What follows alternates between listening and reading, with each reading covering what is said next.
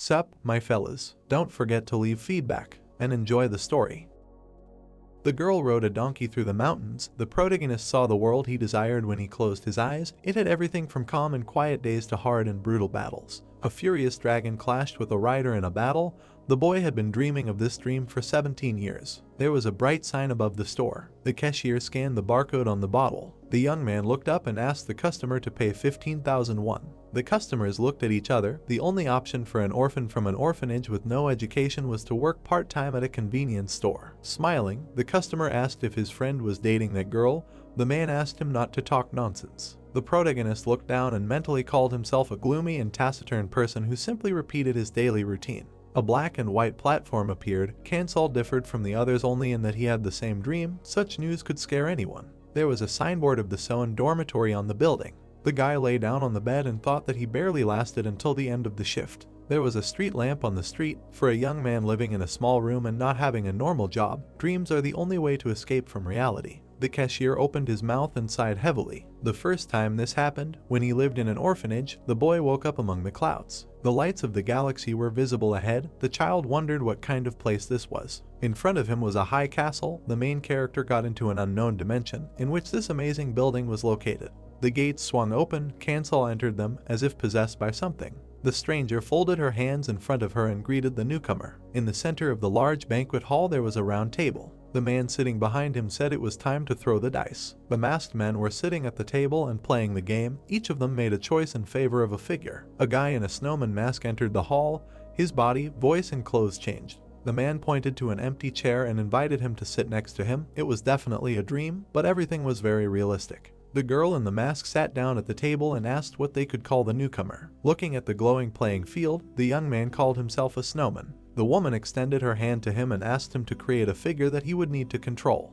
A character creation window appeared in front of his face, where he had to choose a profession and an attribute. The player decided to try playing this game and pointed his finger at the profession of a magician. A figure with a staff in his hands appeared on the field in front of him. Taking the dice in his hands, the stranger said that this was a pretty bold choice for the first game and offered to start. He threw the dice on the table. That day the main character's first game began. The figures stepped forward in front of the monster. The people present were clearly enjoying what was happening, as if they had long been accustomed to this, and soon the game was approaching its end. The man in the jester's mask raised his hand and asked the newcomer to quickly throw the dice, otherwise they would all be killed. Kansal threw the dice and decided to make a choice. A window of possible actions appeared. The guy clicked on the third option to use magic to bind the monster's legs. The magician raised his staff above his head. Its end crashed into the ground with force. Blocks of ice appeared around the wizard. The giant lizard's legs were frozen.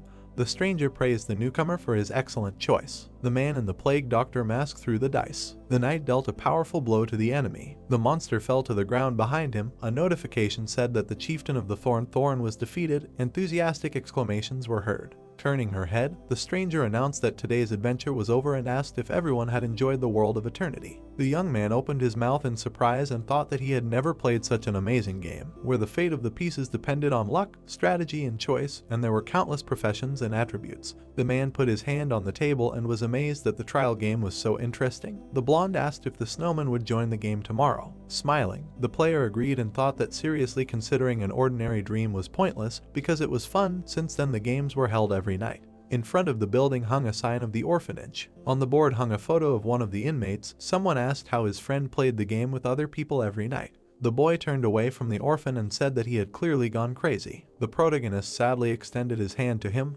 No one believed that he had such dreams. Looking down, Kansal thought that in the future he would be labeled as a liar and decided to be less talkative with the children from the orphanage. The boy lay on the bed and thought about taking a shower and preparing his things for tomorrow, but he did not have the strength to even get up. The young man closed his eyes and fell asleep without any problems. That castle was his personal refuge. The player appeared in front of him again. Clouds were flying around. When he entered the hall, other people greeted him. The girl put her hand on his shoulder and asked if their friend would play with them today. The man said that it was not even negotiable. Other masks were floating next to the woman. Over the 17 years, the protagonist had thought many times about who these people were, and even assumed that they could be gods, but he was afraid that the magic of sleep would be destroyed if the truth was revealed. Kansal smiled as the others cheered for him. Such a small thing as these dreams became a whole new world for him, and enjoying the game was the most important part of his life. The stranger crossed his arms and said that this time his colleague would play alone because he had not finished the last adventure of the great sage. The old man approached the boy and realized that they would have to retreat. The masked man said that the figures had been wonderful before, but they had not been able to reach the ascension. The stone slabs led to the sun. The ascension was the road to heaven, the last adventure in the world of eternity, which leads to the end of the game. The young man raised his hand over the figures. During this time he had created several legendary characters, so many considered him their idol, but now the world of eternity had come to an end. Blue magic shone above the table. The trial version of the game would be completed today, and the official release would begin soon. The player thought that he would no longer be able to play with these people. Sitting at the table, the protagonist decided that they probably understood better what all this meant. The plague doctor suggested that he try to achieve ascension, since this was their last day. There was a chess piece on the field. Kansal did not want to say goodbye to this game, because he wanted to create a unique 31st piece that would absorb all the progress and knowledge gained over 17 years. The girl extended her hand and asked him not to be upset, because tomorrow the official release will begin and their dreams will come true. Raising his hand, the man noticed that they were already quite late, and asked if they should return their divinity to take revenge on the insects that made them like this. Looking at him, the guy wondered what his words meant and remembered that these people often discuss strange things. The young man took the dice in his hands and decided to concentrate on the game in order to achieve ascension. The magician started to climb the stairs. In all 17 years, only 9 figures out of 30 reached this stage, so this is the last chance. The dice flew into the air. Everything depended on this throw. The dice fell on the table. A critical failure occurred. A notification reported that Milan was hit by magical backlash. Dark energy enveloped the figure. His foot slipped off the step. The wizard dropped his staff and fell into the abyss. The ascension was failed. The girl put her hand on her friend's shoulder. The plague doctor said that he was very unlucky that the 10th attempt ended like this. The player frowned with displeasure. He clenched his teeth. A selection window appeared in front of him, allowing him to choose Milan's fate. The sorcerer continued to fall down. His body collapsed on the table. The protagonist thought that he had missed his last chance and pressed the continue adventure button. The system reported that the wizard's fate was now in his hands. Kansal lowered his head. The others began to console him, saying that he had done everything possible and that not everyone could reach this stage. The guy headed for the exit and was upset that luck had turned away from him at the very end, and that the world of eternity, which had brought him happiness for 17 years, had ended. A bright flash appeared in the darkness. The young man opened his eyes. The same clouds were in front of him. Comets were flying over the galaxy. The thought that everything was over turned out to be wrong. The player opened his mouth in surprise when someone greeted him. The same people in masks were standing at the door. The man clenched his fists and called his comrade an insect that deceived everyone and pretended to be a god. The stranger pointed at him and ordered the others to grab him. A golden collar appeared on the protagonist's neck. The powerful electric shock pierced his body. Grabbing the collar, Kansal felt his neck burning and wondered why they had attacked him so suddenly. The masked men approached him, trying to find out how this vile mortal had gotten to the gods and dared to stain the heavens. Hearing their words, the boy's eyes widened in shock. The stranger approached him and extended his hand. Lightning flashed between his fingers. The man declared that this was where the traitor would meet his end. The young man frowned tensely and wondered if his death would really be so miserable. The masked men looked around when someone stated that he had not given them permission to do this. A man in a white mask approached them. The man raised his hand to the player's face and asked what it meant. Corden spread his arms and asked if it really made them that angry. The stranger narrowed his eyes and asked them all to calm down. Trying to free himself from the collar, the protagonist thought that this man, who often appeared in the world of eternity, wanted to help him since he was one of the most influential players. The stranger raised his hand and asked if it was possible to spill human blood in heaven.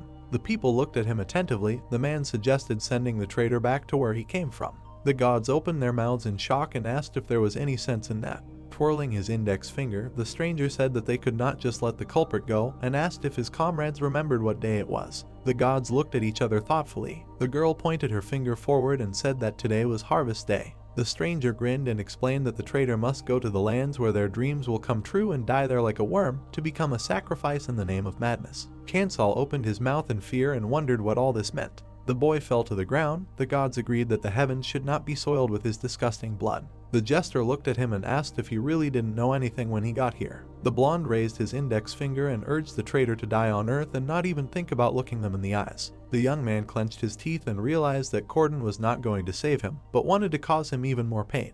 The player heard a voice in his head and his eyes widened in fear. The protagonist looked to the side and asked who it was. The voice replied that no one else had heard him. Kansal leaned on his hands and assumed that it was Corden. The man smiled widely. The voice said that he did not have time for explanations and decided to get straight to the point.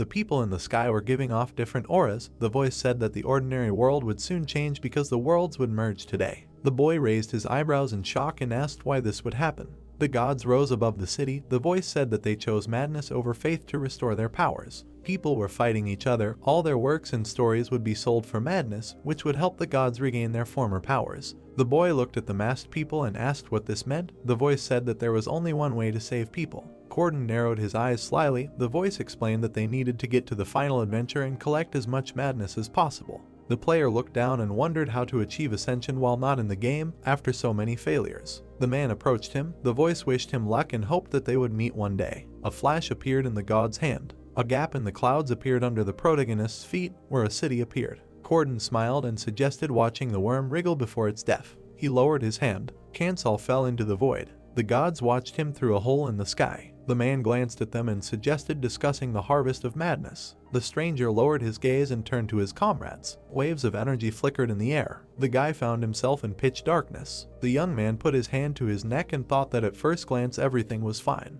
The player looked up and realized that his guess was confirmed. Masks were flying around the girl. In fact, they were real gods who existed not only in dreams, but also in reality. Looking around, the protagonist asked what kind of place this was and noticed that it was too dark to see anything. Suddenly, a message about loading the world of eternity appeared in front of him. It changed to the message application has been installed. Cancel hoped that he was not inside the game. A greeting shone in the darkness. Suddenly, a bright flash appeared in its place. The guy opened his eyes and looked ahead. In front of him was a mountain valley. A half-ruined tower was visible on the horizon. The young man's eyes widened and he realized that he really was inside the game. A notification appeared in front of his face that 7 billion people had joined the world of eternity. The player frowned and tried to understand what was happening here. Suddenly, the world around him turned into emptiness again. Silhouettes of people began to appear everywhere. The system asked the user to select character attributes because the first adventure was about to begin. Standing surrounded by figures, the protagonist realized that the worlds had really united and all of humanity was inside the game.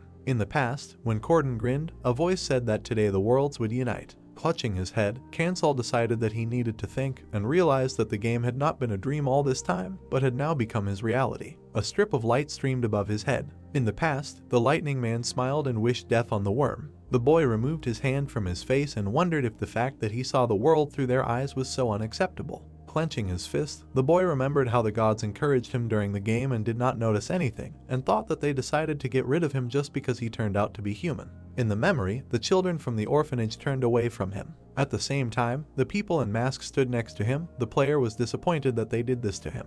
The protagonist dropped his hands and wondered if he deserved this just because he was born human. Cancel gritted his teeth and became angry at those scoundrels who dared to call themselves gods. The boy pressed the button to create a character and decided to use the experience gained to achieve success in many things. A cloud of energy appeared in his hand. The boy wanted to become a unique 31st figure and get to the offenders. There was a ruined tower in the mountains. The world of eternity was no different from tabletop RPGs. In 17 years, the player finished the game on 30 characters and realized that the starting attributes affect a lot, as in reality. The figure of the magician fell into the abyss. Now that the game has become reality, death means the end, so he needs a character who will achieve ascension without any problems. A window with a choice of attributes appeared in the air. In the world of eternity, you can choose several attributes at the same time, so there is an opportunity to create something specific. The main character was sitting at the table. During previous attempts, he relied heavily on other team members, but now he needs to act alone. Cancel clicked on the system window and decided to choose the Shadow Summoner combination, which he never had a chance to try before the end of the trial period. The guy clicked on the confirmation button. The Summoner is a class that was bad at everything, and the Shadow was also nothing special, but when combined, they formed an interesting combination. A cloak appeared on the young man's back and a staff appeared in his hand. A notification informed him that the user would be teleported to Pandy. A description of a random adventure called Moon Dance appeared in front of him. The player looked up and thought that he needed to pass the Forgotten Moon Ruins trial. In the past, the figure was in the ruins. This adventure for beginners introduced them to the nuances of the eternal world. The adventurer put his hand to his chin and remembered that it had an extremely high difficulty and that he often had to move forward without the ability to avoid damage. He frowned and thought that the Forgotten Moon Ruins were filled with traps, which could be a problem because characters with the Thief class or the Trap Disarm skill are best at this. A status window appeared in the air. The Shadow Summoner is a spellcaster who moves very slowly, and all his stat points were spent on wisdom. The protagonist picked up the staff and realized that this would not be easy. Cancel entered the ruins, and he had the thought that he should have chosen another class if the adventure had not been random. The boy looked around and thought that he had become a figure on a familiar stage. The young man approached the gate and realized how exciting the game had been all this time. The gate was tightly closed. There was a lever nearby. The player was trying to remember where to start. A system window with options for action appeared in front of his eyes. The adventurer assumed that this way he would be given hints, despite the fact that he already had an encyclopedia with all the rules in his head. The protagonist looked at the lever and was glad that the official release was not much different from the trial version. Cancel smiled and believed that he could complete this task. The guy pulled the lever and thought that 17 years of experience was making itself felt. He turned the lever in the other direction and decided that he could not rely on his memory if there were more choices. The doors swung open. In such a situation there was no doubt. The young man approached the entrance to the temple. A long corridor was ahead. Different animals were depicted on the floor. Another system window appeared in front of the player. The adventurer looked up and remembered that he needed to step on certain slabs to pass the first test and go to the other side. There was a cliff under the bridge of slabs. If you make the wrong choice, a trap will be activated, which will immediately pierce the figure with arrows. The protagonist approached the edge of the cliff and realized that only one step separated him from death. Cancel poked at the system window and thought that he had already tried all the main talents that existed in the world of eternity and knew all the hidden choices. Imagining himself throwing dice, the guy decided that his knowledge was the most important thing. The young man looked up and noticed that the password to this riddle was written in front. Hieroglyphs were written on the wall. Unfortunately, the player did not have the talent of archaeology or theology to read them. He smiled and remembered their main essence. A parchment appeared with images of different animals. A fierce lion did not yield to anyone, an obedient sheep went last, a magnanimous moon hugged everyone, and a wolf followed right behind a tiger. The adventurer looked ahead and thought that he just needed to repeat the correct sequence so as not to get hurt. The slabs depicted animals. The protagonist frowned and decided to act. He stepped on one of the slabs. Cancel looked up and noticed that nothing had happened. The guy raised his foot. It pressed on another slab. Nothing happened. The young man smiled and thought that everything was going according to plan. The player quickly ran forward, stepping on the right slabs. Soon he found himself on the other side. The adventurer looked back and decided that it was too easy. A notification about the successfully completed test appeared. The protagonist put his hand to his chin and thought, because if he went further, the reward for the test would increase. There was a dark corridor ahead. Cancel decided to continue the adventure. The guy climbed the stairs. The ruins of the Forgotten Moon were supposed to teach beginners that excessive greed always leads to death. The young man turned the corner and thought that this was not a problem for him. There was a tunnel with multicolored blocks ahead. The player realized that he remembered this adventure very well, so he would not have any problems. There was a torch burning on the wall. There were many holes along the walls. The second test demonstrated the whole essence of the ruins of the Forgotten Moon, since it was necessary to break through this trap. The adventurer opened his mouth in surprise and asked if this corridor had always been so long. A system window appeared in front of him with a choice of the desired color of the slab. The protagonist decided that his memories and knowledge were useless here because the order of activating the trap was new every time. He put his hand on his belt and realized that he did not even have talents that could open hidden options. Cancel looked to the side. His reflection was on the wall. The guy pulled back his collar and noticed a black scar on his neck, which was left by a god in a lightning mask. Imagining the stranger raising his hand, the young man promised that they would see each other again. He raised his leg. It stood on the red slab. The player gritted his teeth and hoped that he could guess the correct order. The adventurer slowly walked forward. Beads of sweat were running down his tense face. His foot pressed on the blue plate. Suddenly, an arrow flew out of the hole in the wall. It flew past the protagonist and cut through his staff. Cancel grabbed his shoulder and trembled. The hole in the wall began to smoke. The boy smiled nervously and said that the situation was getting more and more interesting. Gold coins appeared in the air. Many comments appeared. One of the gods asked if the figure knew that they were watching him. The young man stepped on a black plate. The projectile hit him in the knee. The player frowned furiously, cursing the villains. The red plates behind him began to glow. The adventurer wondered if it was really necessary to make a sequence of 4 red stripes in a row. The protagonist stopped and thought about where to go next. Cancel frowned sternly and decided to choose the blue slab. He immediately stepped on it. Suddenly, the ceiling began to descend. The gods laughed. The guy noticed this and opened his mouth in fear. The young man frowned and realized that he could not make a mistake. It was still far to the end of the tunnel. The gods were sure that the figure would not cope. The player looked ahead thoughtfully. He stepped on the red slab. He managed to run some distance without damage. The adventurer continued to run. The gods were shocked. A grin shone on his face. The protagonist confidently moved towards the exit. Cancel imagined 4 red slabs and 1 black one and realized that the correct sequence was repeated one after another. The guy ran out of the corridor and thought that the whole trap became useless as soon as the pattern became clear. The young man stopped and decided to catch his breath. The gods were extremely displeased. A notification about the successfully passed test appeared in the air. A chest with a reward appeared on the ground beneath him. The player looked at it and remembered that he could end this adventure by taking the reward. His hand began to tremble. The adventurer decided that now was not the time to stop and walked past. The gods were very surprised. The protagonist looked up. In front of him was a door with a code, behind which was a lunar square. The hieroglyphs on the stone asked him not to be arrogant. On another stone was a blue inscription, "Be humble." Cancel squinted and thought that the scoundrel was probably there. A selection window appeared in front of the door. The guy raised his hand.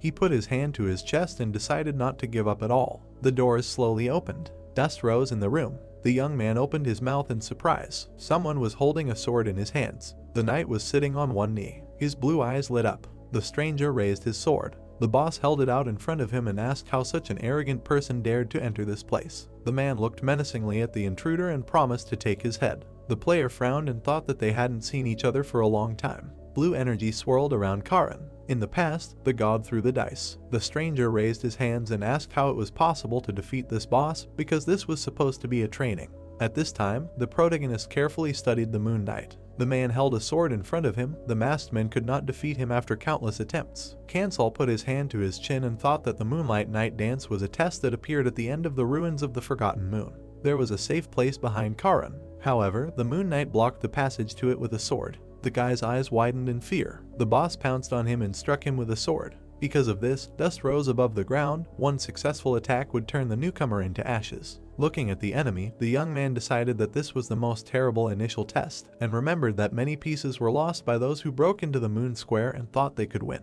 The player paid attention to the notification with a choice that appeared. There were slabs on the floor next to him. The adventurer realized that this was the only way to pass the test. There were many such slabs around the room. The color and order were very important for clearing. Stone faces of animals appeared. Their order remained the same as in the first test. Karuna dashed forward. The protagonist jumped to the side. Cancel pressed the red slab with a lion. The Moon Knight shuddered. Different colors had different effects. The boss swung his sword. The red slabs reduced his aura and slowed down his movements. The guy gritted his teeth resolutely. His foot stepped on the red slab with a wolf. Then he stood on the red slab with the moon. The man approached him and raised his sword to strike. The young man dodged the attack and thought that the enemy had become slow enough. The player looked to the side and remembered that the effect of the red plate stacked up to 3 times. The adventurer pressed the black plate with the sheep. At the same time, Karuna approached him closely. A fireball appeared behind him. The projectile hit the enemy in the side. The black plates activated devices that dealt damage, but using them charged the barrier,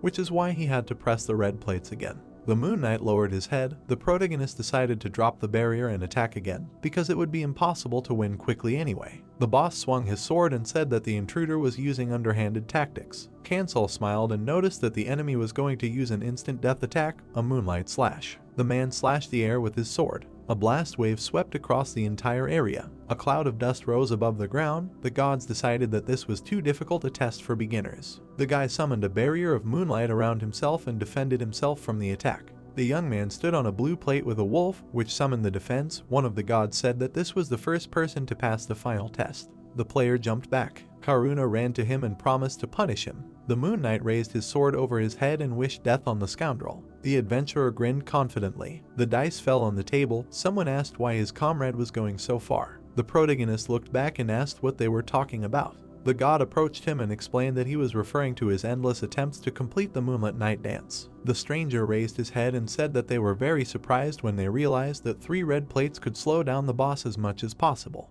Cancel looked at him carefully. The stranger added that the black plate did almost no damage and activated a deadly attack, so this test was too dangerous and pointless. The guy raised his eyebrows and decided to tell him his reasons. A wave of fire hit the man in the face. The young man stood on a black plate with a sheep. This long path was the only correct one. The shards of the helmet lay on the ground. Bleeding, Karuna clenched his teeth. He raised his sword and asked the enemy not to dare underestimate the moonlight.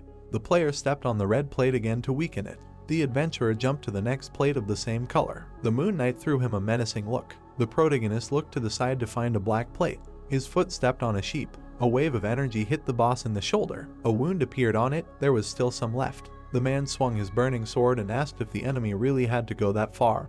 A notification said that his agility would now increase every 5 seconds. Karuna gritted his teeth angrily. If not for his deadly attack, there would be nothing special about him. The Moon Knight rushed forward and spared his opponent's death. Seeing the blade of the sword flash in front of him, Kansal realized that the enemy had become mercilessly fast and decided to slow him down by stepping on the red plate. A barrier appeared around him thanks to the blue plate. The boy smirked and said that it was time to finish. The boss frowned furiously and urged him to be humble. The youth jumped back when he saw the sword in front of him. The man swung his sword to use Moonlight Slash again. The player leaned back and realized that he would die if he couldn't dodge. There were many slabs around, he just needed to continue using the sequence and deal damage. The adventurer raised his staff and left. Their fight was really like a dance on a moonlit night. The protagonist pressed the black slab and pressed his hand to the ground. Karuna raised his sword above his head to deliver the finishing blow. Suddenly, a fireball appeared in front of him. A wave of energy hit him on the head. His helmet flew off his head and hit the ground.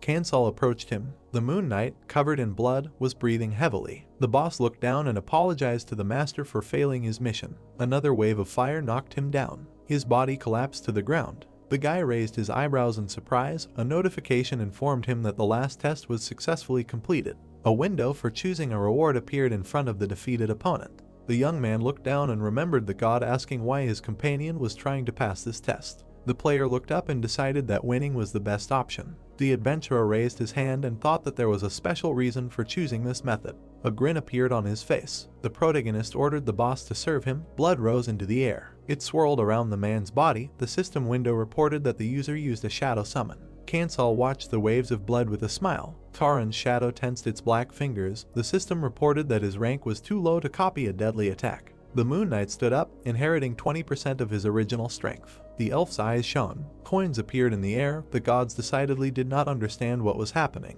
Armor appeared on the man's body. His status window appeared. The guy approached him and said that this was very good. Smiling, the young man thought that despite the drop in characteristics, he still had the hero class and decided that this guaranteed his survival. The player looked at the chest and remembered that the shadow summoning is one of the summoning options with very pleasant conditions, and to use it, you only need to defeat the enemy. The chest opened, a notification about the level increase and the received rewards appeared. The adventurer put his hand on his belt and thought that in the world of eternity, when you level up, you get 4 fixed characteristic points and 4 selective ones. The characteristic indicators appeared on the system window. The protagonist decided to increase his wisdom since it is necessary for the shadow summoner. Kansal took the moonlight sword in his hands. The item status window appeared. The guy handed it to Karan because shadows have their own characteristics, are pumped independently and can change equipment.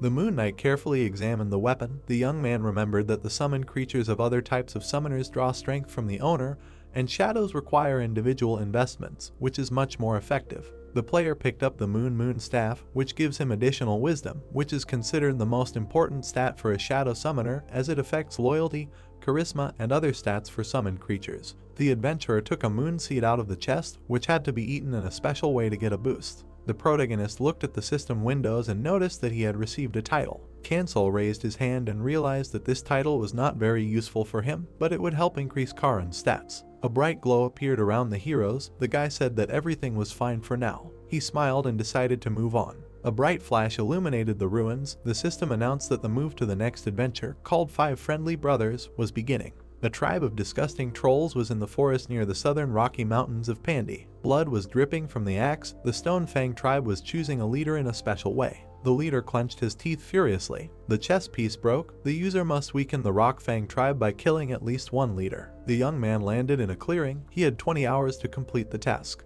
The player looked ahead and thought that he would be able to reach the safe zone by tomorrow morning. In front of him, the mountains were visible in the distance. With the exception of some cases, adventurers were given a rest every 2 adventures. Holding the staff in his hand, the protagonist thought that he had 5 targets to choose from, and remembered that the Rocky Mountains were quite difficult terrain, and the tribe also had guards. Kansal looked to the side. Leaves were swirling around him. The boy realized that this adventure was designed for a group of 5 people, and wondered why there was no one else here except him. The young man raised his eyebrows and decided that he should go as quickly as possible. The player looked down and thought that there was a very strange timer here. A red notification appeared above the trees. A blue system window appeared next to it. The adventurer looked at the red death notices in shock. The gods were sure that the traitor would definitely die. There was a guard post at the foot of the mountains. A green flag was waving in the camp. Looking out from behind the fence, the protagonist remembered that the Stone Fang tribe only used this flag in special cases, such as when they wanted to ask for the blessing of the Earth Dragon at the Harvest Festival. The troll was sitting next to the fence and sleeping. This place is the lower level of the Stone Fang tribe's domain. Kansal touched the ground. The corpse of a man was impaled on a stake. There were many similar stakes in the camp with people who died in battle. Their clothes were bloody. Blood was oozing from their armor. The dead girl's gaze was directed to the sky. Frowning, the guy thought that they had a good combination of classes and decided that they could have completed this adventure with proper knowledge because they had many options for attack. The young man clutched the staff in his hand and realized that he shouldn't grieve for them. The player looked around and thought that he needed to develop a strategy to help him cope with this situation, but the conditions narrowed the options considerably. The adventurer scratched his chin and assumed that he would have to use that very method. An action selection window appeared in front of him. A timer appeared next to it. The protagonist realized that he would receive a better reward if he completed this adventure alone. A tower towered in the mountains. The world of eternity always reacted differently to people's actions and adventures since the behavior of the figures affects the world itself. The trees grew close to each other. Kansal approached the forest. The guy made his way through the bushes and remembered that the first option was to attack the houses in order, starting with the closest ones. It was quite dangerous. The troll tribe raised their arms to protect the village. Walking through the forest, the young man thought that the second option was a night raid, but it was difficult to organize alone. The player looked up and decided to choose the third option, look around and gather information. The mountain peak was covered with snow. The adventurer frowned and thought that he was primarily interested in the exile of the Rocky Mountains. Each mountain peak had its own flag. The highest was occupied by the Stone Fang tribe, while the other peaks were occupied by other creatures. The flags fluttered in the wind, but the enemies were not in a good position at all. The dice fell on the mountains. Each of the peaks was occupied by different secondary characters, which played an important role in the adventure of the five brothers. The protagonist put his hand on the trunk of a tree and decided to first find the hidden key of this adventure. Kansal looked behind the tree and remembered that the exile was hiding at the foot of the lowest peak. The boy looked ahead and thought that he should be somewhere nearby. The bells hanging on the rope rang. The young man looked down and saw a tripwire between the trees. The bells emitted light. The player raised his eyebrows and assumed that some kind of spell was cast on them that would warn the owner of the intruder. The adventurer heard someone's voice and looked up. A question about the guest's identity was heard from the bushes ahead. The protagonist took a step forward and touched the bells. The stranger raised his hand and asked him not to come closer. Kansal said that he did not want to harm him. The troll lowered his head and asked if it was really a human in front of him. The guy turned his head and assumed that the outcast was hiding here. There was a small hut in the forest. The monster asked the guest not to come closer. The young man stuck his staff into the ground and repeated that he had no evil intentions. A window for choosing an action appeared in front of him. The monster called him a liar and decided that the Stonefang tribe sent him here. The player frowned and asked why the troll did not want anyone to approach him. The adventurer looked at the bushes and asked if he was sick. The outcast looked out of the bushes. The monster stood up. The protagonist decided to talk to him as if he did not know about his illness. The monster's arm had sores on it, which were a symptom of its illness. The troll came out of the bushes and explained that it was highly contagious. The outcast raised his hands and asked the guest not to force him to show everything else. A system window appeared in front of Kansal. He said that he wanted to hear the details. The monster spread his arms and warned that he could accidentally infect him. The boy said that it was difficult to communicate over a long distance. The monster looked up and asked what the guest wanted to hear. The boy raised his hand and asked him to tell everything. The troll silently lowered his gaze. The outcast turned away and asked the guest to follow him because they would be better off discussing this in the hut. The young man smiled. The player followed the monster. The gods did not understand the reasons for his actions at all. The small house was deep in the forest. On the floor lay supplies of food and brushwood. On the table lay books. The adventurer looked at them. The monster assumed that it looked strange. They sat on the floor. The monster offered the guest herbal tea. The protagonist refused and said that he wanted to listen to his story. The troll raised his hand and decided to tell him a little about himself. On the parchment were depicted monsters affected by an endemic disease. Many of them eventually died. The monster stabbed his fellow. The inhabitants of the Stone Fang tribe established one rule to get rid of the disease. The sick troll had to leave the tribe. The sick were simply kicked out. Kansal asked if he was also kicked out. The outcast shuddered and answered in the negative. He imagined his mother walking through the forest and said that she was pregnant when she became infected. The girl carried a knapsack on her back. The tribe members did not hear her pleas and decided that her child could also spread the disease. The monster looked at his hand and said that they were right. The monster clenched his fist and added that his mother held a grudge against them until her death and wanted everything to go away. The boy raised his eyebrows and asked what she meant. The troll lowered his head and explained that he meant the Stonefang tribe, the disease, and himself. The outcast frowned in disappointment. The boy asked if the disease was incurable. The monster bowed his head and said that he used witchcraft to learn the human language and read books to learn about endemic diseases. The monster raised his eyebrows and explained that the disease was curable, but it required special ingredients, such as the corpse finger mushroom, which can be found in these mountains. The player looked at him and realized that he had failed to do so. The troll looked at his hand and said that the whole problem was in his bones, which were affected by a rapidly developing disease. The adventurer turned down the corners of his lips and said that he would help him find the mushroom. The outcast shuddered and asked why he needed it. The protagonist smiled. A book appeared above his head. Cancel decided to choose the best course of the plot. The guy looked up and offered to make a small deal. The system reported that the hidden adventure had begun. Tall grass grew near the hut. The young man ran along the forest path. Looking ahead, he breathed heavily. Some time ago, the monster put his hand on the floor. The monster bowed and promised to help the guest if he managed to find a mushroom. A description of the additional quest abandoned appeared. Holding a staff in his hands, the player thought that this task stood out even more from the rest, because thanks to it, you can get an NPC assistant for the figure. In the hands of the troll was a minifigure. Assistants helped figures equally built trust between them, and abandoned is one of the high-level assistants. The adventurer headed towards the mountain and decided that he couldn't spare time for such a quest, even though every second counts in all adventures. Birds were flying near the cliff. If he got an assistant, the hopeless situation would be resolved. The sun was setting behind the horizon. Its last rays illuminated the out-of-breath protagonist. Cancel looked up. There was nothing on the edge of the cliff. The gods were disappointed. The guy picked up his staff. He approached the edge of the cliff. One of the gods said that the other group had already lost to the weakest brother, so he would also die. A dense forest was visible far below. The young man looked down and activated his perception. An action selection window appeared. The player fell to the ground. The adventurer put his hand on his knee and began to think. The gods decided that the newbie had already given up. The protagonist frowned and remembered the first figure he had created. Cancel looked at his first character in surprise. The mage held a staff in her hands. The boy immediately decided to send her to the peak because he was excited by the quest abandoned. The child raised his index finger. A golden inscription searched the area lit up in front of him. The boy's eyes widened in fear. He did not know then that the dream would be repeated for many years, and he hurried. The girl fell forward. The figure fell from the cliff. It broke into small pieces, like glass. The young man fell onto a chair. The cause of death of the first figure was a fall from the cliff due to carelessness, which was quite absurd. The miniatures were on a chessboard. The mage lacked strength and dexterity, so in such a dangerous area such a class does not live long. The player clenched his fists. Tears flowed down his cheeks. The protagonist made the wrong choice, because of which his character died. God jumped up from the table. Cancel frowned and remembered that mistake was a real shock for him. His staff began to glow. The boy thought that the right time had almost come. Suddenly, he shuddered when he heard a strange sound. Something broke through the rock. On the ledge grew that same mushroom. The gods considered it disgusting. The young man took a step forward and thought that the item needed for the quest only appears during the twilight time. A mushroom, similar to a flower, grew on the rock. The player closed his eyes and put his forehead to the staff. Waves of dark energy appeared behind him. Shadow hands descended from the rock. This was a basic skill of the Shadow Summoner, which can be useful in many situations like this. The adventurer frowned and thought that it was very difficult to control them for the first time.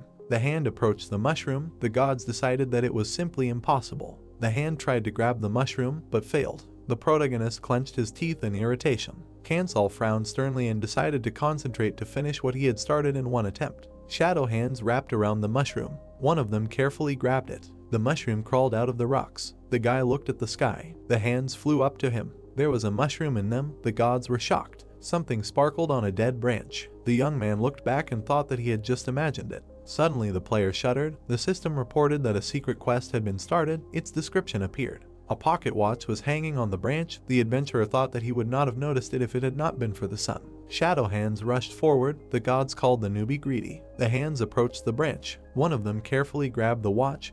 The gods realized that this quest was not even in the guides. Bright stars shone in the sky. A cauldron of soup stood on the fire. A troll sat next to it. Looking down, the outcast identified himself as the one who always rejected the meaningless hope and wondered if he should trust the human. The monster folded his hands in his lap. An image of his dying mother appeared in his mind. The woman raised her hand and said that everyone must disappear. Her eyes were bloodshot. The old woman cursed the Stonefang tribe in this curse. She looked at her son and declared that he must disappear too. Nail narrowed his eyes and decided to start looking for a cure. On the table lay stacks of books written by people who were killed by the Stonefang tribe.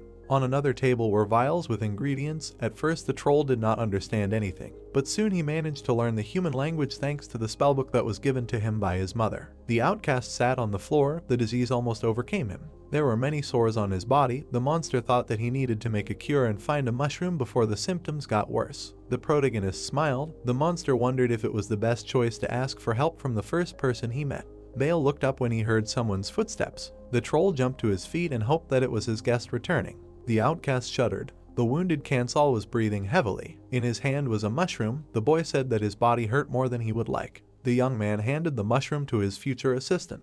The monster's eyes widened and said that this was exactly what he needed. The monster fell to his knees and turned to his savior. Tears fell to the ground. Male asked his name. The player smiled and asked to call him Snowman. Taking the mushroom, the troll said that his name means Child of the Star and promised to help the savior. The sobbing outcast said that he would never forget his kind gesture. The system reported that the adventure was complete. Next to the hut, a fire was burning. The adventurer sat next to him. The system reported that the rotten branch's disease was cured. The recovered monster approached him. The monster spread its arms and asked what its savior wanted. A window for choosing a replica appeared. Looking around, the protagonist thought that the frontal attack did not work, and the conditions for the third and fourth options were not met, and asked if there was a way to destroy the tribe from the inside. Male looked away and said that he had one idea. There was a guard at the entrance to the camp. The guards held spears in their hands. Kansal was hiding behind a tree.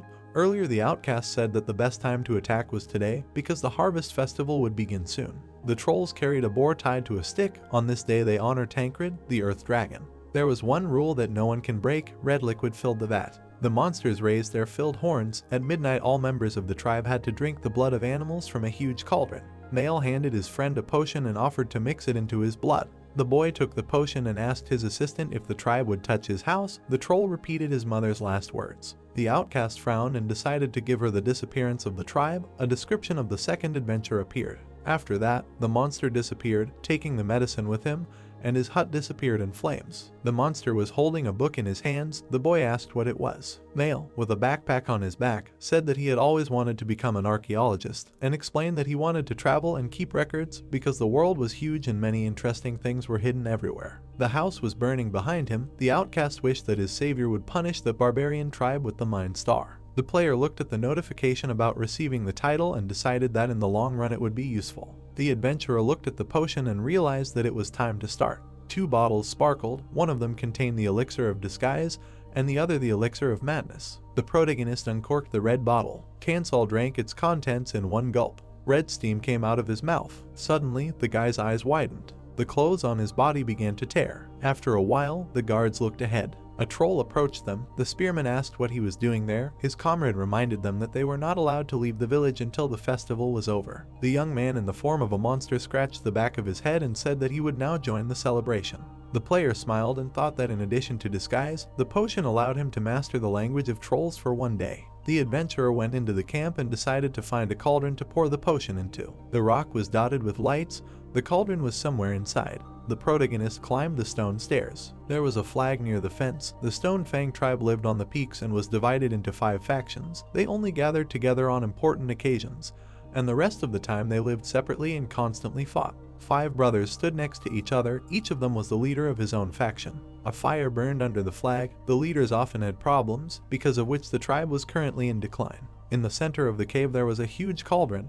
While the tribe was in this state, it was easy to deal with it. Kansal approached the cauldron and thought that this was what he needed. The boy took a blue potion out of his bag. The guard looked back and asked what it was. The young man showed him the bottle and said that he would like to donate blood. The spearman said that they no longer need blood. The player pointed at the bottle and explained that it was the blood of a white-horned dragon. The guard's eyes widened in surprise and he asked if it was really her. The troll took the bottle and promised to pass it on to whoever needed it. The adventurer thanked him. The protagonist looked up and remembered that the Stone Fang tribe believed that they could receive the blessing of Tancred if they offered a worthy sacrifice, and the blood of the white-horned dragon was a very rare resource. The monster presented the bottle to its leader and told him what kind of blood it was. Magate took the potion in his hands. The monster uncorked it and sniffed it. The shaman handed the bottle to the guard and confirmed that it was real blood. The spearman carried the potion straight to the cauldron. Kansal thought that he had disguised the potion so that they would not be able to detect the trap. The troll poured the contents of the bottle into the cauldron. The blood turned cloudy. The system reported that whoever drinks the elixir of madness will become more ferocious. The chieftain raised his horn and called on his comrades to do the same. The tribe members raised their horns. Magate declared that all the blessings were given to them by the earth and that they should drink for it. The monsters looked at him joyfully. The shaman called on them to flood the earth with new blood to pave the way to Lord Tancred. The monster bared its fangs and shouted that this was the way of their tribe. The trolls raised their horns and began to rejoice, shouting the name of the earth dragon. At this time, the disguised boy poured blood on the ground. The leaders of the other 4 tribes sat to the side. The young man frowned and remembered the reason why the Stonefang tribe was still together despite the constant arguments. Jam had straightened his shoulders. He was the wisest and strongest, the one who single-handedly destroyed all the shamans of the previous generation. The chieftain held the bloody horn in his hand. The cauldron was empty, and the fire beneath it went out. The player looked to the side. The harvest festival was almost over. All the tribe members had drunk the blood that was mixed with the elixir of madness. The leaders came forward. The potion's effect strength could vary depending on the troll's power, but in about an hour they would all be overcome by madness. The adventurer turned around and decided that he had to leave. The protagonist went into the forest and thought that if the plan was not thwarted by unexpected circumstances, then tonight the Stonefang tribe would disappear forever. A crescent moon shone in the sky. Kansal walked through the forest. The guy looked out from behind a bush and saw the tribe's treasury. The building was guarded by 2 trolls. The gods asked what they were guarding. The young man looked ahead and remembered that the tribe kept all its most valuable things here, and they were guarded by warriors who were not associated with any of the factions. The monsters held weapons in their hands, guarding the entrance to the warehouse. The eyes of one of them became bloodshot. The gods asked what was happening. The eyes of the guards lit up with red fire. The monster swung his axe and wished death to his comrade. Blood flew into the air. The gods wondered what was happening. The troll stood in front of a pool of blood, calling on his comrade to pay his debt to Lord Tancred. Suddenly, someone cut off his head. Karuna appeared in front of him. The player approached him and thought that under the effect of the potion, even the strongest warriors would be no match for his shadow. The adventurer suggested going inside. The Moon Knight nodded. There were tall vases and chests on the floor. A guard sat in front of the locked door. The troll turned around and asked who was there. The monster saw the elf and, mistaking him for his comrade, asked him to tell the chieftain that something was wrong with his body. The man jumped forward and swung his sword. The monster managed to put his axe in front of itself and parry the blow. Karuna's eyes emitted a blue haze. The Moon Knight tried to strike a few more blows, but to no avail. The troll opened his mouth wide and screamed. The elf cut his throat. The monster's body fell to the ground. The protagonist approached his friend and thought that he had become much weaker than his original version. Kansal crouched in front of the corpse and realized that before, his shadow could have dealt with him in just one blow. The guy picked up the key. The system reported that the user had defeated the treasury guards. The young man looked up and looked at the door. An action selection window appeared. The player squinted and remembered what was behind this door. Sparkling gloves appeared. It was a gift from the earth dragon Tancred, made from his scales. Magate put on the gloves. They gave the power to break stones with his hands and increased the power of spells. The factions fought each other for the right to own them. Sparks appeared above the heads of the leaders. In order to avoid future conflicts and bloodshed, one of the ancestors gathered all the shamans together and bound them with a brotherly curse. The adventurer looked at the key and thought that the brothers actually wanted to kill each other, but they couldn't do it because of the curse. The protagonist entered the treasury and decided not to take the gloves. The logs supported the entrance to the cave. The trolls approached the corpse of their brother. When the tribe plunged into chaos because of the elixir, the 5 brothers would definitely run to check the treasury, as they were afraid that the fists could end up with someone else. Magate spread his arms and shouted that the guards were killed. The shaman looked up and gave the order to break the gates. The chains on the doors broke and they opened. Smoke filled the room. The troll opened his mouth in shock. Stone fists hovered above the pedestal. The monster clenched his teeth. Turning around, the monster asked who dared to commit such a crazy act and said that there was definitely a traitor among them. His brother said that he fled with them when this chaos began. The chief pointed at his brother and assumed that he had set it up so that he could take the gloves and kill them. Jamad frowned and reminded them that they were all bound by the brother's curse. The shaman looked at his brother, who said that they needed to figure out what to do with the tribe. The monster raised a bloody axe, and the tribesmen fought each other. Magate grinned and warned that if his comrade acted too harshly, the entire tribe would turn against him. The monster put the axe on his shoulder, and the chief ordered his undead subordinates to guard the treasury and kill anyone who wanted to take the gloves. Jamad looked up. Stone fists were floating in the air. The shaman stared at them with burning eyes. Dead trolls lay everywhere. One of their leaders entered the cave and noticed that their abode was completely destroyed. Sweating, he thought that he should deal with his anger first and then with everything else. Suddenly his eyes went round. It was very dark ahead. The monster asked who was there. The protagonist came out of the shadows. The system reported that the enemy was able to recognize his true nature. The monster grabbed the axe. Cancel thought that this was not surprising. The guy took the staff in his hands and decided that the weakest of the 5 brothers was still the leader, but discord had already broken out between them. Maggot bared his fangs and concluded that he was the traitor. The leader swung his axe and decided to kill the one who destroyed their tribe. The young man asked Karan, who was standing behind him, to kill him. A bright moon was shining in the sky. There was a trace of a lunar blow on the ground. A bloody axe lay nearby. The wounded shaman lay on the ground and was breathing heavily. He raised his head and cleared his throat. The Moon Knight swung his sword to kill him. The troll opened his mouth wide and shouted that his brothers would take revenge on them. The player saw blood splatter in front of him. The system reported that killing Maggot had put a debuff on him.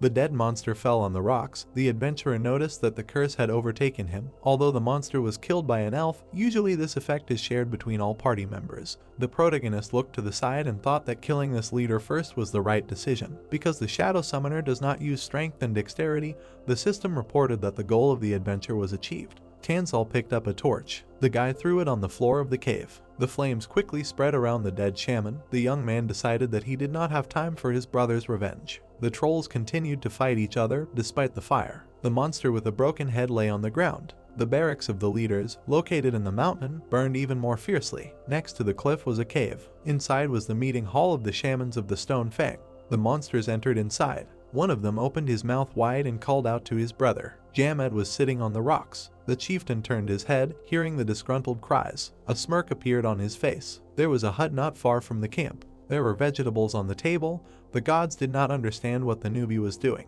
The player was cooking some dish in a wok. The viewers were unhappy with such content. The adventurer raised his hand over the frying pan. A moon seed fell out. The protagonist continued to stir the vegetables and thought that this plant had various effects from increasing stat points to temporary skills. There was a smile on his face. Cansal decided that he would need a temporary skill for the last battle, otherwise it would be better to take the extra points. The guy transferred the dish to a plate. The most widely known way to consume a moon seed is to process it and add it to food. The young man stirred the dish with a spoon and thought that he remembered the recipe well enough. The player brought the plate to his mouth and realized that the dish had a weak taste because it did not have the right spices. Smoke was coming out of the chimney. Finding a house that was still standing in such chaos was a miracle. An empty plate fell on the table. The adventurer wiped his mouth with his sleeve and realized that he had made all the necessary preparations. The system reported that the user had learned the moon phase skill, that is, wide radius magic that inflicts debuffs. A burning mountain was visible through the window.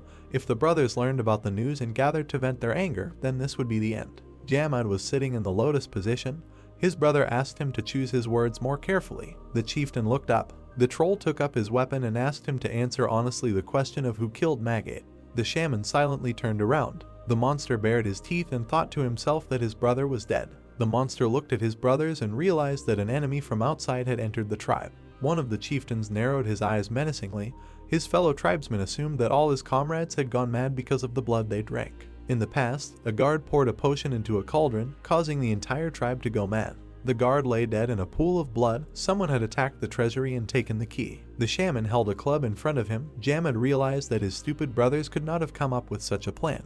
The gems were tied to his hand. The troll realized that he could, in theory, come up with the same insidious plan, so his brothers suspected something was wrong. The monster put stone fists on his hands. The monsters opened their mouths wide. One of them asked if his brother had really planned all this just to take away the gloves. The corpses of the tribe members lay in the cave. The chieftain called on the traitor not to even count on a quick death. The shaman raised his hand and confirmed that this was his plan. Summoning a bolt of energy, the sorcerer shouted that his power was not matched by his arrogance, and asked if he thought the curse had been lifted because he had killed his ancestors. The trolls rushed forward to kill the traitor who had wanted to destroy the entire tribe with the gauntlets. Waves of dark energy rushed towards the monster. The monster swung its burning hand. Jamad struck a powerful blow. Rock fragments flew into the air above him. One of the chieftains, holding a club in front of him, asked where he got such strength. Suddenly, flying debris pierced his body. The shaman turned and saw his fallen comrade.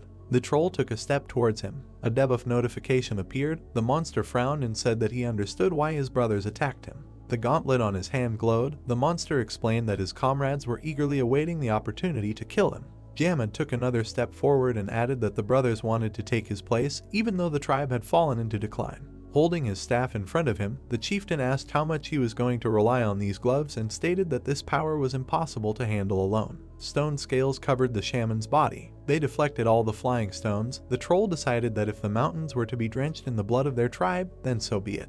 The monster swung his shining fist. He managed to throw his brother back. The monster gritted his teeth and thought that this would only be the blood of the weakest. The earth shook from a powerful blow, frightened screams were heard, a message about a new death appeared. Stones blocked the entrance to the cave. Jamad lowered his bloody hand. In front of him, in a pool of blood lay the last brother. The chieftain called them annoying and thought that he needed to quickly unite the remains of the tribe to fix the situation. The shaman turned around when he heard someone's footsteps and asked who was there. Karuna entered the cave. The Moon Knight swung his sword at the stone flying at him. He managed to cut the fragment into small pieces. The troll narrowed his eyes in displeasure. The main character approached the elf. Kansal smiled and said that the enemy should not have fought with the brothers, but been friends with them. The man's sword was enveloped in a blue aura. The monster bared his teeth and realized that the culprit of everything that had happened was standing in front of him. The knight took a step forward. The system reported that the shadow was under the influence of moonlight. Blue energy swirled around him. The monster closed his eyes and made sure that his brothers were not capable of such a thing.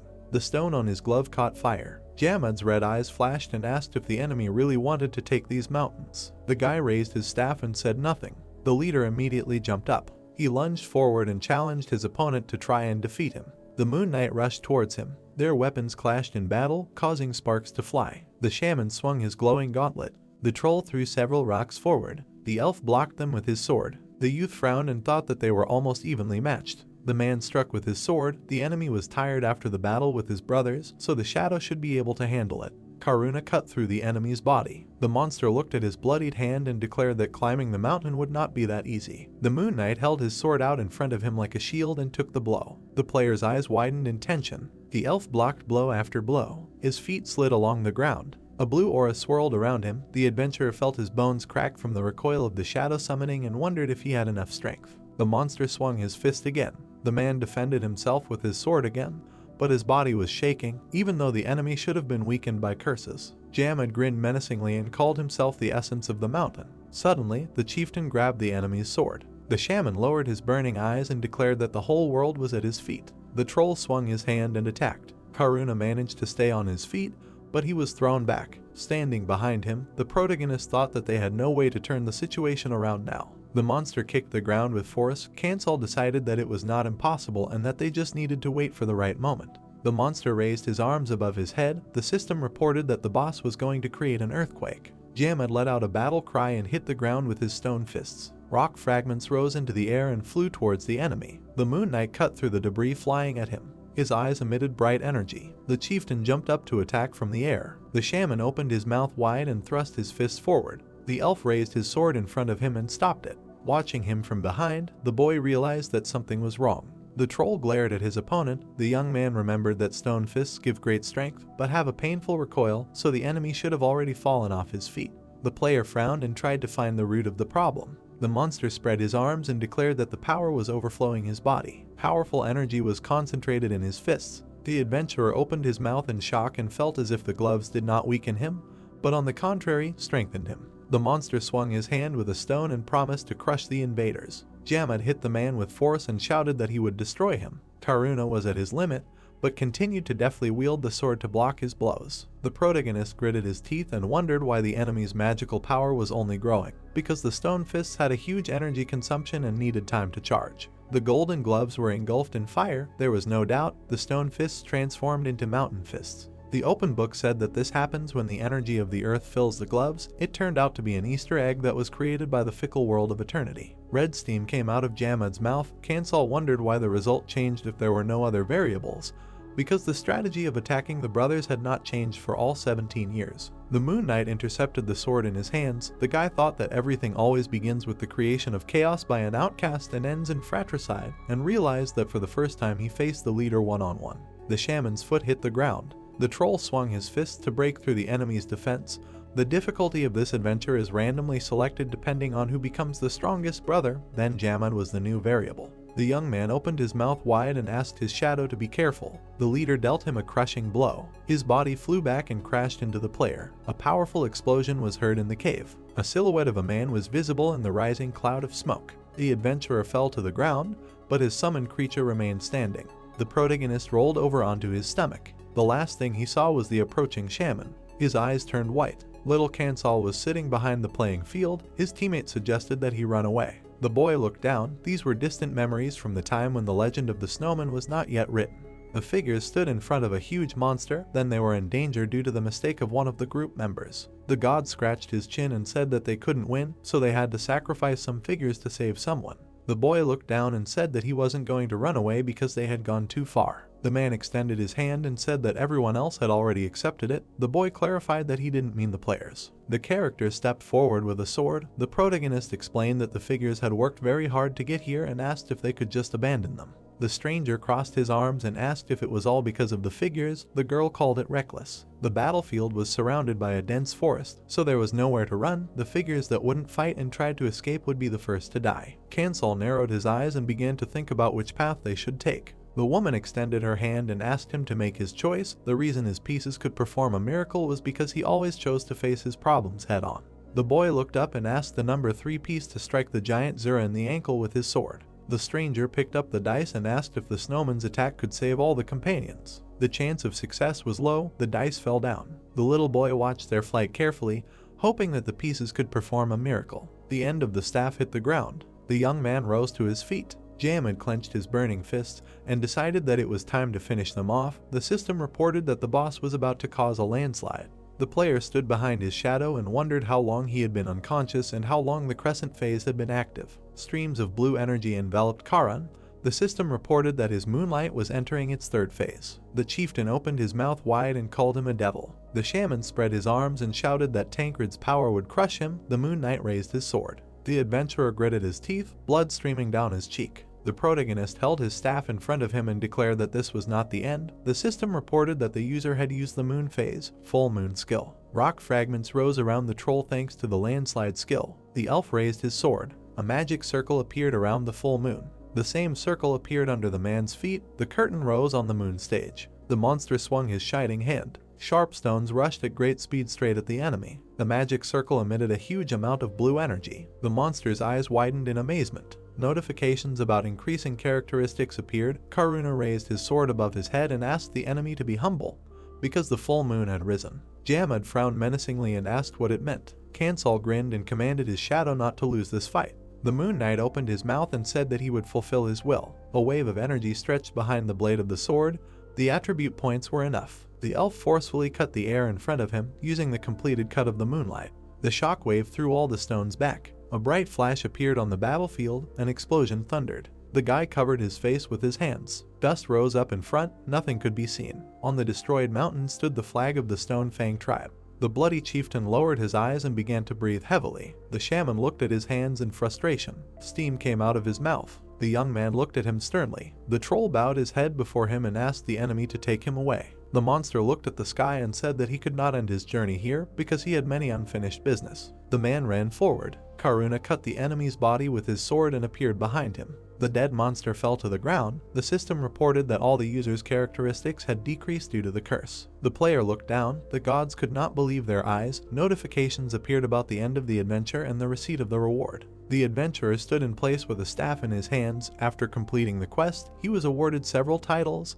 The audience was delighted. Sparks sparkled in the protagonist's hand. Now he has the titles Devil Who Came at Dawn, Extraterrestrial, and Loner. Karuna looked back. A new passive skill, Heroism, awakened in him. He also got the title He Who Cut the Mountain. The gods concluded that the shadow had become stronger. Dead Jamad lay on the rocks. The system reported that now the summoned creature has 40% of the original strength. Kansal looked at his hand and thought that monsters usually hate becoming a shadow because it snatches them from the clutches of death and makes them serve the one who killed them. Blood was running down the chieftain's face. The boy remembered that he himself had asked to be taken along.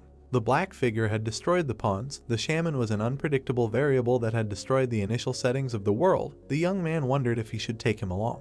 The player raised his hand. Approaching the troll, the adventurer ordered it to become a shadow and thought that he had no choice, as if the victory would be incomplete if he did not do so. Waves of dark energy appeared in front of him. They enveloped the body of the monster. The monster rose to its feet and said that it would go with the devil. The system reported that the summoned creature had received 30% of the original's power. Jamad said that first of all he needed to do something.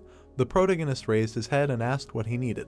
The chieftain wanted to collect the bodies of the brothers. They were lying on a huge canvas. The shaman sat down next to them and raised his hand. Their aura flew out of the bodies of the dead trolls. The system reported that the shadow had absorbed Magate's magic. Watching from behind, Kansal thought that this was to be expected from an unpredictable variable. A stream of mana flowed from the corpse's mouth. The summoned creature absorbed the throne's magic. The monster lowered its head and said that now they would be together even after their death. Its body was enveloped in dark energy. The monster said that this mountain would be hidden in it. Its status window appeared. Black smoke rose from the cliff. The tribesmen ran in different directions, shouting that all the brothers were dead and that the Stone Fang had come to an end. The troll with an arrow in his back sat by the fence. The Rocky Mountains were freed from the Stone Fang tribe.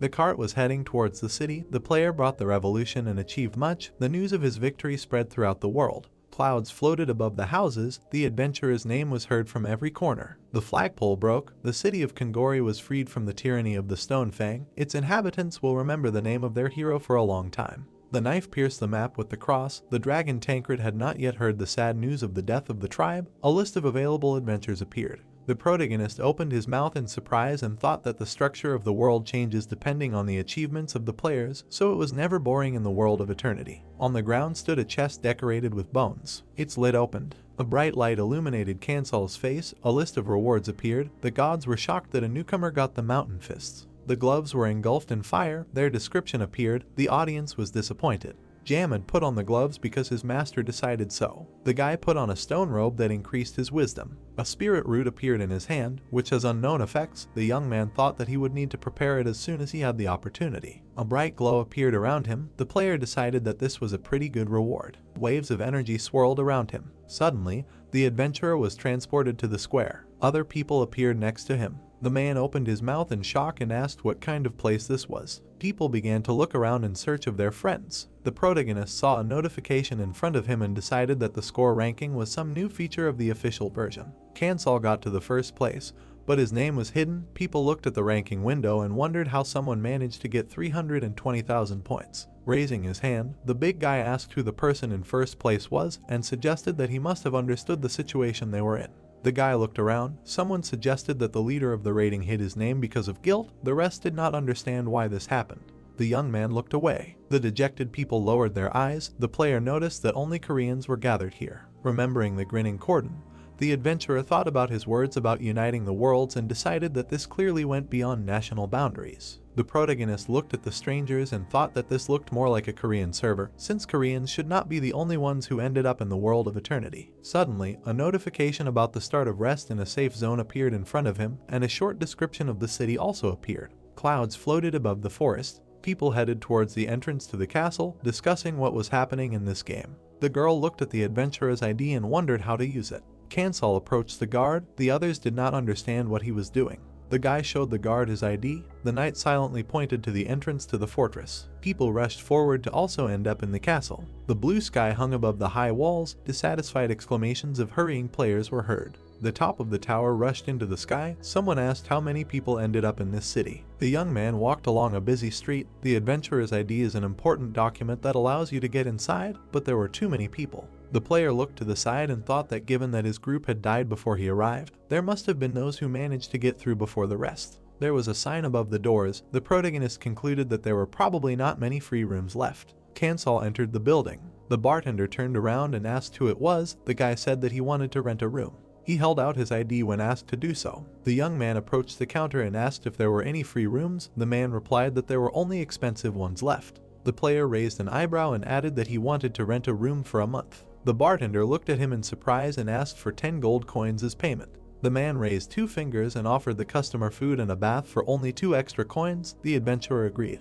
The second floor contained living quarters. The NPC showed the visitor the way to his room. Inside, next to the window, there was a bed. The protagonist took off his robe and was glad that he could finally sleep. Karuna appeared in the room. Kansal lay down on the bed and asked him to make sure that nothing bad happened. The guy closed his eyes. Remembering how the collar appeared on his neck, he realized that he had not slept since that moment for almost 24 hours. The young man touched the collar. His eyes closed. A flash appeared above the gaming table. The player hoped that he would not have to return to that place. The adventurer opened his eyes. The protagonist looked up and realized that he was in a lucid dream. There was a red liquid under his feet. Kansal thought that it was too dark, but was glad that at least it did not look like heaven. The guy frowned when the system reported that a madness merchant had shown interest in him. Suddenly, waves of bright energy appeared in front of him. The stranger took a step forward. She was wearing an Oni mask on her face. She smelled an unpleasant smell. Holding a smoking pipe in her hand, the girl realized that she had found the player first and overtaken her competitor. The young man looked at her and asked who she was. The woman narrowed her eyes and assumed that his name was a man. The adventurer asked what they were talking about. The madness merchant raised her hand and said that she would be considered a bad merchant if she scared away her customers. Bowing, Janet introduced herself as the mediator in this merging of worlds. The stars were shining in the sky.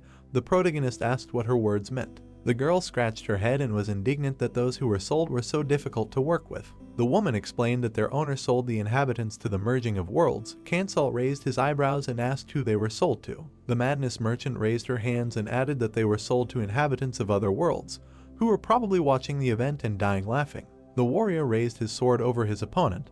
Janet said that the people were sold as gladiators or slaves in the arena and that the audience pays with madness for a good show. The people sitting in the stand shouted, "Madness is a force opposite to faith, which sets all worlds in motion." The girl put her hand to her chest and said that her job is to exchange madness collected by people for items, with part of her share going as a commission. The guy looked at her and thought that now Corden's words made sense. The people in masks grinned. The gods got madness by selling humanity and the inhabitants of Pandia, and now they put on an interesting show for the inhabitants of other worlds to collect madness. The young man looked down and realized that the only way to escape from this hell is ascension. The player concluded that he had accumulated some madness, rubbing his palms. The woman confirmed this and said that it was quite a lot. Hearing that he managed to collect 3,000, the adventurer looked down and asked if it was a lot. The madness merchant raised her finger and replied that it was quite a large amount by his standards. The amount of madness appeared in the red sky.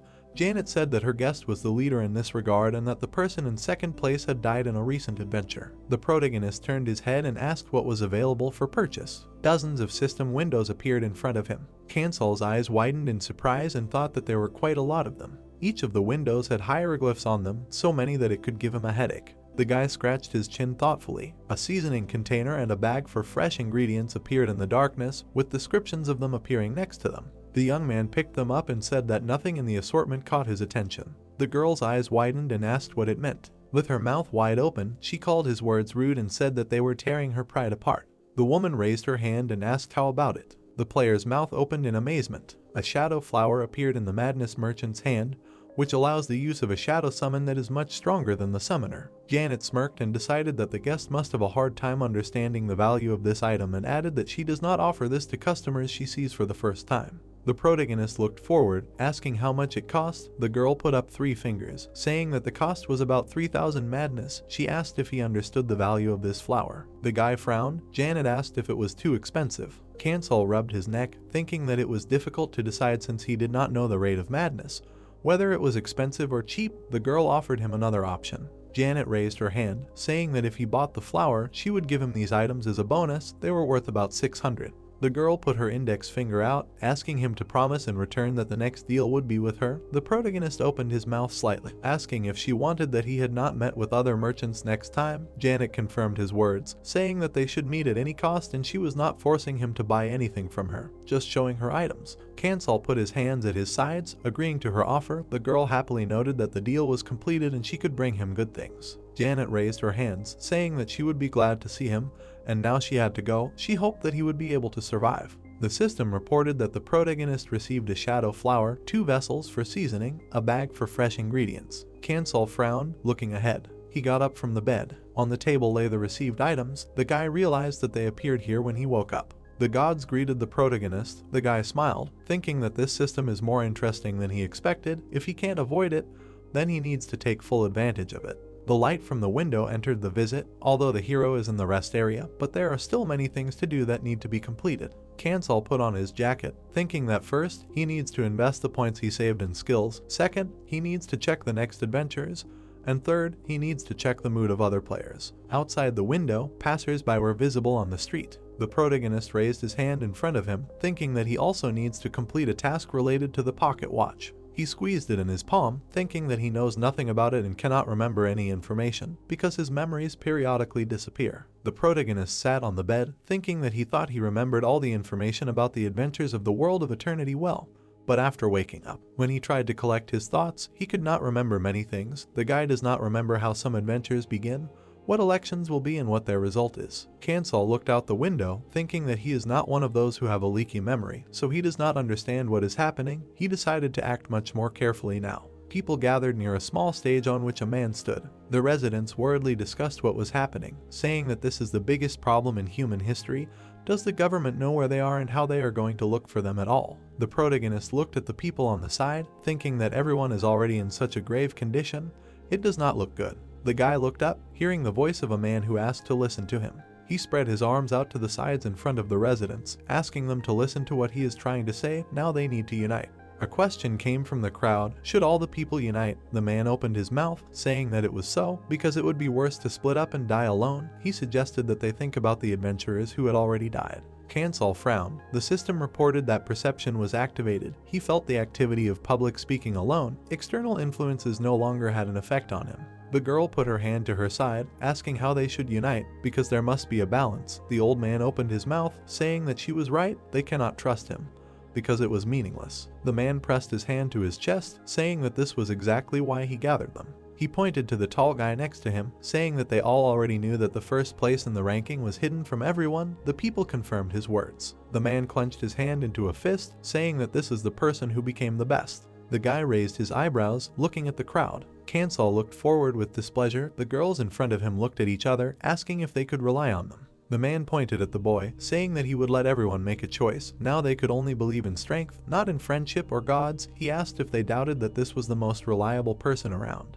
The people looked forward, saying that he was right. A man from the crowd asked what they should do. The man smiled. He clenched his hand into a fist, saying that he planned to create a community, an organization where people would protect each other, so he asked them to join them. The protagonist turned around, thinking that others had probably formed such groups too. At first they would protect each other, but it would not last long. Everyone would start to develop a selfish sense of self-importance. The boy stood with his back to the crowd, thinking that he did not trust anyone and he basically did not care about these people. He remembered his childhood surrounded by evil adults, thinking that he was well acquainted with indifference and mistrust thanks to living in an orphanage. And this is what he received for the past 17 years, only betrayal from those he trusted, so they will probably figure it out without him. The protagonist remembered a man in a mask with lightning, pointing a finger at him. On the wall was a sign with an unusual symbol. Kansal froze in front of the guard at the door to the training center of the Seers of Darkness. The man opened his mouth, asking what brought him here. A notification of the system appeared that this is a place where they teach dark magic. The hero was asked a question by the guardian of this place. It is necessary to choose an action option from 5 options. The protagonist noticed that the 5th option, it seems, cannot be chosen now. Kansal opened his mouth, saying that he wants to improve his skills and learn new ones. The man turned, asking him to follow him. He opened the door, asking the boy to come inside. The protagonist frowned, holding an unusual staff in his hand. The boy looked down. Kansal opened his eyes wide, noticing a bright light. A bright skill tree appeared in front of him. Now the boy understood what it looked like. The hero reached his finger to the branch, thinking that he would quickly adapt because he was familiar with this system. A stream of energy came out of the flower. Kansal said that an important skill would be pumped first. The system reported that the shadow summoning had been improved. 2 skill points were used. A successful shadow summoning would be better than usual. If the summoning was successful, the summoned creature would retain 40% of its original strength. The blue flower bud opened wider. The boy noticed that 4 points were needed for the next level. The system reported that the summoned creature improvement skill had been awakened. 1 skill point was used. The characteristics of already summoned creatures were increased by 5%. Kansal raised his hand to the flower. The system reported that the skill of improving the shadow dimension was awakened. 1 skill point was used. The shadow dimension for summoned creatures was increased by 10%. The gods noticed that they understood the concept of his class. The guy holds 2 monsters inside himself. The hero touched the flower with his finger. The system reported that he did not have enough skill points. The guy thought that without points he could not level up further, because he could not become stronger with a snap of his fingers. A window of characteristics appeared next to the hero.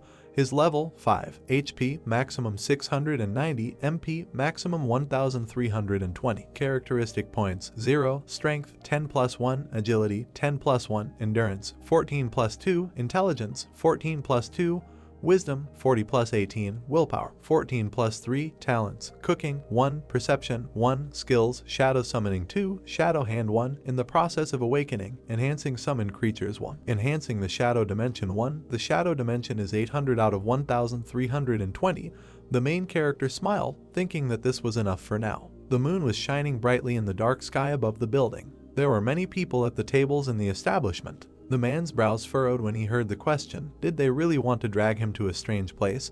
He replied that in real life he was unemployed, and then he became so popular, he did not understand what was happening to the world. The girl raised her index finger, saying that the guild name Steel Heart was very old-fashioned. The girl sitting next to him noted that it was certainly better than Black Tiger. Kansal carefully examined the watch while the gods discussed the girl's words at the table. The guy raised it in front of him. The voice noted that talking about heavenly matters would attract the attention of the gods and then they would definitely intervene. He wished Kansal luck, hoping that they would meet again. The protagonist looked ahead, thinking that, judging by Cordon's words, if someone found out about his source of power and knowledge, he would be immediately destroyed, so he would have to move forward alone. The guy clenched his hand into a fist, thinking that he still had not found anyone who knew anything about the watch. Kansal widened his eyes, looking away. There was a man sitting at the table.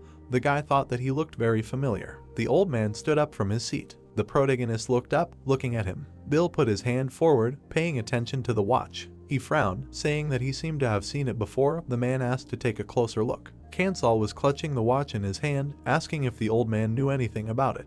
Bill looked at the guy, saying that he did, because he was the one who made it. There was a dark night sky above the building. The man inserted the key into the keyhole, saying that this used to be his workshop. Bill raised the lantern in his hand, saying that this was a good place to talk. The man entered the room, on the walls of which there were clocks. He noticed that nothing had changed. The protagonist looked up, realizing that this was a watchmaker's workshop. The man put the lantern on the table, saying that he was glad to meet you. He looked forward, saying that the guy could call him Bill. Kansal froze, thinking that he had a feeling that he had heard that name before. The boy frowned, realizing that his head was starting to throb again when he tried to remember something. The hero looked at the old man sitting in front of him, thinking that he had most likely already completed this additional task, otherwise Bill would not have seemed familiar to him.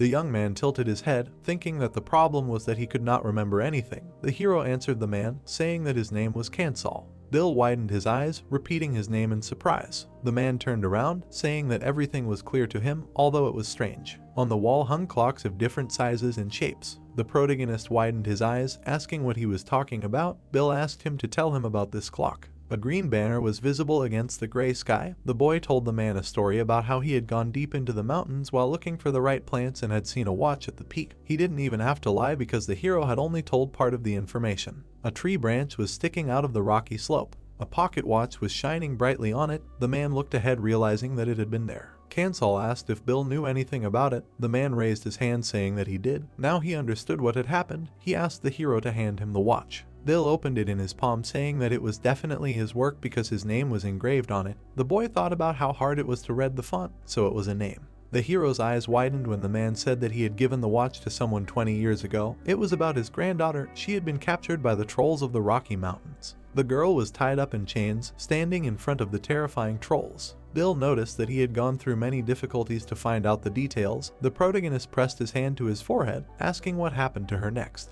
A lantern was burning brightly on the table. The man did not answer his question. Everything became clear to the guy. Bill remembered the images of men in armor and uniform, saying that no one helped. At that time this place was ruled by free knights, mercenaries, and adventurers. He asked everyone, but everyone answered that it was a lost cause. The man was kneeling in the darkness, saying that then one person appeared. He said that he would save his granddaughter. Kansal opened his mouth, asking who it was. Bill replied that his name was also on the watch. The guy noticed that he did not see any inscriptions. The man took the watch in his hands, saying that this was because it was hidden inside.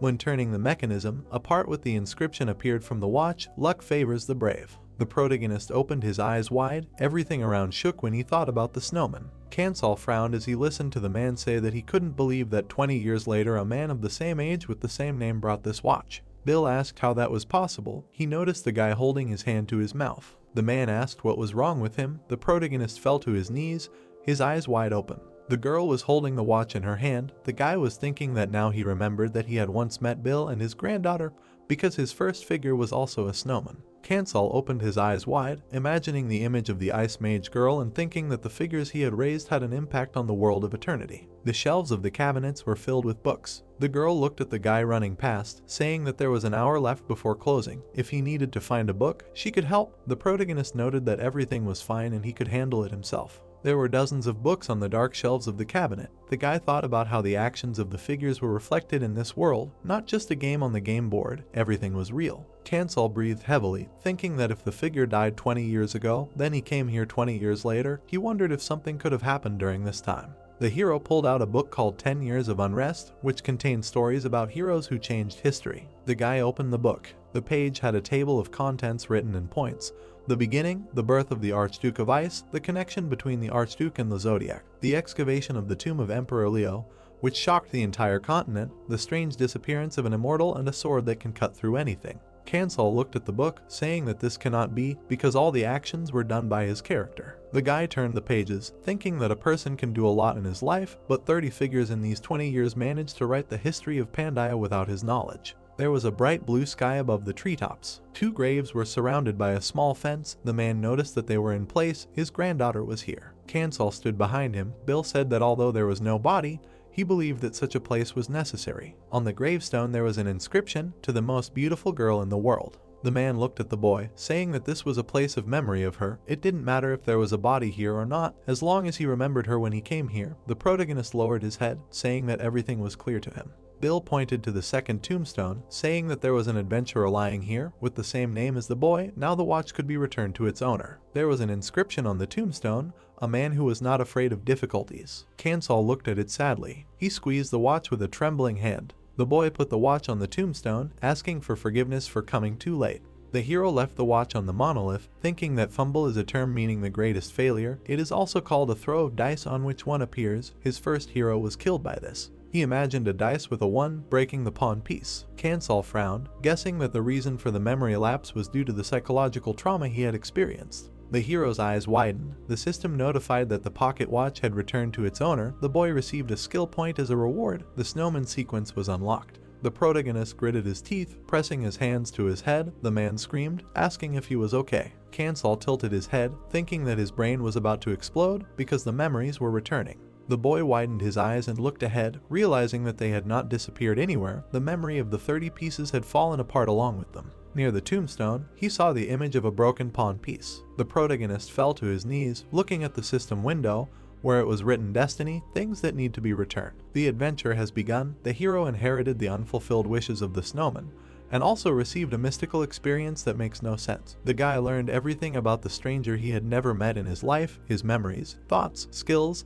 There may be more mystical followers in this world. Memories and new things will open up in the face of destiny. The goal, to find all the destinies. There is no time limit. Bill looked at Cancel, asking if he was okay. He needed to calm down. The hero said that everything was fine. The man said that he almost thought that he would have to dig another grave nearby.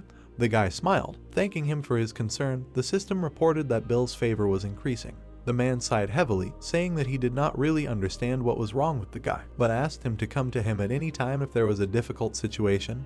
He would not provide much help, but he could at least rummage through the watch. The hero looked at Bill, thanking him. The man raised his hand, offering to go if he finished all his business. Cancel frowned, thinking about the transfer of a polyglot in such a place. This word can have many meanings in the world of eternity. It means the process of inheriting abilities or things. He could not believe that he could inherit the will of his figures. The hero imagined the image of a girl in a hat and with a watch, standing with her back to him. He imagined Jamad. The system window reported that the transfer of the abilities of the deceased was made. The temperament was inherited. A lump of greed. The ability does not suit the body because it will be transferred to Jamad. He will receive 10% more experience. The chance to open new skills increases to 15%. The protagonist remembered a small himself standing in front of the table with a figure. He thought that he received this skill when he created the snowman figure. The hero with a hat and a staff in his hands lowered his head. Cancel thought that this was an excellent ability that greatly accelerated the growth of the character. All the other gods admired it, and he did not even understand its value. They thought that the figure would become a real monster.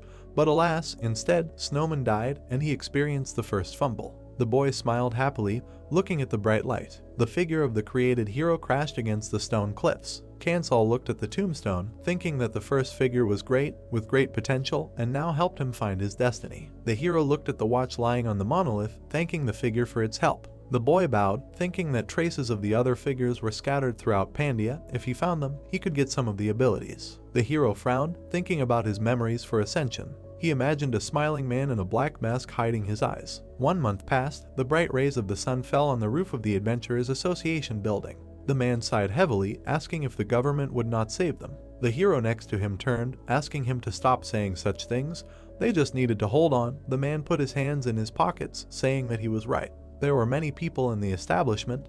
They were discussing the upcoming adventures and their features. The main character stood by the wall with announcements. Behind him the men were discussing that some people only think about their own skin, so it is better to go silently with the guild, because no one knows what the young and immature can do. One of them suggested concentrating on survival and the bare minimum. Kansal frowned, looking ahead. The notice board presented possible adventures and announcements for recruitment to the team. The gods noticed that this board was in bad condition since they were looking for anonymous players. The guy turned around, thinking that there were a lot of messages here, but it was not surprising, because it was the last day of rest, but there were only adventures that he was not interested in. There was one that needed to be completed. From the third adventure, players could choose from themselves, except for some exceptional cases. He turned his attention to the man at the table, thinking that if his memory did not fail him, then the one who was watching all the adventurers was related to the adventure that the guy needed. The man raised his eyebrows. He looked at the protagonist, asking what was wrong. A system window appeared in front of the protagonist, where there was information that he had met a suspicious person. 4 options were presented.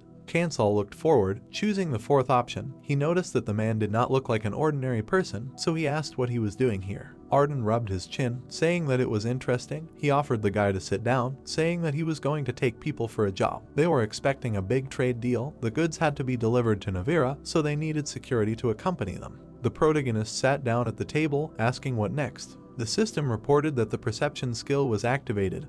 This man was lying. Arden raised his hand, saying that he would like to entrust this task to a reliable person, for which he would reward him well. He asked what the hero thought about it. Kansal smiled, asking if he seemed reliable. The man folded his hands in front of him, saying that they were just talking, so he could think whatever he wanted. The guy could refuse if he was not going to help. The man did not have much free time to waste on persuasion.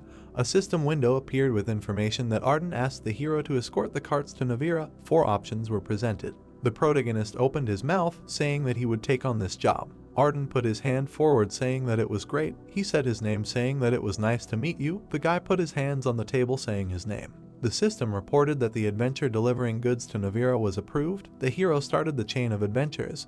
The next one cannot be selected. The hero stood by the wall with his arms crossed over his chest and listened to the conversation. Kansal asked if there would be anyone else. The man replied that he was looking for a few more people. Pekson smiled, turning to Sachin standing next to him. He looked at the protagonist sitting at the table, asking if he had seen him. This guy was trying to hide the equipment, but it was clearly a high level. Pekson heard this through spying while he was talking to the merchant. He did not know there was such a quest. Sachin put his hands in his pockets, saying that Kansal looked strong. He was not sure if they could handle it. Pekson folded his arms over his chest, saying that he did not care. It had only been a month. They should be about the same level. The hero raised his eyebrows, saying that there was no point in hiding it for truly strong people. He instructed Sachin to go to the guild and bring 2 more, and he would talk to the merchant. Arden smiled slyly, clasping his hands in front of him. The events take place the next day in Kangori Square. There were many people on the street. They were worriedly discussing the upcoming adventure, saying that it looked like they were going to meet their death. The protagonist held the staff in his hands, thinking that this was cruel. The rest lasted for a whole month, so people lost all the mood to move on. The guy raised his head, seeing a bright light around him. The system reported that the next adventure was starting. The third adventure had begun. The 3 heroes looked at each other. The guy opened his mouth wide, telling them not to resist, because they must survive and see each other. The girl pointed her finger at him, saying that he would jinx them. On the sheet of paper was a forest at the foot of the mountains. Adventure 3.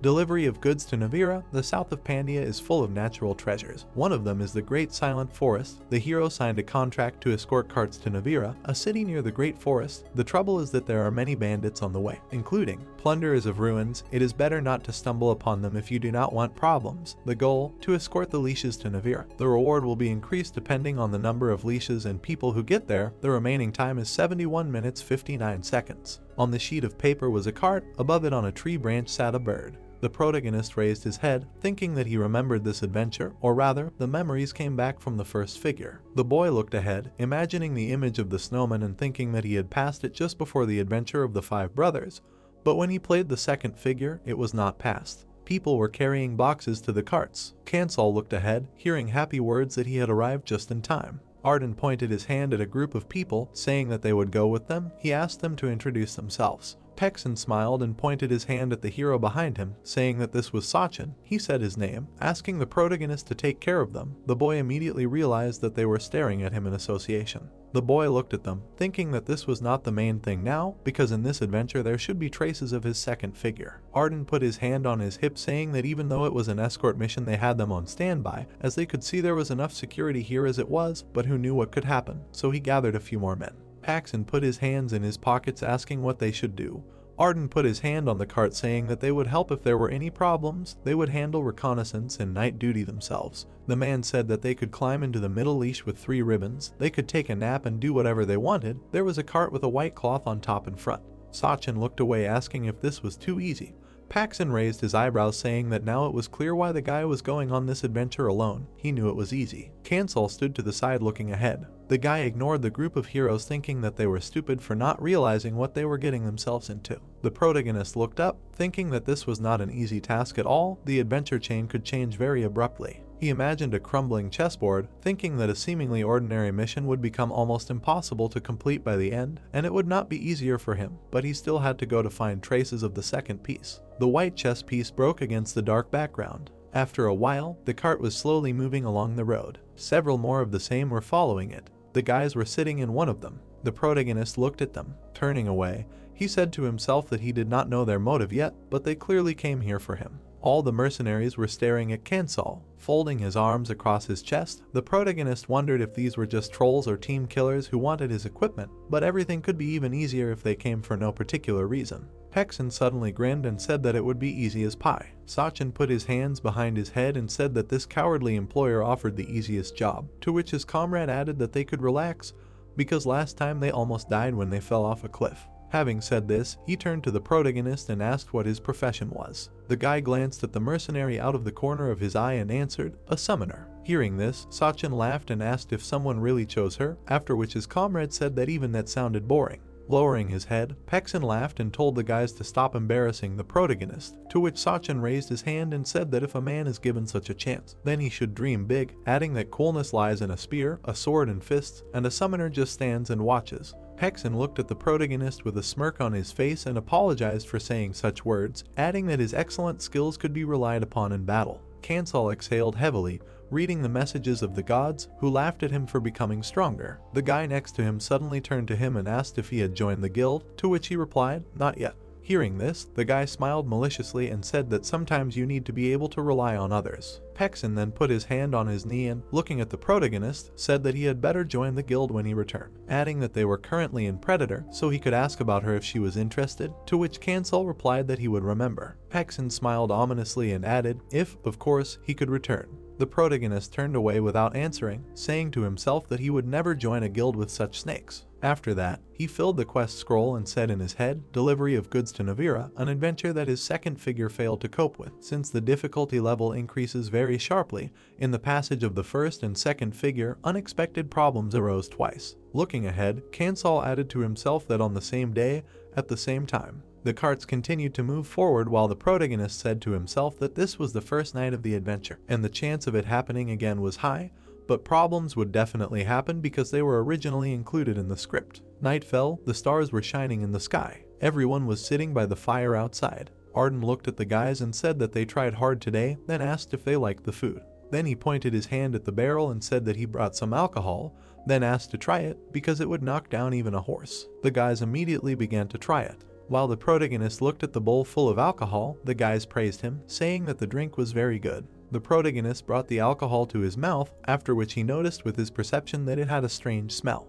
The guy activated his shadow hand and tilted the bowl with the drink. He looked at the drops on the ground, thinking that it would start soon, because Arden would want to tell a story. Arden looked down, apologizing for talking about it so suddenly. He added that the plan was slightly different from the original. After some time, the barrel of alcohol was emptied. Hexen asked if they would really stop at another place before Navira. Arden stretched his hand out to the side, saying that it would not be possible to change the route because everything had been decided in advance. After examining the guys, he offered 600 gold pieces per person. Hexen smiled widely, shouting that he would do anything for that kind of money, asking where they would go. Arden laughed, thanking him for his help, while Cancel looked away warily. He saw a bright beam of light in front of him. Rapid attacks were directed forward. The protagonist frowned, loudly ordering everyone to duck. One of the guys was pierced through the neck by an arrow. He began to fall motionless to the ground, spitting out blood. Cancel hid behind the cart, listening to the bewildered cries of what was happening. The guy ran up to Xianho, calling him with a trembling voice. Sachin loudly screamed that he was dead. Hexen turned around to Arden, bewilderedly asking what was happening. The guy asked for an explanation, asking what they should do, while Arden tried to catch his breath. He clenched his teeth in fear. Hexen approached him menacingly, ordering him to speak faster. Arden brought a knife to his throat, answering that there was a canyon nearby. He said that if they dropped the tail in it and then returned to the forest, they would not be found, so they needed to quickly prepare the carts. Hexen suddenly objected that it would not be so easy when suddenly Arden inflicted a wound on him, ordering him to shut up. He said angrily that if the guy wanted to live, then let him do so. The man confidently said that the jokes were over while Hexen was scared. Several people on horses rushed forward. The guy clenched his teeth in rage. He shouted that the opponents jumped on the carts and were trying to leave, so they needed to quickly catch up. Arden sat outside, driving the cart. Hexen looked at the wounded Kenmo, begging him not to lose consciousness. The protagonist looked back menacingly, having read in the notification that the adventure story delivery of goods to Navira was changing to chasing the carts. The cart rushed along the road at high speed. One of the mercenaries lay in it, covered in blood. Sachin sat next to him and asked in fear what had happened. Shouldn't it have been an easy adventure? How could he escape now? Hexen turned to the protagonist and shouted, offering to join forces until they could get out of this mess. Cancel turned around and coldly asked why he was doing that. Hexen picked up his sword and asked if he still didn't understand the situation he was in. Suddenly, his mind went blank while he asked if he didn't sound serious enough. The next second, he and his comrade collapsed on the floor. While the protagonist looked at them, Hexen shouted, asking what was going on, if he had done this. Then Cancel reminded him about the alcohol and said that he shouldn't have put everything strangers give him in his mouth. Hearing this, Hexen, pressing his forehead to the floor, shouted if he had put poison in the liver, adding that he had planned it all with Arden. While they were shouting, the protagonist looked out of the carriage. The bandits on horseback were racing after them. A black magic ball appeared above the protagonist's hand. In that same second, it turned into Jamad. Seeing this, Sachin was horrified and screamed, asking if it was really Jamad. They looked at the huge ogre in front of them and understood that this could not be. Hexen, with the last of their strength, looked at the monster and said in his head that it was obvious that even with the whole group they would not defeat it, so they just ran away, and then asked himself how this bastard was able to summon him. Jamad looked at the bandits catching up with them and said that the situation did not look good. The protagonist looked in the same direction and said that it was so, but it was too early to panic, to which the troll said that he would see what could be done. Having said this, they both jumped out of the carriage, and Hexen, stretching out his hand, screamed in horror, begging to take them with him, adding that otherwise the Predator Guild would not forgive them. When Cancel heard this, he asked indifferently what it mattered to him. Suddenly, ropes were stretched out not far in front of the carts. Seeing this, Arden screamed in horror for everyone to hold on tight. A few seconds later, the horse's feet caught on the rope. It fell, and the cart overturned. The remains of the cart lay everywhere. Arden rose heavily to his feet. He took hold of his blade and screamed for all the survivors to get up. As he screamed that it was now every man for himself, the bandits approached him. One of them began to twirl his sickle and shout, asking Arden if he really thought he could escape from them. Arden stepped towards him and said that he had escaped, to which the bandit laughed and said that he was as sharp-tongued as ever, but he certainly would not have said that to Sir Borgo's face. Arden smirked and said that he didn't like the way he was treating them, so he thought they could get away with it, then asked if the bandit should join them since his conditions were better than Borgo's.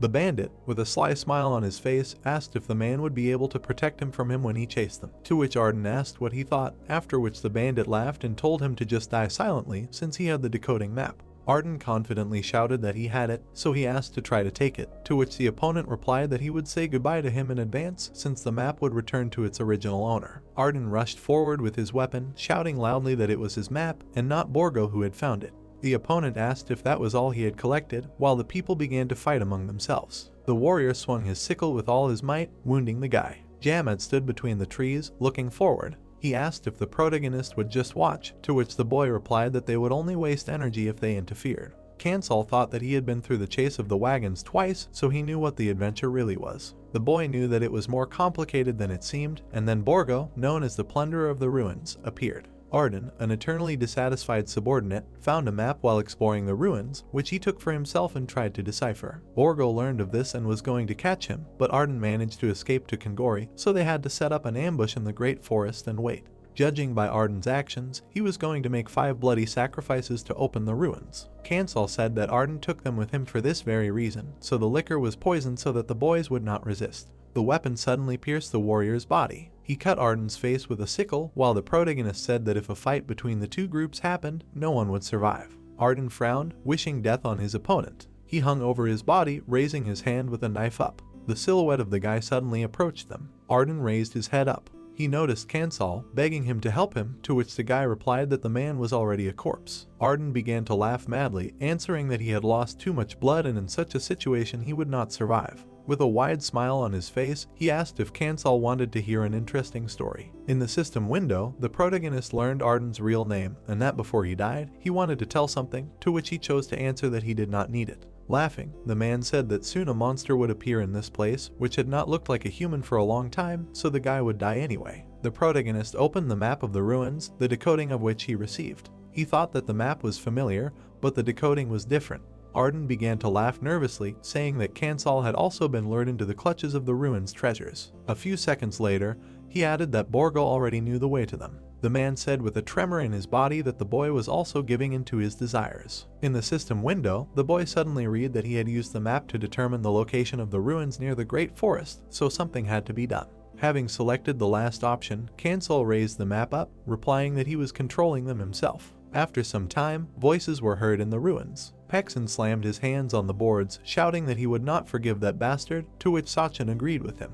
He suddenly looked away, saying that he could hear horses, when Pexin suddenly replied that they still could not move normally. The boy was angry, begging himself to start moving. Pexin noticed the leader, wondering who had arrived this time. The old man looked back, saying that everyone had already been destroyed. The boy looked closer, noticing the formidable Sir Borgo in front of him. Borgo's army looked at everyone on the battlefield. One of them turned to the boss and said that they had found Arden. The dead man was lying on the ground. Borgo slowly approached them. Then he took Arden by the head. Raising him, he searched him. After a few seconds, veins stood out on his temples from anger. Suddenly, he smiled madly and laughed. Throwing out Arden's corpse, he said that it was empty. Looking at the dead body of his former subordinate, Borgo said that he had neither a map nor a decryption. The old man approached him and asked what had happened. Borgo turned around with burning eyes and said that now they would find out. His subordinates brought Sachin and Pexin, who screamed in horror, begging not to kill them because they would tell everything. Borgo stood over him and ordered him to give him the map, to which he asked in surprise what map. The guy, sweating coldly, said in fear that he had never heard of such a thing. At that very moment, Sachin saw his comrade's head fly off his shoulders. With one blow of his axe, Borgo had cut off the guy's head. He then looked at Sachin and said, "Next," to which he shouted that he didn't know about the map, but he could guess who had taken it. He remembered the main character with tears in his eyes and shouted that if there was no body, then it was definitely him who had taken it.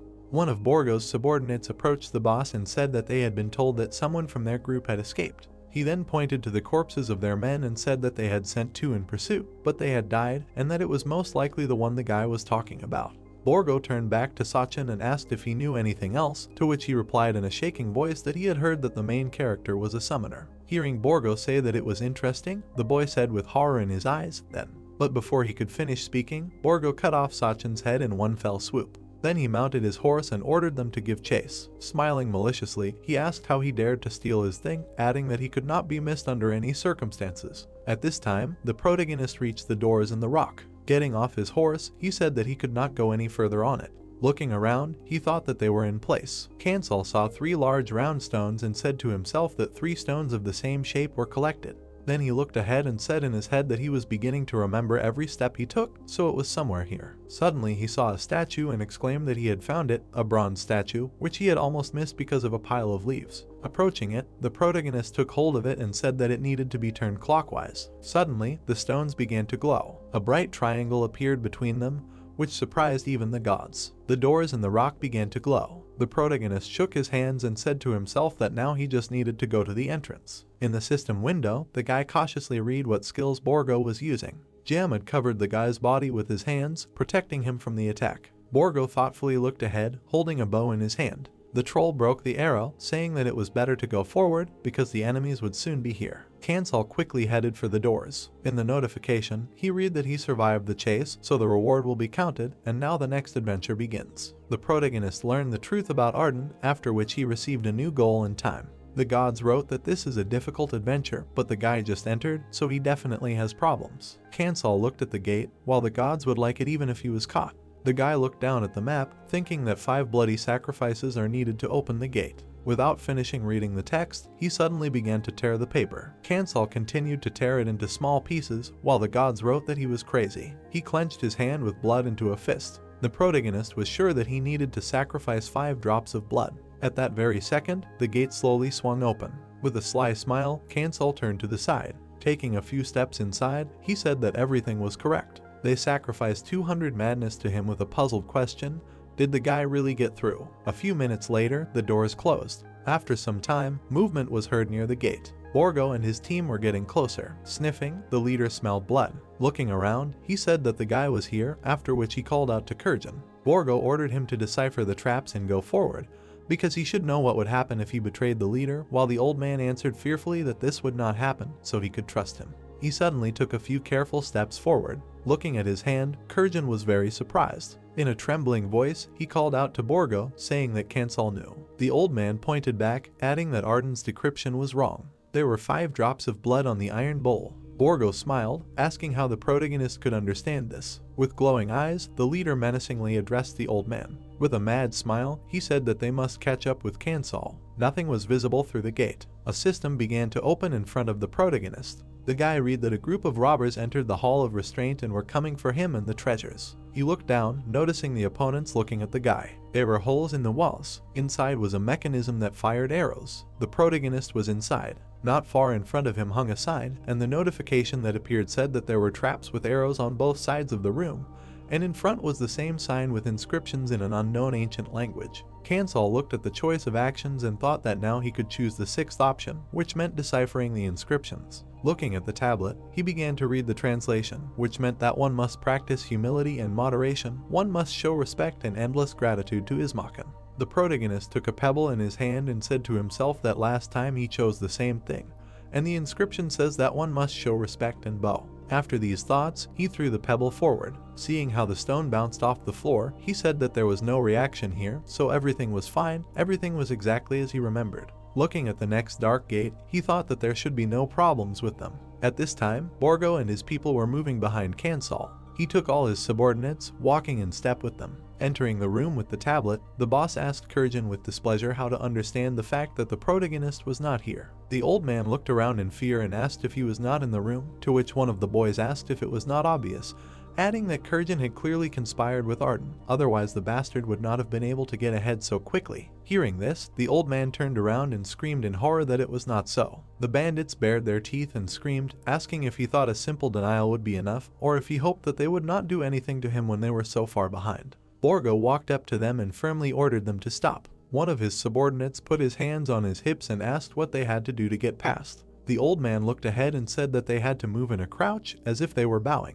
Hearing this, Borgo asked with displeasure if the old man really wanted them to crawl on the floor, to which Kurjan replied that there were arrow traps there and it would take time to disarm them, adding that that guy definitely would. But before he could finish speaking, the boss said loudly, "Okay," adding that they would do so. Hearing this, his subordinate looked at the master in surprise and said that it would be dangerous if they did not send someone to check. But Borgo knelt down and said that the bastard was moving away from them right now, so there was no time. He raised his head and firmly said that he hated those who got ahead of him, so he would trust Kurjan one more time. The next minute, he and all his subordinates crawled towards the next room.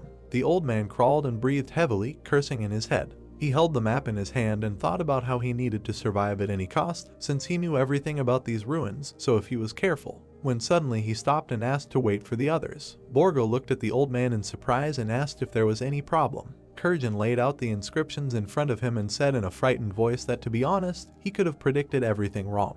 He read the inscriptions in the ancient language and said that if suddenly that bastard had already reached the middle of the ruins, he could find the control room of the gate he had passed. Hearing this, Borgo tensed up greatly. Suddenly, someone quickly ran up to the old man from behind and pushed him. The warriors grabbed their shields, trying to defend themselves from the attacks. Borgo ordered them to get up and run. The guys quickly ran forward, dodging the attacks. They fell to their knees, trying to catch their breath. Borgo gritted his teeth, punched the ground with his fist, and then asked about the losses. The old man turned around, answering that there were 7, but Kurjin was among them. He looked at the corpse and added in a sad voice that he had the information and the transcript. The veins on the leader's neck stood out with anger. He laughed loudly, calling the protagonist an interesting bastard. Cancel confidently walked forward. Levers appeared behind him, which the guy pulled. He approached the gate, thinking that they were the 5th. The guy looked around, saying that he remembered the secret room without doors, after which he sensed traps and a question from the system window using perception. Pursing his lips, Cancel thought that he would go forward. At that very second, he closed his eyes. The guy took a confident step forward.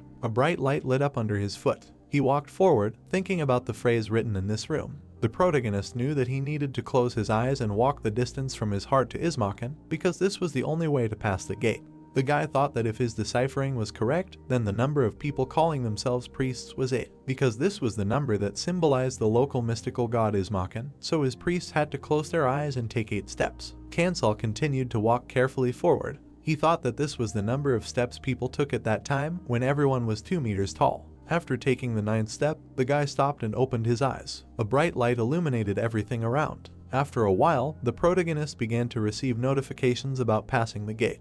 The gods were shocked that the guy seemed to be walking on a straight road, which was very strange. Cancel frowned, thinking that the last gate would soon be there. Taking a step forward, he knew that he was approaching his second figure. The protagonist looked at the glowing steps, thinking that he was able to pass through these runes only thanks to the memories he left. The guy wondered in his head if he would be there. He thought about the ruined plunderer Gileas, the second figure who lived a short life. The protagonist remembered what he looked like, how he laughed stupidly.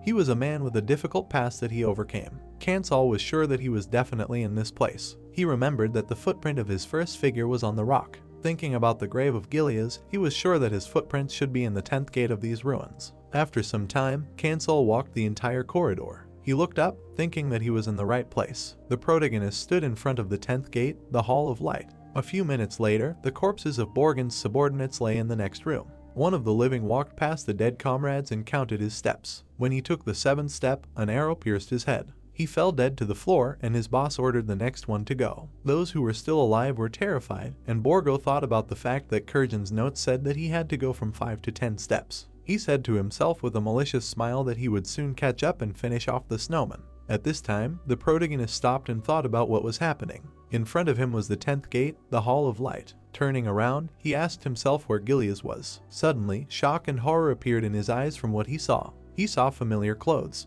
The skeleton was sitting on the floor in them. Coming closer to the dead man, Cancel quietly called the name of the figure. Then he looked down and said to himself that he felt a strange feeling again. He remembered how he put his hand on the grave and said to himself that he felt the same when he found the trace of the first figure, and now next to the second.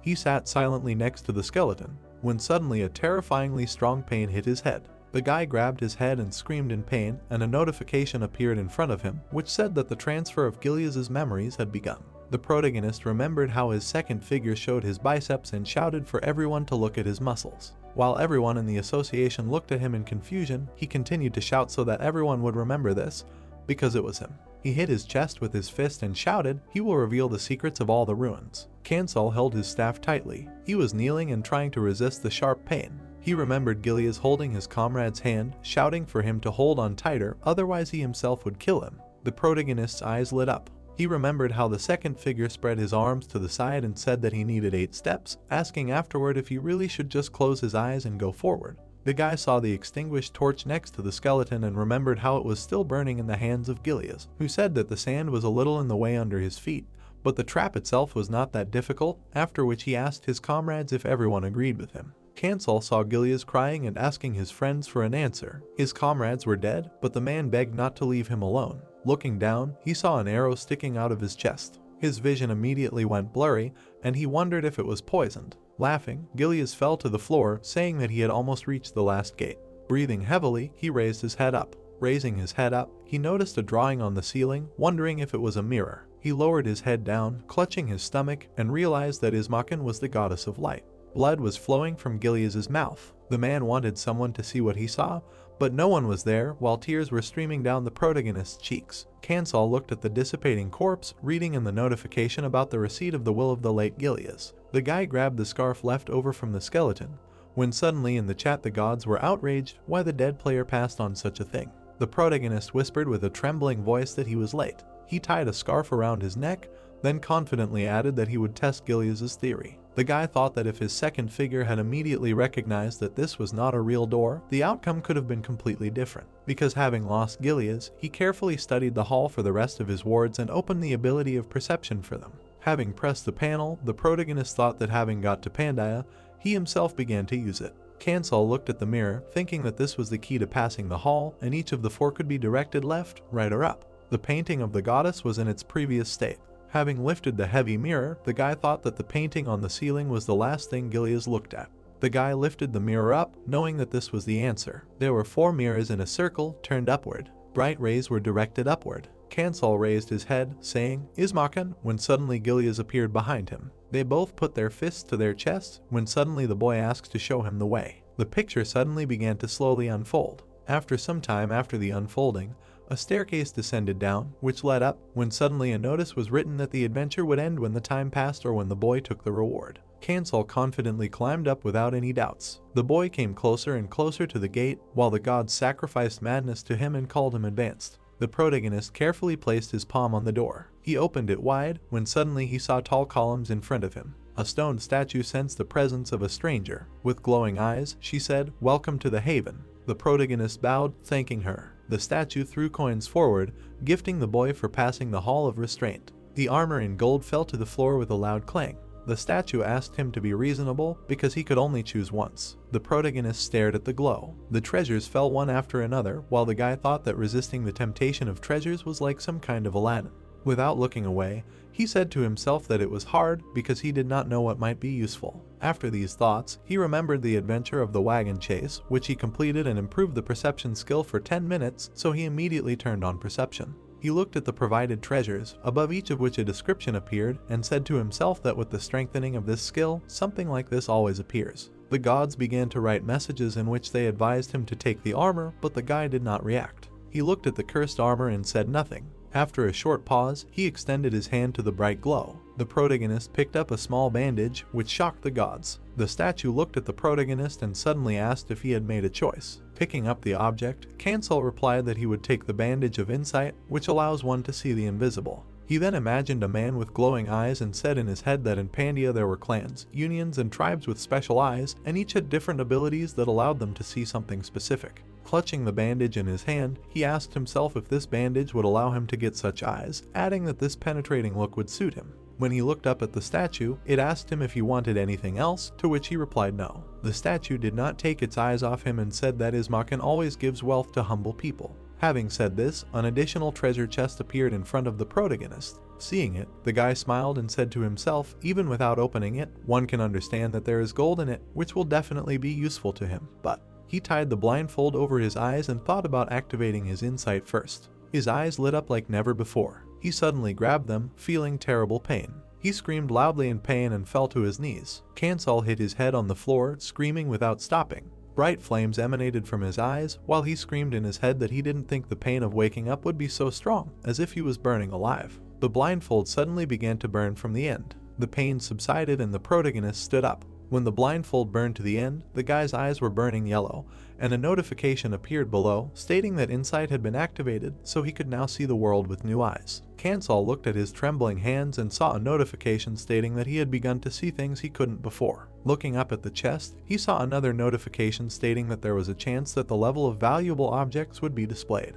After reading this, he looked up at the ceiling and said to himself that the world looked completely different.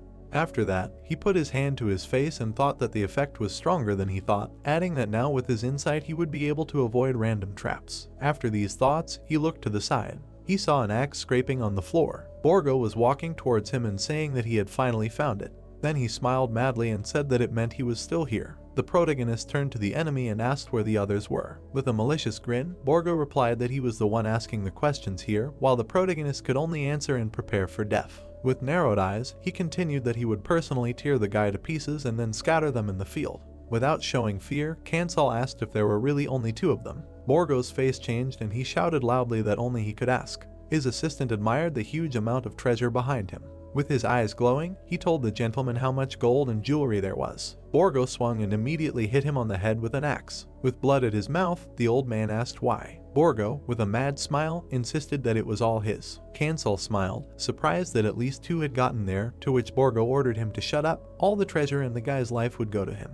The protagonist frowned, confidently ordering them to take it. The robber, maddened, rushed towards the gold. He put his hand on the cuirass, laughing loudly. The madman put it on himself, admiring the beauty. Borgo donned all the armor, happily adding that he already felt an unprecedented power. He completed the image with a helmet, saying that he would finish the guy off so quickly that he would not even have time to blink. Kansal watched him carefully, realizing that no one had told the man the name of this place. Borgo frowned, asking what he was talking about. Behind the guy, the statue's eyes suddenly lit up with a bright light. The statue angrily called the man a miser. It shouted loudly that anyone who could not resist temptation must pay for it. Borgo got angry, answering that he lived on greed, because without it he would never have reached such heights. Magic mana began to emanate from the statue, while the thief added that no one dared punish him. His body was enveloped in magic, causing him to experience hellish pain. At that very second, a loud explosion was heard. Kansal stood there, staring ahead through the dust. He read in the system window that Borgo had been cursed by Ismaken, so he could now use all items without restrictions. The boy suddenly saw an explosion in front of him again.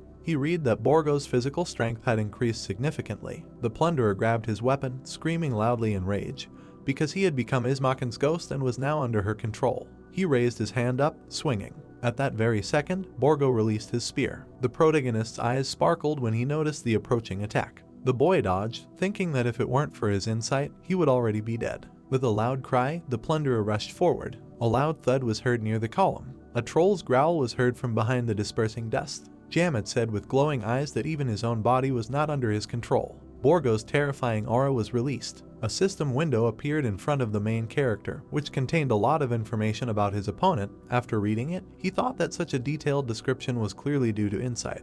Borgo, with burning eyes, suddenly screamed that he had become like this because of him. A strong chain wrapped his hand and the troll's hand, while Borgo screamed that he would tear the guy to pieces. But Jamad tightly squeezed the enemy's hand and asked where he was going. He began to press on him, which made him scream, ordering him to let him go. The troll broke Borgo's hand with a powerful pressure and said that he did not want to. Then he powerfully kicked. Borgo's hand was torn off, and he himself flew into the wall far behind. He began to fall down with screams and groans. The next second, he crashed to the floor. When he opened his eyes, he heard a voice ordering him to get up. The statue, burning with rage, ordered him to protect the hall. Borgo immediately jumped to his feet, screaming in pain. The protagonist looked at this with disdain in his eyes. Borgo looked at the new hand and said that it could not be defeated because he had to protect the hall and the treasures. Jamad immediately rushed to attack, shouting that he would simply tear him to shreds so that he could no longer stand up. Borgo in response rushed to attack, ordering him to take his hands off his goods. They quickly closed the distance between each other. Borgo began to defend himself from the enemy's blows, when suddenly he smiled madly and used treasure management. Kansal saw a sword flying at the troll's back and shouted for him to be careful. Hearing this, Jamad sharply reflected the blade flying at him,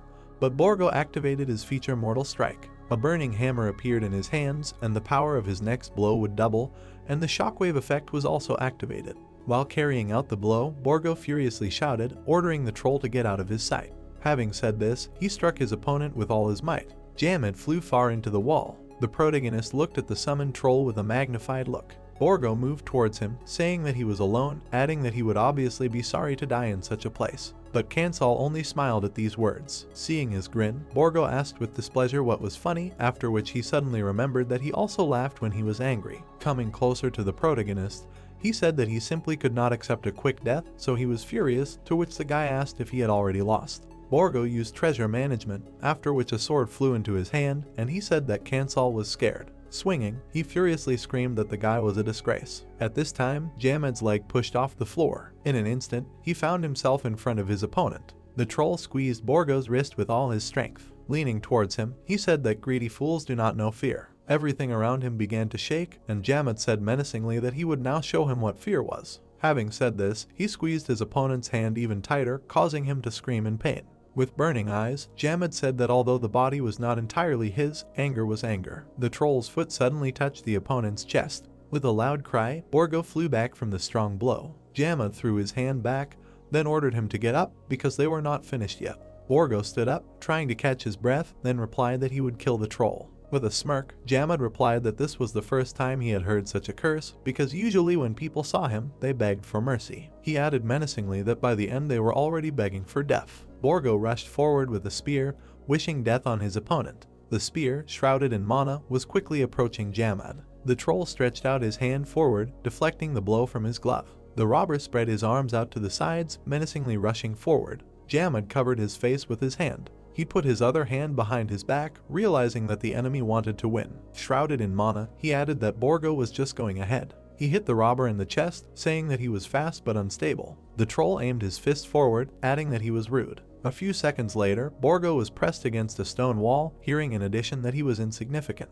The robber opened his mouth, spitting out blood. With a trembling voice, he asked who he was, to which Jamad menacingly answered, "A wild troll." Borgo did not understand how the enemy was able to defeat him and whether such a thing was possible, to which Jamad replied that the world was full of unsolved things. Kansal smiled, hearing that it was even more interesting. Blood was flowing from Borgo's nose when suddenly he shouted that they were not finished yet. He began to activate the treasure control, threateningly wishing death to the troll. At that very moment, a loud explosion was heard. Holding the sword in his hands, the robber rushed forward. The protagonist ran towards Jamad in fear. Borgo grabbed the hilt with both hands, swinging. He immediately hit the stone body of the troll. The robber opened his eyes wide in surprise, very surprised. After some time, he groaned in pain. Jamad asked if he would get up again, to which Borgo, pierced through, replied that it hurt. Shedding tears, he begged him to stop because he was very scared. The troll covered his face with his hands, waiting for the enemy to finally say it. With a trembling voice, Borgo screamed that these were just huge hands. Baring his teeth, Jamad answered, "No." At that very second, he squeezed the enemy's head, adding that it was his fear. The system window said that they had dealt with the ghost of Ismaken, so they had received a new achievement and title. Kansal smiled, thinking that it was not for nothing that Jamad was considered one of the best leaders of the Stonefang tribe. That was why he had been too tough for a simple plunderer of ruins from the very beginning.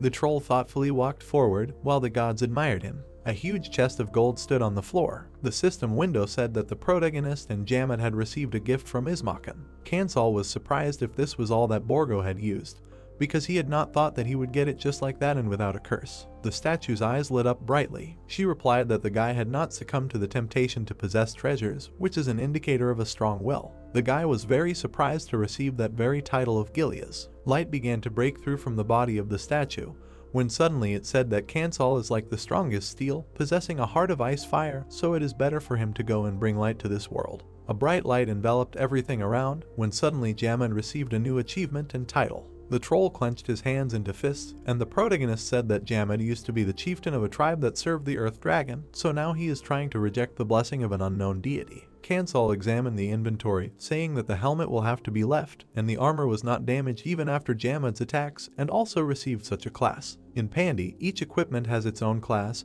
and among those that can be obtained at the beginning, there are normal, special, rare, and treasure, which means the highest level for equipment, but this class is also divided into several categories. The boy put his hand to his mouth, thinking that the class of the corrupted relic is given to a cursed item, and it can only be used by those with a certain profession or when the item itself is purified, and this armor just belongs to the second case, but according to the rules of Pandy, Jamad cannot wear it. In the notification, the protagonist read that the Moon Knight Karuna put on the purified devil armor, so he decided to give it to him because it would increase the defense. He wondered who was left. Looking at the troll, Kansal thought that additional damage had appeared and the characteristics had increased, and the bonus for an ally looked good. The guy was pleased that the titles he received were at a fairly high level, however, as was the entire reward. He remembered how good he had been, that he trusted his premonition and decided to wait for Borgo. Kansal realized that there was nothing more to catch here, so he pulled his finger to the button to end the adventure. In the system window, he read that the information would remain hidden,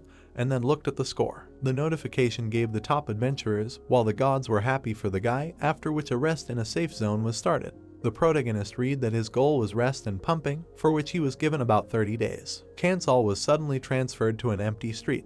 Looking back, he said that it was quiet here this time. Apparently the others had finished their adventures earlier, so they should quickly return to the rented room. The guy slowly walked forward. Someone's silhouette appeared around the corner. Kansal sensed a presence. Slightly turning his head, he wondered if it was someone from the guild. The guy knew that the 4 who were with him had died, so was it possible that the news of their deaths had already reached the authorities? The protagonist was not sure that the stranger was from the guild, so he immediately jumped up and quickly ran forward. The guy quickly jumped out from around the corner. He began to look around in fear. Suddenly, a sword appeared on his neck. Karuna looked at the guy with burning eyes. Kansal asked why the guy was chasing him. An awkward pause hung between them, after which the protagonist said that he would have to find out in another way. The guy answered that he knew, which the protagonist did not understand. The guy answered fearfully that Kansal was one of the hidden players and the only one who appeared in the city when the overall rating changed, and he was just waiting. The protagonist thought that the guy had no bad intentions, after which he asked why he was watching him, to which the guy with a trembling voice answered that he needed help.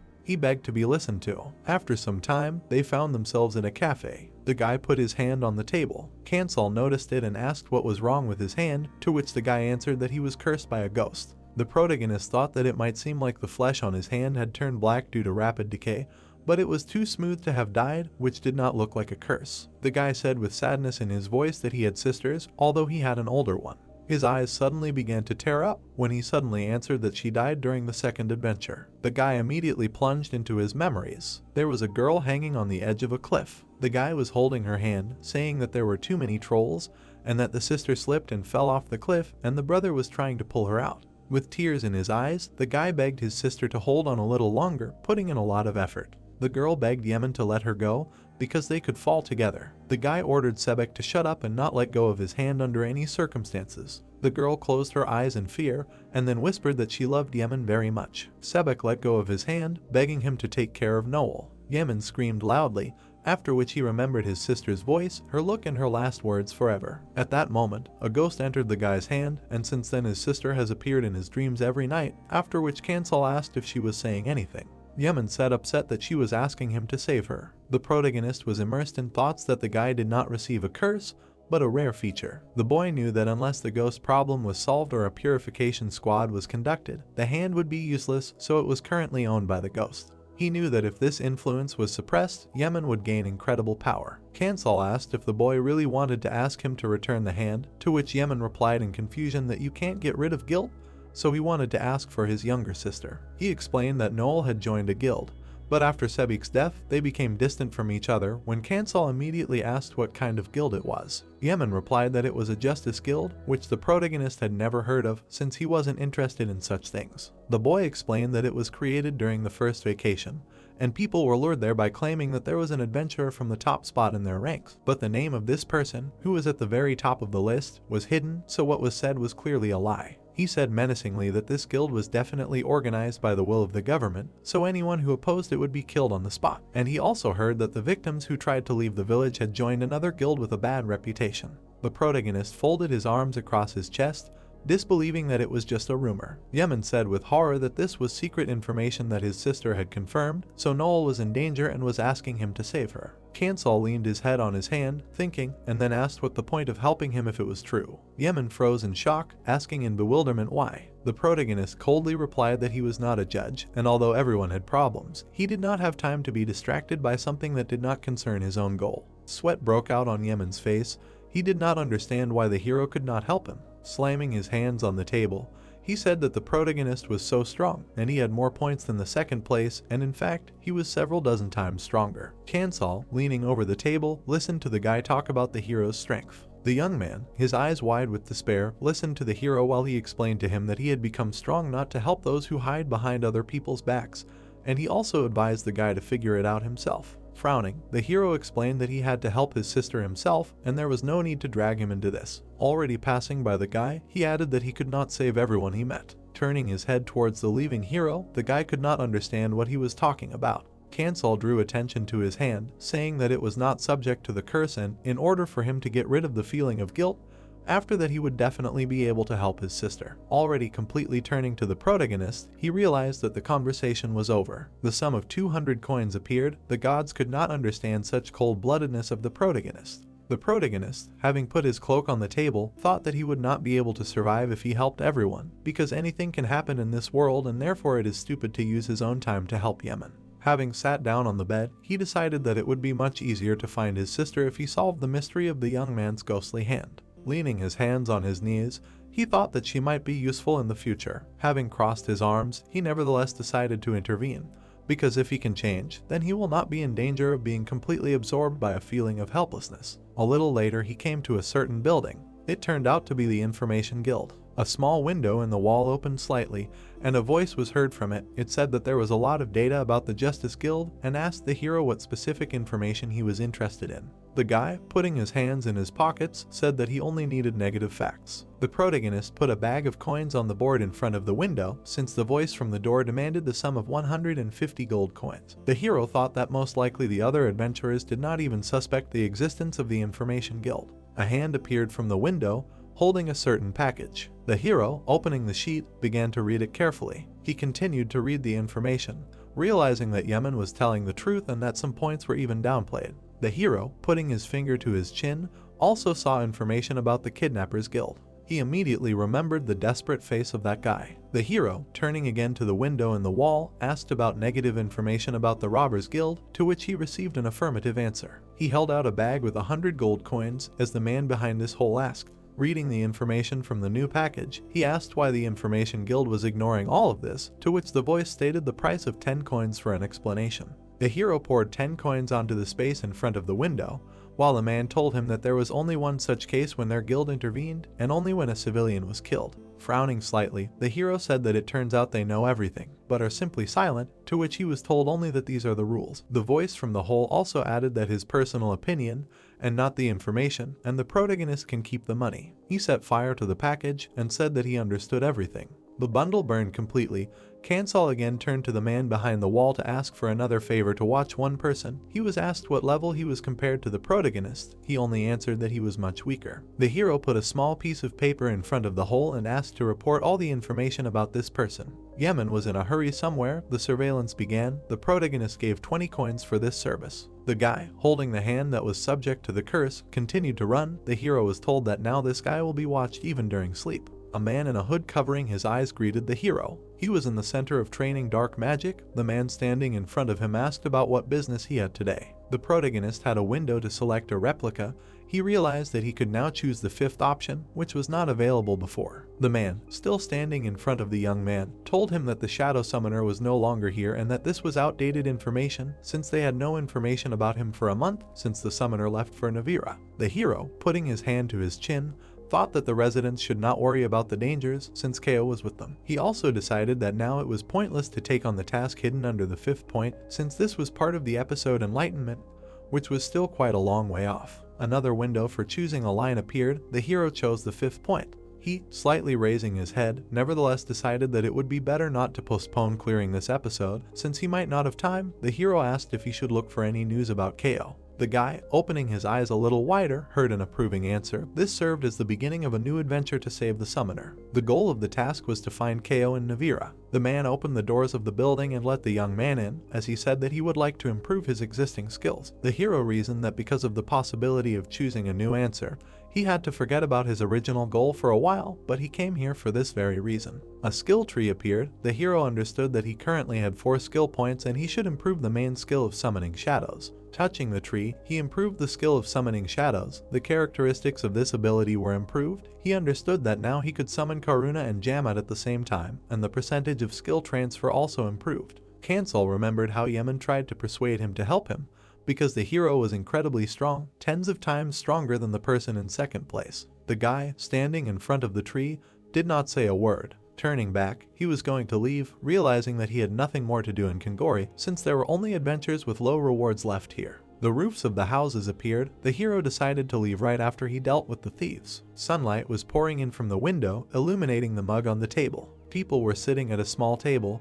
They were talking about the death of Jinchul, Sangyu, Xianho, and Kyungmo. People from their team, they were unhappy that they were losing such useful guys, no matter how clumsy they were. It was the Guild of Thieves. One of the men turned his head and asked the boss what they should do, since they had already lost 4. Senari, the leader of the Guild of Thieves, was sitting on the chair. He asked what the name of the guy who killed them all was. Someone answered that his name was Snowman. Squinting a little, the guild leader noted that he was a quiet one, as he was told, but he was able to kill the 4 who went with him. One of the adventurers noted that this could be a trick and wondered how many people would be needed to kill this snowman. The boss, shaking ashes into the ashtray, said that for now it was only necessary to ensure that this man remained in Kongori. He sat back in his chair and explained that it was important to set priorities and this man would die anyway.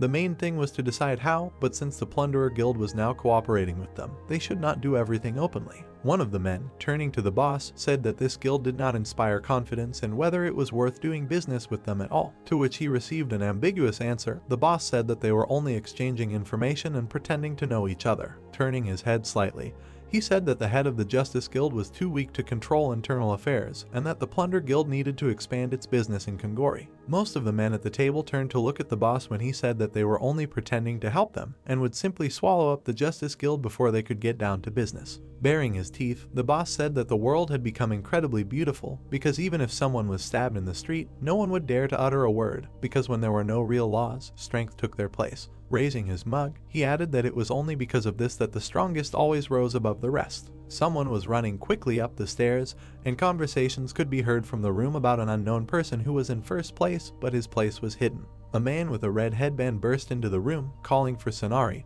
while he told the others to find this unknown person and force him to obey or kill him. Turning around to the man who ran into the room, he asked what he wanted. He only answered that the head of the Justice Guild, One Chul, wanted to use Sonari. The boss, narrowing his eyes, did not understand what he was talking about. The man with the red headband immediately explained that someone had entered the base alone. Surprised exclamations were heard from the room. One of the members of the Robbers Guild was lying on the ground, while everyone in that room could not understand how someone could attack alone. Yemen opened the gate with a strong blow. The men standing opposite could not understand who he was and just wanted to hit him. The guy, with sweat appearing on his forehead, shouted the name of his sister and tried to find out where she was. A hand appeared, wrapped in a blue glow. A voice was heard asking Yemen for help. A strange blue aura enveloped him. An image of his dead sister appeared behind the guy. She was begging for help. The man flew back from a strong blow that hit him right in the face. The boy stood there gritting his teeth. 4 men stood in front of him, holding their swords at the ready. The boy shouted that he didn't care about the curse, even if he couldn't use his hand. He came here for his sister. Taking a deep breath, the boy heard his sister's scream. She ran towards him. The man, gritting his teeth, said that she was too much trouble. One Chul, the head of the Justice Guild, appeared in front of the boy. He told the girl that she shouldn't so abruptly declare her withdrawal from the guild. She, approaching her brother, shouted back that she wouldn't stay here for a second and didn't understand what the problem was. The girl, her eyes wide open, couldn't understand why they didn't want to let her go. The man explained that they needed to punish a person who knew a lot of information and was just going to leave. Wan Chul, frowning, told her not to dare talk about what she learned while in the guild and that she would have to pay 5,000 gold for the effort and time spent on her. She, with her mouth wide open, was perplexed as to why the amount was so high. The man, raising one hand, explained that the guild's work was aimed at profit and it had to return everything it had received. He gave the order to seize them both. The girl, raising her hands, tried to dissuade the advancing men, explaining that the guild leader was a liar and that there was no hidden top player in it and they just wanted to take advantage of them all. They just stood and looked at her. The girl sweated. She could not believe that they knew everything and were just pretending. One Chul, squinting, explained to her that in order to survive, people do not only lie because the world has changed. Yemen turned his head to his sister and shouted for her not to worry because they would soon get out. The guy was kicked in the stomach. The man threw him to the ground with a kick. The guild members pounced on him, shouting that they were not running away anywhere. The boy was lying on the ground, receiving countless blows. Only the screams of his sister reached him. Someone grabbed her hand. One Chul grabbed it tightly and told her to calm down while he was still kind. She begged him to let her go. Veins appeared on his forehead from anger. He hit the girl in the face, telling her to know her place. Demon continued to beat him while he was lying on the ground. His hand began to be covered in a purple glow. He took the sword with his cursed hand. His hand awakened. The 2 men received quick blows from the sword, not having time to react. His black hand developed. A new ability gave him the ability to move faster for a certain period of time. He could not understand what was happening. Someone shouted that now they could not catch him, since he had accelerated. One Chul, raising his hand, told the rest to quickly inform the robbers. The girl, with her eyes wide open, called out for her brother. He stood, absorbed in a purple glow. Breathing out quickly through his teeth, he heard a plea for salvation. The image of his sister appeared before him. He remembered the moment he lost her. He opened his eyes wide, unable to utter a word. His sister's spirit, with tears in her eyes, asked him to take care of Noel. The boy bared his teeth in anger. His hand was still glowing and he realized that he couldn't hear what he needed to hear because of guilt, and his hand was not actually cursed and it became like this because of his sister's request. Getting ready, he shouted at the attackers that they would die if they attacked his sister. One Chul turned around as he heard an approaching voice that told him that it was clear that he would need people from the plundering guild. Sanri loomed over him. The man explained that he did not want to blow the issue out of proportion because of a pathetic insect. Yemen, still standing at the ready, heard someone addressing him. The head of the Guild of Robbers, rubbing his shoulder, told the guy that he was not the first of the top that he was looking for. Furniture flew around. Sanari lunged straight at the guy. Smiling, he said that the guy's skills were so-so and this was definitely not the one he needed. Jumping up close to Yemen, he activated the ability and said that now they would play since he came here himself. The guy tried with all his might to hold back the enemy's blow. The grab was aimed at the guy's head, which he would not be able to block. The man knocked the young man to the ground. He pressed his face to the ground while he tried to find out why the head of the guild lived like this if he was so strong. Grinning, he replied that he was not a bandit, as it might seem. The guy, baring his teeth, said that he was, to which followed a question about whether it was bad. The girl had already been captured while the guild boss was saying that in the current world, good and evil don't matter and that only power rules now. He pressed the boy's head to the ground more and more tightly, saying that only the strongest will be right and that this is the highest rule now. The boy's hand was filled with power again. He tried to strike straight at the enemy's neck. The enemy stopped the sword with just 2 fingers, saying that he could see everything. The sword broke from just squeezing the enemy's fist. The boy was breathing heavily and thought that this was the end. Someone knocked on the gate. The man turned around, hearing a question from behind the door. Everyone turned around, trying to figure out who it could be. The boss, standing behind the door, ordered them to open it. One Chul, scratching his head, said that now there would be problems with the imposter in addition to no Yule. Sanari ordered everyone to grab the hero as soon as he entered. An affirmative answer was heard. Yemen, kneeling, heard a question about him. The door was opened for the hero. He glanced at the guy, saying that he had already forgotten him. Lying in the blood, the young man could not believe that he had come to his aid. Bowing his head, Kansal said that he had come here not only for this, because he still had unfinished business. Yemen tried to get up from his knees, hearing the hero's words that he was interested in how everything could have turned out here. The guy, still kneeling, tried to say something. He remembered himself when he begged for help, all those words that the hero had told him about how he had to save his sister himself. Tears rolled down the guy's face. He said that he had tried very hard, put in a lot of effort, but even so, nothing had worked. The hero, still bowing his head, looked at him. A crowd of men stood in front of him when he said that he was taking Yemen and his sister. One Chul frowned and said that he was just another psycho, but before he could finish, Sanri interrupted him, turning to the hero. Pushing the man aside, he asked the hero if he was a snowman since they had been looking for him for so long. Squinting, he asked if he was the one who killed Sang Yu and Jin Chul. Raising his head, the man heard a negative answer. He did not believe the hero. Grinning, the guild leader said that he was not long for this world. Closing his eyes, the hero replied that he wanted to ask everyone present about something. Everyone stood frowning while he asked his question about whether they thought it was a mistake to come to these guilds. One Chul frowned, not understanding what was being discussed. The hero's eyes flashed, realizing that no one here regretted their choice. The man turned his head and ordered that the hero be gotten rid of. Sanari, standing in a fighting pose, said that he was already a corpse, activating the compaction of the earth.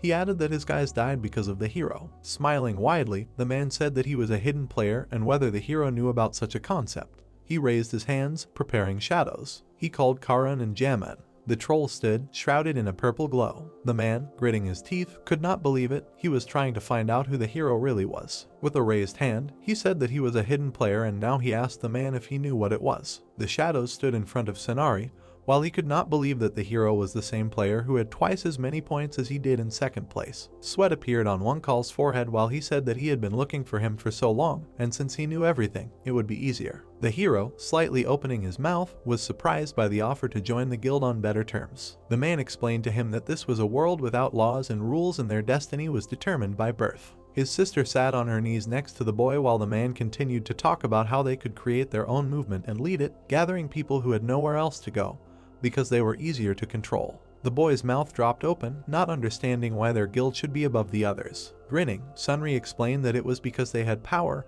and whoever had it made the laws, because it was the new rule of the world that violence ruled everything. Looking down, he countered that violence begets violence. Narrowing his eyes, the man said that it was true, because they would be the ones leading this tyranny. The boy smiled and replied that he was not interested. One Chul's eyes widened as the boy said that he only wanted to know if the guild members were sorry. No Yule cried as the boy ordered the shadows to kill everyone except the boy and his sister. The man, taking a fighting stance, replied that this impudent hero would be killed here. The guy, turning away slightly, ordered to kill everyone. Karan, making one blow, killed 3 opponents. He entered the phase of the new moon, continuing to cut everyone in his path. Jamad's hand reached for 2 men while they shouted for everyone to run away. The troll grabbed one of the men. He threw them into the group standing nearby. One Chul, opening his eyes wide, shouted the name of the head of the guild of robbers. The same one stood right in front of the troll. He lunged at the shadow. He brought down a pile of blows on him, activating a combo called a meat grinder. The shadow began to move back from many blows. The man, grinning, thought that he would do it, because no one can cope with fists that can split even metal. The troll grabbed the guildmaster by one of his arms, saying that he moved his hands like an insect.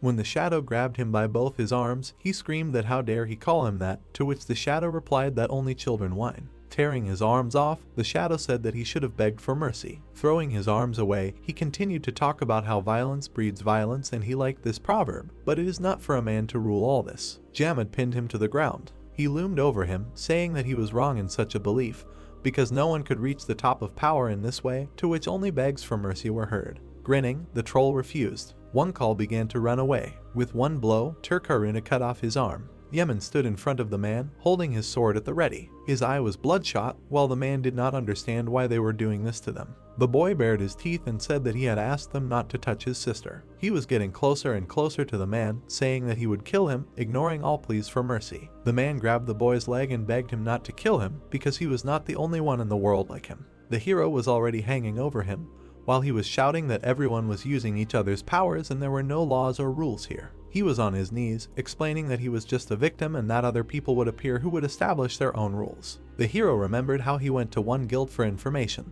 He remembered the coins he had given to find out that the information guild did not interfere, although it knew everything. Bowing his head slightly, he told the man that the rules would continue to appear, but he did not care. Flashing his eyes, he explained that he would destroy them until he was satisfied with them. The man, gritting his teeth, said that the boy was as crazy as the rest of them. The protagonist turned away while the man was shouting that the guy was also a monster. Yemen stood in front of the hero. He thrust his sword into the man, because he was also a monster, as he himself said. There was a pile of corpses. 200 coins appeared. The gods were pleased with the protagonist's action. There were some sheets of paper on the notice board. The hero said that next time he would call him. Yemen stood in front of him in bandages. Surprised by these words, he said that he would come, but he would hardly be able to help. Turning his head, the hero explained that he had one such case, and added that he was glad that the young man was in good condition. While he was thinking that the boy was now connected to the Information Guild and he would be able to receive information about him wherever he was. Having already turned away from the boy, he thought that they would meet again when the ghostly hand showed itself again and he received his well-deserved payment. Red flags were waving. The ruined city of Navira was visible. The hero, looking at the dice, realized that he had to throw them again. The dice flew down. The number 2 came up, which meant extreme failure. Because of such an unsuccessful throw, there was a possibility that the adventure would become noticeably more dangerous, but there would also be a good chance. The hero looked at the dice. He remembered the dead adventurer, who received a low luck value. Raising his head, he looked at the city. Ahead, he could see the tangled streets. He hoped that the adventure would not be too dangerous. Due to the low value, there was a chance that the adventure would become noticeably more dangerous. The hero stood next to the shadows, thinking that he did not want the adventure to change, but even so, he understood that with Karuna and Jamad, he could handle most adventures. The guy continued walking deeper into the city. He looked around, realizing that the city of Navira was just a group the size of a city, not far from a forest full of ruins. A bald man laughed loudly at a woman next to him, saying that she would have already been scattered to pieces throughout the forest if she had fallen behind. She only asked him to stop plundering the ruins, because this was no longer a joke. He, putting his hand on her, said that this was the whole beauty of the ruins, because even people weaker than her could cope with this. The hero, turning his heads towards them, understood that the economy of this city was built on such plunderers and that the main resource here was human. Still turning his head, he thought that the town might actually be nice. The protagonist saw the building of the Navira Adventurers Association and decided that he should first find out about the local atmosphere and then find out rumors about Kao. He looked at the bulletin board. Most of what was written there were stories about hunting, but there were also stories about Borgo. At the same time, there were discussions on the forum about the murder of the head of the robbers. A guy and a girl were sitting at a table. The protagonist asked them about the missing shadow summoner, to which they gave a negative answer. He was already standing in front of other people, trying to find out at least something about the missing wizard, but the woman said that she could not even remember anyone with such a special name. Then he asked the woman with a red bandage on her forehead, to which she saw the person the hero was looking for. Holding a staff in his hands, he asked her if she could tell him at least something, but the woman refused. A dialogue selection window appeared. The hero decided to give the woman a gold coin, after which she immediately remembered everything. She explained that Kao came here and looked for a room suitable for research. She remembered the house in which a family once died and they did not sell it, but sometimes it was simply rented out, so she advised it to the sorceress. Pulling the handle, the hero realized that it was locked. An action selection window appeared. Without thinking twice, the hero chose the fourth option and entered through the broken window. Looking around, he realized that it was quite dark here, but there were also traces of life. He paid attention to the boot prints and decided that they were about 2 weeks old. Having examined another empty room, the protagonist realized that there were no people here anymore. The hero called a troll and told him to look for Kao's lab. The guy looked at Karuna, wondering why he was always so silent. A corridor appeared. The shadow of the magician told him that he used to be the guardian of the ruins and there was no one to talk to there. That's why he was like this. Karuna walked next to the hero while he was asking him why he remembered his past when he was an elf. The hero's face was illuminated by a torch. He understood that no one except him had summoned Karuna and little was known about him. But it was important for a summoner to know all the details about his shadows, so he was going to learn everything about his 2 shadows step by step. A massive door appeared. The troll's voice was heard, saying that he could not find anything. The door opened slightly. The hero entered the room and saw many different papers. He paid attention to some piece of paper. There were tasks that needed to be solved, but Kansal did not quite understand what this could mean. Raising his head, he realized that all those documents were different and of absolutely unknown content, and they were not even connected in any way. Putting his hand on one of the sheets, he realized that there was a clue. It said about Grizz's secret laboratory in the Great Forest. Opening his mouth a little, the guy remembered a person like Grizz. He remembered all those robots and Grizz himself. This man was engaged in mechanical engineering and many wanted to take possession of his skills, so now he just wanders the world. Grizz, turning his head, addressed someone, saying that he was very pleased to meet a person after so much time with whom he could talk. Opposite him stood a guy in a cloak. Illuminating the wall with a torch, he understood that the laboratories of this scientist are as dangerous as they are secret. The hero hoped that Kao went to one of these laboratories in the Great Forest. The hero moved to the forest, as a result of which the adventure changed. It changed since Kansal found a clue in Kao's laboratory and the new goal was Grizz's secret laboratory. The youth's eyes sparkled while he used the skill of insight. He understood that the trees here were not created by nature. He noticed several trees in front of him, which were different in height and width from the usual trees in this forest. Going deeper into the forest, the hero realized that he was close and he needed to be more careful. The hero took another step. Turning around abruptly, his skill activated. He saw a small observation device in the form of a bird. He was sitting behind a tree. When the action selection window appeared, the hero realized that there was no suitable option here. Holding a knife in his hands, he realized that he could miss. Looking at the blade, he figured out how to get rid of the device. Karuna's shadow threw a knife. It hit right at the tracking device. The shadow took the knife, while the hero ordered it to destroy everything it saw until they came. Another bird was hit by the knife, and another. A door appeared in front of them. The gods were surprised by such technology. The hero, looking at the troll, asked if he could open this door. Jamad was ready to break it. The gods did not understand what was happening.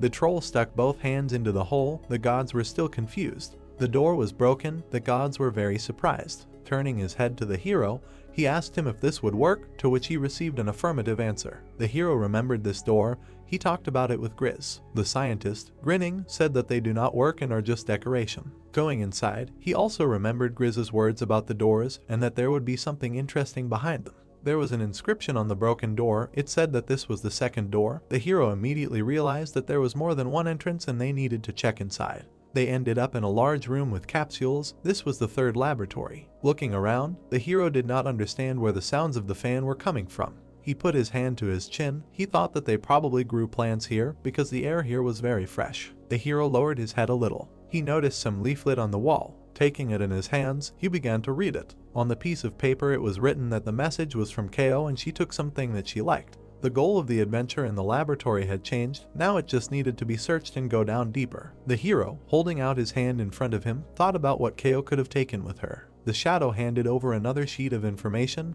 There were questions about death written there. The hero read what was written. There were many questions about death and how it happens. He understood that this was something from Grizz's research. Sorting through the sheets, he saw new information that the device that Kao took was created to see the true appearance of death, that is, to experience clinical death. He noticed a drawing of the device, realizing that it actually allows you to survive death. Holding one of the sheets in his right hand, he read about the success of the experiment. but still did not understand why Ko needed such a device. The hero looked at the long passage near him. Going deeper, he understood that he needed to go further to find out everything. The hero with the shadows walked further down the dark corridor. A door appeared. The inscription above it said that this was the second laboratory. Thanks to the skill insight, the guy realized that there was something behind the door. The knight kicked the door. It was dark behind the door. A red glow from some mechanism was visible. The hero, with his mouth slightly open, was a little confused. The robot, entwined with vines, was talking about some kind of mistake. Karuna was ready to hit him with his sword, but the hero stopped him. Pointing his finger, he told the knight to cut the plants off the robot because his movements seemed too clumsy. With one blow, he shadow cut the plants. The robot, leaning over, made some sounds. They looked at it through the hole in the door. The screen near the head of the mechanism changed color. He greeted the intruders. In front of them stood the same robot, who explained that they were in one of Grizz's laboratories and introduced himself as Arda. Raising the torch a little higher, the young man listened to the robot's story about the absence of the scientist in the laboratory and asked if Grizz had been warned about their visit, to which the guy responded negatively. The robot, turning slightly, said that at the moment they would not be able to meet with the scientist, but he could show them the laboratory. The guy agreed with this proposal. The robot asked if they had been to the third laboratory, to which an affirmative answer also followed. 300 coins appeared. The gods were surprised by such impudence of the hero. Raising his hand slightly, Arda said that they were now in the second laboratory, which specialized in the study of animate beings, and the scientist was implementing the theory of multifunctional animate beings. The hero, looking at the work, asked whether it was Grizz's invention, to which the robot responded affirmatively, saying that it was one of his greatest achievements and about such a property of animate beings as repulsion and attraction to each other. Blue and yellow flasks appeared. The robot's words were heard that Grizz had solved the problem of conflicts between animate beings when they were crowded in one place, but the hero could not understand how the scientist did it. The robot replied that it was unknown. Arda, turning his back to the hero, hearing his question about whether the mechanism was the keeper of this place, said that research was not the robot's responsibility, the scientist was conducting it independently. The hero, looking at the books, asked the robot about possible changes in this place due to the animate, but the robot replied that such a theory had not been fully tested. Looking at the drawings of the belt of multifunctional animate, the hero heard Arda's words that the scientist could not be mistaken, and from the drawings on the table it follows that the power of the animate can be restrained by the belt, indirectly receiving their power. The hero, covered in sweat, asked where this belt was. The robot in response pointed to the second laboratory. The mechanism scratched its semblance of a head. Since it could not find it here, the hero asked in surprise if it had disappeared, to which the robot answered affirmatively. The god simply laughed at this situation. The hero, turning his head, looked around the laboratory. He remembered the plants at work, and also about that corridor behind him. The hero, looking to the side, asked the robot about what was in the first laboratory. Remembering all the laboratories the hero had visited, the robot said that the first laboratory was a life research complex and it was larger than all the laboratories before it combined. The hero remembered the robot's story about the animate. The mechanism, turning its head towards the guy, said that the research in the first laboratory was carried out to solve the problem of food and hunger in the Empire, growing plants that could survive in the harshest conditions. A fork in the road to the laboratory in the control center was shown. The robot asked if the guy wanted to know about the laboratory with plants, to which an affirmative answer followed. The hero followed the mechanism, asking him about a man named Millen. The robot did not know who it was because this name was not among the familiar words. The hero, turning his head a little, realized that there was no point in asking him about it. The gods did not understand who it was either. Two people stood in front of the board. The hero remembered that Millen was the last of his figures, for which he spent a lot of time with Grizz. Rubbing his chin, the scientist said that the guy next to him inspired him and made him feel inferior, because he had collected all the knowledge in the world and he understood why Millen was considered a great sage. The scientist, looking at the man next to him, asked if that was why he was upset. Grizz, spreading his arms, heard the guy next to him say that he was very happy because there were people in the world who could understand him. The scientist bowed his head, asking if he really needed to go because he really needed Millen. Raising his head a little, he asked the guy next to him if he had what he passionately desired. The hero with the shadows walked down the corridor, realizing that now was not the time to indulge in memories. They approached a massive door. It was the entrance to the laboratory. Plants twined around the door. Turning his head towards the hero, the robot listened to the guy's question about whether there was anyone else here besides him. Arda answered in the affirmative, adding that there were more than 20 researchers here. The guy's eyes were glowing. Thanks to the skill, he realized that there was some movement behind the door. He brought his hand to the door. Inside was a monster in the form of a plant, from which Arda most likely ran away. These were overgrown plants of a rare rank, possessing intelligence. The hero, lighting the way with a torch, realized that these plants captured the researchers through colonization. One of the vines swung at the guy while he was talking about how all the equipment in the laboratory was now against them. The troll blocked the plant, protecting Kansal. The knight cut the plant with one swing, entering the first phase of the moonlight. The plant began to grow together. Karuna looked at this and did not understand. Like the hero, the gods were also confused. The robot, looking at what was happening, said that there was an error in the memory compartment and that it would try to remember everything. The robot was aimed at the guy while he was telling him to hurry. The hero, frowning, understood that such a test would be very difficult for a single test because it is impossible to cope with such tests alone. The hero, opening his eyes wider, thought that he was not alone. The robot's eye lit up blue. He said that the memory was restored. The hero, turning to the robot, listened to the fact that these plants showed signs of unexpected growth, and also that he did not have time to report this to Grizz since the control center was captured. The robot, raising a mechanical hand, explained that these creatures are extremely smart and very dangerous. The hero in turn remembered that this robot is a mechanical golem. He controls the center. The robot, remembering how he was imprisoned in plants, said that in an instant they were all captured by the stems of the plants and stopped functioning, and in order to save himself, he hid in the second laboratory. The knight and the troll stood, preparing for battle, while the hero asked the mechanism about the weaknesses of plants, which turned out to be fire and insects. The vines continued to grow together. The hero said that fire was not suitable for them, because they would also suffer if they set fire to a colony of such a scale, and asked the golem about the presence of other options, to which he received a negative answer. The central control panel was shown. The robot explained that if they got there, they would be able to get to the firefighting system. Grinning, the guy asked Arda to add oil. The robot, opening a compartment on his chest, answered affirmatively. He poured oil on the knight's sword. Karuna's sword was entwined with flames. The shadow swung to strike. The plant began to attack. The goal of the adventure has changed. Now the hero needs to deal with the plants and save as many golems as possible. Jamad's fists were blazing. He said that the plants were afraid. The hero ordered him to move forward. They saw another robot. Kansal ordered to set the plants on fire on the mechanism. Jamad hit the vines with his burning fists. The guy crouched near the freed golem, while Arda said that they would help if they were freed, but for this it was necessary to solve Grizz's problem. The terminal lit up yellow. The hero looked at the first question.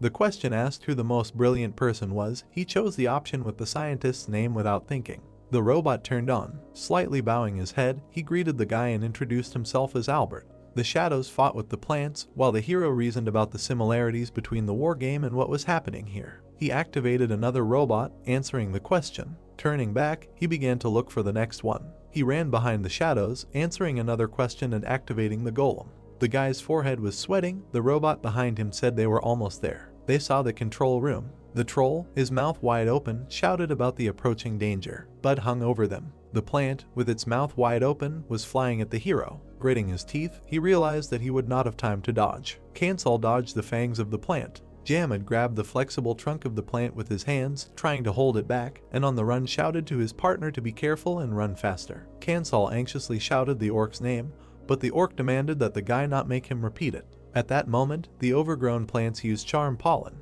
Jama took an earthquake stance, after which he shouted that he would catch up with them. Kansal said he understood everything, then exhaled heavily and cursed silently. He looked at the control center and wondered who had thought of placing it in the center of the lab, then called Arda. The guy turned to the robot and shouted that if they got stuck here, they would be finished, so he asked him to try to connect. To which Arda replied that there was a critical error because permission was required to control the lab and he had to wait for Grizz's permission. Kansal got angry and demanded that Arda let him through since they were under attack again. An overgrown plant crashed its roots into the robot. It began to master the golems. Arda approached the control center and said that he would act within the authority of a trusted person, after which he said that he, the manager of the 81st lab. Arda 2 connects to the central control and activates the Independence Protocol. At that moment, the devices in the lab started working. The robot itself began to glow brighter when it said that the connection was complete, so it gave an order to all working researchers. It gave the order to delete all research records, and immediately the robot's lights changed from blue to red.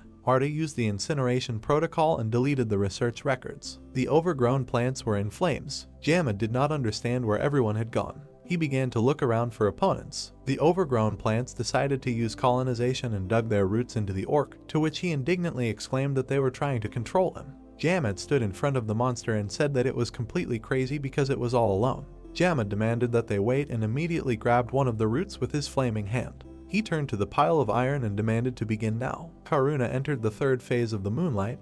The full moon and lightning immediately began to spark around his body. He swung his sword, attacking the plants. When he swung his weapon, it left a bright trace and knocked out a stone cat. The overgrown plant resisted with all its might. There was an explosion. The space began to shimmer with blue stars. Karuna landed near the startled Jamad. Kansal took a deep breath when it was all over and suggested they take a break. The exhaust hoods took over the extinguishing of the flames when the overgrown plants were destroyed. The player's level was increased because of this and they received skill points. Robots dragged objects into the labs. The system reported that the belt of the animate, unfinished, was received. Also received were the plans for the belt of the animate. Whole pollen of life force, leather armor of a coward, 10 platinum coins, 2 gold coins, 677 silver coins. Kansal realized that of course he was here, then checked the characteristics of the animate belt, which stated that it was of a special rank, a recommended level of 10 to 12, 20th defense, durability of 140 out of 140 possible, and a weight of 200 grams. Also, the belt was made by the proud genius of the continent, endowed with great potential, but for unknown reasons is now in the fundamental phase, adds 2 basic skills to strength. The feature is changing with each absorption of spirits. Kansal did not pay attention to the comments that 2 points were not worth his effort because he found a book.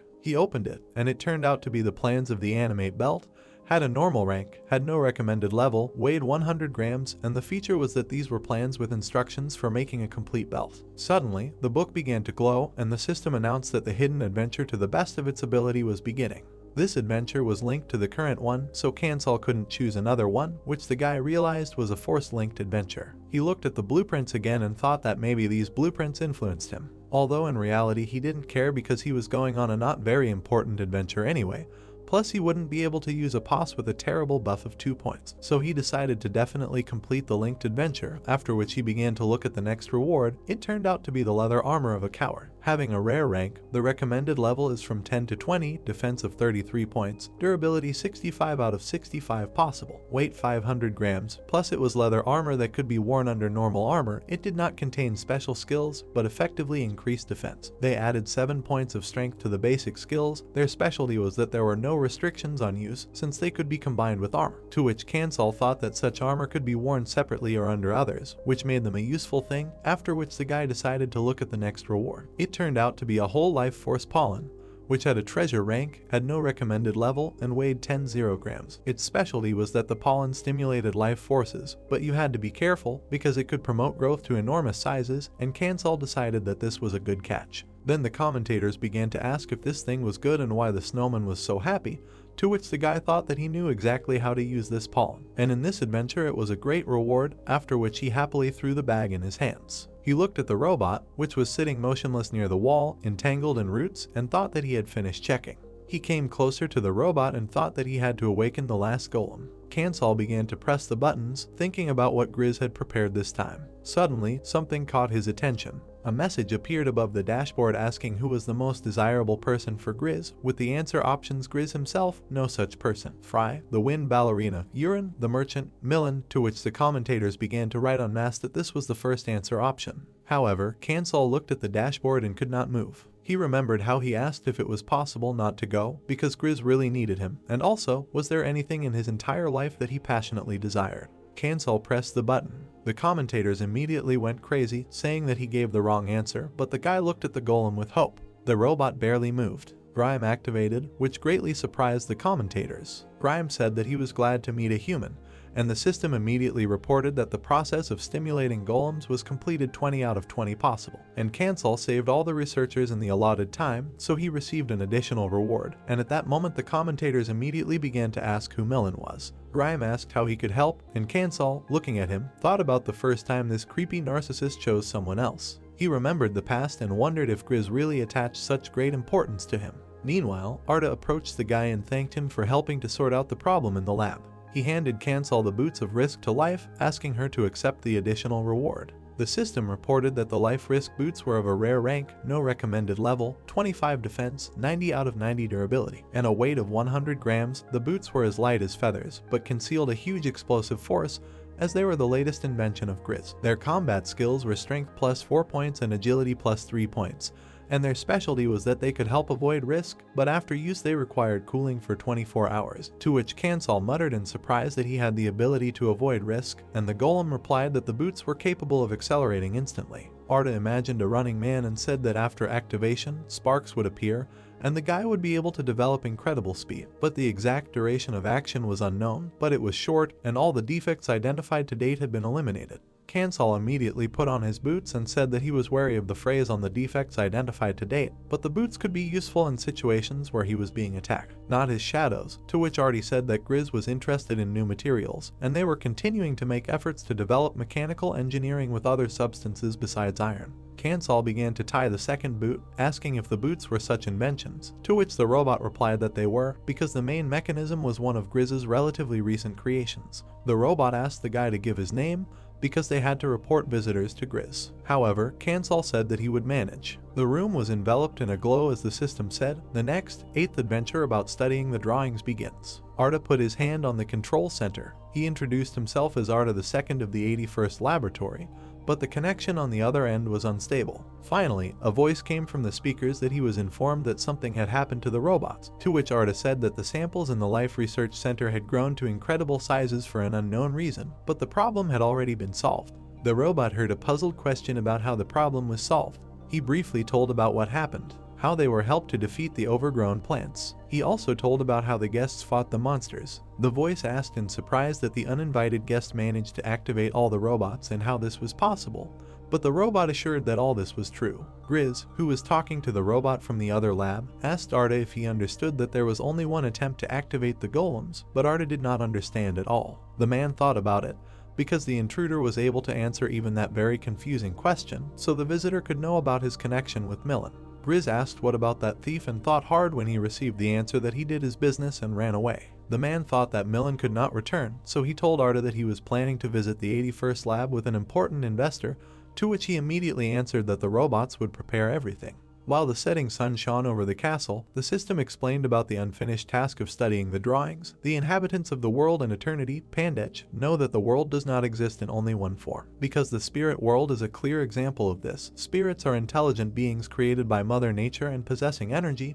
They are great wizards endowed with the pure power of the elements, but problems arise when these scoundrels choose not their own world, but Pandia as a playground. The longer such creatures are in reality, the more often various natural disasters occur, such as fires and hail, droughts and white nights, and in the vicinity of Nonavira this has been happening for quite a long time. In addition, many years have passed since a disaster occurred in the Great Forest with a stone limiting movement between worlds, and this event is even called the Spiritual Flood, despite the fact that the boundary stone was quickly restored thanks to the magic tower of Aquarius. The infiltrated spirits could not be completely expelled. However, under the influence of the border, the spirits could not leave the forest where the stone was once located, so the player's task was to expel the spirits that accidentally remained in the material world. And the more different spirits he catches, the more the forest will help. Therefore, the goal was to catch as many types of spirits as possible, but if the player failed the mission, the Zodiac would evaluate him negatively, and he would also fall into a state of shame. There were 719 hours and 59 minutes left to complete it.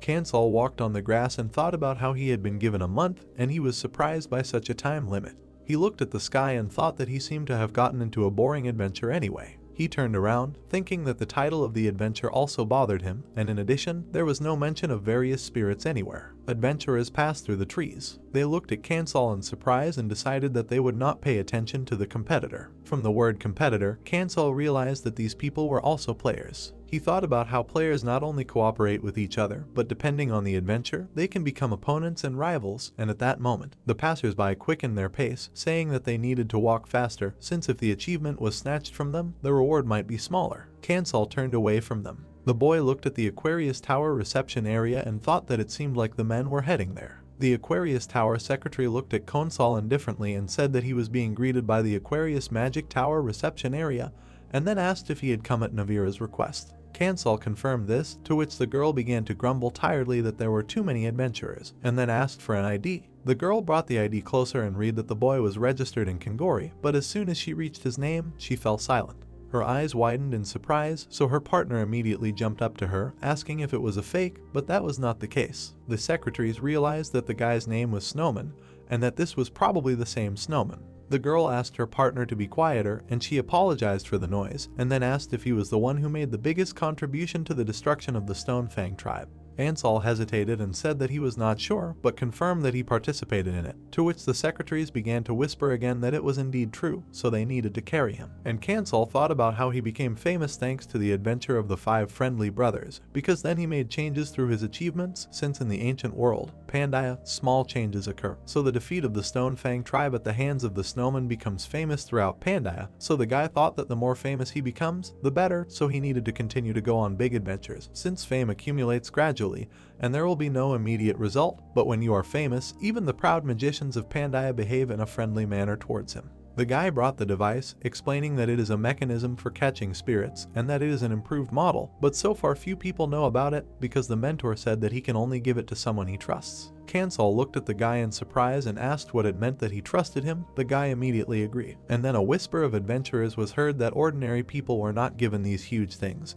And one could ask how to get this improved version, but everyone understood that Cancel was special. Cancel thanked the secretary and said that he had his own device, to which the guy immediately said that it needed to be registered. First it needed to be measured, so that later there would be no problems with the reward. The guy took the object in his hands and said that it looked unusual, after which he asked if Cancel made it himself, to which he replied that a friend gave it to him. The secretaries of the tower looked closely at the device and were surprised by its strange shape. Fryn looked closely at the device and her eyes again became huge in surprise. Cancel heard, "Everything is fine," and the system immediately said that the adventure arc studying the drawings has been changed. Fryn looked up at the boy and asked if he had a blueprint for the device. The forest was quiet, only the wind rustled through the leaves. Cancel came out into the clearing and said that he wanted to start with the calmest green spirit.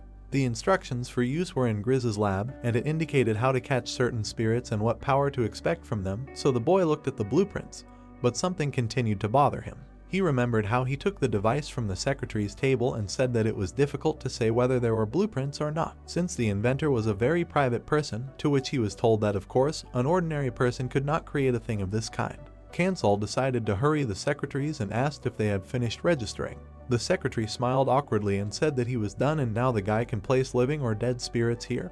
But he was interested in something else. He looked closely at Cancel and said that there were rumors that there were missing adventurers among the adventurers who arrived, and it seemed that it was because of the lack of time in the magic tower, because the search operation could be delayed, so in order to avoid trouble, they asked him to be more careful, which surprised him greatly. Cancel understood that this meant that if he went missing, no one would look for him, so the main thing here was to survive. He leaned his hand against the tree and thought that since the magic tower had no time, it meant that the influence of the spirits was much stronger than expected. He also noted that the trees on this side were simply huge. He carefully examined the ground and thought that there were cracks in it from where heat rose, so at first glance you would not know that this was a great forest. He looked around and thought that if the spirits stayed in this place, the forest would die quickly because it was already on the edge and he had to hurry. 3 days later, the boy was still in the forest. He walked tiredly through the trees and thought about how he had only been given a month. He remembered that even while he was sleeping, Karuna and Jamin had been patrolling the area, but they had not been able to find the spirits. He thought about the map of the area and that it was probably because of the indescribable vastness of the forest. At least the boundary stone was outside of it,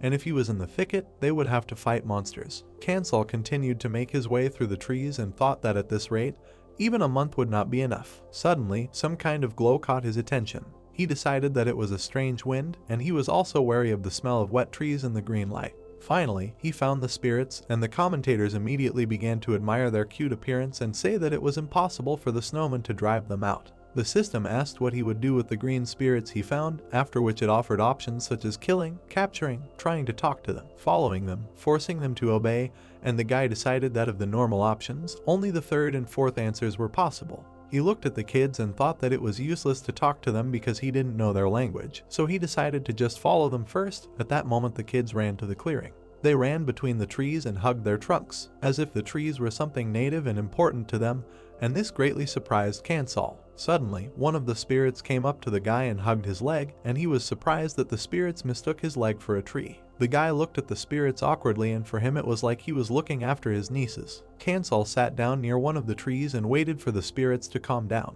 However, they decided that Cancel should follow them. A lot of time had passed since he began to observe the spirits. The spirits put their palms to the ground, making grass grow in that place, and Cancel noted how quickly this grass grew. Cancel remembered that it was very humid in the Great Forest, and that such droughts had probably been caused by another spirit, and then he looked at the spirit sniffing the flowers. He saw that by this time the spirit was already tired. The kid turned to Cancel and took him by the hand. The spirit began to pull the boy towards itself, forcing it to take a step forward. Another spirit was carrying a wreath of flowers, and the boy did not understand what it was and then asked if he should bend over. Cancel bowed his head lower and the spirit immediately placed the wreath on his head. The boy smiled and thought that he felt the same way when he threw the dice outside the world of eternity. He remembered the gaming table and his opponents, and the feeling of leaving the fierce field of pain and briefly being distracted by side-relaxing adventures. Then he felt like a pawn on a chessboard. He remembered that the last 5 adventures were very cruel, and he knew that he had to go through them without even thinking about it, although he himself did not notice how terribly exhausted he was.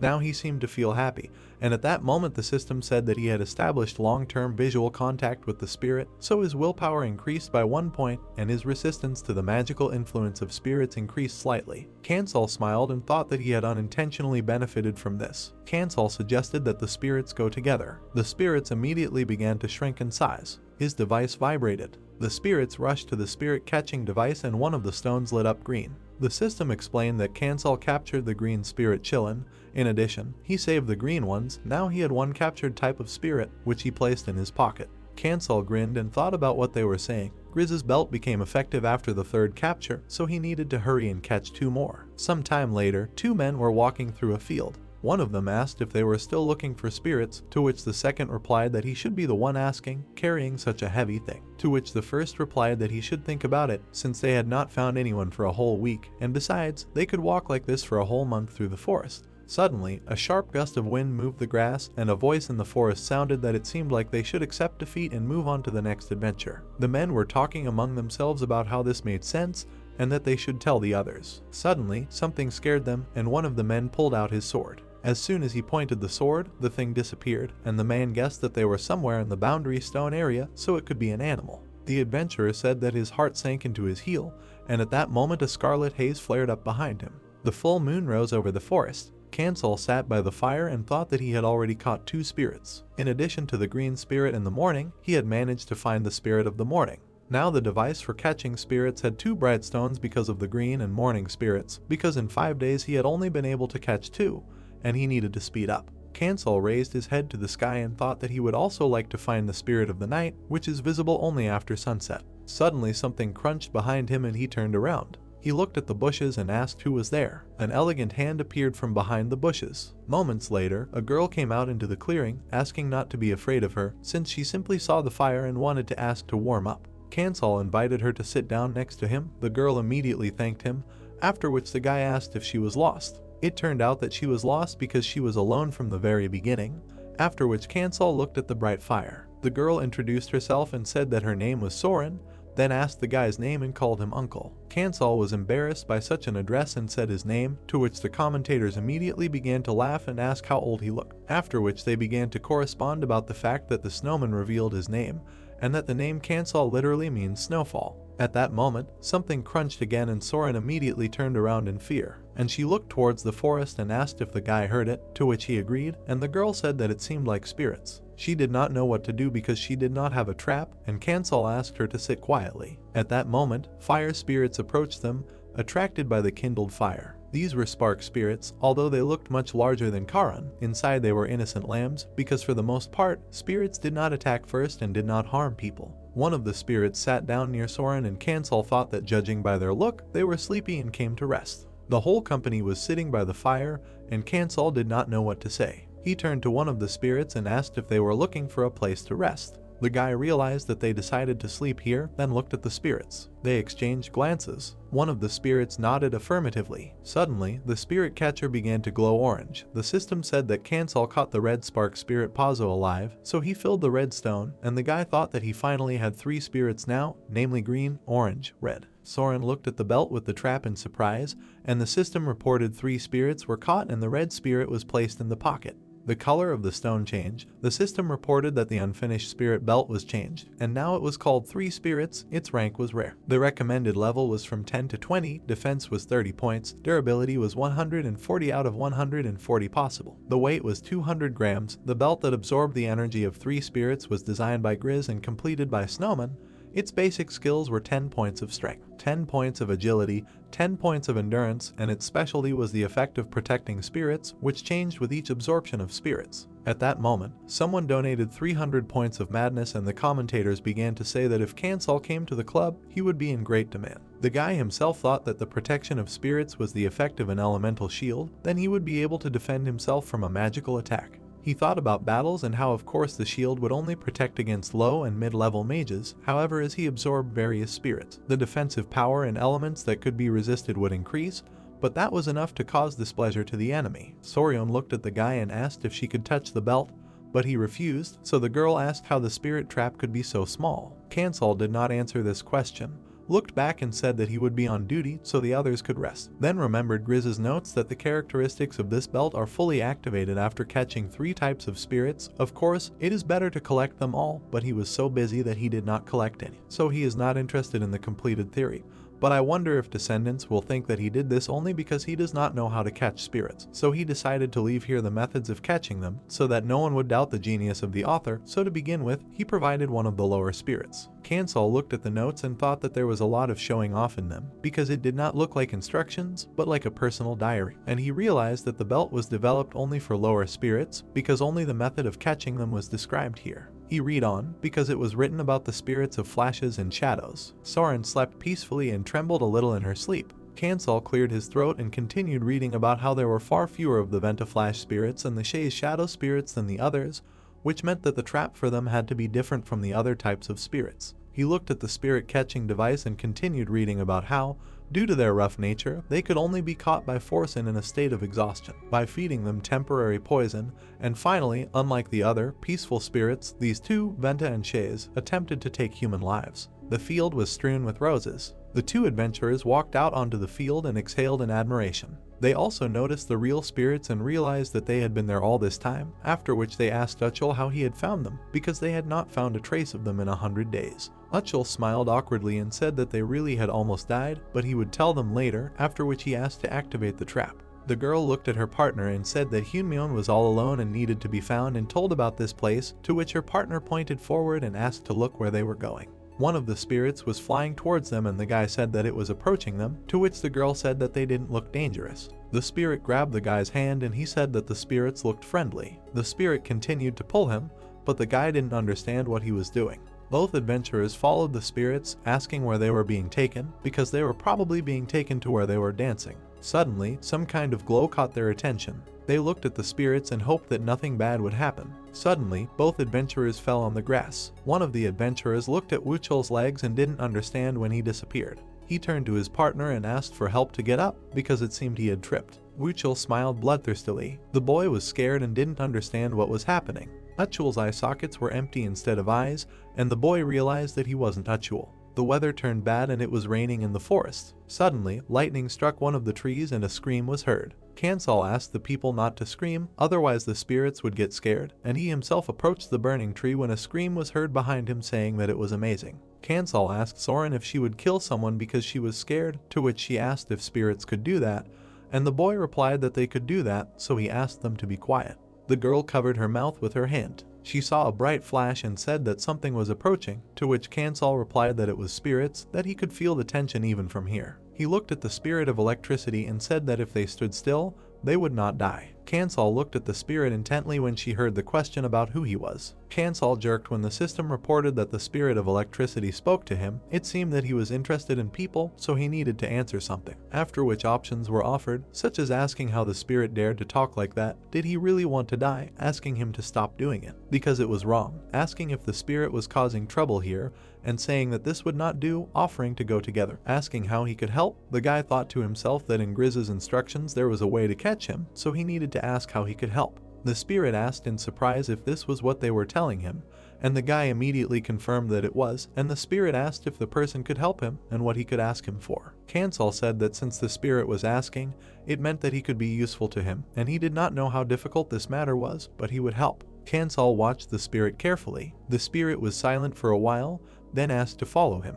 He said that he would take people to a place that was causing him problems, and Cancel remembered that Shays was one of those spirits who could talk, and he had an eternal nuisance, but if his little worries were resolved, he would follow the person. They came to a cave and Cancel thought that the instructions said that he needed to help the spirit. Soren stopped and hunched over heavily, asking how much longer this could be, to which the guy replied that they seemed to have arrived, to which the girl said that they had run after the spirit, but could not catch up with it. They approached the entrance to the cave and Soren asked whether they needed to go inside and whether what was troubling the spirit was there. But the spirit's voice was heard in the air saying that his problems were there, after which he asked if they could really help him. Cancel muttered thoughtfully about the problem and said that he understood what it was and then take a step forward. He looked closely into the cave and summoned a sphere and then thought that this would not be a small concern. From the cave came the footsteps of huge paws. A snowman came out to meet them. In front of the protagonist stood a huge creature whose entire body was covered in white fur, and so he raised his head and said that it was a snowman.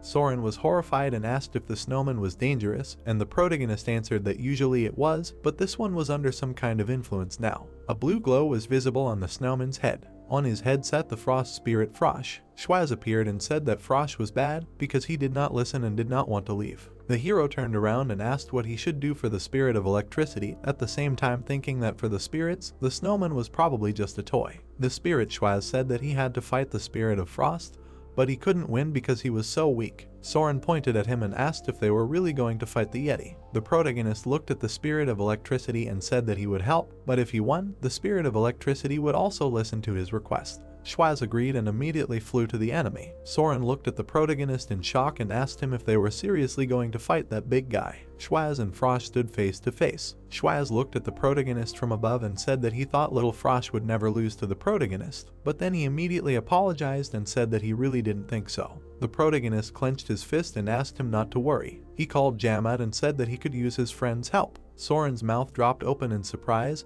and Cancel continued to say that Jamad should be involved in this since they were at another turning point.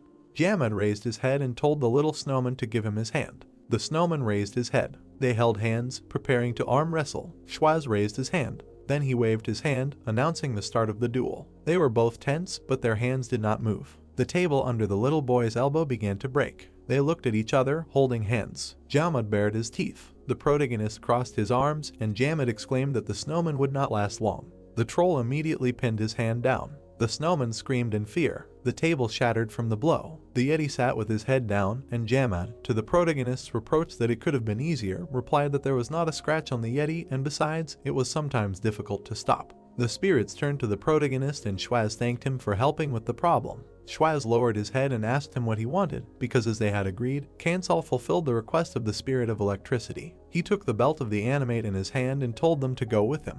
The spirits looked at each other, not knowing what to do, but the protagonist understood that the spirit could not break his word, so they could not do anything.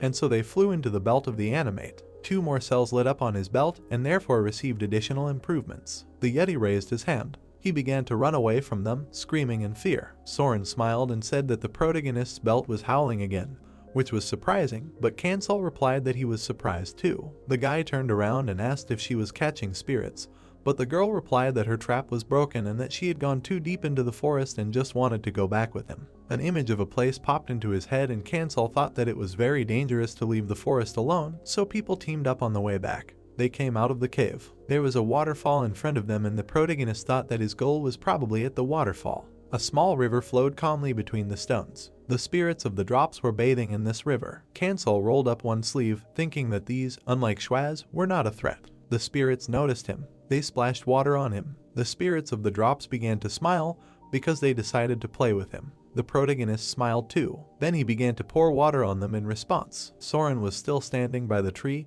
confused because she thought that he was angry that they poured water on him. The drop spirits and Cancel were still happily splashing around in the water. The protagonist lowered his head. He put his hands on his hips and asked them to come with him. One of the drop spirits smiled. The spirit that had just been added to his soul belt was named Popo. Night had fallen, only the moon was illuminating the dark forest. Soren was holding a cup in her hands, asking if the protagonist had a nephew since he was very good at playing.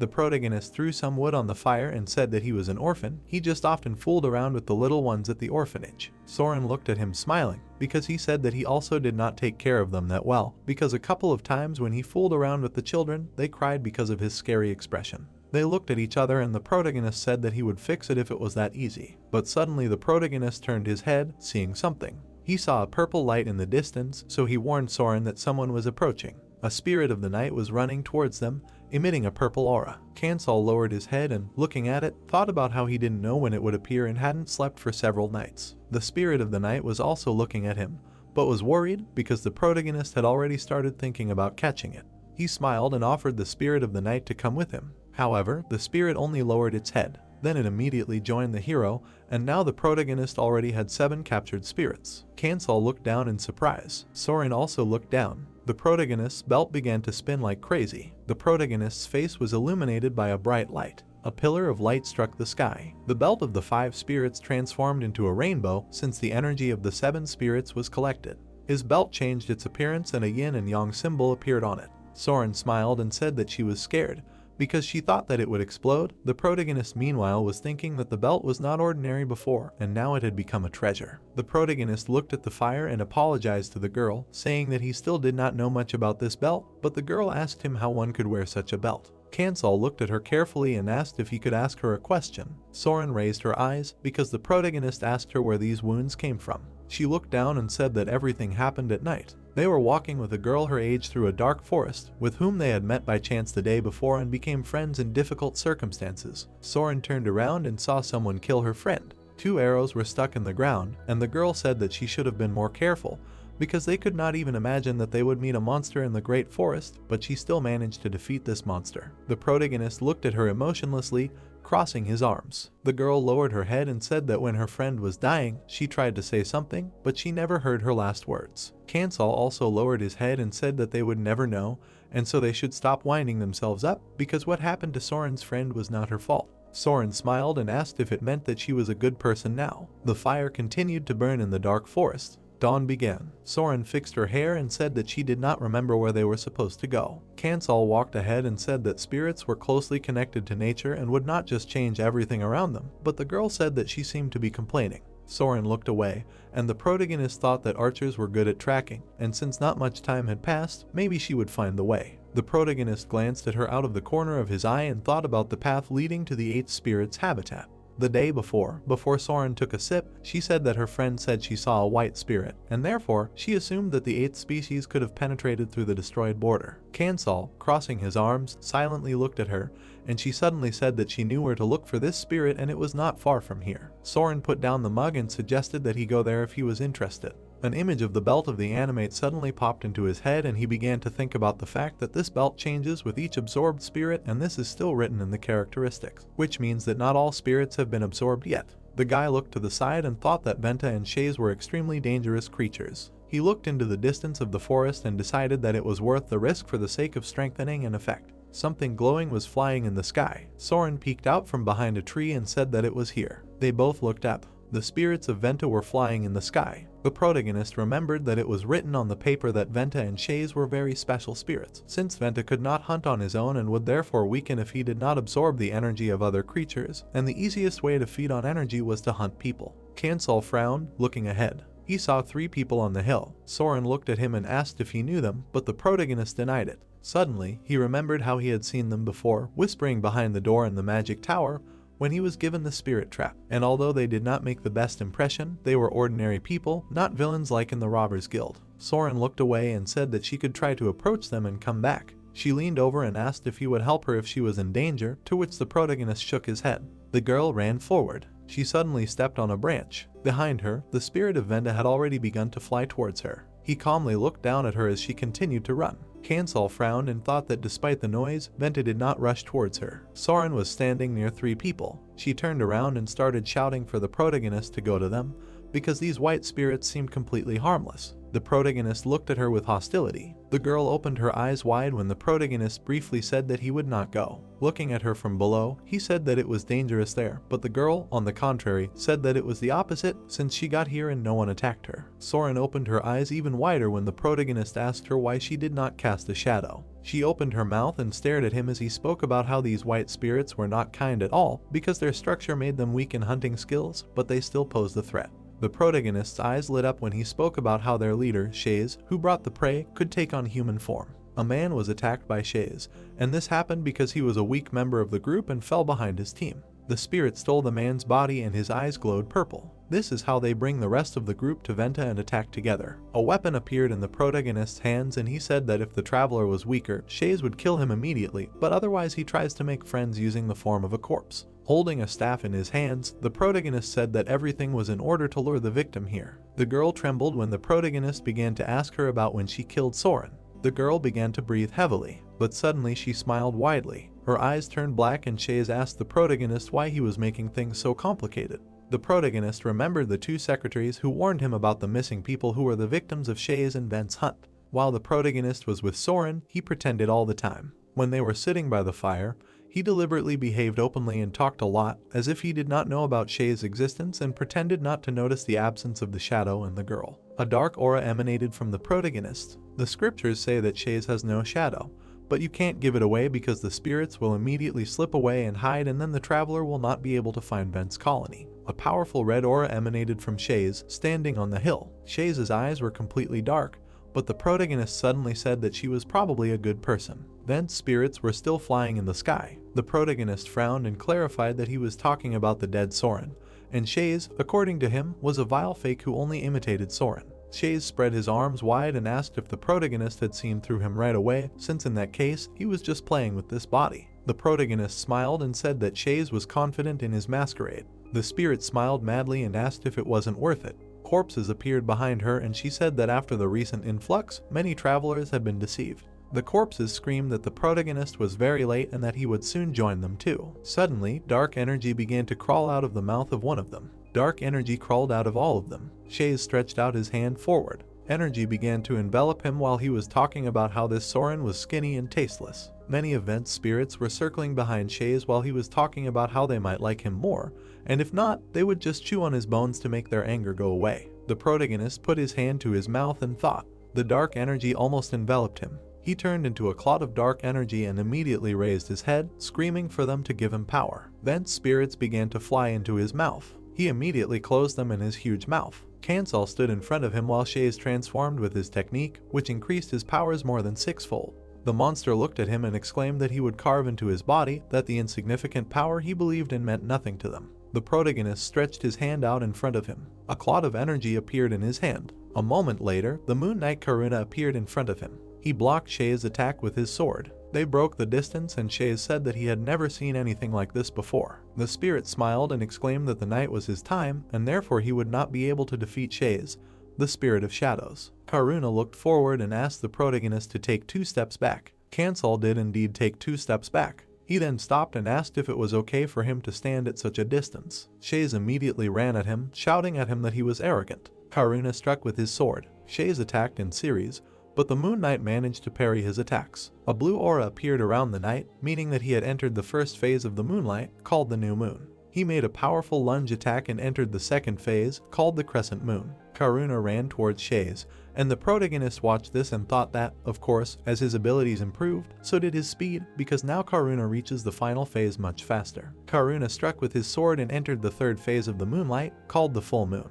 The monster looked at him angrily, asking if he could do nothing more. The monster's back turned red and he exclaimed that he would crush Karuna. He grabbed the spirits of Ventus with his tentacles. Shays was holding several spirits of Ventus with his tentacles sticking out of his back. He absorbed them all and became even bigger. Then he smiled. However, Cancel was also smiling. Suddenly, the spirit of the shadows grabbed his mouth because he failed to absorb the energy and his power became unstable. Holding his mouth with both hands, Shays asked the protagonist what he did. The protagonist smiled and asked if he liked the cocoa. Shays was still holding his mouth, and the protagonist said that he shouldn't drink everything that was given to him.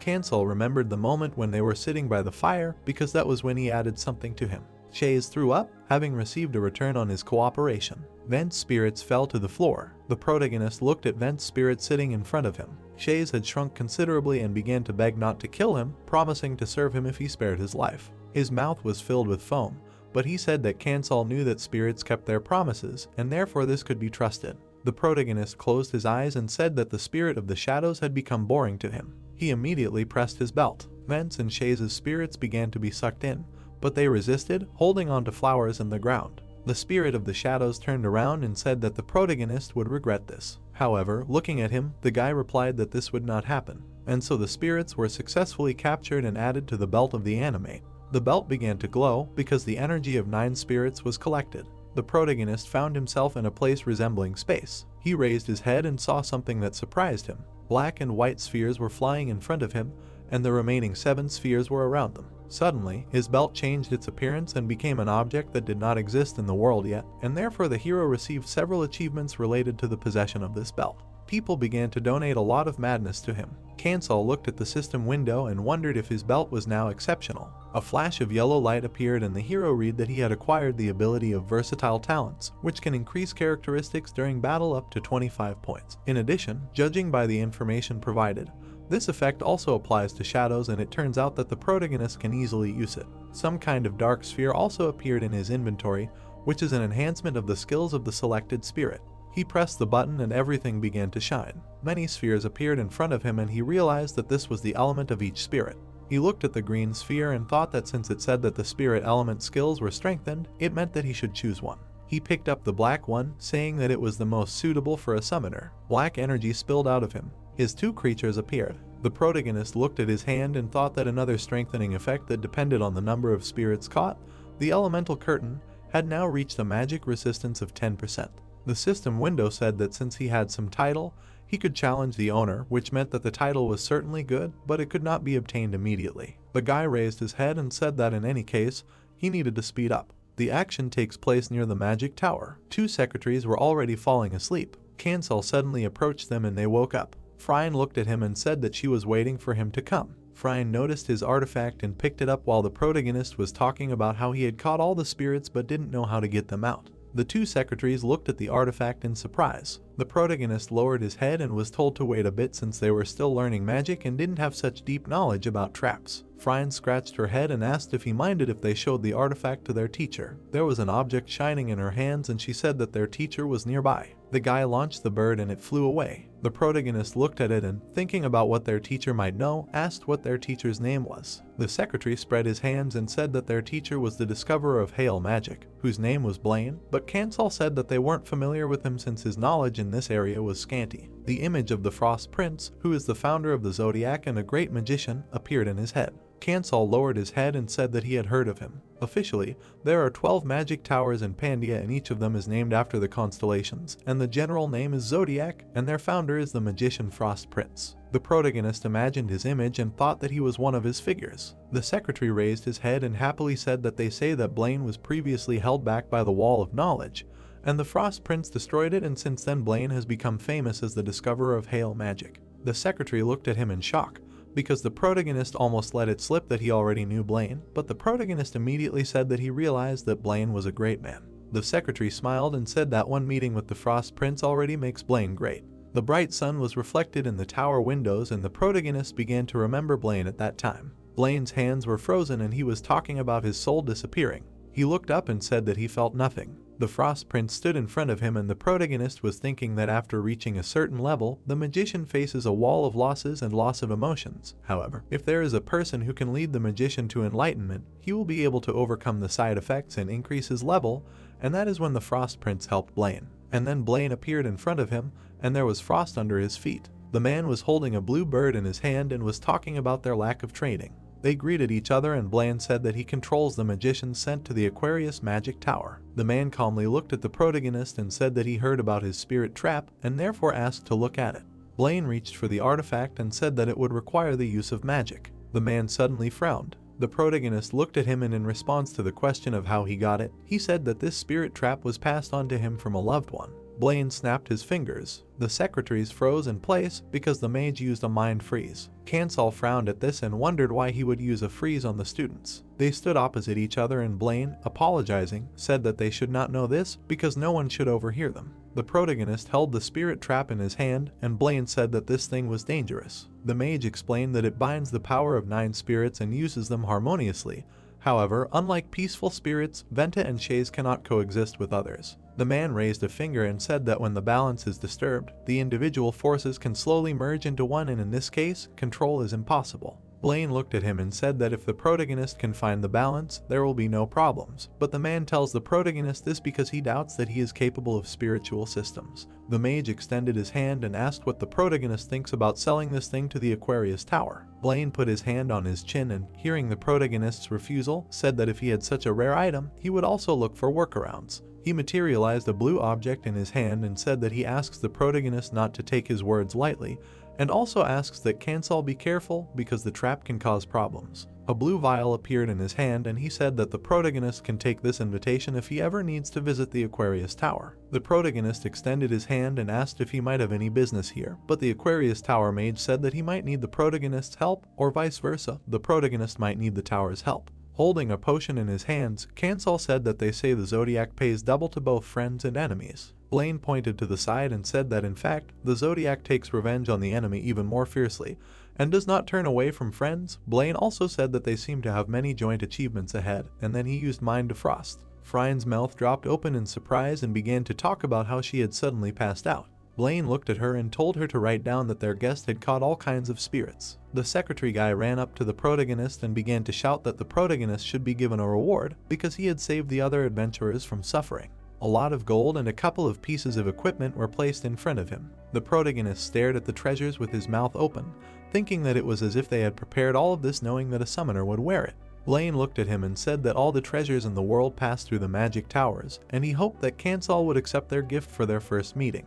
The protagonist turned around and thanked them for the equipment. He teleported away, leaving only a trace of energy behind him, and Frine told Blaine that what happened on the Stone Fang was true. Frine looked at him and said that she had a premonition that he was special, and suddenly the mage noticed that her premonition was correct. Blaine closed his eyes and, as he left, told her to let him know the next time Cancel was here, but Frine narrowed her eyes and said that the protagonist did not even have an invitation. The tower was really tall against the trees, and Frine realized everything at that moment and started yelling at Blaine, saying that she had asked him not to use freeze on her. The protagonist had moved somewhere, his points were currently over 900,000, and so he thought about how, with the exception of him, who was far ahead of second place, the other adventurers were all about the same level. The hero looked at the rest quest sheet. He looked out the system window and thought that before entering the base, he should check the reward for this adventure. Among the rewards was a cape, Ventus's veil, which is a good item for summoners. He remembered holding a torch in his hand and said that the ability to glow in the dark was also good, since now there would be no need to carry a torch. There were also gloves of elemental protection, which would protect the protagonist from injuries, since most of the injuries he receives during battles are more serious.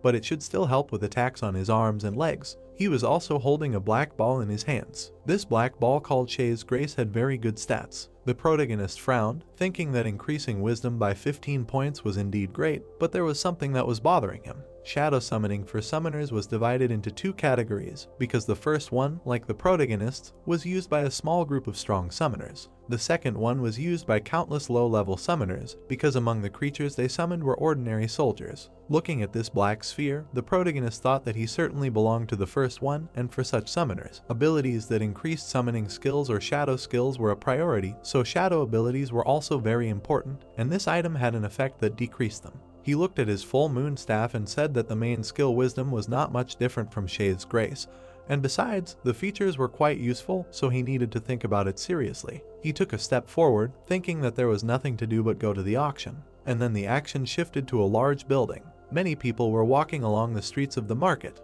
Among them was the protagonist, thinking that the ruined city was a real treasure trove, because many wholesalers and ordinary merchants passed through the local auctions, so it was possible to use the item search function here like in the Adventurers Association. He looked at the system window and thought that without it, the auction would not have withstood such an influx of people and turned into chaos. The protagonist put the bag on the table, intending to sell the small useless items obtained from previous adventures first. The bag disappeared from the table, and the protagonist thought that without the talent for negotiations, it would be more profitable for him to sell it at the auction than at the ordinary market. Then Kansal raised his finger and said that he knew they would be taken apart immediately. He opened his eyes in surprise because he noticed something interesting while looking for something worth buying.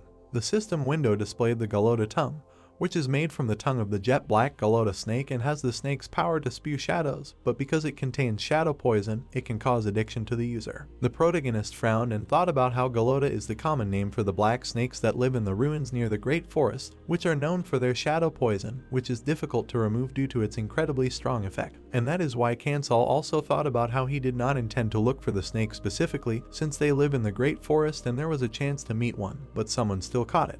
The protagonist put his hand to his chin and began to think that every summoner would want such an item, but there must be some reason why this item has not been sold yet. He saw the price on the board and said that it was too expensive. The guy looked away and said that even if he collected all his money, he would not have enough for the minimum bid, so he decided to contact the person who put it up for auction. And after some time, Rita, who is the auction manager, is already sitting in front of him. The girl smiled and told him to put his thing on the table in front of her. The protagonist put Shay's Mercy on the table. Rita began to look at him, asking what the minimum bid was. She was even more shocked when Kansal said that the initial bid was 200 platinum coins, because with such a bid, the buyer might not show up. Standing in front of the window, Rita asked him to visit the auction every day because the thing was very valuable. Kansal looked away and thought that the owner of the Galota tongue would understand his intentions and demand an exchange. Rita immediately reached for the door, looking around. She opened the door to a dark room. Then she handed over a letter. The man with the scars on his head took the letter. The sun was shining on the Navira Adventurers Association building,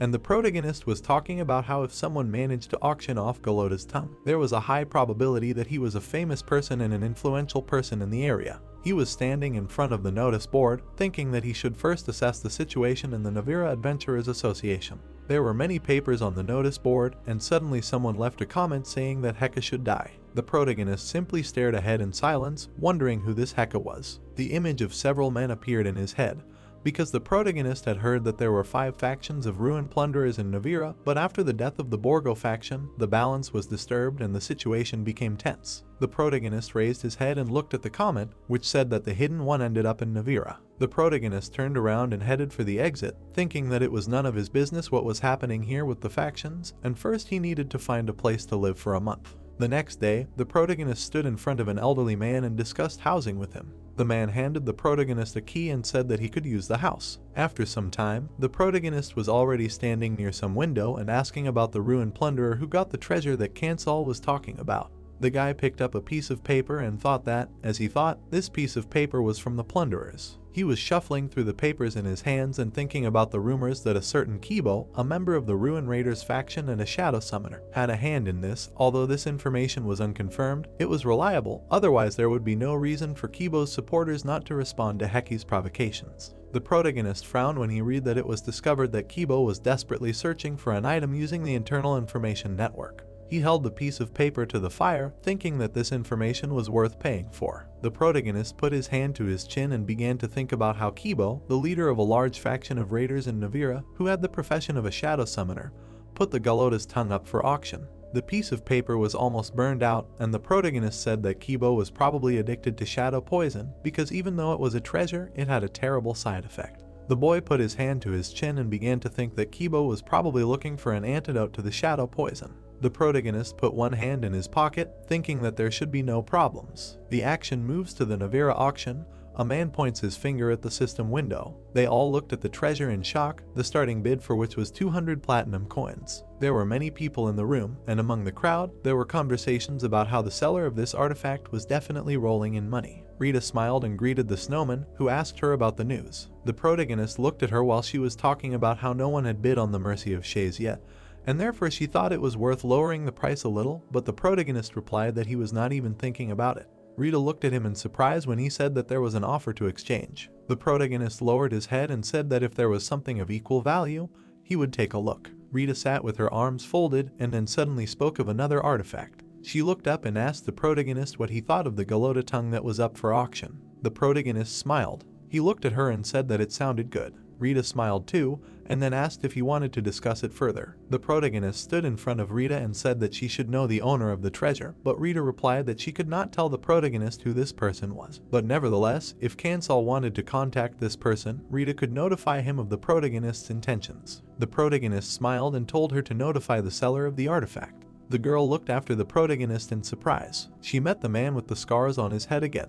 A light was visible from the window of the protagonist's house. The protagonist looked at the shadow flower and thought that there was no worthy summoning for it, but it needed to be processed at least. The shadow flower was on the table, and the protagonist was talking about how he had bought most of the processing ingredients at the auction, but he couldn't find the main one, paranoid gelatin, even there. And besides, having obtained the Gigolota tongue, he would need to make an antidote for the shadow poison, and the ingredients for it were also difficult to find in the southern lands. Then something purple appeared in his hand. He was holding a card in his hands and remembered how Janet told him that he could just tear up this invitation when he wanted to buy something for Madness. He tore the card, thinking that he didn't want to use it, but he had no choice. It was dark around, and the protagonist was thinking that, apparently, due to the busyness in the heavens, it was not very fun here. There were many silhouettes of Madness sellers in front of the protagonist. One of them, with his head down, greeted the protagonist and said that he was glad to meet them. The protagonist put one hand in his pocket and asked if the man was a Madness merchant, to which the man replied that he was indeed and that the protagonist had met one of them before. Kansal looked at him and asked if Janet was with them, but the merchant smiled madly and said that he could not answer that question.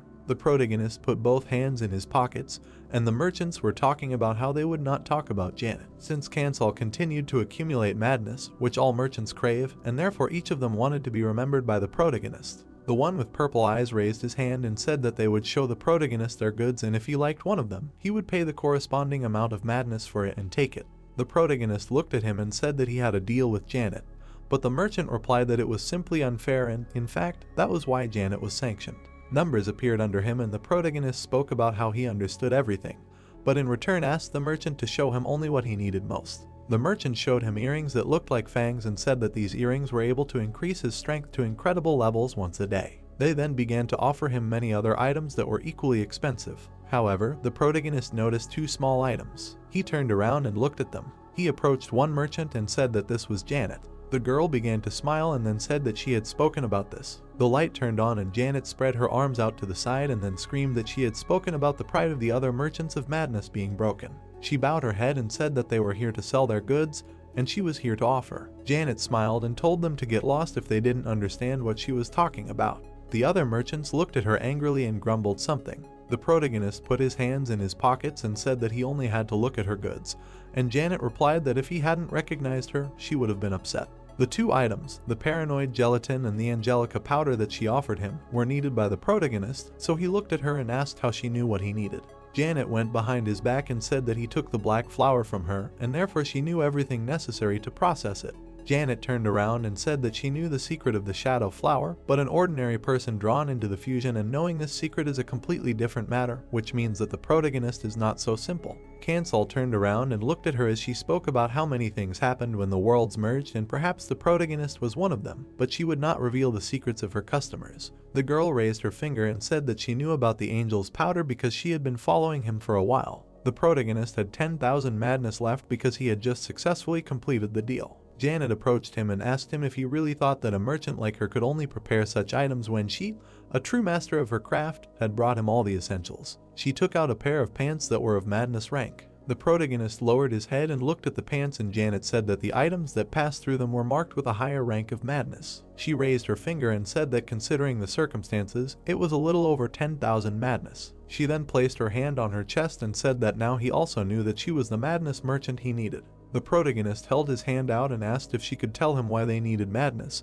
and Janet replied that madness was their everything. She smiled and said that those who had once been their gods had abandoned them for madness. The protagonist clenched his fist in anger. Memories began to surface in his mind and he became furious. Janet gave him an invitation. She waved at him and told him not to die because she did not want to lose the clients she had worked so hard to get. Sunlight fell on the roof of the protagonist's house. Kansal covered his nose and mouth with his hand because the antidote he was boiling smelled strong. The boy picked up the black flower and thought that initially making the antidote was not a problem, but the question was in processing the shadow flower. He sprinkled some powder on the flower, thinking that he knew how to use it in its original form. But now, thanks to the merchant madness, he has other ingredients, and the collected materials are already enough to proceed to the next stage. The flower opened and began to shine. The protagonist picked it up. Now it is a grown shadow flower. The sky was yellow because the sun was already setting below the horizon.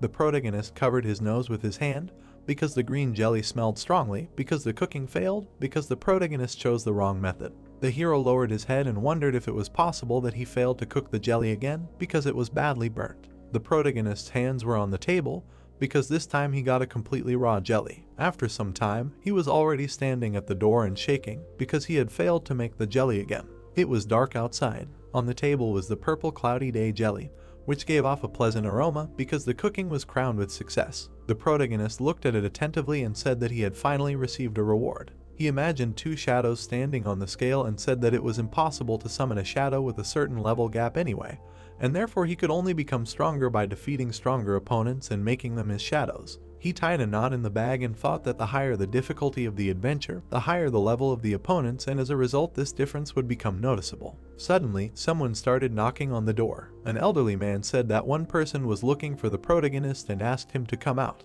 The protagonist smiled, thinking that now was the time. He turned around and asked where he should go, thinking at the same time that judging by the dozens of people at the reception, this man clearly did not come alone. Suddenly, another man came to the door and said that there was no need to go because he could not resist and came himself. Kibo was standing in front of the door, and behind him were many of his people. He frowned and asked if he was really going to stand at the threshold. The protagonist also smiled and said that the room was a little messy, but if it did not bother them, they could come in. His people were standing by the house. Kibo entered the room and said that now he was just a toothless predator, and therefore the protagonist had nothing to fear. Kibo waved his hand near his nose and said that the protagonist seemed to live alone, but it smelled like a toilet.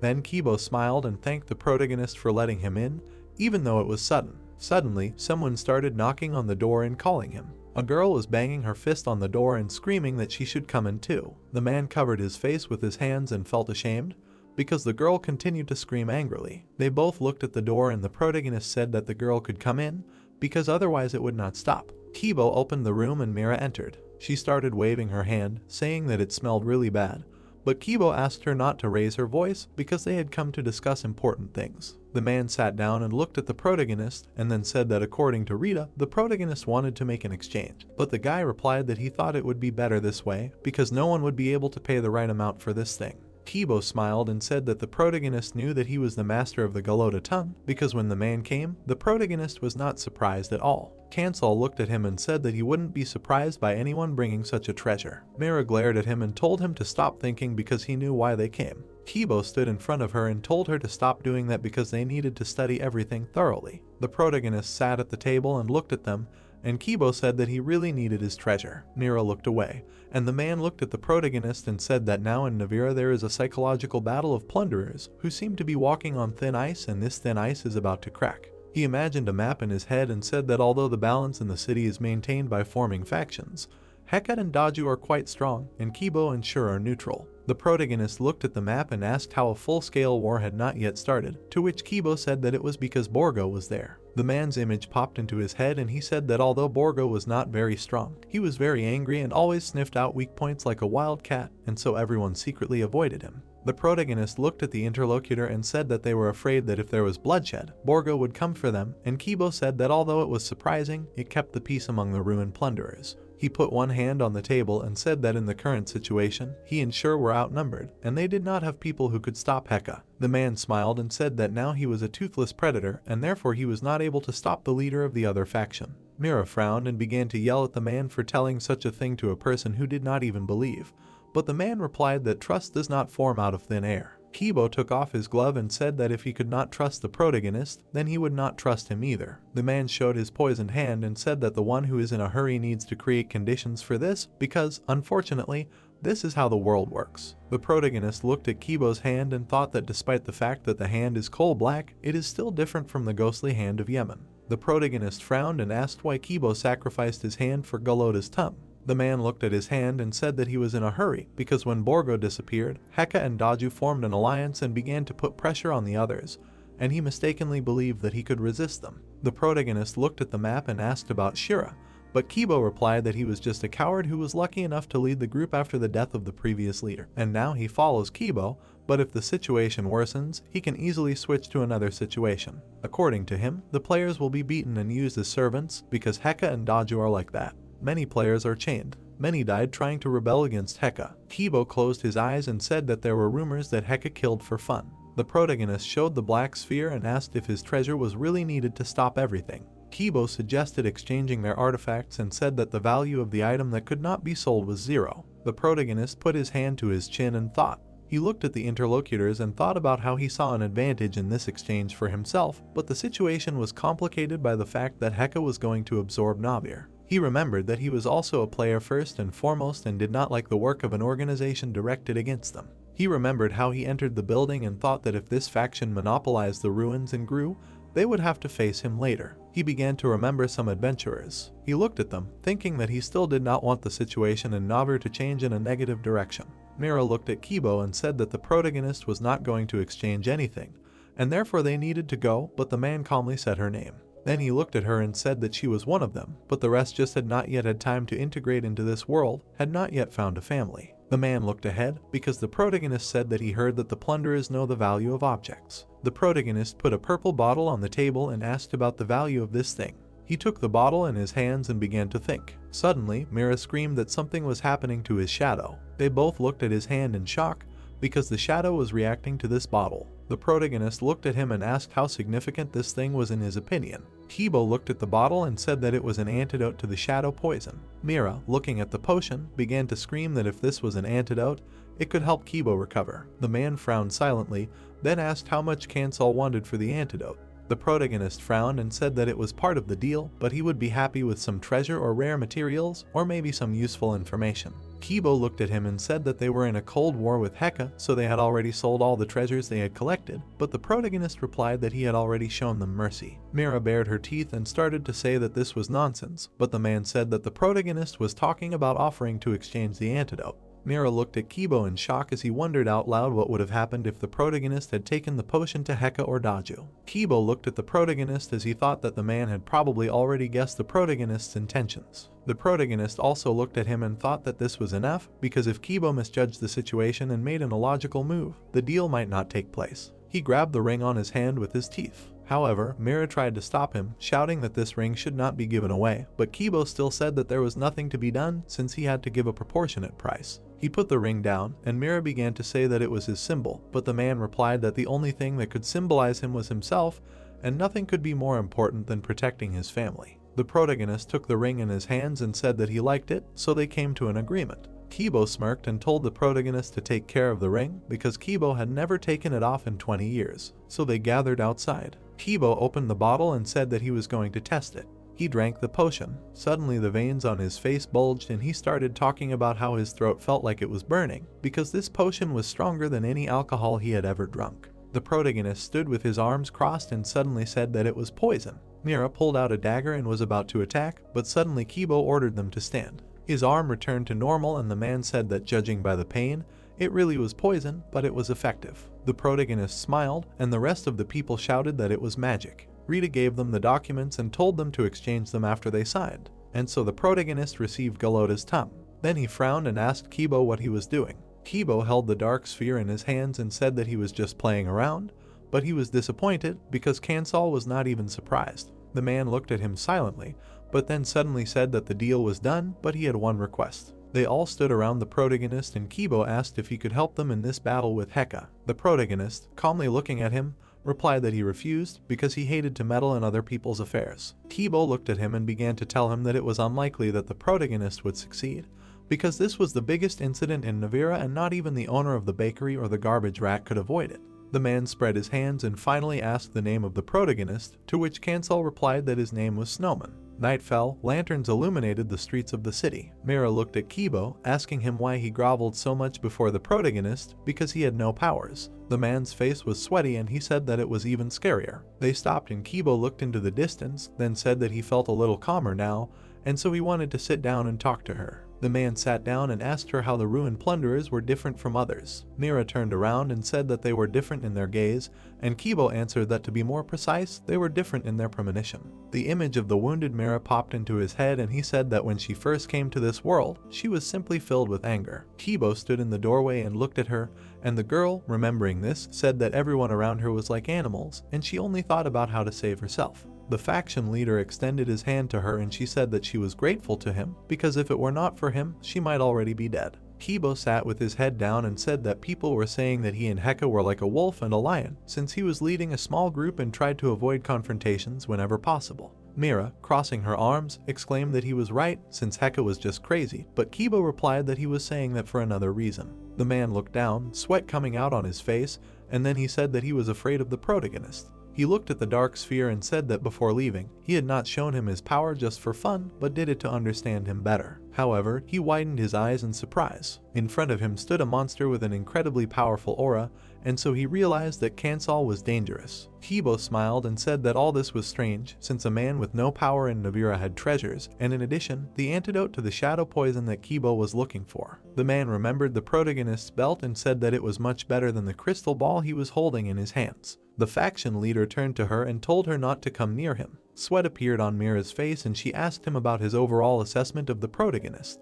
Kibo looked away and said that after Rita's story about him, the faction leader used all the information networks to find out about this mysterious person, and in the end, the day when, according to her, the Hidden One appeared coincided with the day the snowman arrived here. Mira opened her eyes wide and wondered if this was a coincidence. Kibo frowned and said that he also doubted it, but now he is sure because he saw it in person, and therefore says that Kansal is the Hidden One, and perhaps Heka has already guessed too. Meanwhile, the protagonist entered his house. He extended his hand with the artifact over the boiling vat. Kansal began to lower the artifact into the boiling liquid. The protagonist silently looked into the boiling vat. 2 days had passed, steam was coming out of the protagonist's window. He was holding the artifact in his hands, from which a pink glow emanated. He twirled this whip in his hands and thought that now it was less conspicuous and more convenient.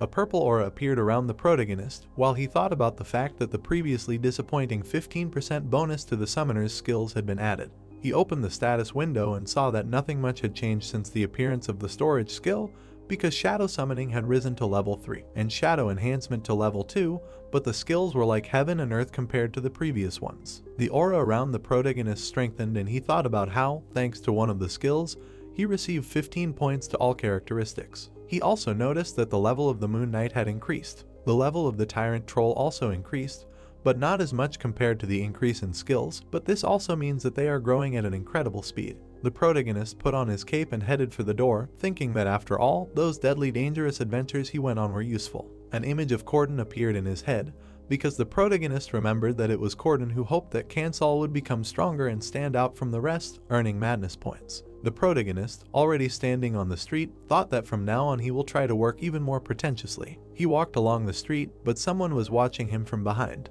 2 men were standing around the corner and watching him. Kansal was standing at the laboratory where he was looking for traces of KO, but there was nothing there. He raised his head and thought that he hoped to find at least something tomorrow. Otherwise, he would have to rely only on the information left in the laboratory. It got dark outside, only the lanterns illuminated the streets. The action takes place in a bar, where people sit and drink, talking about work. A waitress approached the protagonist and asked him what he would like to order. Suddenly, she looked into the distance, her eyes wide open. Kansal turned around, because he smelled blood. Heka entered the bar. He frowned and looked ahead. While the others ran, the protagonist sat quietly and thought about the fact that he now realized that Heka, of course, was following him. The faction leader walked forward, while the protagonist looked at him and wondered how many living beings he had exterminated since he was so soaked in blood. The protagonist lowered his head, and Heka said that he heard that a man had arrived here, who had given the treasure to the wolf. The man slammed his weapon on the table and introduced himself, saying that he had heard that Kansal was strong. The protagonist raised his head and asked who he had asked about the treasure. Heka smiled madly and said that he asked him. Heka stood close to him, asking about where he got the treasure from. The protagonist lowered his head and again wondered who told him this. Heka turned around and shouted for them to bring the informant into the room, but the subordinate standing behind him answered that she was in no condition to talk right now. But Heka still ordered her to be brought again, because the protagonist, as Heka thought, would tell everything when he saw her. A blonde girl covered in blood entered the room. The protagonist opened his eyes wide in excitement. Rita looked at him and cried. The protagonist looked at her madly and said her name. the wolf's hideout appeared. Kibo, looking at the screaming crowd, said that everyone was gathered, and the guy next to him asked if it was today. The faction leader, lowering his eyebrows, said that today, adding how much longer this miserable existence could be dragged out. There were enough greedy people in Navira.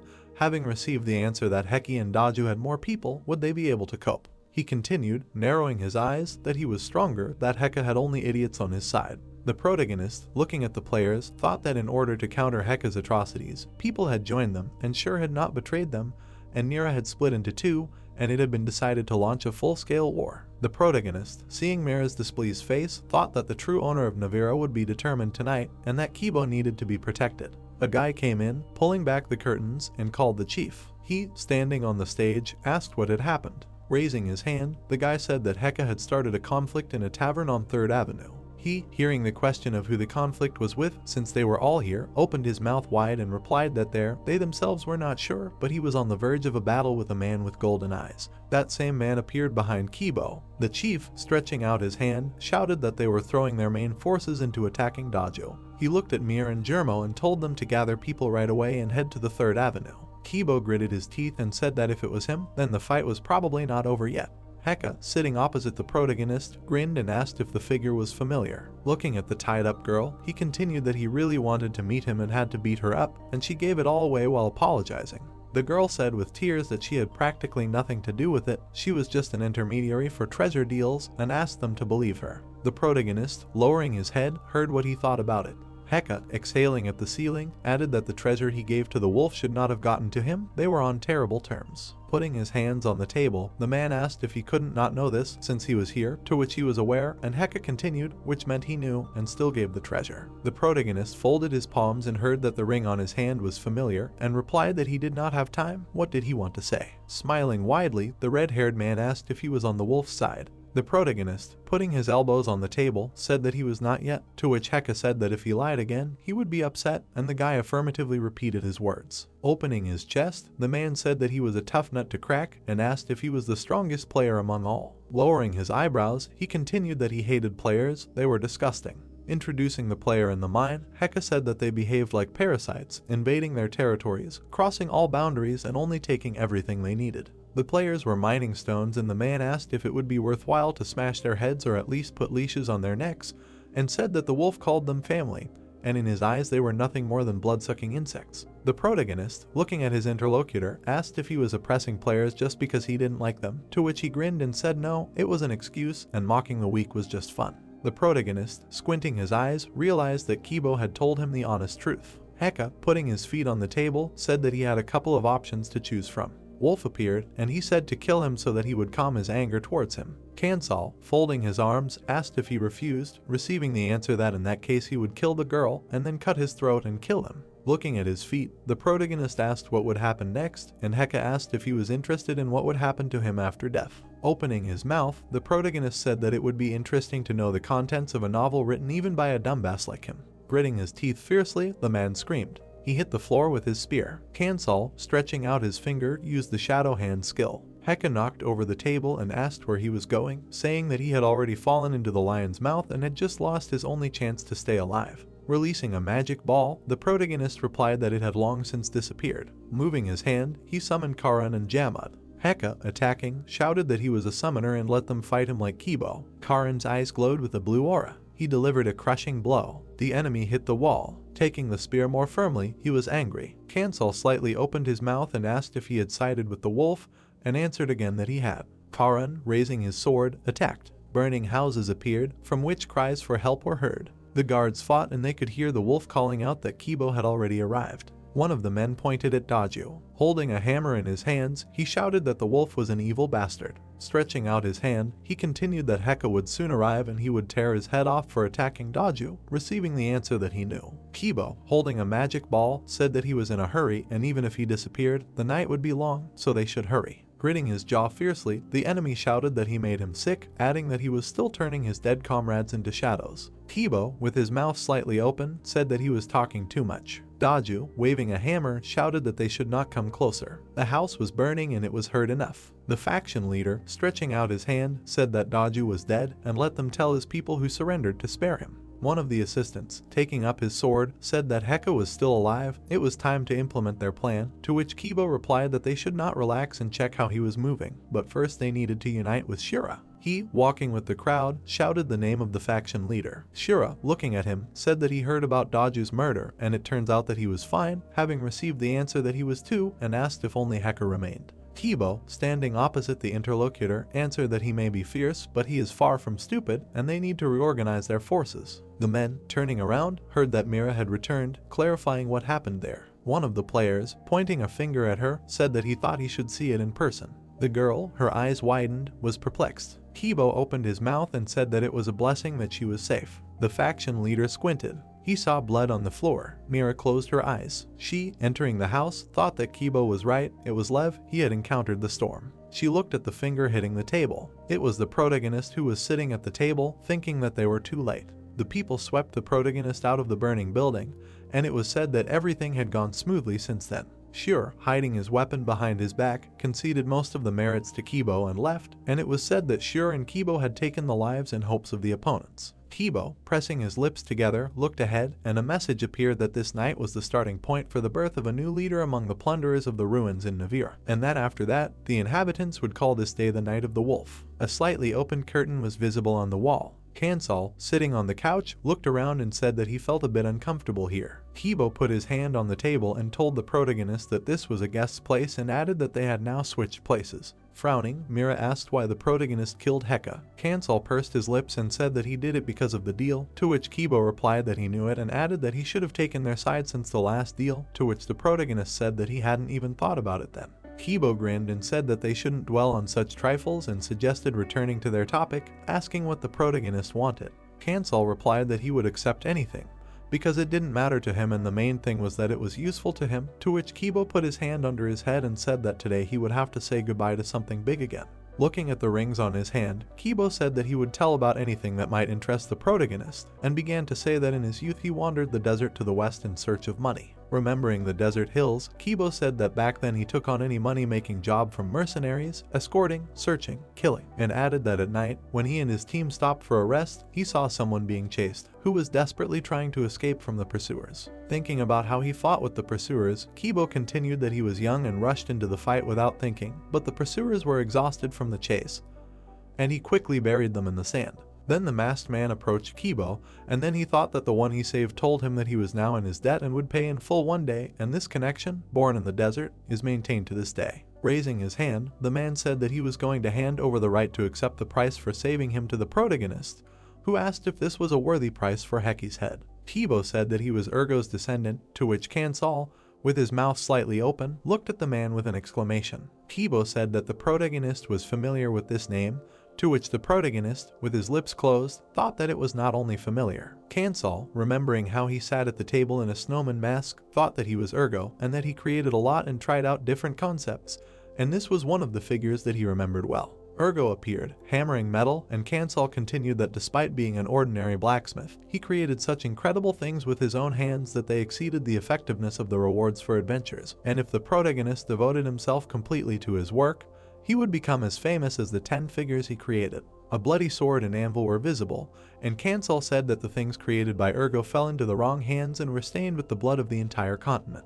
Urgo's back appeared covered in blood, and the protagonist said that for this reason the figure was called blood-soaked, but in the end, his weak heart could not bear it. The protagonist was faced with a choice whether to end Urgo's adventures or not. Looking at the figure, Kansal made a choice and allowed Urgo to live as he wanted, after which a notification appeared stating that the life of the adventurer Urgo continues, and now he is in charge of his own destiny. The anvil and sledgehammer appeared to disappear, and the protagonist thought that it would be better than watching the tragic end, because although Urgo's life began as a simple blacksmith, it ended with bitter grievances. Looking down, Kansal thought that he did not expect to hear that name again, and continued that he probably knew who his descendant was. Remembering the silhouette of the man, Kibo said that his name was Hammon, and continued that he no longer engaged in blacksmithing, but promised to definitely repay the debt. The protagonist asked if the man knew where Hammon was now, to which Hammon, raising his hand, asked in response if Kansal wondered why the man told him this story. Frowning, the protagonist said that Hammon was now in Navira,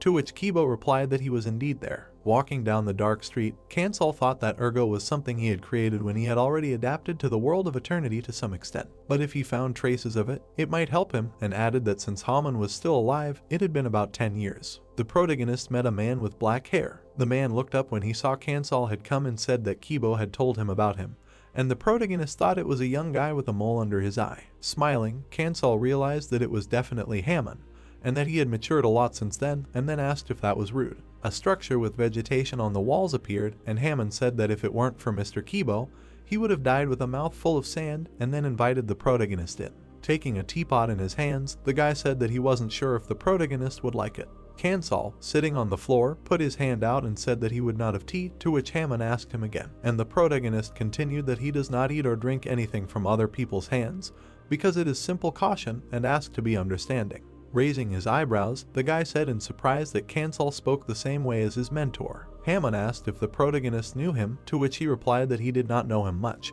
and the guy continued that then, perhaps, they knew each other before the offensive nickname stuck to him. Kansal said that the mentor was nicknamed Ugro Golden Hands, to which Hammond, lowering his eyes, replied that the protagonist was quite accurate. Lowering the corners of his lips, the protagonist thought about the fact that each thing created by Ergo was endowed with amazing abilities, for which he was given an extravagant nickname. Hammond sat cross-legged and said that the master had become disillusioned with this world and had left it, and continued that after that, his works had fallen into the hands of cruel people and had defamed him. Hammond continued that the master had hidden the remaining items so that no one could find out about their location, to which Kansal, presenting the items, thought that if they had remained, Ugro and Hammond would have had nothing but trouble, then said that this was the reason why the boy was being chased in the desert. Recalling the chase in the desert, Hammond said that he was being hunted by those who were eager to get his master's works, and he hoped that the pursuers would give in if he took the difficult route, but he did not expect that they would also decide to cross the desert.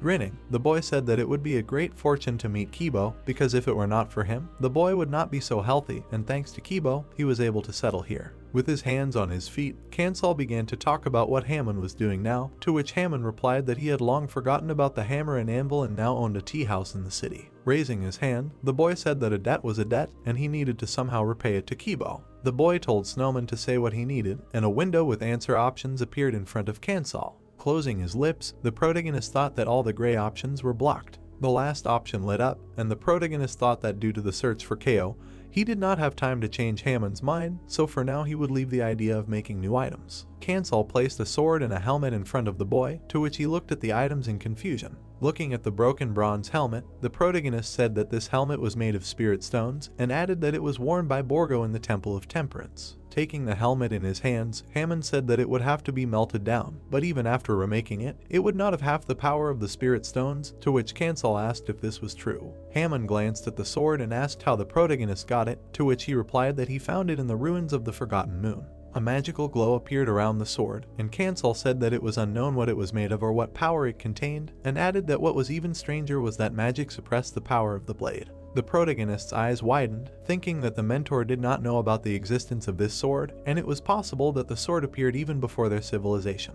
Holding the sword emitting blue magic in his hands, Hammond said that the protagonist could leave him the helmet and weapons, since this sword interested him very much, to which Kansal thought that this guy was still the same as back then, with a sparkle in his eyes. The protagonist said that he was very grateful to the guy, and added that he had no more than 15 days, to which Hammond, examining the sword, replied that this was enough for him, and asked to trust him, because he was one of the few who could awaken the power dormant in this blade. Keo's laboratory was visible. Kansal asked if Karuna would be okay without the sword, to which he replied that even without it he could protect the protagonist, and Jamad, moving the cabinet, muttered that the guy could do it himself. The troll mocked the guy's loyalty, to which Karuna, pointing a finger at him, asked him to stop bullying him, and Jamad said that it was just a sincere compliment, after which the protagonist wondered how they could fight so well side by side. Karuna turned around and looked at him in bewilderment. Jamad looked at the wall, and Karuna turned to the owner and said that he had seen such a pattern somewhere. The protagonist asked again and said that all the walls were in patterns, and he did not even look at them, then asked if Karuna really recognized one, to which he, approaching the wall, said that he definitely remembered it.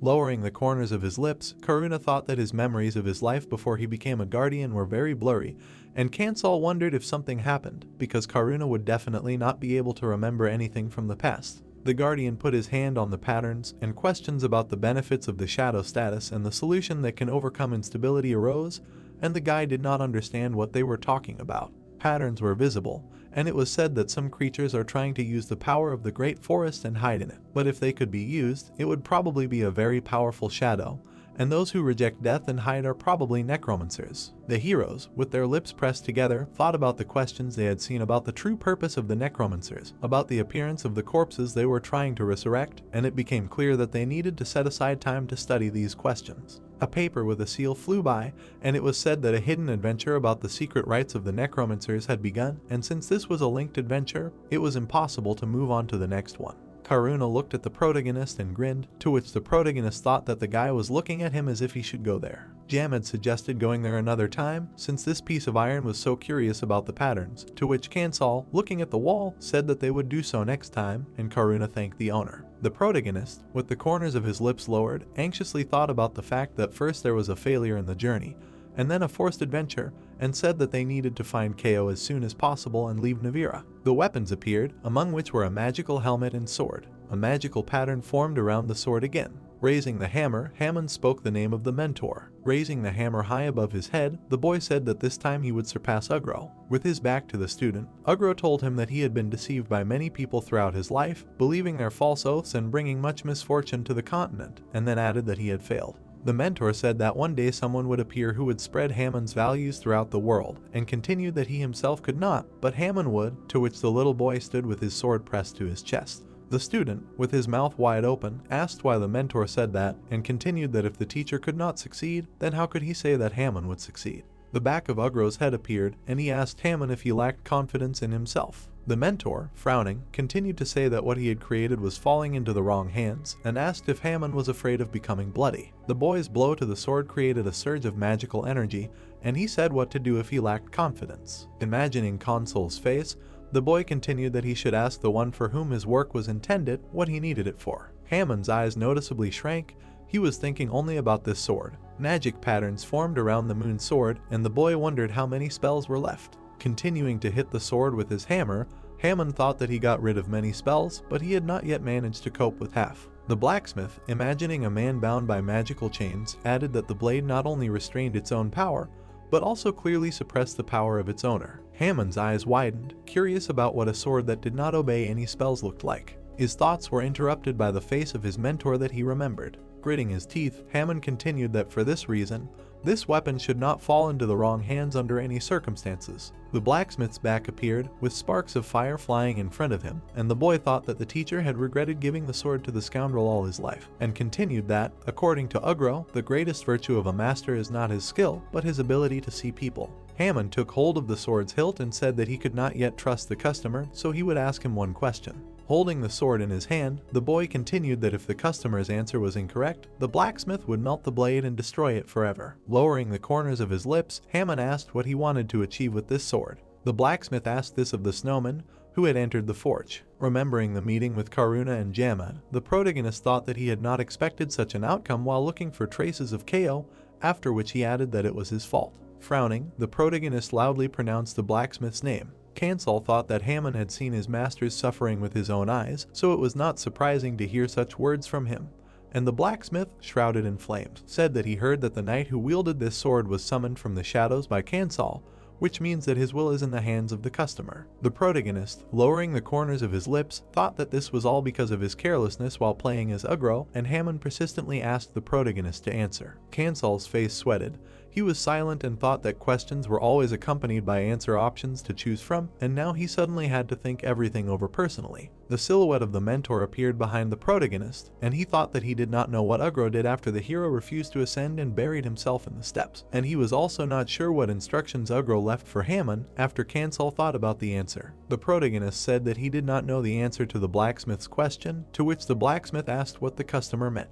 Looking at the sword that was about to melt in the fire, the protagonist said that he still did not know what to do with this sword, and added that if he met an enemy, he would fight him and he would raise this sword for the sake of what he must protect. Hammond said that Kansal really was going with the flow and asked if he could vouch for himself, and the protagonist, clenching his hand into a fist, repeated his words. It seemed like dice were falling behind the protagonist's back. He said that how can one be sure of tomorrow, and added that it would be rather strange. Hammond pulled his hand back. The protagonist looked at the sword in his hands, and the blacksmith, turning to the snowman, said that he was giving him this sword. The sword appeared in an updated form. The protagonist was given the ability to use a legendary rank sword, which was followed by the surprised comments of the gods about the 3 million donation, the legendary rank of the sword, and that it was a mistake that was checked again. Flames appeared behind Hammon, and he quoted the teacher's words about how the confident in himself does not need his creation, and the one who needs it will doubt. The blacksmith said that the protagonist is worthy of wielding this sword, to which the protagonist, examining the new item, thought about how the blacksmith was able to create such an item in such a short time, adding that he thought that even the strengthened moon sword would become a treasure, but was mistaken. The blacksmith pointed to the helmet to the customer and said that he could take it. This item became the treasure rank helmet of cold-bloodedness, after which the gods again commented that this is also a treasure, and now that the helmet has acquired this rank, it has become visible to the eye. Rubbing his hands, Hammond said that since that was all, it was time for them to say goodbye, to which Cancel thanked him, and the blacksmith suggested that they come to him more often. Picking up the towel, the guy said that he had left this job a long time ago, but thought that he could help the protagonist from time to time, after which a message appeared stating that the protagonist had received additional sympathy and an assistant from the descendant of Ugro of the hero rank. Smiling, Cancel thanked the blacksmith in advance and thought that now things could improve in this way, and continued that who would have thought that Hammond would become his ally, because for an unsuccessful journey, everything was going well for the protagonist. Adventure number 9 appeared, The Secret Ritual of the Necromancers. Its purpose was to find out what was happening in the camp and find Kao. Surrounded by a magical glow, Cancel walked towards the tent. The protagonist's eyes lit up. He activated his intuition. Red stripes from the passing cart appeared on the ground. A cross appeared on the tree trunk, which someone had carved along the way. Peering out from behind the tree, Cancel thought that the Archbishop was very angry about this situation, and that there were times when the Eternal Life ignored them, but although the matter was quite important, he was not going to help them. Running his fingers along the cross on the tree, the protagonist realized that if it was not them, then it was Kao's trail. Thick trees appeared, and the protagonist thought that he would have to go deeper into the forest, in the direction from which the terrible smell of corpses was coming. Double traps appeared on the trees, and the protagonist was given the opportunity to choose what to do. The protagonist, looking at the stretched traps, activated insight and felt the cursed energy. Cancel thought that the smell of corpses was getting stronger. He saw that double traps were set and realized that he was on the right path. The protagonist turned his head and thought that even if he could avoid the traps, the curse would still be a problem, and decided that he needed to find the curse. The protagonist saw a chick and realized that it was a curse, at which time insight was activated and the source of the curse was revealed. Cancel stretched out a magic rope in his hands. Striking with all his might, the protagonist broke the stones with it, after which a message appeared stating that the curse that had covered the entire area had been lifted, as well as comments from the gods about who the snowman is, who has excellent taste, insight and epiphany are cheating, and the plot is ordinary but very detailed. Twisting the magic rope in his hand, Cancel thought that something was definitely happening in this forest, and that from the title of the adventure one could guess that it was the work of necromancers. The protagonist folded his arms and thought that either the remnants of the immortals or completely different creatures had entered the great forest, and if he could use them, he would be able to obtain a powerful shadow. Then the guy thought about Kao's words about how he was haunted by the assumption of eternal life. Imagining himself as the master of eternal life and the lord of black magic, the protagonist thought that he was closely connected with Kao and brought turmoil to the continent. Looking into the space between the tree trunks, Cancel thought that the master of eternal life had already left, and continued that the fact that Kao still existed was not good. A camp with scarves was visible through the tree branches. The protagonist, passing through the bushes, thought that if he were the leader of eternal life, it would be a different matter, but if he met them now as a stranger, he would not be able to get rid of them until the end of the adventure, after which he added that first he needed to find out if this was related to eternal life. From the tent, someone was heard asking Ri to decide, because he seemed calm, although they were already several months behind schedule. The man with the mustache, pointing at the corpse, asked if his partner wanted to get into its head, and added that the partner had seen with his own eyes how this demon had absorbed more than 20 members of the squad with one mind. The man continued that the demon had not shown any signs of life even after eating so many people, and asked if it was dangerous, to which Cancel, sitting near the tent, pondered his words. The protagonist, lowering the corners of his lips, realized that these people were now trying to forcibly resurrect the necromancers with the death sentence crystal. A necromancer resurrecting a warrior appeared, and it was said that they did not need much effort to raise necromancers of their level, But if there was a gap in levels or resistance, everything happened differently, and also that in the process the necromancer better understood the necrobody and the dead man fulfilled the request for submission. The protagonist peeked out from behind the tent and heard the man say that this was an unnecessary and difficult undertaking, and what was especially unclear was whether he would be able to control the necrocorpus he had created, to which the partner replied that this was what he was talking about. They couldn't continue to stall for time. Covering his mouth with his hand, the mustachioed man whispered that this was why the archbishop had decided to come instead, to which the partner asked him again in alarm. Kansal frowned and continued listening to the conversation about the archbishop being very angry about this situation, and that eternal life was not going to help them in an important matter, and if this continued, it would crush them and feed them to pigs. A question was heard about what would happen if the archbishop made a necrocorpus out of this corpse, after which the protagonist ran away from the tent. Opening his mouth, Kansal asked Karan to check the other tents and if anything happened, to deal with it, to which he began to do so. The bald man was sleeping, making sounds. The protagonist, looking at him, thought that the man was fast asleep, although he said that he had set traps around him. Pressing his lips, the protagonist thought that he had found him on the first try, and realized that it was good that they had started from this spacious and simple place. A death sentence crystal appeared on the table, and it was said that it was originally a deep black, but with each person who died, it became redder. A notification appeared that the protagonist had received the death sentence crystal, and, taking the crystal and documents in his hands, Kansal thought that they were talking about what the group gathered here called the Order of the Dead was doing.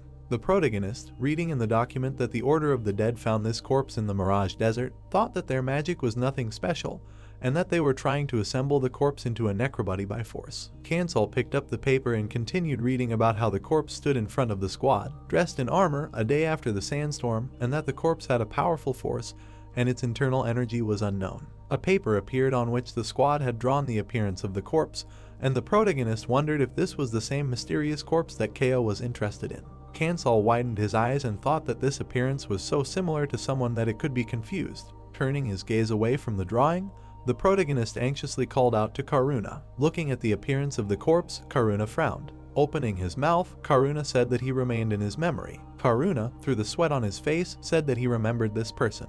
The protagonist, looking at him as he held the paper, asked if he remembered this corpse and added that they had to get out of here first. He folded his arms and continued that they had to go to the place where the rituals were being held, hearing a positive answer. A paper appeared where Karuna was depicted, and it was said that they were convinced that this would help the Order of the Dead overcome the Church of Eternal Life and be reborn, and they immediately got down to business. A great forest was visible, and the protagonist thought that the attempt to revive the corpse was unsuccessful. It required enormous power. So he went here. The death sentence crystal was used, adding that there was no choice but to convey the news to the Church of Eternal Life. Karuna, shining with the blue aura, had to deal with them, and Kansal continued to think that this Order of the Dead always failed in rituals, and if we assume that they were forced, perhaps Keo was also in the crystal. Karuna swung his swords. The protagonist, looking at him, said that his condition after seeing the image of the dead man was very strange, thinking what happened. The protagonist, wide-eyed, thought that he would have to go back like this. He saw a body chained up, thinking that it was that corpse. The protagonist, clasping his hand, said that if he was not mistaken, the armor on the corpse was very similar to what Karuna had on. He, holding the death sentence crystal, thought what to do. In the worst case, the crystal could suck him in and he would not get out. The survivability in it depends on the class of the corpse, and he would not worry if this corpse was ordinary. Kansal, looking at the man in armor, heard a question about who he was. Karuna, through the sweat on his face, asked himself who he was. The protagonist, with his mouth wide open, called out to him. The guy, squinting, felt pain. He, falling to the ground, screamed. The protagonist pulled out the crystal. It activated and flew around the chained corpse, and the secret ritual began. The adventure began. Its purpose was to learn the inner world of the corpse. The girl was kneeling. The emperor, with his mouth slightly open, said that they were those children. Did they have names? The children, holding their hands behind their backs, answered negatively. The man, sitting on the throne, said that then the child with blue eyes would be Karuna, and the one with red eyes would be Karen. Looking at them, he asked what they wanted, receiving the answer that he was dead. The emperor brought the sword to Karen. The emperor, placing his hands on the throne, asked if she wanted him to die, and why she wanted him dead, to which the girl replied that he did not know hunger and cold. Sitting on her knees, she added that even before they received names, everything was taken from them because of the war started by the soldiers of this empire. Through tears, Karen said that if only it were not for the empire, everything would be fine with their village. Looking straight ahead, the emperor realized that it was about the elven village, and he had seen a report about it during the territorial dispute with Ungit. One of his assistants, biting his lip, heard his mockery, and therefore he must definitely listen to their request. The emperor, rising from the throne, said that he would listen to them. Extending his hand, he added that not now, and the children asked why not now and received the answer that wasn't it too unfair. Smiling, the emperor continued that when they become the strongest knights of the empire, then he will think about it. The children, lowering their eyebrows, clarified about the knights, and it was heard that then he would gladly give up his life. The protagonist, standing behind them, thought that this was their chance to destroy the Monter Empire with their own hands, to which Karuna said that this was the spiritual world of a corpse, and it seems that this is his past, he remembers everything.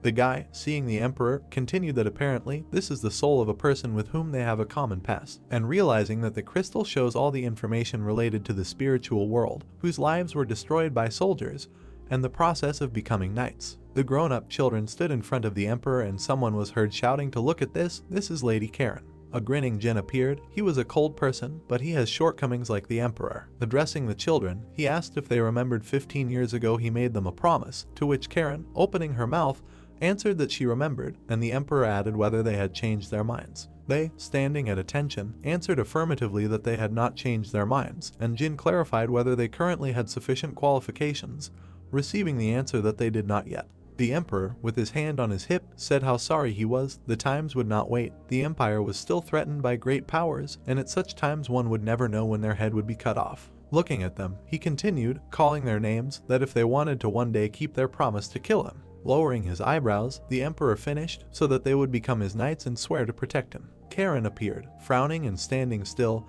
and the protagonist thought her old hatred had not completely disappeared, but she had already encountered the greatest contradiction in the last 15 years. This was their emperor. The girl, holding a sword, exclaimed that she agreed. Karuna, taking the weapon in his hands, said that they would become the emperor's knights. They, kneeling, said that they swear by the sun and the stars. The protagonist, looking at the empire, thought that the twin knights were protecting the emperor to kill him, and they broke the rule for the first time, becoming the 9th and 10th numbers instead of the usual 8. This event happened for the first time, and so Karuna became a knight of Mantra. Kansal, lowering his head, said to himself that however, now among the Pandya Empire there is no Mantra, thinking about what happened there. Karen, standing in the forest with Karen, asked if he was really leaving, receiving the answer that he had said that he wanted to see the world. He, imagining himself as a small child, continued that the world that Jean had shown him, and he should check if it was really like that. The girl had sweat running down her face. She, taking his hand, said that the people of Mantra were obliged to keep their promise, no matter how much time had passed, that he would definitely return when she needed him, let her remember him, to which he replied that he would remember. Karen, looking into his eyes, added that he should not linger. She, through tears, told him to live well and stay healthy, because they had been through a lot, and the guy responded positively. Karuna, holding her hand, asked when she would let him go, to which she shouted for him to leave right now.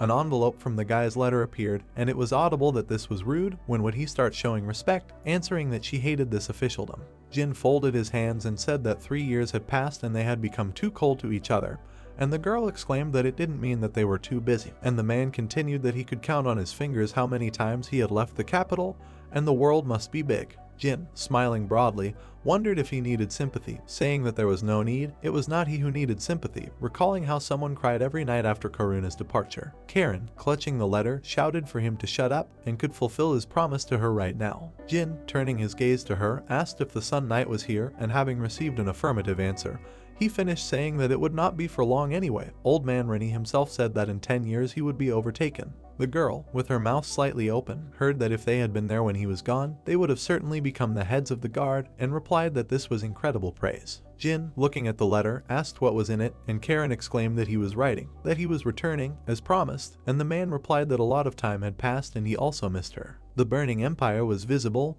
and cries for help were heard. Karen, with her mouth wide open, heard that invaders were coming.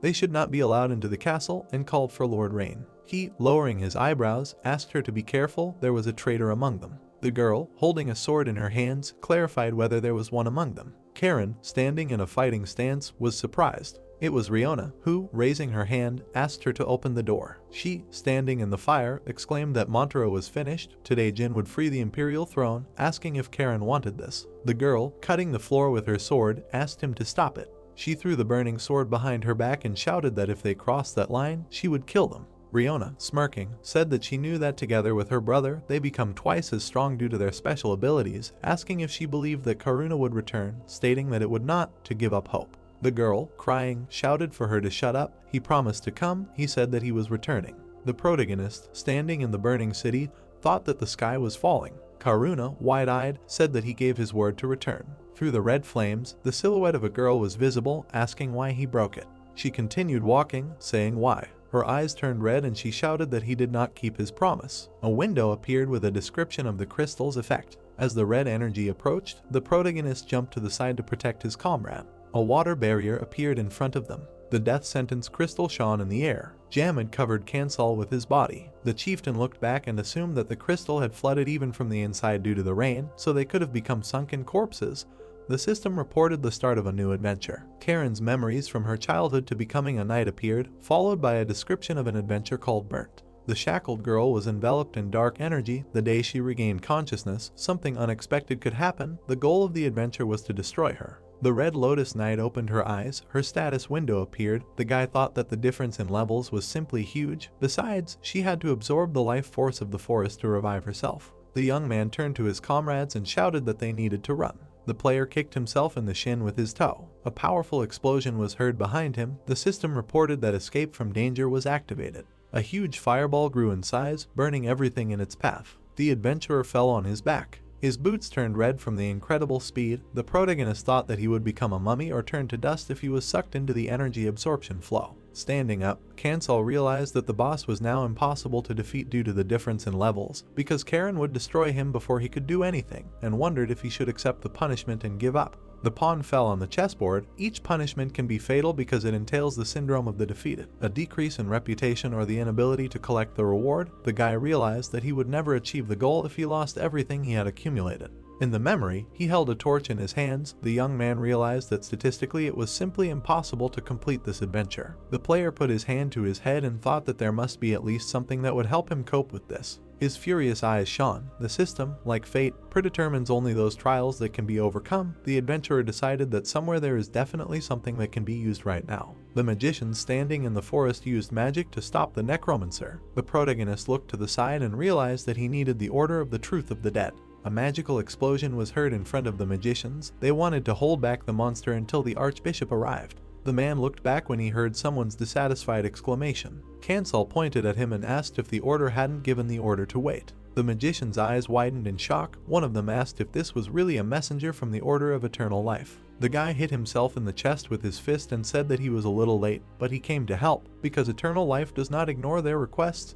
The gods were amazed at his acting skills. The young man opened his mouth wide and ordered to report the whole situation to him. The sorcerer reported that the necrocorpus had freed itself and was resisting and that there had been no major casualties yet. Karen gritted her teeth menacingly. The wizard said that she was getting stronger with every second and that the archbishop should arrive soon. Turning away, the player said that the archbishop's insight would save everyone and decided to buy time. Because their orders were still sworn brothers, the magicians thanked him. The adventurer extended his hand to his friend. The protagonist frowned and asked him to save Karen. Karuna looked at him resolutely. The Moon Knight rushed forward. The girl's abilities were at an incredible level, but judging by the fact that she was on par with these necromancers, some restrictions were imposed on her, fettering her strength. The sorcerers raised their hands and used magic to increase the elf's defense. The man opened his mouth furiously and called for his friend to come to her senses. The system reported that the summoned creature had entered the new moon phase. The woman lunged forward, flames escaping from her mouth. Their swords clashed in battle. The shadow entered the crescent phase. Karuna swung his sword.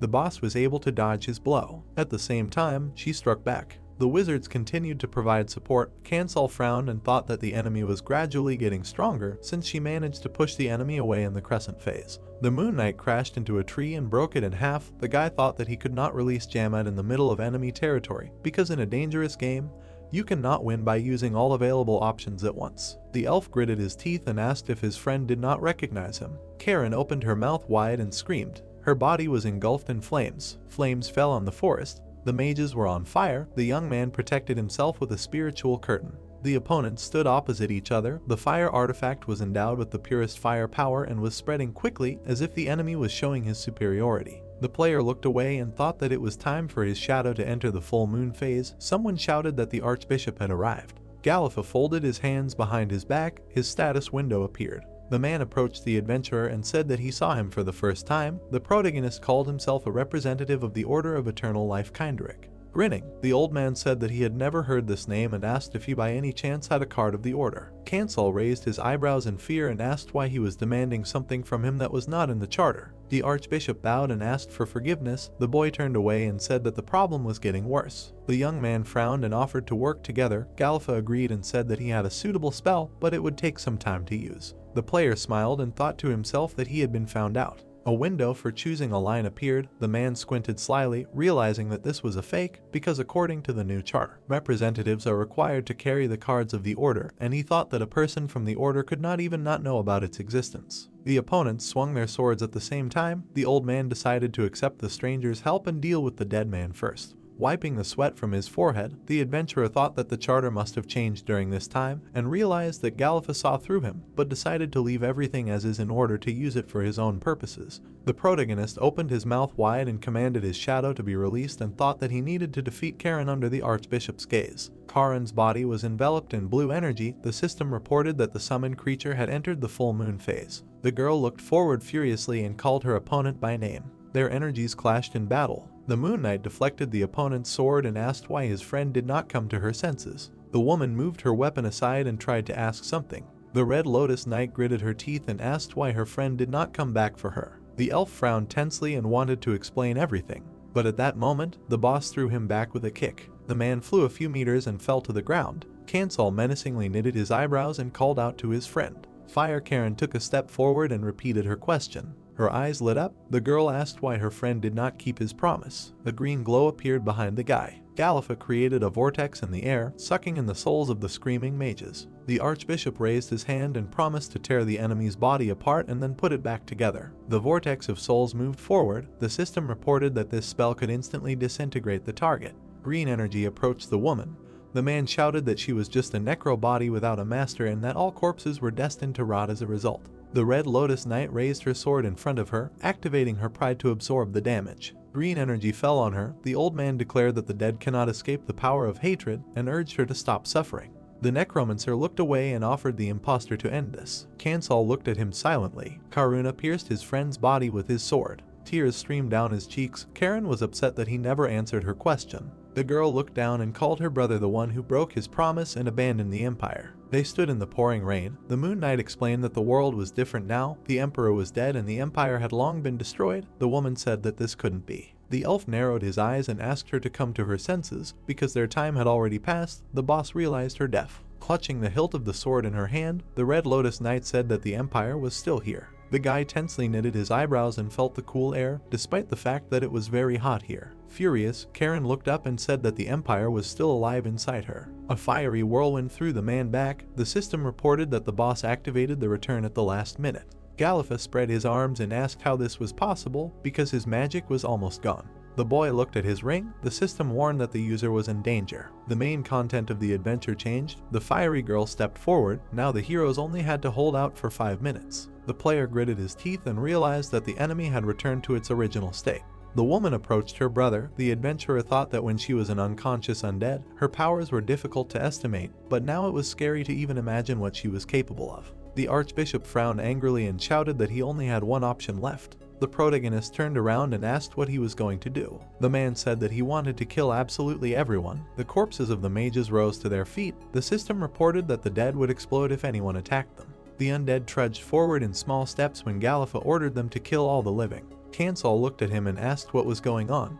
The archbishop asked if he really thought that his deception would not be revealed, and explained that members of the Order of Eternal Life cannot not know the charter. The man opened his mouth in anger and declared that he had no more use for the impostor. The undead rushed into battle. The old man wanted the scoundrel to join them. The monsters approached the boy. Jamad grabbed one of them by the head. The chieftain raised it in front of him. The shaman grinned and said that if enemies explode from the touch of the living, then he, as a shadow, will be of no use. The troll threw the zombie towards its master. The necromancer gritted his teeth and asked if the impostor really had another monster. The summoned creature broke through the crowd of the living dead. It appeared right in front of Galif, who begged it not to come closer. Jamad crushed it with his foot and wished it sweet dreams. The system notified about the new achievement. The stones covered the body of the young man. He thought that saving the second shadow was a good decision, but the real problem was still here. Karen threw her brother away with a swing of her sword. The girl gritted her teeth angrily. The window explaining her skill said that all damage dealt would manifest later, meaning that she currently had no spell restraining her power. The woman broke the chains that bound her body. The player frowned and realized that he could not defeat her and would hardly survive until the timer expired. The boss jumped forward and spun in a fiery whirlwind. There was a minute and a half left before the skill expired. Karuna touched his sword and said that he tried to keep his promise. The Red Lotus Knight struck him with her sword and asked how a traitor to the Empire dared to lie to her. The Moon Knight frowned tensely and said that he was heading to the capital that very day. Flames appeared from Karen's eyes and mouth. The heroes rushed towards each other. Fire energy collided with blue energy. A bright flash appeared. The elf was able to stay on his feet. The man lowered his head and breathed heavily. The adventurer wiped his chin and saw that the blow had not actually cast his shadow. Karuna looked up with a menacing gaze. The protagonist realized that the summoned creature had not received any injuries it could not handle. The girl looked at him and called him weak, but with such a huge difference in abilities, he should have flown much further, which meant that the enemy had pitied him. The woman narrowed her eyes and asked if the peace for which her brother had abandoned the Empire had made him like this. Jamet approached her and tried to strike. The boss kicked him away. The chieftain jumped back and was amazed at such strength. The Red Lotus Knight asked why he was interfering. The shaman looked up and urged her not to hurt his friend, otherwise the monster would have to deal with him. Raindrops flowed down Karen's face. The girl asked if she was a monster. Blood gushed from her wounds. The timer reached 0. Karuna ran to his sister. The Moon Knight caught her as the woman was about to fall. The elf gently placed her on the ground. The boss looked at her brother with one eye and said that she wanted to hear his story. Her body was gradually disintegrating. The Red Lotus Knight asked if he really came back that day. The man lowered his head and replied that he was on his way.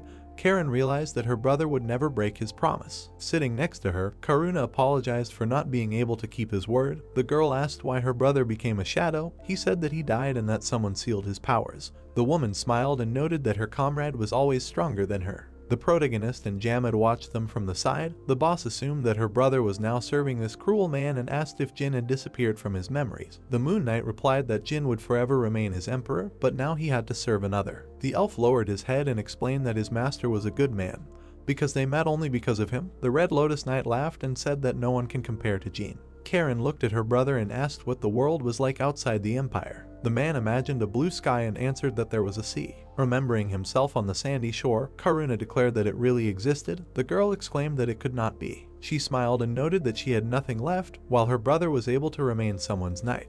The woman called herself a monster. The Moon Knight opened his mouth wide and shouted that it was not so. Taking his only sister by the hand, the elf offered to look at the world together and always be close. The boss replied that she could not go with him because his master was weak and could not take her. The man's eyes widened in grief and asked her not to die and to stay with him. The Red Lotus Knight said that dying was very scary. In the past, the heroes walked through the forest. Karen said that she hoped that her brother would take her with him. Karuna bent over his dead sister. Her hand fell into a puddle. A victory notification appeared. The Moon Knight burst into tears and tried to shout to the girl. The protagonist turned away and heard the piercing scream of his friend. The dice showed a 2. Luck in the journey still had its effect. Cancel thought that he could not find Ko, was involved in a secret ritual and almost died. The elf closed his eyes and screamed from grief. The guy could not even imagine what would happen to him next. The young man approached the shadow and decided that it was hard not to blame the dice when so many strange and unfair things were happening.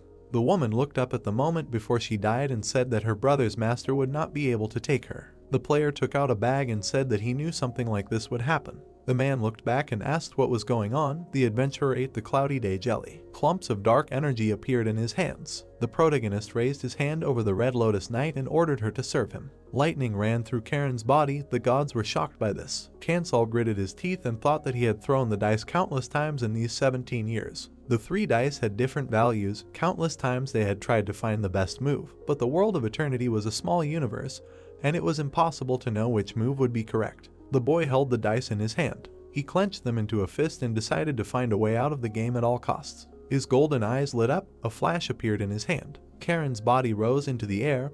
Her moans were heard. The girl opened her mouth wide and screamed, activating the linked souls. Karuna closed his eyes. Black lightning fell to the ground. A notification about receiving a new skill appeared. The woman closed her eyes. There was only impenetrable darkness ahead. The Moon Knight said that now they will go to a new world together. The elf approached his sister and told her that Mantra no longer exists, and everyone they knew died. The heroes looked at each other. The man added that everything that happened then is no longer important because a new era has come. The Red Lotus Knight lowered her gaze and asked how her brother could say something like that.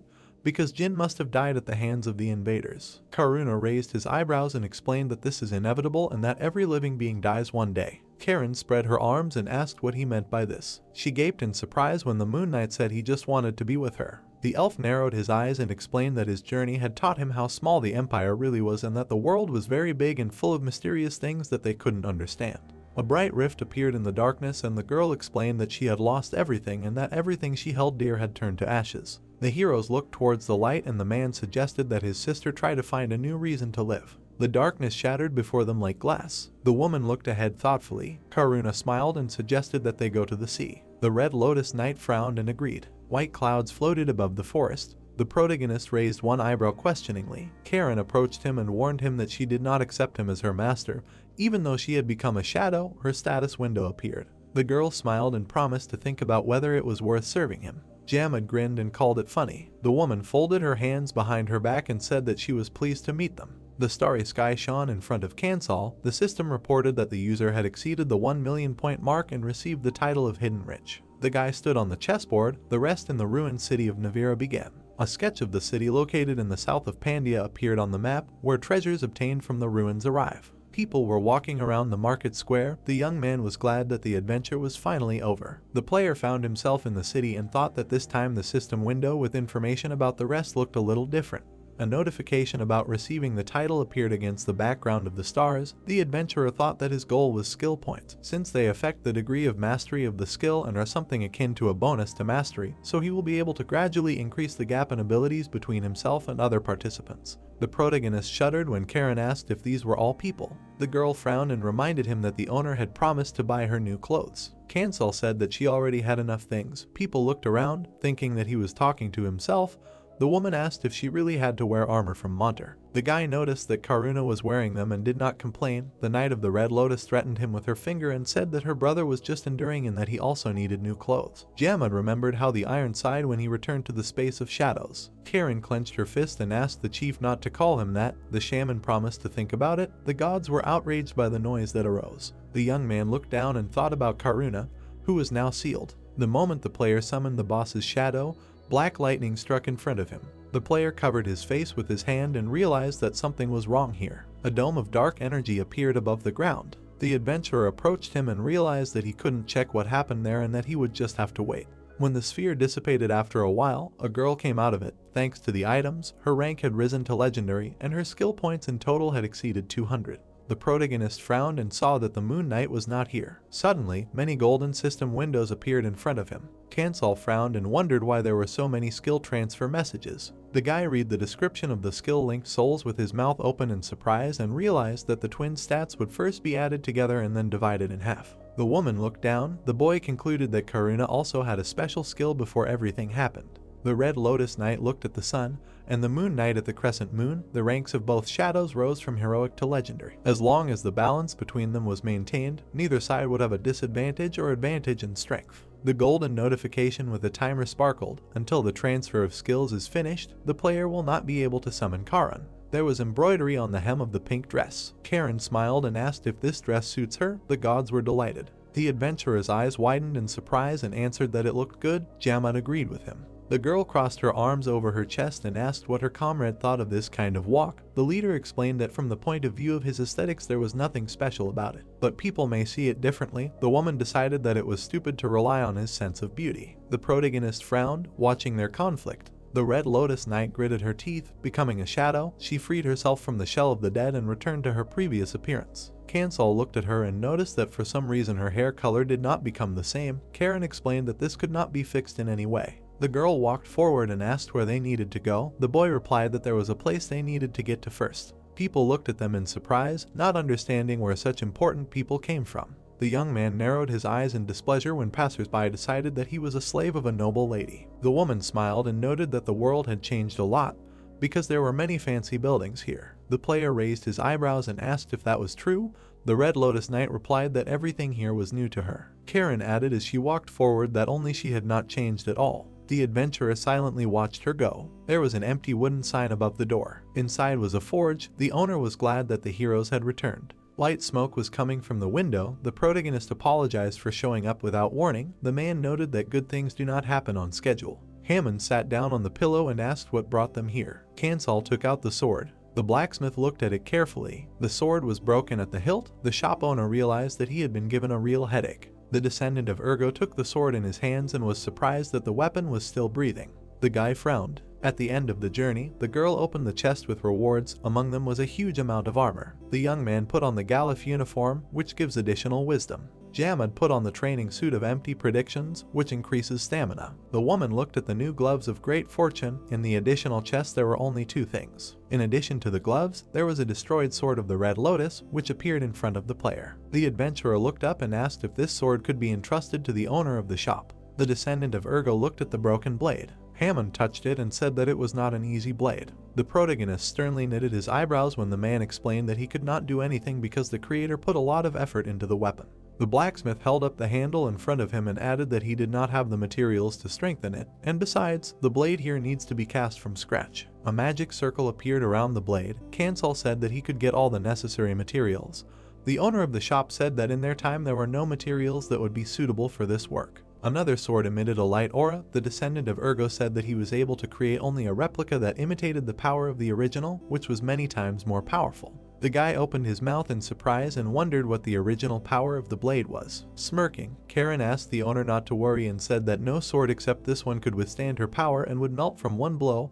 Hammond asked what kind of relationship they had. The girl decided to show it visually, and her hand turned into a shadow. The man's eyes widened in surprise and said that she really had a very strange aura for an elf. The blacksmith scratched his chin and explained that if this weapon was meant for a shadow, then there was one way to fix it. The shopkeeper looked up and asked if his customer had heard the legend of the Flame Spider Queen. The terrifying monster's red eyes flashed. The young man narrowed his eyes suspiciously and asked if they were talking about Anakindria. The gods did not understand what they were talking about. The heroes sat on the floor. Ergo's descendant was amazed at his customer's erudition. The player explained that this legend was quite well known in the south. A huge fire spider spewed flames. This monster had a habit of storing cocoons with prey in its nest after scorching the victim with flames and sucking out the life juices from it. The adventurer looked down and suggested that his blood was needed to repair the sword. Hammond opened a map and denied this because Anakindria had long been dead. The blacksmith pointed to the map and explained that he needed the blood of her last descendant, who, according to rumors, was still alive. The protagonist looked at him and asked if he really needed to use the spiritual stone of fire along with the spider blood. The man confirmed this and explained that the blood compensated for the main drawback of the stone, its reduced durability. Karen narrowed her eyes in disbelief. Kansal realized that they could use this combination because the weapon was designed for the shadow, because an ordinary person would lose his mind. The owner of the shop raised his hand and said that they should at least try to get the spiritual stone, since the problem was not only the lack of a sword, but also the lack of armor. The guy looked at his companion and asked if her armor had burned too. The girl confirmed that there was one problem with them. The young man frowned in disappointment and thought that this could drive him crazy. Dusk fell on the city. The adventure her last descendant was planned. Warriors walked the streets. The woman said that she did not understand a word of their conversation. The player explained in general terms that it concerned her equipment. The Red Lotus Knight looked back and reminded him that she had not yet acknowledged her new master. The adventurer stated that she would still need equipment, so they had better prepare in advance. Karen frowned and asked if he was so sure that she would eventually submit to him. The protagonist replied that it was logical since Karuna was following him. Kansal asked her to take her time. The girl looked down, scratching her chin.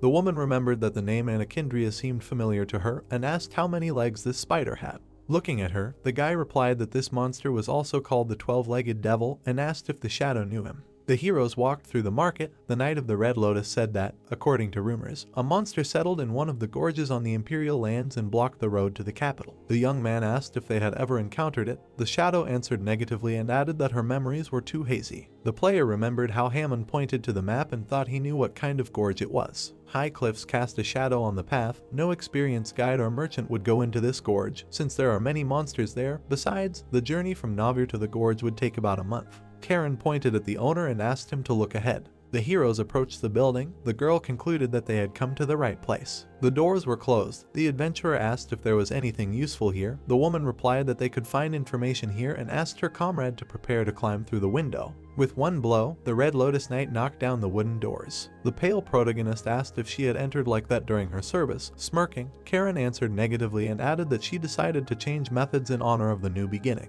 The heroes entered the building. Kansal suggested hurrying to the lab before they were spotted. The girl smiled and asked where the lab was. The guy said that they needed to go down the corridor. Suddenly, the ring on his finger lit up. The system warned of danger. The woman stopped him with her hand and said that she felt a thirst for murder. Ahead was a dark, empty corridor. Someone came out of the shadows and was surprised that the uninvited guests had so bravely knocked down the door. The stranger smiled and asked if they knew her. The boy frowned and realized that Kao from Kangori stood before them. Closing her eyes, the shadow summoner corrected him, saying that Kangori was not her homeland, and asked his name. The boy introduced himself as Snowman. The girl put her hands on her hips and said that she had never heard his name. She looked at the guest from under her brows and decided that it was unfair that he knew her. The player's mouth fell open in amazement. Kao tried to hit him, but Karen stopped her with her fist. The woman smirked and said that this was too much. The shadow summoner was amazed at such an excellent shadow. Raising one eyebrow, the adventurer was surprised that she managed to realize that she was a shadow and asked why she was doing this. The girl raised her hand and explained that she was interested in the fact that someone had knocked down the door of the house, where even the owner entered through the window. The protagonist asked why she did not use the door. Kao twirled her finger and said that someone was following her, so leaving no trace had become a habit. Kansal said that she was considered missing. The shadow summoner smiled and realized that her guest knew about her because he was in the Seers of Darkness. Looking away, the girl guessed who sent him and said that she was not going to return to Kangori. The guy frowned and was indignant. Kao happily closed her eyes and said that the guest had made his way in vain. She shuddered. The young man said that he had one thing for her. The shadow summoner rolled her eyes and asked what he needed. The young man raised his hand and explained that he had hit a wall of knowledge and needed her help. The gold version of the line appeared. If upon reaching level 10 the player comes to the training hall, he always has a choice. The man was chained. If the player encounters the wall of knowledge, his abilities will stop developing, and training will be meaningless. In this case, only experienced specialists can help him. The girl clenched her fist and asked if the guest had really been stalking her for months just for this. Hearing only laughter in response, the adventurer frowned and asked her to give him an answer. Kao put her hand to her chin and asked him not to rush and give her time to think. She bit her nail and decided to agree in exchange for a favor. The shadow summoner put her hand behind her back and asked if her guest had taken any errands lately. The protagonist replied that he planned to go to the Shadow Gorge in a month. The girl drew something on paper. Kao handed the scroll to her comrade. Kansal asked what it was. The shadow summoner replied that it was an instruction that needed to be taken up after the gorge business. Holding up 3 fingers, she warned that she was giving him 3 months to complete this task and asked him to hang a white cloth on the pole by the main gate upon his return.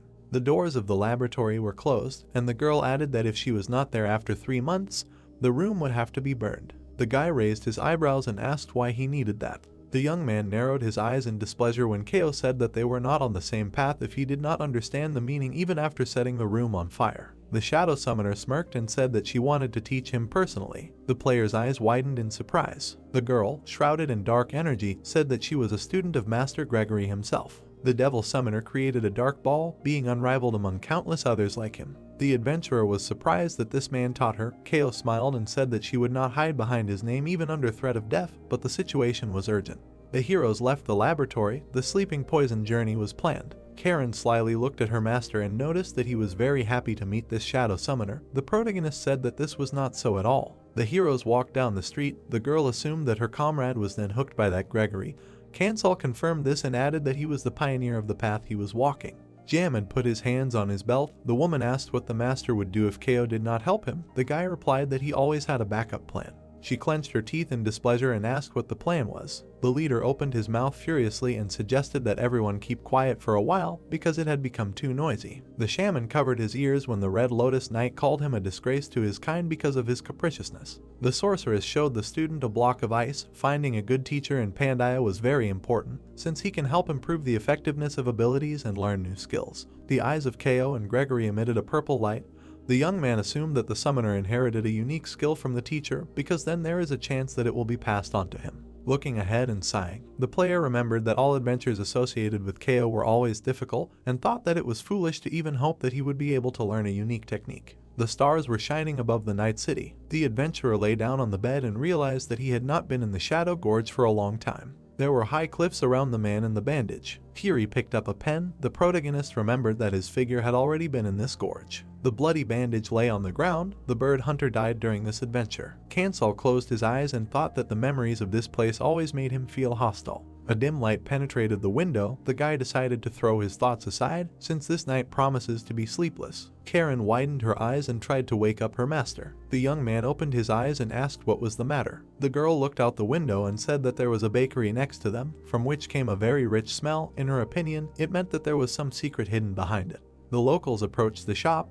The woman said that there must be something terribly delicious there. The player buttoned up his uniform and asked if shadows could taste.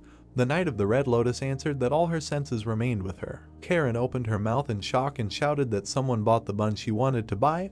The adventurer asked her to be patient.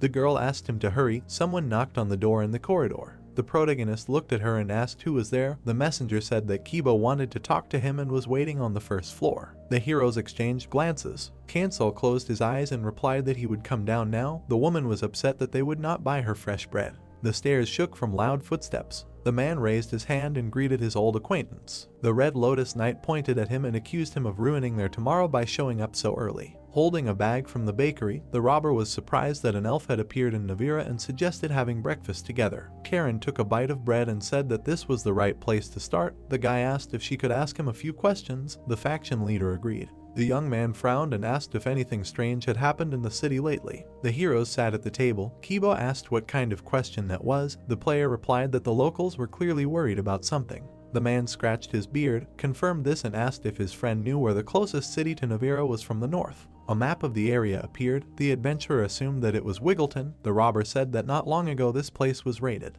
Having imagined the burning houses, the faction leader added that, despite the fact that there was a fortress nearby, this place was often subjected to robberies, and was recently burned down by unknown people. The protagonist narrowed his eyes and asked if they really did not have a single witness. People came to the ashes. There was no one left there, because the villains entered the village bypassing the fortress guard. Those who were at work in another area at that time were left without a home. Kibo raised his hand and asked if his comrade understood why the people of Navir were so scared. Cancel replied that everything became clear to him. There were plates of food on the table. The man said that he had one request. The guy was glad that they finally talked about the purpose of such an expensive breakfast. People at the next table were arm wrestling. The thief said that, in his opinion, in the future the people of Navir will live in harmony with otherworlders. The faction leader frowned and explained that his strength was no longer sufficient due to his age, and that the youth knew better how to catch the right wave. The boy frowned and asked why they needed his help if they had Mira. Kibo smiled and asked his friend to drop in on her from time to time to see how she was doing.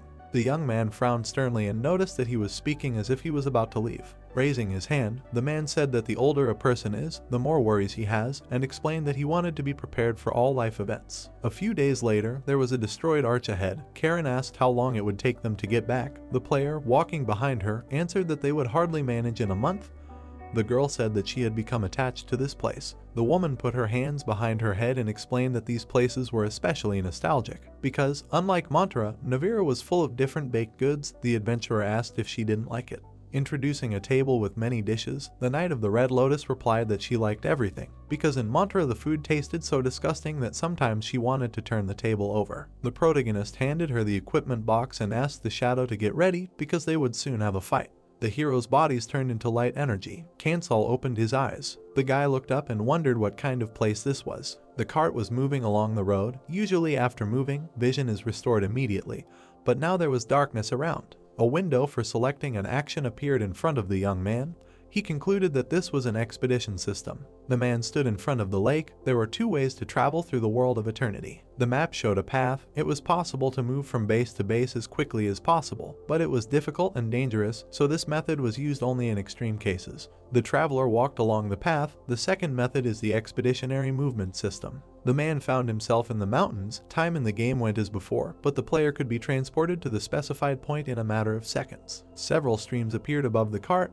During the expedition, the player has to make several choices, on which his state depends. Seeing the cart in front of him, the adventurer remembered that luck plays an important role in travel, and thought that because of one miss, it would be possible to start an adventure with a terrible debuff-like clouding of the mind. The cart wheel got stuck in the mud. The protagonist decided to ignore it, because he did not know whether the people there were good or not, and nothing happened. Cancel stopped at the fire. The next choice spent several units of stamina, and he accumulated fatigue. A fly-agaric mushroom grew among the grass. The boy knew how to cook it without harming his health. Such a choice restored his strength. A swamp appeared on the way. The system reported increased fatigue. Wolves howled at the moon. Fatigue increased due to lack of sleep. A dead animal lay on the ground. Fatigue increased again. The young man walked through the desert with a heavy gait, his body filled with lead. Karen was glad that they had finally arrived. The player frowned and reminded that there had been many difficulties on their way, but the real torment would only begin now. The heroes entered a shadowy gorge. The system announced the beginning of a new adventure. A sketch of mountains appeared on the parchment. Traces of the descendant of the fiery spider queen were found there. The goal of the adventure was to extract his blood. The moon was shining above the gorge. The adventurer asked how much time had passed. The girl answered that a little more than 5 days had passed. Looking down, the protagonist said he was bored and thought to himself that shadows perceive time without distortion. Despite the expedition system, the woman said she was having fun until they came across a swamp. Jamad frowned and expressed a desire to watch the fire because he had to hide in the shadows all day. The heroes sat by the fire. The Knight of the Red Lotus said that his body would perfectly protect the fire from the wind. The shaman noted that this would definitely not cause anyone to doubt. Karen looked suspiciously at her comrade. Kansal asked if she had not said that she still did not want to recognize him as the master. The girl smiled broadly and replied that this was true. Water was boiling over the fire. The guy was lying in a sleeping bag. The troll asked why his comrade still did not recognize him as the master. The woman hugged her knees and explained that she did not know how to answer this question. The monster asked what was stopping her. The Red Lotus Knight grinned and asked if he would help her cope with this. Jaman refused and said that she needed to destroy this barrier herself.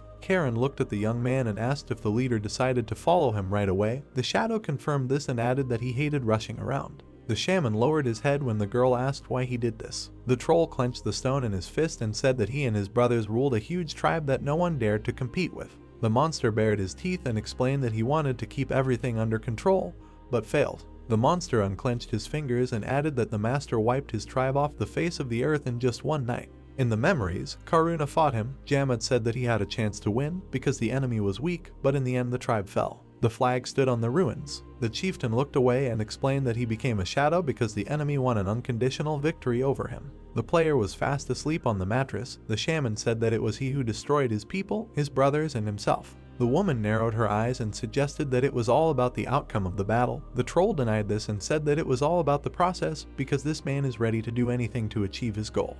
Introducing his master behind his back, the monster said that he did not question his confession because he himself did not notice how he began to cover his back every time in danger. The monster asked if his comrade joined him only because of her brother. The Knight of the Red Lotus bowed her head and replied that she did not know. Sitting opposite her, Jamad asked her not to rush to conclusions because their master was quite thoughtful. Karen laughed and agreed with him. The girl asked if her comrade had seen dreams when he became a shadow. The chieftain frowned and answered negatively. Smoke rose above the gorge. The woman said that she constantly dreamed of Mantra. The capital was burning in flames, and the invaders grinned maliciously. Introducing a smiling Jinn, the woman explained that it was not so easy to get rid of bad memories. Putting her hand on the scabbard, the Knight of the Red Lotus said that she had seen a lot, and said that the Emperor had to live to see Kara in return, so she had to sacrifice her principles. Clutching the sword in her hands, Karen said that she could not draw the sword from the scabbard for someone else, even though her meeting with her brother depended on it.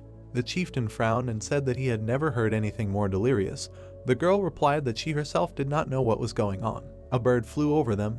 The heroes continued their dialogue. Suddenly, the main character woke up and stood up. The shaman turned away and said that he was just about to wake him up. Kansal said that they would have to postpone sleep for later. The woman turned to him and asked if the bird had woken him up. The guy confirmed it and asked her to put out the fire. The Red Lotus Knight fulfilled his request with one wave of her hand. The bird began to dive down. The young man ordered everyone to duck. The beast flew past the heroes. The vulture spread its wings. Steam came out of its beak. Its description appeared. The player's eyes widened in shock and recognized it. Karen tried to take the sword out of its sheath. At that moment, her body was shackled. Jamin clenched his fists and urged her to prepare for the next attack. The woman realized that she would have to fight with her sheath. A giant bird flew over the fire. A moment later, it had already disappeared into the sky. Looking after it, the adventurer realized that Cupa was alive. The chieftain standing behind him asked what they should do now. The protagonist replied that they needed to find another place, preferably with a roof. Feathers lay next to the extinguished fire. Cupa was a betrayed beast Kiri, who died in this gorge. Kansal frowned and felt a terrible melancholy because of the memories of 10 years ago. Standing in front of the playing field, the god asked why his comrade chose the vulture and asked him to never take a class with a summoning again because these birds eat a lot, smell bad, and do not obey the owner. Cupa was sitting on the hunter's hand. It turned out that his brothers had pushed him out of the nest. The man in the mask said that he needed to be released into the wild. The guy said that one day the bird would help them. The man crossed his arms over his chest and asked why he chose a vulture, because there were so many beautiful birds. The eagle flew over the archer. There were many factors that determined a hunter, such as skillful shooting or the ability to survive, but the most important was a tame bird of prey. One of them exuded lightning, the second could pierce iron with its beak. Such species were extremely popular, but the vulture was considered an absolute taboo. The gods stood by the playing field. At that time the young man had not yet become famous and was an ordinary player, so his choice of a pet seemed strange to everyone. Kiri walked forward with Cupa. The bird grew very quickly and became heavier. The squad approached the Shadow Gorge. On the fourth night the group set up camp in the very depths and fell asleep. The adventurer looked at the death notice in shock. After Kiri there were many teams that suffered the same fate, but the reason for this remained unknown. There were steep cliffs around. In the end people forgot the way to this place. Only a terrible rumor remained that you cannot fall asleep in the gorge. Karen pressed herself against the cliff. Jamad was glad that this path was not so narrow, otherwise they would have fallen a long time ago. The girl clenched her teeth and was angry that because of this bird they could not light a fire and did not have time to cook food. Hupa circled in the sky. The protagonist decided that he needed to find a spider without being seen by him. Suddenly the woman stopped him and looked ahead. A gang of goblins was ahead. The Red Lotus Knight looked away and asked if she should deal with them. Kansal asked her not to make too much noise so as not to attract the bird. The heroes stood on a ledge. The guy explained that they needed to hide deep in the gorge without attracting attention, and thought that in Pandaya a good reward could be obtained not for killing monsters, but for capturing an important enemy or obtaining some item. The young man looked at the leader and suggested that he go around so as not to waste time. Karen glanced at him sideways and decided that her master was too serious. The player reminded him that his life depended on it. The goblins were sitting by the fire. They looked at the fire with a smile. The monsters began to dance when a blade appeared from under the ground. A cave was visible in the mountain. The fifth day of exploring the gorge began. The girl clenched her teeth and remembered this place. She put her hands on her waist and said that they had seen goblins here. The adventurer realized that they had made a circle in these 5 days. The woman scratched her chin and was upset that they had not found a spider or a web. The protagonist said that it was not necessary to remind them of this. The Red Lotus Knight looked back and asked if her comrade had managed to find out anything. Jamad answered negatively and asked where all the goblins could have gone. It was dark ahead. Karen assumed that they had gone deeper into the cave. Kansal's eyes lit up. The system reported that insight had been activated. The shadows froze in place when the owner called out to them. The guy looked at the stack of hay and reported that he had found tracks. The heroes approached her and agreed that it looked suspicious. The chieftain broke through the stones with his mountain fists. A hole appeared below. The young man concluded that this passage led to the dungeon. The player looked down and asked whose territory this was. The girl decided to check it out and jumped down. The heroes looked after her. The shaman said that they would not have been able to hold her anyway. The woman grabbed the edge of the cliff with her hand. The Knight of the Red Lotus climbed back up and reported that everything below was blocked. Some time ago, fire appeared in her hand. The tunnel turned out to be wide, but the stones blocked the way. Even breaking through them was not possible. The troll grinned and said that she simply did not have enough strength. Karen was indignant and said that the stones that he broke through dried out under the influence of the winds. Frowning, the adventurer concluded that this was why they hadn't noticed any holes in the ravine, and assumed that those goblins had suffered from whatever was living in the dungeon. The girl raised her hand and explained that the rock below seemed strange to her because there wasn't even a small gap in it. The protagonist looked down and decided that the material was more like concrete. The woman placed her hands on her waist and asked what they should do next. Kansal found it strange that the monster knew where the goblins were. The huge spider had dug a passage right under the goblin camp. The Red Lotus Knight raised a finger and assumed that it was because of the fire the monsters had made. Jamad frowned and reminded them that they had also made a fire on the first day. Karen said that they were both awake and on the hill then, so the monster wouldn't waste its energy on them. The guy looked down and thought. Kiri was lying on the ground and resting, after which he was killed. The shadows turned around when the young man suggested that they test this guess. The player frowned sternly and decided to make a fire to lure the monster. A boar carcass was tied next to the fire. This was supposed to be bait for the monster. At this time, the guys were hiding behind the bushes. The girl asked the spider to appear as soon as possible because she was already sick of this gorge. The leader reminded that she would not be able to do anything when the enemy appeared. The woman clenched her fist and said that she had good skills in addition to fencing. The adventurer looked out from behind the bush and opened his mouth in surprise. A shadow of a huge bird appeared on the ground. Hupa flew up to the killed boar. The vulture grabbed the prey with its beak, and at the same moment, it rose into the air again. The heroes could only watch him go. The Red Lotus Knight clenched her teeth and cursed him.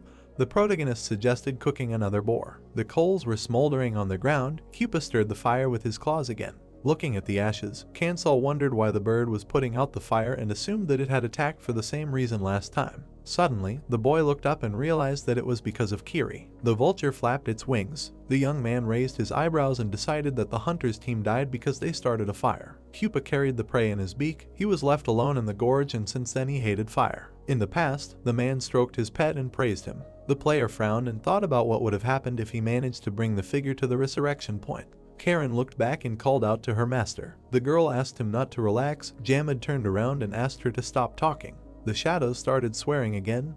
The adventurer smiled and thought that they were trying to cheer him up. The bird put out the fire again. After that, the squad tried to carry out the experiment several more times, but all attempts were unsuccessful. The woman bared her teeth and said that she would kill this bird. The vulture destroyed everything they cooked, which is why the heroes completely despaired. As a result, they had to resort to special measures. The protagonist raised his eyebrows and asked if they really would make a fire in 2 places. The Knight of the Red Lotus confirmed this. Holding brushwood in her hands, Karen decided that they would not be able to get rid of this bird in any other way, and said that she would do it herself. Bending a stick, Kansal said that it sounded logical and suggested lighting 4 fires at once. The girl asked if she really should do it alone. The boy looked at the stick and reminded her that it was her suggestion. The woman lit a fire. The plan went smoothly because the squad had prepared the necessary places in advance. The young man held a torch in his hands. They split up and lit different fires. A dead boar lay next to the fire. Looking at it from the cliff, the Knight of the Red Lotus asked where the bird was. At that moment, Pupa landed next to the fire and swallowed the game. Karen smiled nervously and barely restrained herself from cursing. The vulture extinguished the fire with its claws. The player concluded that the strategy of plurality worked. The adventurer frowned tensely and noticed that this time there were no prerequisites for the appearance of a spider. Suddenly, the girl pointed forward. The ground trembled next to the dead animal. A sharp blade appeared from the stones. The woman grinned and asked if she was sure she was not imagining things. The spider crawled to the surface. The protagonist imagined a vile red monster covered in hair. Kansal squinted and noticed that his insight was not working for some reason. The Red Lotus Knight raised her hand and shouted that the enemy had noticed them. Pupa was hovering in the air above the monster. Flames burst from the spider's mouth. The guy opened his mouth wide and called out to the bird. The vulture dodged the wave of fire. He managed to grab the monster by the head. Pupa rose into the sky and carried the monster away. Looking after him, Karen asked if they should give chase. The young man said that they would not catch him anyway. Ahead, there was a gaping hole in the rocks. The player was glad that it was not blocked and offered to crawl through it. Small stones fell into the darkness. The squad jumped down. The girl noticed that her master was glowing. The adventurer replied that these were the fruits of his painstaking work. The woman smiled and said that it was very cool. A lighted room was visible ahead. A sketch of an underground grotto appeared. The system reported that the quest Her Last Descendant had been changed to Dungeon Predator. A strong splash appeared above the water. Standing shin deep in water, the protagonist was glad that there was a lake below. Jamad, standing behind him, asked what they should do now. Since the vulture had carried off the spider they had been looking for so long, Kansal replied that it was unlikely to be Anakindrius's descendant. The guy looked ahead and explained that even a spider of that size could not occupy such a huge cave alone. There was a web everywhere that one spider could not weave. The Red Lotus Knight agreed with this, because a giant house must have a giant owner. Karen narrowed her eyes and suggested that they go further. Hearing a strange sound, the young man looked up and asked who said that. The heroes looked at each other. The shadows said they were silent. The player said he definitely heard someone's voice. The summoned creatures looked at him. The girl asked what the voice said. The adventurer explained that it asked them to come closer. The protagonist scratched his head and assumed that it was some kind of mind control magic. The woman asked if his mind was really being controlled by someone. The Red Lotus Knight pointed at herself and said that she was well versed in control magic. Kansal reminded that her skill was sealed. Karen looked away and confirmed this. Jamad noticed that there were no enemies nearby and assumed that the monster attacked the owner from afar. The guy looked at the web and said that it would be good if the enemy specialized only in this magic, because if we are talking about a resident of this huge cave, then he should have other talents. Under the web lay the skeletons of people. The young man glanced at them and realized that these killings had been going on for years and that Kiri was most likely among these corpses. The player took the skull in his hand. Suddenly, fire lit up in its eye sockets. The player looked at the skull in fear. A voice in his head said that one day he would meet such an end and that all these people did not want to die here. The adventurer covered his face with his hand and threw the skull aside. The protagonist tensely pursed his lips. The monster asked him to come closer and accept the favor of fire. Burning eyes appeared in the darkness. The monster called on the guest to sacrifice his flesh for the life of the flame. Several spiders crawled out of the depths of the cave. Kansal lowered his head and ordered the shadows to kill everyone. The chieftain raised his mountain fists and summoned stone armor around his master. The shaman pressed the monster's head to the ground. Fiery blood formed a boiling puddle. The troll opened his mouth wide and warned his comrade that this blood smelled of sulfur. Karen easily dispatched several monsters with her martial arts. The girl smiled and asked if that was all they could do. The spider wrapped its web around her arm. The woman grabbed her shoulder and asked if the enemy liked it when it got hot. Shouting that she liked it too, the Red Lotus Knight waved her hand so that the monster was in the air. Her body was engulfed in flames. She declared that she would kill every single spider. A fiery explosion was heard in the cave. Jamad punched the monster. With each kill, the shadows gained experience. The boy covered in solid rocks asked if the spider could hear him. The young man looked ahead angrily and warned that he would get to him soon. The dead monsters were bleeding sulfuric blood. The player collected it in a test tube and wondered if it could even be called blood. The adventurer looked at the test tube and thought that these spiders were not descendants of Anakindrius and had nothing to do with her at all. The chieftain noticed the cocoons and assumed that the monster had eaten these people. The shaman tore one of the cocoons apart. A dried-out corpse fell out. Karen frowned and said that it was quite creepy. The protagonist sternly drew his eyebrows together and suggested moving on to finish it all off quickly. The squad rushed deeper into the cave. The troll asked if the elf could cope without a sword. The girl suggested that she could take out the sword in advance before the fight began. Jamad turned away and asked if she could cope with him.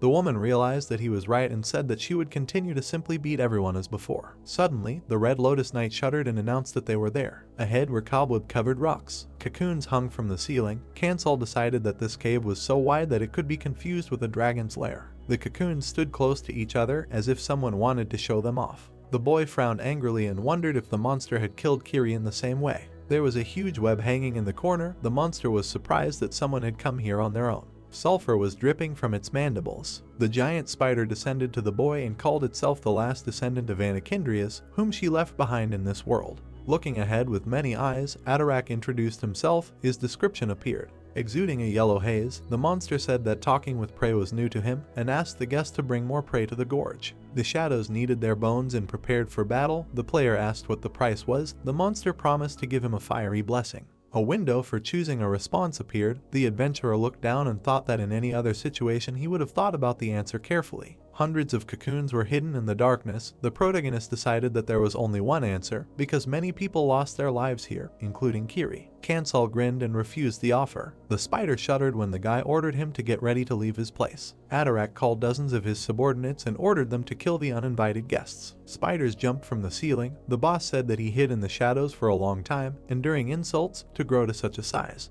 The girl rushed forward when the boy ordered her to distract this talkative monster. The woman went to the head of the monster, killing sulfur spiders along the way. Atarak caught his paw on the rocks and declared that he would not tolerate contempt from people. The monster tore out the stone and threw it forward. Jamad ran to the side to avoid being hit. Sulfur covered the entire ground. The chieftain bared his teeth and asked the owner to be careful.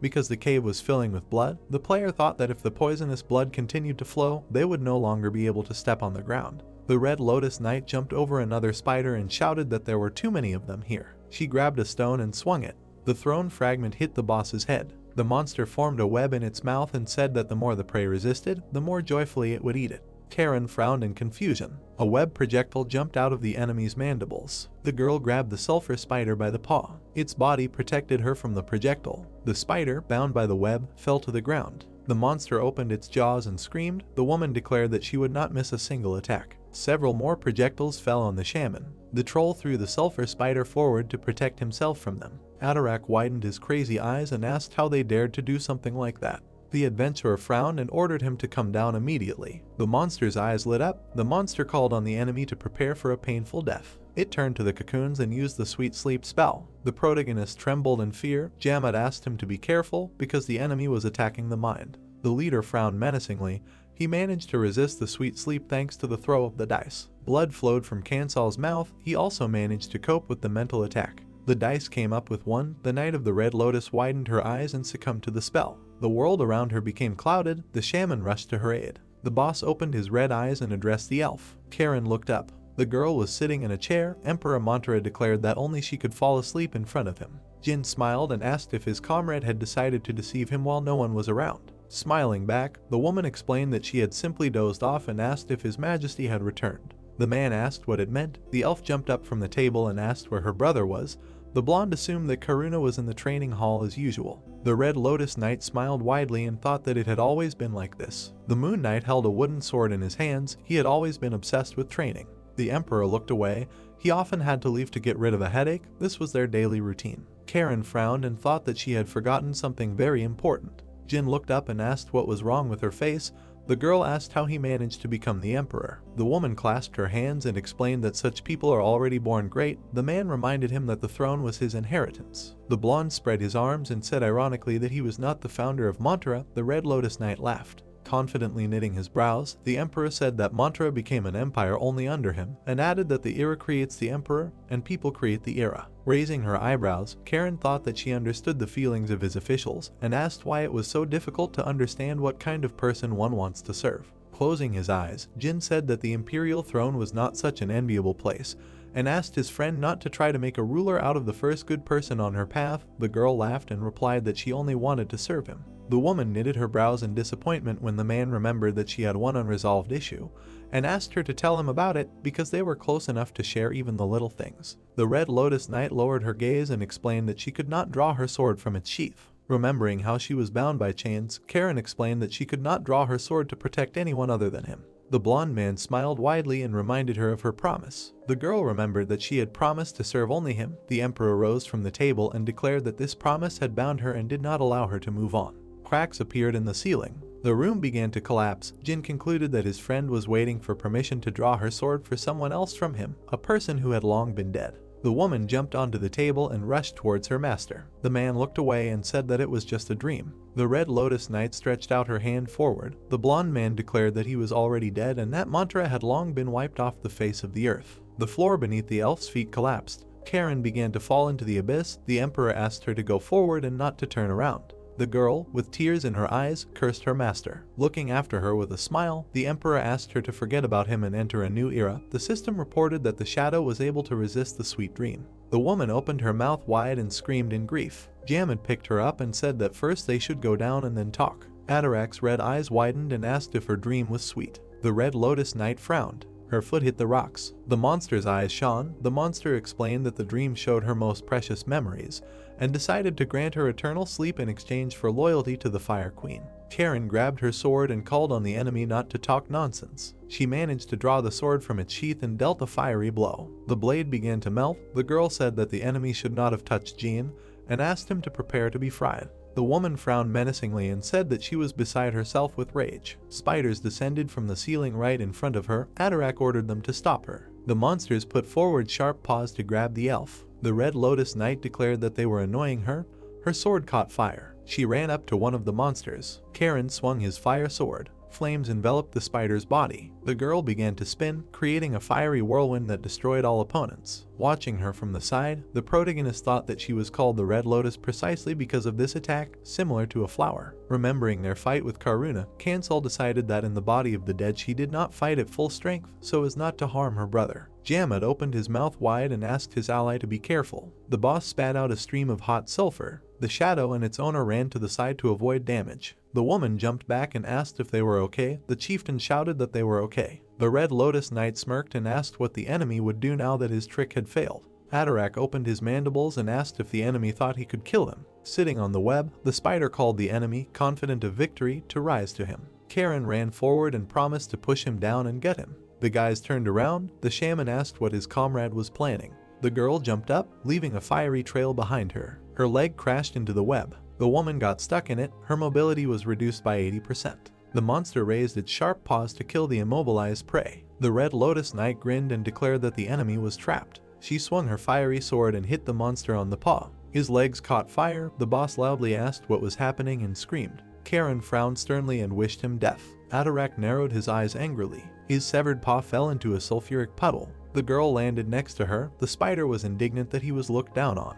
The woman looked up. The monster opened its jaws and called her to kneel. A ball of sulfur energy appeared in its mouth. A powerful stream of sulfur scorched the cave. Jamad protected his master with a huge stone block.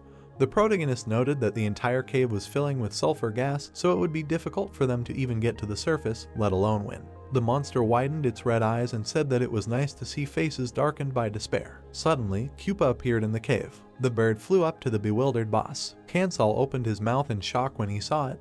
The leader said that they needed to get out of here because they would not be able to withstand if this bird joined the fight. The vulture spread its wings.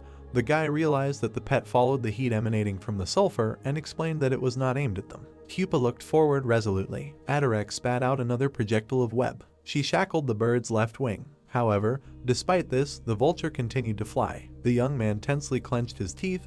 The shaman asked why the bird attacked the spider. Koopa's eyes lit up. The player realized that the pet was so angry that he lost his mind. Green energy appeared around the bird. The system reported that he managed to absorb the power of the dead spiders. Karen saw the vulture in front of her. She jumped off the cliff. Koopa flew up to the monster. The monster asked what he wanted. The bird sank its claws into his eyes. The vulture spread its wings to rip them out. The boss gathered sulfur in his mouth to burn him alive. The girl landed on the bird's back. The woman swung her sword furiously and shouted that the enemy would be the one who would burn in hellish torment. The Red Lotus Knight leaped forward. Atarak urged her not to approach him. Karen smiled widely and raised her sword above her head. The powerful blow cut the spider's body in half. One of its halves fell into a pool of sulfur. The girl narrowed her eyes slyly and asked if it was cool. A coin worth 500 madness appeared. The gods were simply delighted. Standing on the island in a pool of sulfur, Jamad asked his comrade not to be too happy. The woman said that she found an envious troll who was just standing and watching.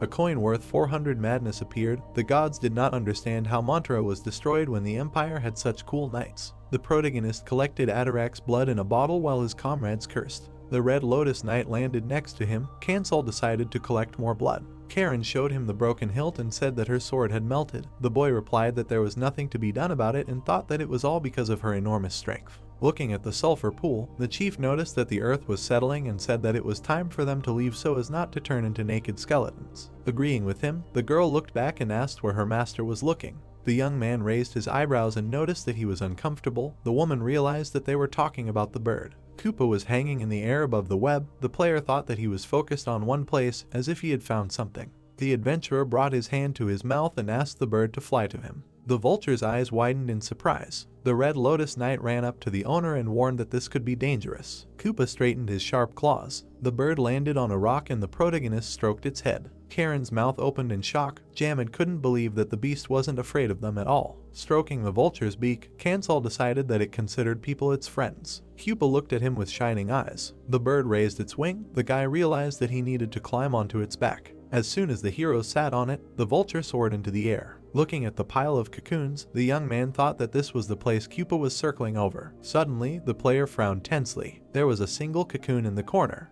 Koopa suddenly screamed loudly, and the protagonist realized that he seemed to be asking to take this cocoon. Karen began to climb off the bird, asking why. She deftly grabbed the cocoon in midair. Then she looked at Kansal and screamed that she was holding it, after which the guy lightly hit Koopa and ordered him to fly. The sharp jerk made the girl very scared. Koopa rose into the air, and Karen screamed in horror that she was about to fall. They quickly approached the exit, while the protagonist screamed at the girl to hold on tight. Holding on with all her might, Karen screamed, asking where they were flying. Suddenly, she opened her eyes wide in shock. The guys flew out of the cave on Koopa, receiving the achievement If I Had Wings 2 and the title Bird. The troll looked into the distance and said that this could drive you crazy, and Karen, sitting next to her, added that this bird knows a lot about coolness. The protagonist looked down emotionlessly while the gods wrote that it was very cool. Koopa flew quickly across the sky. At the same moment, he slowly landed on a flower field. Karen climbed down from the crane and said that she did not think that there was such a place in the gorge, and then asked why they were here. The bird leaned towards the cocoon. At that very second, it pierced it with its beak. Someone fell out of it, and everyone saw it. It was a guy who had already become a corpse. Koopa leaned towards him, closing his eyes in sadness. Then Karen asked if this was really his owner, to which Jamad looked away and replied that it was quite possible. Otherwise, it was strange that such a bird would get separated from the flock. The protagonist stepped forward and asked the bird if this person was Kiri. Hearing this, Koopa looked at the guy with hatred in his eyes. The protagonist knelt down. He looked at the corpse in front of him and apologized to him. Without raising his head, he told Kiri to rest in peace, adding that Koopa had grown big and brave, and at the same time saying in his head that it was stupid to expect an answer, because the one who could give an answer had left this world a long time ago. Suddenly, Kansal grabbed his head because he felt a strong pain from the transfer of Kiri's memory. He began to fall into memories, feeling an ineradicable pain. He remembered a fire and several tents from which Kiri's voice could be heard. He turned to little Koopa, who immediately stuck his head out of the tent and began to coo. The guy asked the bird if he was upset because no one liked him, to which the bird responded with a sad croak. After which Kiri stroked his beak and said that nothing could be done about it, because if his smell appeared from the absorbed nutrients, he sacrificed. He continued to pet Koopa, saying that it was nothing to worry about, adding that he would tell him that everything was fine, because he was fine. Then he pointed to the sky and said that someday he would grow big and strong, and he lifted him straight to the top because he would be able to fly so far. Kiri smiled and added that he would wait for that day to come. The monster grabbed the guy by the cloak. With a loud cry, Koopa advanced on his opponent, claws outstretched. The bird grabbed its owner by the hand, trying to lift him up. The spiders dragged away the fellow travelers, weakened by sleep and poison, and among them was Kiri, because Koopa was unable to grab the spider, slowly disappearing into the hole with his owner, because he was small and weak. From then on, Koopa spent a lot of time alone in the gorge, hunting, eating, tracking, all for the sake of getting Kiri back.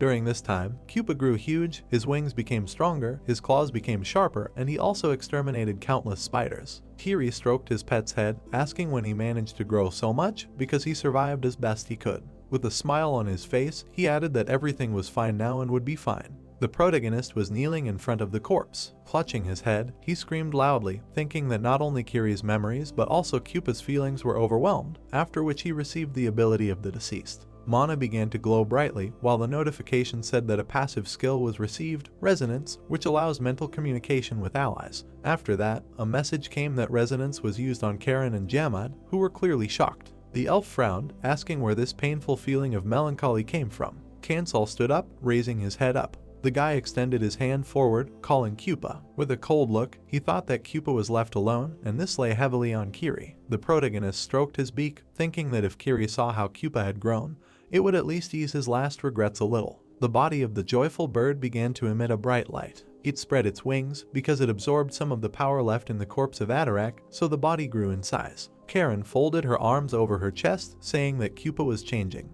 After examining the bird, she added that he had an impressive appearance because a pocket of fire had formed inside his body. Kansal smiled, saying that Koopa had grown into a great fellow of whom Kiri would be proud. In the notification, the protagonist read that Koopa was trying to look into the depths of his soul, after which he said that he was free to fly away. The vulture flapped its wings, screaming loudly, after which Kansal received additional sympathy points and an assistant for Koopa. Having risen up, Koopa turned around and flew forward. The protagonist thought that he might never return to the Shadow Ravine again, after which Karen smiled, asking why the guy was down because he had even depressed her. Jamad looked at the protagonist's smile, asking him to cheer up and check what they had received. Kansal opened the chest, when suddenly the system window began to inform him about the treasures and skills he had received. After examining Atarak's heart, the guy said that there was nowhere to use it now, so it needed to be removed, after which Karen took the seething blood, saying that it was hers. The elf took a few sips, saying with disgust that the taste was not very good. The protagonist examined the leech cap, thinking that this item was ambiguous, but its skill would suit mages with weak bodies. Karen examined the leggings of Dim Flame, after which she put them on herself. She happily said that they didn't even need to be given to Hammond, but could be used directly, and then asked the troll what he thought. Jamad asked menacingly what he had to do with it, while Kansal studied the titles, thinking that they were useful. At that very second, he ended the adventure. The protagonist closed his eyes and found himself in another space. Opening his eyes, he read with bewilderment that it would not be possible to move right now. The guy opened his eyes wide, thinking that he was in trouble. In the system window, Kansal read that he had arrived in a remote village, which was a small agricultural community, wondering why suddenly a village untouched by civilization. After reading the options, the protagonist raised his hand to his chin and said in his head that he was in deep trouble. Such remote settlements are most often subject to robberies and raids, so in 9 out of 10 cases they will be wary of strangers and adventurers. After these thoughts, he imagined how the village chief had greeted him warmly and thought that if this were to happen, the adventurer should be especially careful,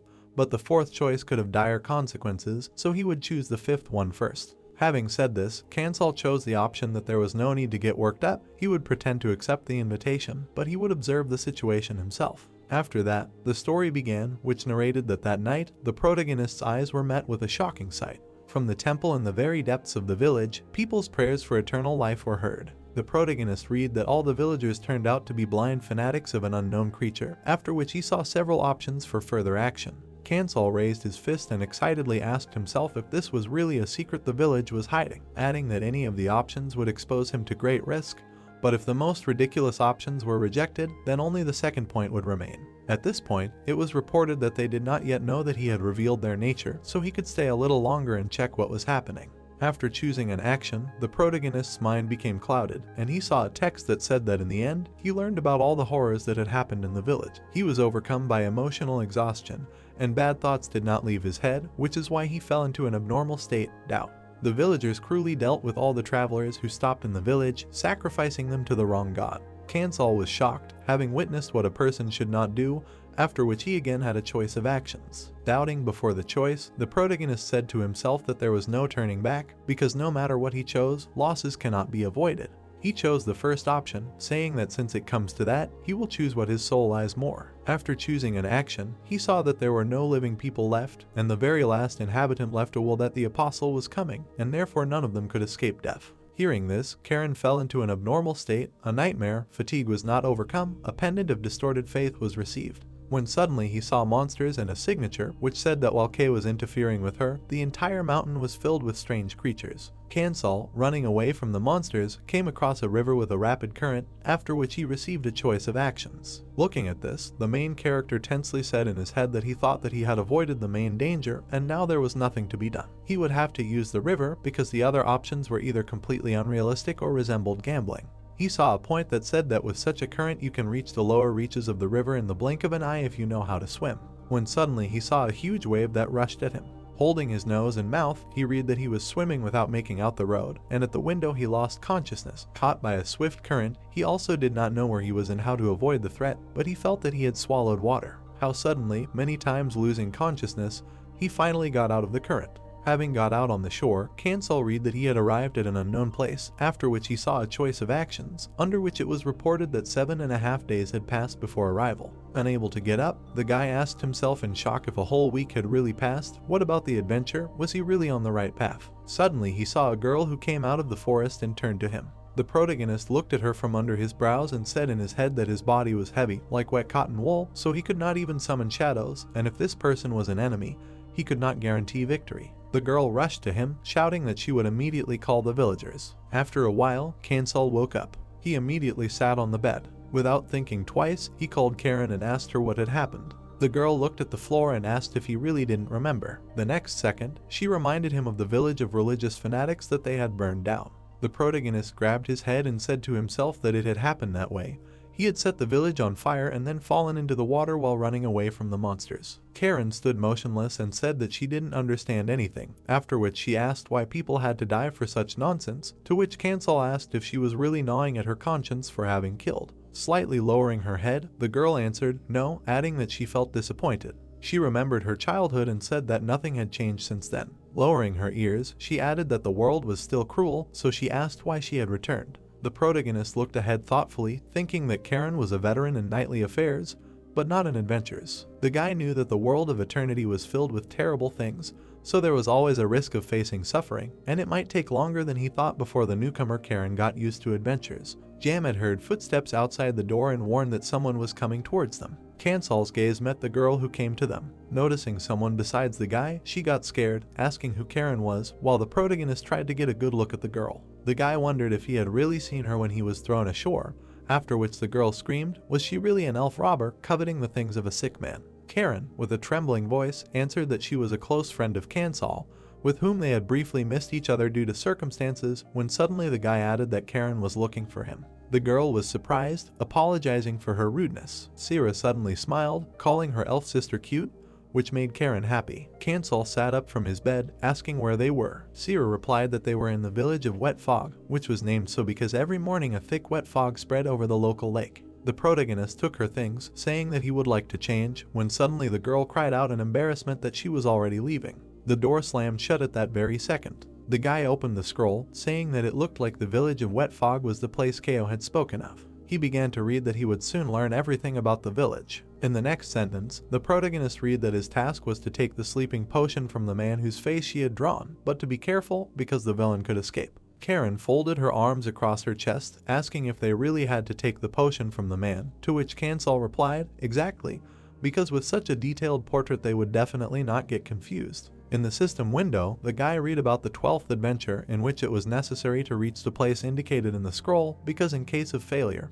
Kao's sympathy would decrease. The guys were in the village of Wet Fog. Kansol looked ahead and asked if the girl had carried him. Sira smiled, answering that the villagers had helped her because she herself would not have had enough strength. The protagonist looked around, asking if everyone was busy with something, because the streets were empty. The girl's face changed, answering that the residents were tending the fields, although now it was quite difficult because everyone was sick. The guys began to listen to her attentively, having learned that half of the villagers were being treated in the town hall. The protagonist began to recall Kao's notes, after which he called out to Sira. The boy asked if she could take him to the town hall, to which the girl agreed. As she approached, she asked them not to be too surprised. The villagers lay motionless on their beds. The doctors walked among them, upset. Kansal asked what had happened, to which Sira replied that everyone had fallen into a deep sleep, and even though their bodies were rotting and defecating, they were still going. The boy said that it looked like symptoms of a disease, asking if it was contagious, to which the girl replied that the fog disease was not contagious, according to the doctor. Kansal asked if they really had a doctor, when Sira suddenly smiled, pointing her finger forward because he was right there. The girl loudly called out to Dr. Gunt, saying that the traveler had woken up. The protagonist looked ahead warily, thinking about the village. He thought that this was a settlement where a man with a sleeping potion lived, so if someone were to pose as a doctor here, suspicion would fall on him first. The guy thought that he would compare him with the portrait in the instructions, when suddenly he heard the doctor's voice thanking Sira for her work. Gunt wiped the sweat from his forehead, introducing himself and warning that he could always be contacted. Kansal squinted at that very second. In front of his eyes was a drawing of the portrait. The protagonist carefully peered into the doctor's face, who excitedly asked if the guy was okay. It was nice outside, but all the streets were empty, and Karen was saying that she thought this was the village, and this happened. She looked at the owner and asked what he would do, to which he asked in response, with what, after which the girl answered that he should find some man. The protagonist remembered the painted portrait and said to himself that he needed to find the one with the sleeping potion, and the only clue was the painted portrait, and all he knew was that he was in the village of Humid Fog. He remembered the many sleeping villagers and thought that, given that the fog disease had started spreading at that time, there was a high probability that the source of the fog disease was the sleeping potion. After these thoughts, the guy remembered the doctor who was the first to come under suspicion, a completely different person. It was not just a difference in facial expression, there was nothing in common between him and the drawing at all. Looking down, Kansal said in his head that it was hard to imagine that a portrait done with such skill was wrong, but in that case. But before he could finish speaking, he was called out. Sira ran up to the guys and apologized for being late while she was taking care of the sick, after which she asked if the protagonist was feeling better and if he felt constrained. The boy looked at the girl and replied that he was much more concerned about the condition of the villagers, and then asked if there was still no cure for the foggy disease. Sira lowered her head in disappointment and replied that there was no cure yet, adding that Dr. Gunt was working hard for them, but his search had not yet borne fruit. Kansal and Karen looked at the girl with displeasure. The elf suddenly put her hand on Sira's shoulder, causing her to look at her in surprise. Karen looked at the girl intently and asked if she could help with anything, to which she was confused and asked again to help the village. Karen put her hand on the owner's shoulder and said that this man and the fairy lady were the kindest people in the world. Kansal put his hand on the back of his head and asked to let him disturb them until he recovered, and in return they could help with the village affairs. At the same time, he said to himself that Karen herself took the initiative, but it was not bad. To find that man hiding somewhere in the village, it was best to gain the trust of the locals. Sira took Karen's hand and asked if they would really help, adding that they would be very grateful. Without letting go of her hand, she continued to say that they even sent a letter to Odinin, but they were told that there was no way to help. Everyone only repeated that nothing would work, but no one helped. It was so hard for them. Tears poured out of her eyes, and she began to thank the guys. Karen looked at the girl with a kind smile on her face and said that she could rely on her. They decided to combine the secret investigation with solving the village issues, so they began by collecting water in barrels. Karen brought 2 large barrels full of water on her shoulders and asked if that was enough. Putting them down, she said that it was a mere trifle. She would even bring steel if Sira asked, and then asked what else needed to be done.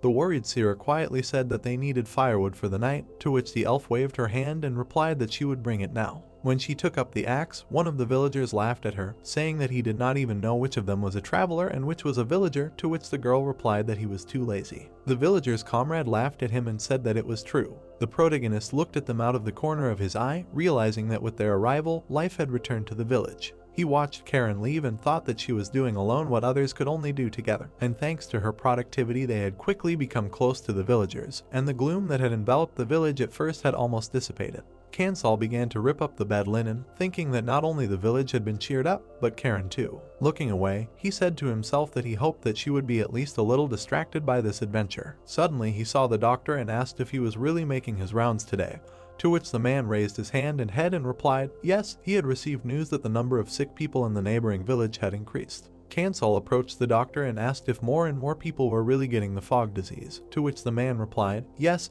adding that although the disease was not contagious, it had spread throughout the area. He remembered the sick people and said that first of all, it was a malfunction in the body, that's why they called it a disease, but it was more like collective poisoning. Leaving the memories, he looked away and said that he thought about whether the problem was in the local products, but he could not figure out what exactly caused the illness. The protagonist came closer, asking if he could help with anything, because research is an expensive business, to which the doctor replied that the guy would help more if he looked after the sick, because considering that everyone was sleeping now, he would provide invaluable help. Karen shouted loudly, calling Sira. The elf was carrying firewood, asking where to put it, to which the girl asked to take it to the town hall. Sira admired Karen, saying that she was cool, while the protagonist thought that the elf was spending all his ardor on helping Sira instead of looking for a person. Gunt told the guy that he had a very reliable companion, after which he asked if he minded, because the villagers would not be able to thank him in full, to which the protagonist replied that they were in debt to the village, so they would leave as soon as they repaid it.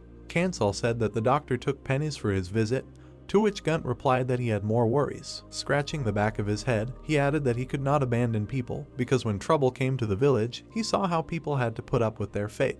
The doctor grabbed his bag, adding that they were not strangers to him, so it was difficult to stay away, and that was the whole reason. With a smile on his face, Gunt waved to the guy, asking him to take care of the patients. The protagonist thoughtfully raised his head up. It was deep night outside, and suddenly Karen turned to the owner. She thoughtfully asked if they could leave everything as it was, after which the guy clarified what exactly. The elf looked down, answering that she thought it would be nice to have such a life. She added, not killing others, not compromising principles, not tormenting the soul, but just living quietly and peacefully surrounded by good people. Kansal turned to her and asked if it was because of what happened in the fanatics' village, to which Karen said with fear that it was because of that too, because they had to kill those people. The girl with a trembling voice said that the heretics had done a lot of evil and attacked them, but the enemies were weak, after which she asked if those people even realized what they were guilty of, and was it really necessary to kill such evil, but weak people. After thinking about it, the guy finally understood why Karen was strangely carried away by helping. He thought it was to bring back the peace and quiet that had been lost during the expedition to this village. Because when you encounter peace during your travels filled with mountains of corpses, you begin to realize how precious such moments are. Kansal rose from his bed, saying that if they had not intervened, there would have been even more victims, to which Karen agreed. The guy thought about how he had a duty, and he should fix everything he could get his hands on, instead of wasting time on doubts. The protagonist added that he did not even have a chance to think about whether he was doing the right thing, when suddenly the girl asked with a smile how good life was without unnecessary fuss. The protagonist thoughtfully answered that a person who was aware of the cruelty of the world, but could not change anything, would envy her, to which Karen was indignant. Did he really think to teach her? After a short pause, she apologized, as she had been out of her mind lately for even letting that bastard escape. Kansal smirked, asking if she was referring to his stalker. The guy thought he still remembered that day as if it were yesterday, and the only thing that came to mind was that his face was hidden by the hood of his cloak and that he had a bad aura. Karen confidently shouted for the guy to believe her, as she would catch the enemy next time. She bared her teeth, adding that it would not happen again, as she was fine now. Someone started knocking loudly on their door, asking in fear if they were asleep. The protagonist jumped out of bed, asking what happened, while cries of distress were heard from behind the door again. The guy from the street shouted Sira's name, after which Karen's face changed, opening her eyes wide. She opened the door in horror and grabbed the guy by the shoulders. The elf asked in horror what was going on and what had happened to Sira. At that time, the girl was lying on the ground, showing no signs of life. There were many sleeping people in the town hall. Sira was there, with Karen standing over her and begging her to open her eyes. The protagonist stood behind her and asked the man what had happened, to which he replied that he had found her unconscious at the entrance to the village and brought her here. A frightened Karen stood over the girl and said that she must have been struck down by the fog disease, when Sira suddenly opened her eyes with difficulty. Seeing this, the elf screamed in shock, asking if she was okay, to which she replied that she had seen. Sira stared ahead with empty eyes and said, "Fog." She remembered the black silhouette and added, "Monsters in the fog." Without moving, she said at last that she could not meet him, but when the villagers heard this, they began to ask if she had really left the village. Hearing this, the protagonist looked away and asked what kind of monster was in the fog. Then the man next to him said that on days like today,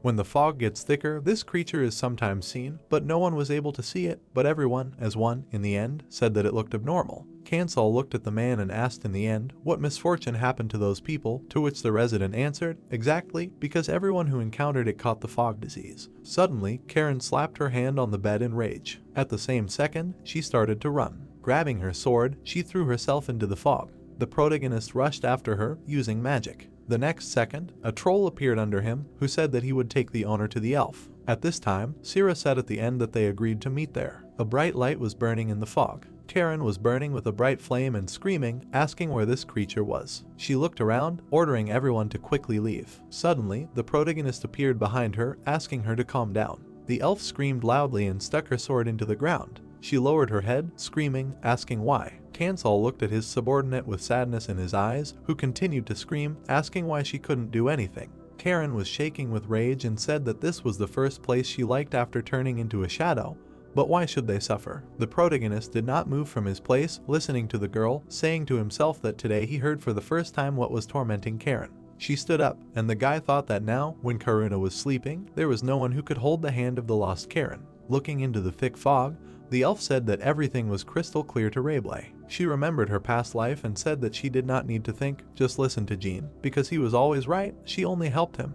And this changed the world. Then Jean, with a smile on his face, asked her if she knew which sword was the dullest in the world, to which Karen looked at the man in surprise and replied that she did not know, after which she suggested that maybe the one that was not looked after, or a sword made of bad iron. Jin pointed to his temple and replied, neither one nor the other, it is a thinking sword, so if she thinks, it will be too late, and she will not be able to cut anything, because a sword exists to cut, and a sword like her just needs to be sharp. Karen grinned and asked if he really wanted to say that she is contraindicated to think. The man folded his arms over his chest and replied that this is not so, because he is saying, so that she believes in him, the decision of what to cut lies on the shoulders of the owner, and she will receive the right to change the world. Karen said that the world is still the same, because the weak die without knowing the reason, and evil rages. She asked upset if this is normal. The protagonist thought that Karen's torment comes from a world without Jin, and here she has to analyze what is right and what is wrong, so he needs to tell her what she wants to hear. He closed his eyes, answering that he does not know. He added that he had a debt, so because of this, there was no time to think about whether the decision was right, so they would watch at the end and find out if he was right or wrong.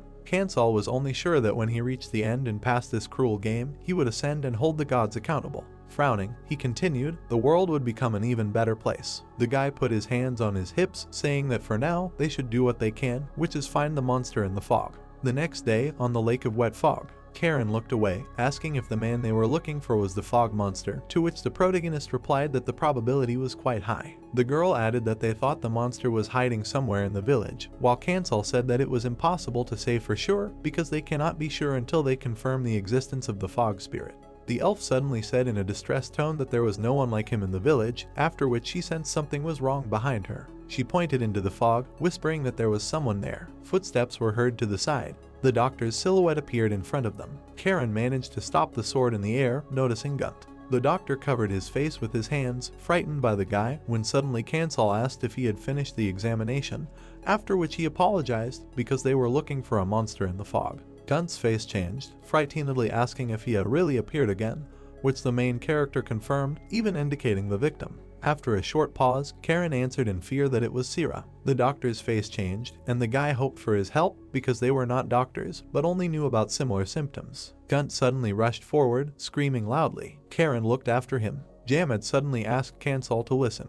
The troll said menacingly that now was not the time to stand still because something was approaching. Karen asked if there were any villagers here besides Gunt, to which the protagonist replied that the villagers were not going to come out until the fog cleared. The elf frowned, saying that in that case, enveloped in mana, she continued that these were traces of the spirit's presence. A silhouette immediately appeared in the fog. At that very second, the monster jumped forward with glowing eyes. The protagonist's face changed. The guy wondered if this was really one of those monsters from the previous village, and the elf screamed angrily if it was really him. She knew that the monster was the one spreading the curse disease around the area. The girl ran forward, cutting the enemy's body into two parts. His torso fell at Kansal's feet. The protagonist sensed the magic of distortion of perception that covered the monster's entire body. Suddenly, he frowned in misunderstanding. The guy looked at him more closely, asking if the monster's face had been skinned. The protagonist remembered how they were attacked in a moderate village by a gray cardinal who was behind all the crimes of this place.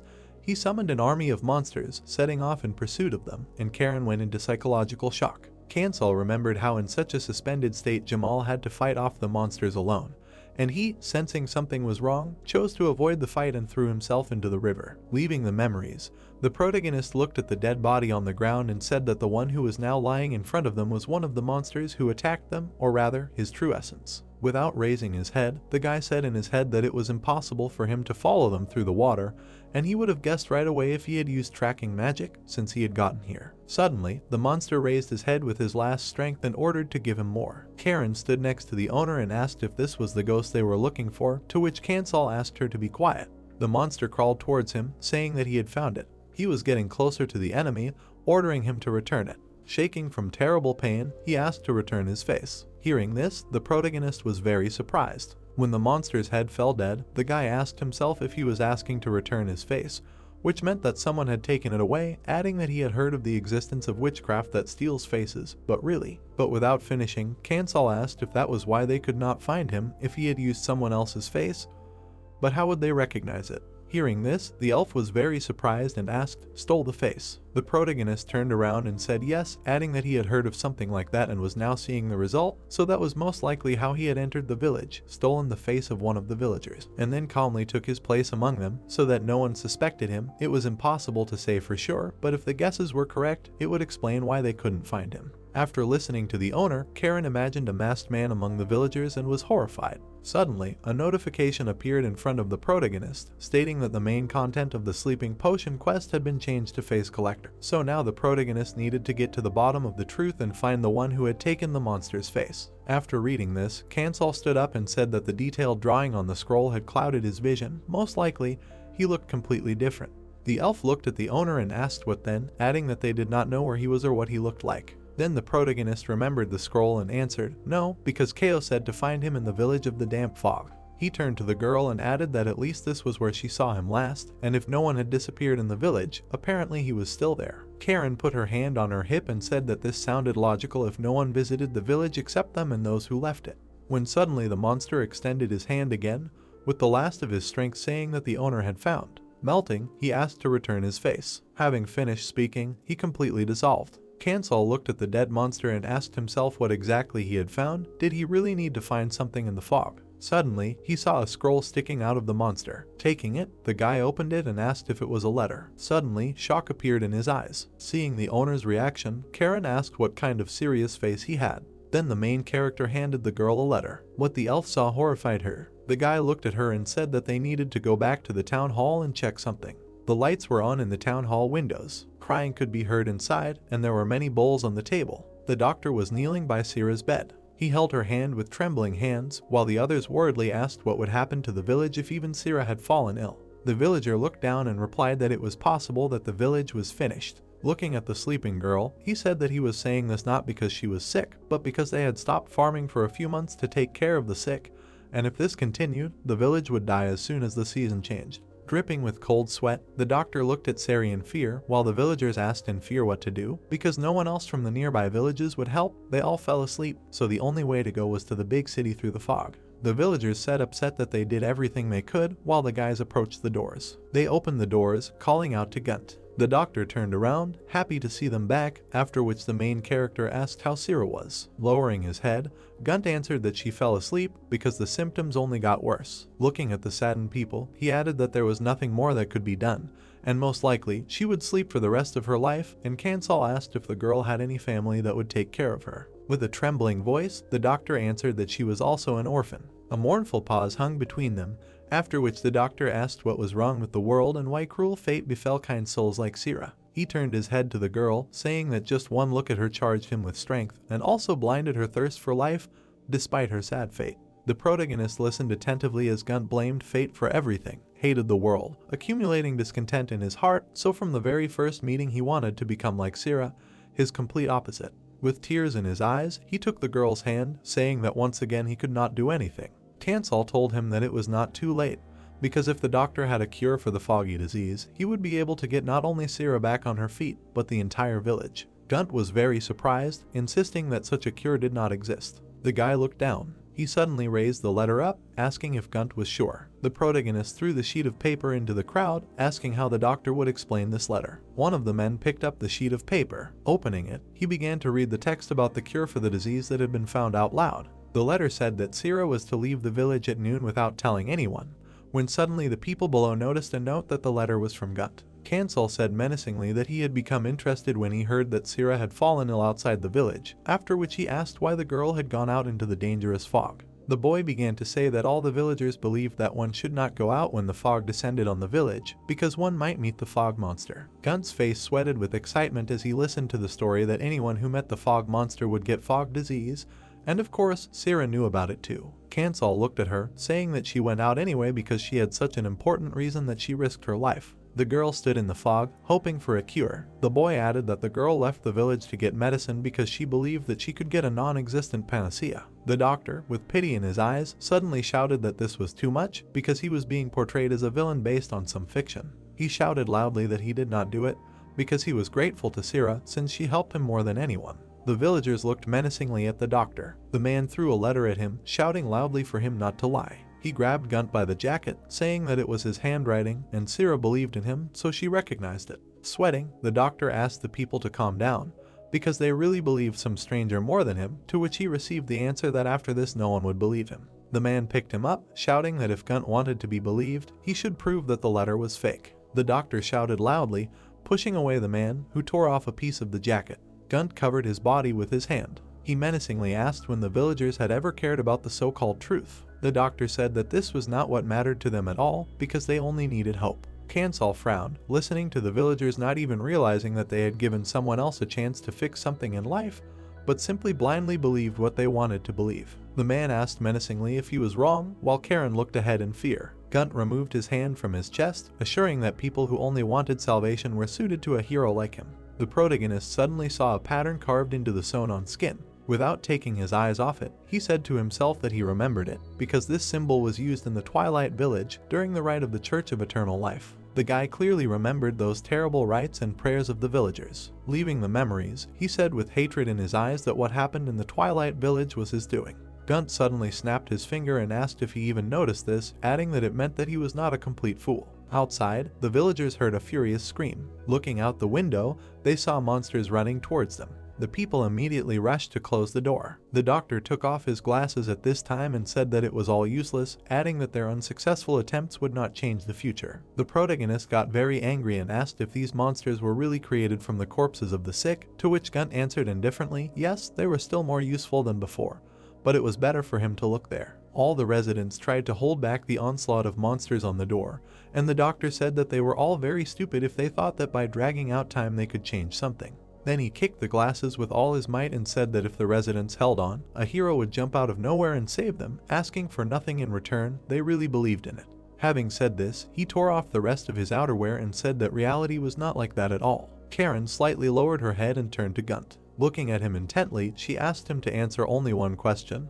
Was he really going to make Sira the same kind of monster? The girl was peacefully in eternal sleep. The doctor suddenly smiled broadly and asked her not to say such nonsense. Extending his hand to Sira, he said that she was special, different from this uncouth rabble. Tentacles suddenly appeared from his hand, and he finished saying that he would put all his efforts into her so that she would shine the same way she did in life. As soon as he said this, he was hit in the face with all his might. Karen put all her strength into her blow, breaking the wall with her opponent. There was a powerful explosion. A few minutes later, a black silhouette appeared in the smoke. Gunt came out to the guys and said that they would not be able to use it because this face was too easy to tear. The elf grabbed her stove and said that he could not worry. Swinging it, she added with fury in her voice that it would still turn to ashes. The doctor's face fell to the ground, after which a mad laugh was heard. The monster spread his arms and screamed that he was not going to let them go alive anyway. He raised his burning eyes to his opponents and asked how they found him, adding that he was quite creepy to him, but their looks at him were even more disgusting.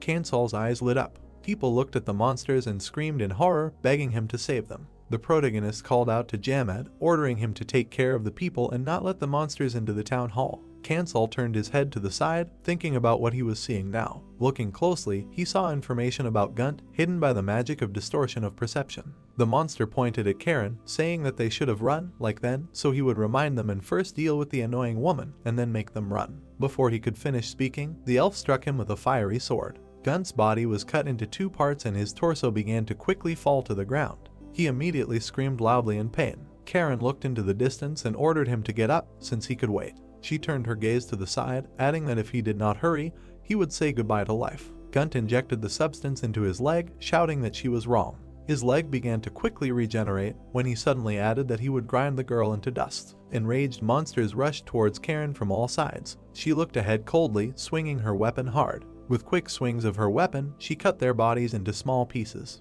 Jamad bared his teeth, fighting with the monsters. Kansal looked into the distance, thinking that his insight was not yet perfect. He thought that he could not read the information about the enemy on whom the magic of distortion of perception was cast, because it is impossible to predict what danger the enemy conceals if you do not know anything about him, so then he preferred to flee rather than fight, because he did not know. Gunt gritted his teeth in rage, while his body had many open wounds. Karen was surprised, coldly answering that one monster was weaker than the other. Swinging her sword, she asked him to fight with all his strength, because this kind of battle only angered her. Gunt suddenly used body enhancement, loudly shouting that he would kill the girl. He immediately received another blow, screaming in pain. Karen menacingly asked if this was all the monster could do. With a maddened look, Gunt screamed that this could not be. The elf cut him into 2, asking why a weakling like him. Breathing out heavily, she continued, having done so much evil. Gunt suddenly angrily ordered her not to insult him like that, as if they had already fled. The monster raised a huge fist upward, wishing for the girl's death. Suddenly, Karen released more mana, swinging her weapon.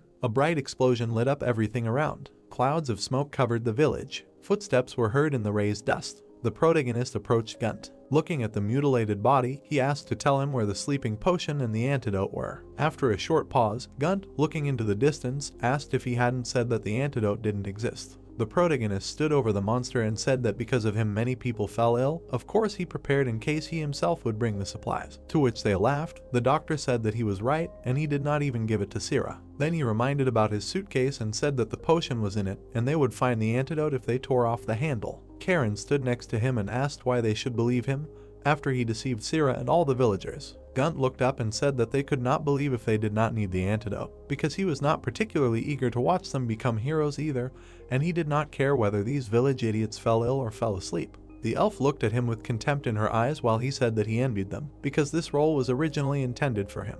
Without taking his eyes off the monster, Kansal asked why he had done it. Did he really want to become a benefactor that much? The doctor's eyes suddenly became much smaller, and he asked if he really looked like someone who seriously dreamed of such a thing, adding that he simply wanted to show the blockheads what the world was really like. The people stood behind Jamad and began to listen as Gunt spoke about what the idiots who sat and waited to be saved when a deadly disease spread through the village, or when the village fell into the clutches of the occultists. Fury appeared in his eyes, with which he said that there was no salvation. Heroes were lazy, he of all people knew. He remembered how he sat behind bars in the laboratory of a crazy old man and dreamed of salvation like no one else. He sat quietly in the cage, not daring to do anything while the man tested a substance on him that melted his flesh and skin. Gunt remembered how his appearance had changed over time, and then asked why the protagonist thought that the hero he had been waiting for so long had come and saved him, but it was him. He told him how he had broken the cursed cage. Then he had jumped on the old man and torn out his heart. After that, he remembered the rest of the people and shouted that there was no salvation and no heroes either. Only he could protect himself, even if in the end he chose the path of a demon instead of a hero. He saw the faces of the villagers that expressed horror and fear, so he laughed and shouted that everything had turned out so annoying because these idiots could not understand the same truth, that there was no salvation in the world and only he himself could truly help himself. The protagonist looked at Gunt, who suddenly asked himself if he had really made a mistake. Black smoke began to come out of his body while he was saying that there is salvation.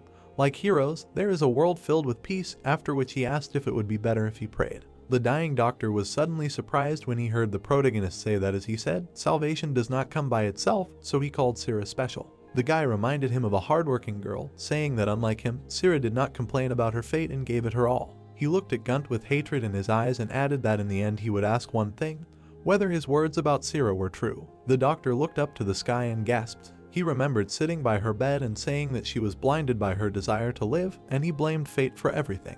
Then Kansal listened to him silently, and leaving these memories, he said that he did not want to. His body completely dissolved after he said that he would not say anything. After that, a notification appeared in front of the protagonist, which informed him that he had defeated the hypocrite Gunt, for which he received the achievement Find the Difference and the title Savior. After some time, the villagers made sure that there was an antidote, so they dissolved it in water and used it on all the sick in the village, and soon all the patients felt the effect. Karen was holding Sari's hand, which suddenly moved. Feeling this, the elf screamed that her finger twitched. Without opening her eyes, Sari said through the pain that the girl squeezed her hand tightly. Then she asked if she had fallen asleep, to which Karen helped her sit up and replied that it was so, and she had just woken up. Sari looked at the elf with joy in her eyes and asked, "So Dr. Gunt really found the antidote, but where is he himself?" Hearing this, everyone present was terribly shocked. People looked at each other and silence fell. Karen said with a trembling voice that Dr. Gunt had left. Kansal added that the disease had mowed down not only this village,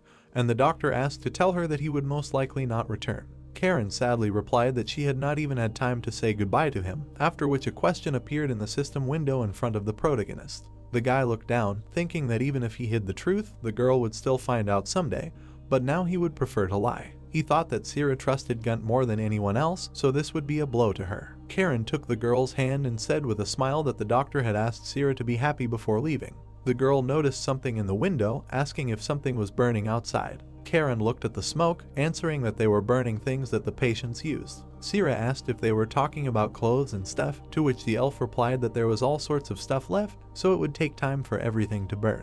She also asked him not to worry, because the nightmare was already behind him, while the flames were growing brighter. The system window said that Kansal had healed all the survivors, so he received a new achievement and title when suddenly Karen thanked him. She thanked the guy for telling him about Gunt's departure, to which the protagonist replied that he had not lied, because the monster really had gone somewhere. The elf tapped the guy on the shoulder, smiling and saying that she was giving him 1 point. She added that if he got 100 points, the girl would recognize him as the owner, when suddenly Jamad asked the guy not to fall for her provocations. Karen pointed her finger at the troll, asking if it was too heavy for him to carry the chest, and if he needed help, when suddenly Jamad menacingly asked when the guy planned to open it. Kansal thought that he could have opened the chest back in the village as soon as he received it, but he didn't, because he thought that it was somehow not very good to open it in a village that had experienced a terrible tragedy. The guy thought that he was going to Odin to use the teleport to the base, so he decided to open the chest further away from the settlement.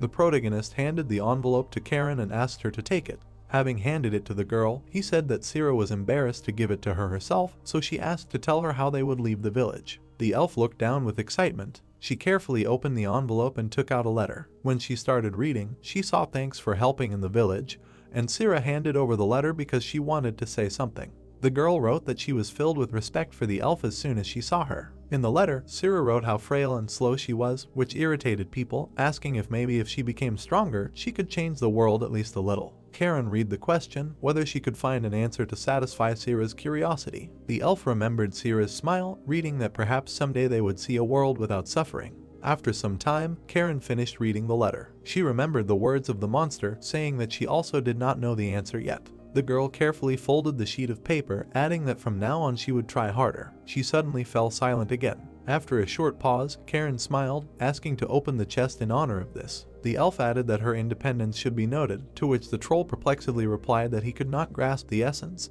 because she had recently offered to open it later. The girl laughed, calling the owner closer. They opened the chest, after which the hypocrite's legacy was received. A long list of what he received as a reward appeared in front of the protagonist, and after reading it, he said to himself that compared to the reward for destroying the descendants of Anasidria, this looks modest, perhaps because the difficulty of the previous missions was extraordinary. This is usually the case. The guy picked up the armor and saw its description, in which a special skill increased the speed of rotation by 2 times. Karen leaned towards him and told the owner to give the armor to her, because only she can properly rotate. Hearing this, Kansal remembered the elf's fight with the spider and thought that this is true, because one of her skills is Fire Flower, which deals large-scale damage, destroying the surrounding. A unique ability is that damage is applied per rotation, so the faster the rotation, the more damage. Karen continued to look at the guy and ask if he would mind if she took it, to which the protagonist said to himself that, moreover, the problem of heat resistance of the armor has not yet been solved. There are enough reasons for replacement. With these thoughts, he handed the armor to the girl and told her to check it, to which she extended her hand and said that she would go try it on. After saying this, she disappeared into the shadow space where she put on the armor, and Kansal looked at the place where the subordinate stood and thought about how Karen's attitude had changed, adding that he thought that she would just take what she wanted like last time. After thinking this, he handed the elastic leather pants to the troll and said to himself that they had normal functions, nothing special, but overall not bad. Initially,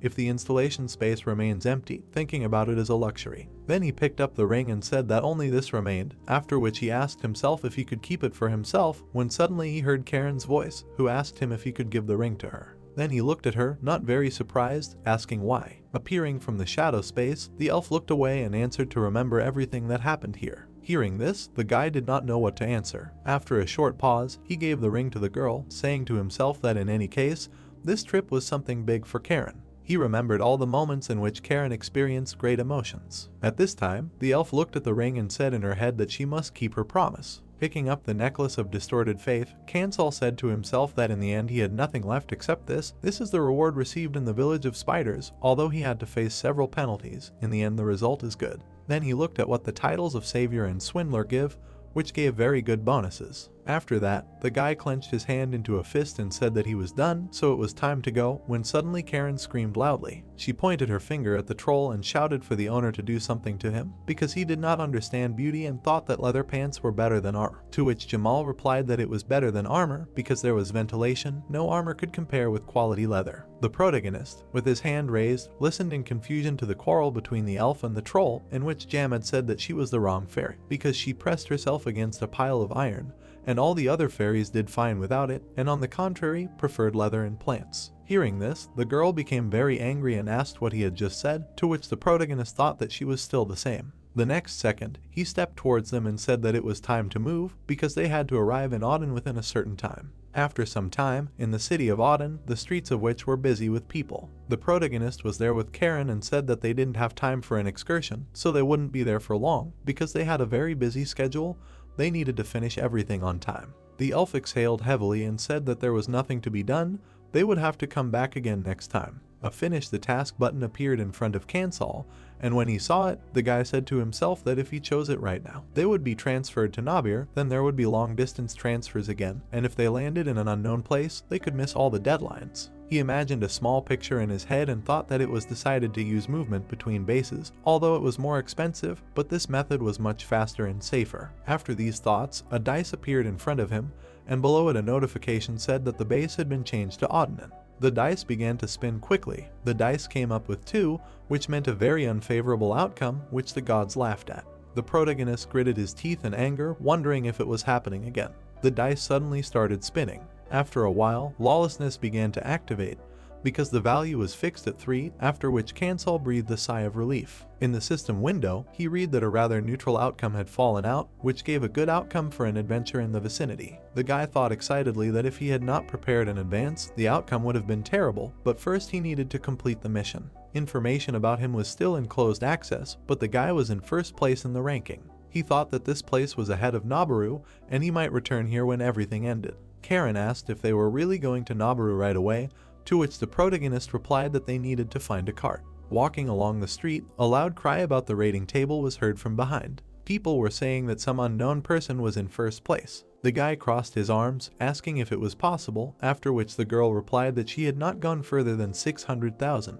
The girl said that the stranger had just been gone, and perhaps he had arrived from the base below. At the parking lot in Auden, people were puzzled about the mysterious stranger. The man asked why the guy was going to Nabaru, because he really did not want to die. Kansal was puzzled, when suddenly the man added that if the guy wanted to die, then he should find another way. The main character smiled, saying that he was really going there, so what problems could there be, and then the man realized that the guy did not know. He scratched his face, saying that Nabaru had recently been attacked. He said with regret that there was nothing left, because the city had burned down and the inhabitants had died, and only madmen could have remained in the city. The main character did not understand anything, asking where the survivors had gone. The man pointed ahead, answering to Concor, because that was the only place where carts go now. Kansal asked how long it would take, to which he answered, about 10 days. The guy frowned, thinking that the roads were good, and it was closer, so the journey could not take that long. Then he read in the notice that the people of Auden were known for their leisurely pace. Kansal asked if the man could get him there faster, to which he replied that it was not he who pulled the cart, but a horse, so if something was not right, the guy could look for someone else. The protagonist asked if he could pay right away, which shocked the man. The guy confidently said that he would make an extra charge for each day saved, asking what the man would say. An awkward silence suddenly hung between them as the man thought about it. He jumped up from his seat, asking to wait a minute, because he had to warn the other passengers. It was deep night outside. The guy opened the door, asked, and came. He asked if the guy had found anything, to which the guy in the cloak sighed, saying that the city was so big that it was like looking for a needle in a haystack. The guy with the tail asked if others were looking, to which his friend replied that the Chan man had ordered everyone to search, and although it was all suspicious, no one could tell him a word. The guys wondered if other guilds had already started searching, which they couldn't find out. They heard someone's footsteps to the side and a loud scream. The Chan man stopped, trying to catch his breath. Looking up, he asked if there was any news, since they needed to find this unknown person with 2 million points. The guy with the short hair spread his arms and asked if he even knew how difficult it was to find one person in such a huge place, to which he asked with displeasure if they hadn't found him, since he had asked them to do everything possible. The boy stepped towards him and replied that they were not bandits and could do nothing more, to which the Chan maker scratched his head and replied that they should continue searching. He then bared his teeth and thought that it looked like this would drag on. He remembered the ranking of the best travelers and said to himself that an unknown person had suddenly stolen his first place and also gained almost 2 million points. The Chan maker looked at his hand and thought that he only had 990,000, and he had suffered so much to get it, and not only had he surpassed him, but he had doubled his points. With these thoughts, he clenched his hand into a fist, imagining the monster behind him and asking if a human could really do such a thing, and if he was even a human, so he had to find him and find out. With hatred in his eyes, the boy looked ahead and said in his head that the only thing that interested him was whether he was really stronger than him. He remembered how he had recently received a hint about a new adventure, and its scale was simply amazing, and its limitations were incredible. The quest conditions stated that no more than almost a person could enter, which meant that the guild would not be able to participate, and even if only high-ranking adventurers went, it was not a fact that they would cope. Suddenly, Changshik presented the list of participants and thought that if someone stronger than him appeared, it would be a different matter, then it would not even matter who would take the remaining places. With these thoughts, he folded his arms and said to himself that, moreover, the reward rank was at least treasure, he must find it at any cost, when suddenly his comrade chuckled in surprise, causing Changshik to shout, asking what he found out. The guy with the short hair turned around and quietly said that he thought about him leaving. Hearing this, Changshik's eyes showed shock, and he asked what he just said. The guy pointed to the ranking of the best travelers and said that the main character had disappeared from the ranking, so Changshik was back in first place. At this time, a carriage was driving along the road, while the guy who was Changshik's comrade continued to say that a person with such a number of points could not die in Odenin, so it turns out that he left here. But before he could finish speaking, Changshik hit the wall with all his might with his fist, and then ordered that all travelers who left the city around this time be checked, and if there were any problems, they should say that they were following his orders. The guy with short hair said in confusion that they would find out everything, and then asked how he could help him at all since they had never even met before. Changshik looked up at his subordinates and shouted that they would make a fair deal. While he furiously shouted that he would not let him go next time, the carriage with the main character was getting further and further. Inside, Kansal was asked if he was really the one who promised to pay twice as much, which made him look up. The old man looked at him and thanked him for saving his time. He then leaned over slightly and asked if he was in such a hurry to get to his family in Kangori, to which the protagonist replied, "Not really," but he was in a hurry. Without taking his eyes off him, the old man replied that it was nothing surprising, it was only natural to hurry back given the chaos that was happening now. Hearing this, Kansal asked with sadness in his voice if he was aware of the latest developments. The old man looked away and replied, of course, adding that he was a big merchant, and if the guy was interested, he could tell him, to which the protagonist replied, yes, after which the old man asked him if he was an adventurer. Without taking his eyes off his interlocutor, the guy replied that he was, to which the old man replied that in that case, he knew that this was the kingdom of Nabinia. He presented a map and explained that the kingdom of Nabinia, the kingdom that included Ego in the south, as well as Kangori, Navira, and Odenin, although a small kingdom, was quite famous due to the huge forest in the south. The old man looked at the protagonist and said that many territories bordered him, but now only the kingdom was trying to invade the lands of the trolls, after which he asked if he had ever heard of what happened in Wiggleton. Hearing this, Kansal was very surprised. He remembered the man with long hair, who said that despite the fact that there was a fortress of Gulia nearby, the place was often plundered, and not long ago the village was completely razed to the ground. The problem was that they did not know who they were dealing with. Leaving his memories, the guy asked in surprise if this was really the work of the trolls. The old man answered that they plundered the village and killed every single one, but no one understood how they got here. He added that the enemies did not stop there and Navira suffered the same fate, and having engulfed the entire city in flames, they either ate or captured the people. The protagonist was shocked because he thought that trolls never enslaved people. He knew that they had no reason to use people much weaker than them as slaves, so they would either eat or kill people for fun, after which the old man said that this is all he knows, so he does not know how things are now there. Kansal knelt down, thanking for the explanation.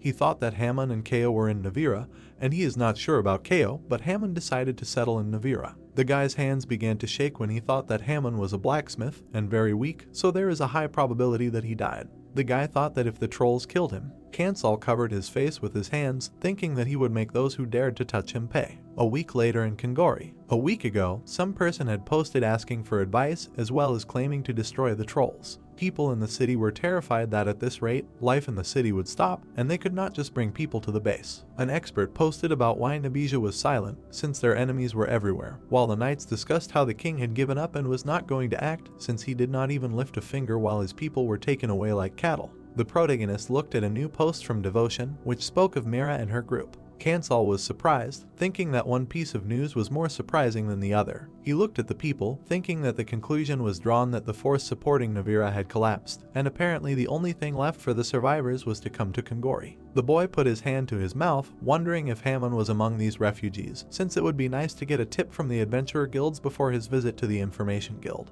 The people turned around in surprise. A female silhouette appeared in front of them. Kansal turned around, seeing Inhai and Chontak, asking what was going on. He wondered how people from the Federation had gotten here. A girl in the crowd noticed the protagonist's silhouette. She said that it was him, but they needed to get closer and check. Inhai and Chontak were stopped by a man in a bright cloak. Karen ordered them to stop immediately since she had never seen them before, asking what they were doing. Inhai frowned, saying that she had not heard anything about the woman accompanying Kansal. The elf looked ahead coldly. Without turning around, the protagonist asked if there was any business with him, to which Inhai replied that they just wanted to ask a question. The girl asked if he knew Yemen, after which there was an awkward silence. The protagonist replied that he did, after which Inhai realized that they had found the guy. The girl said that Yemen was looking for him, after which she asked if Kansal could come with them to the Federation. The light was on in the building, and Hai opened the door slightly, allowing the protagonist to enter. The knight leaned on a chair, sarcastically asking Inhai if she was busy. The girl passed by, answering that work did not let him go,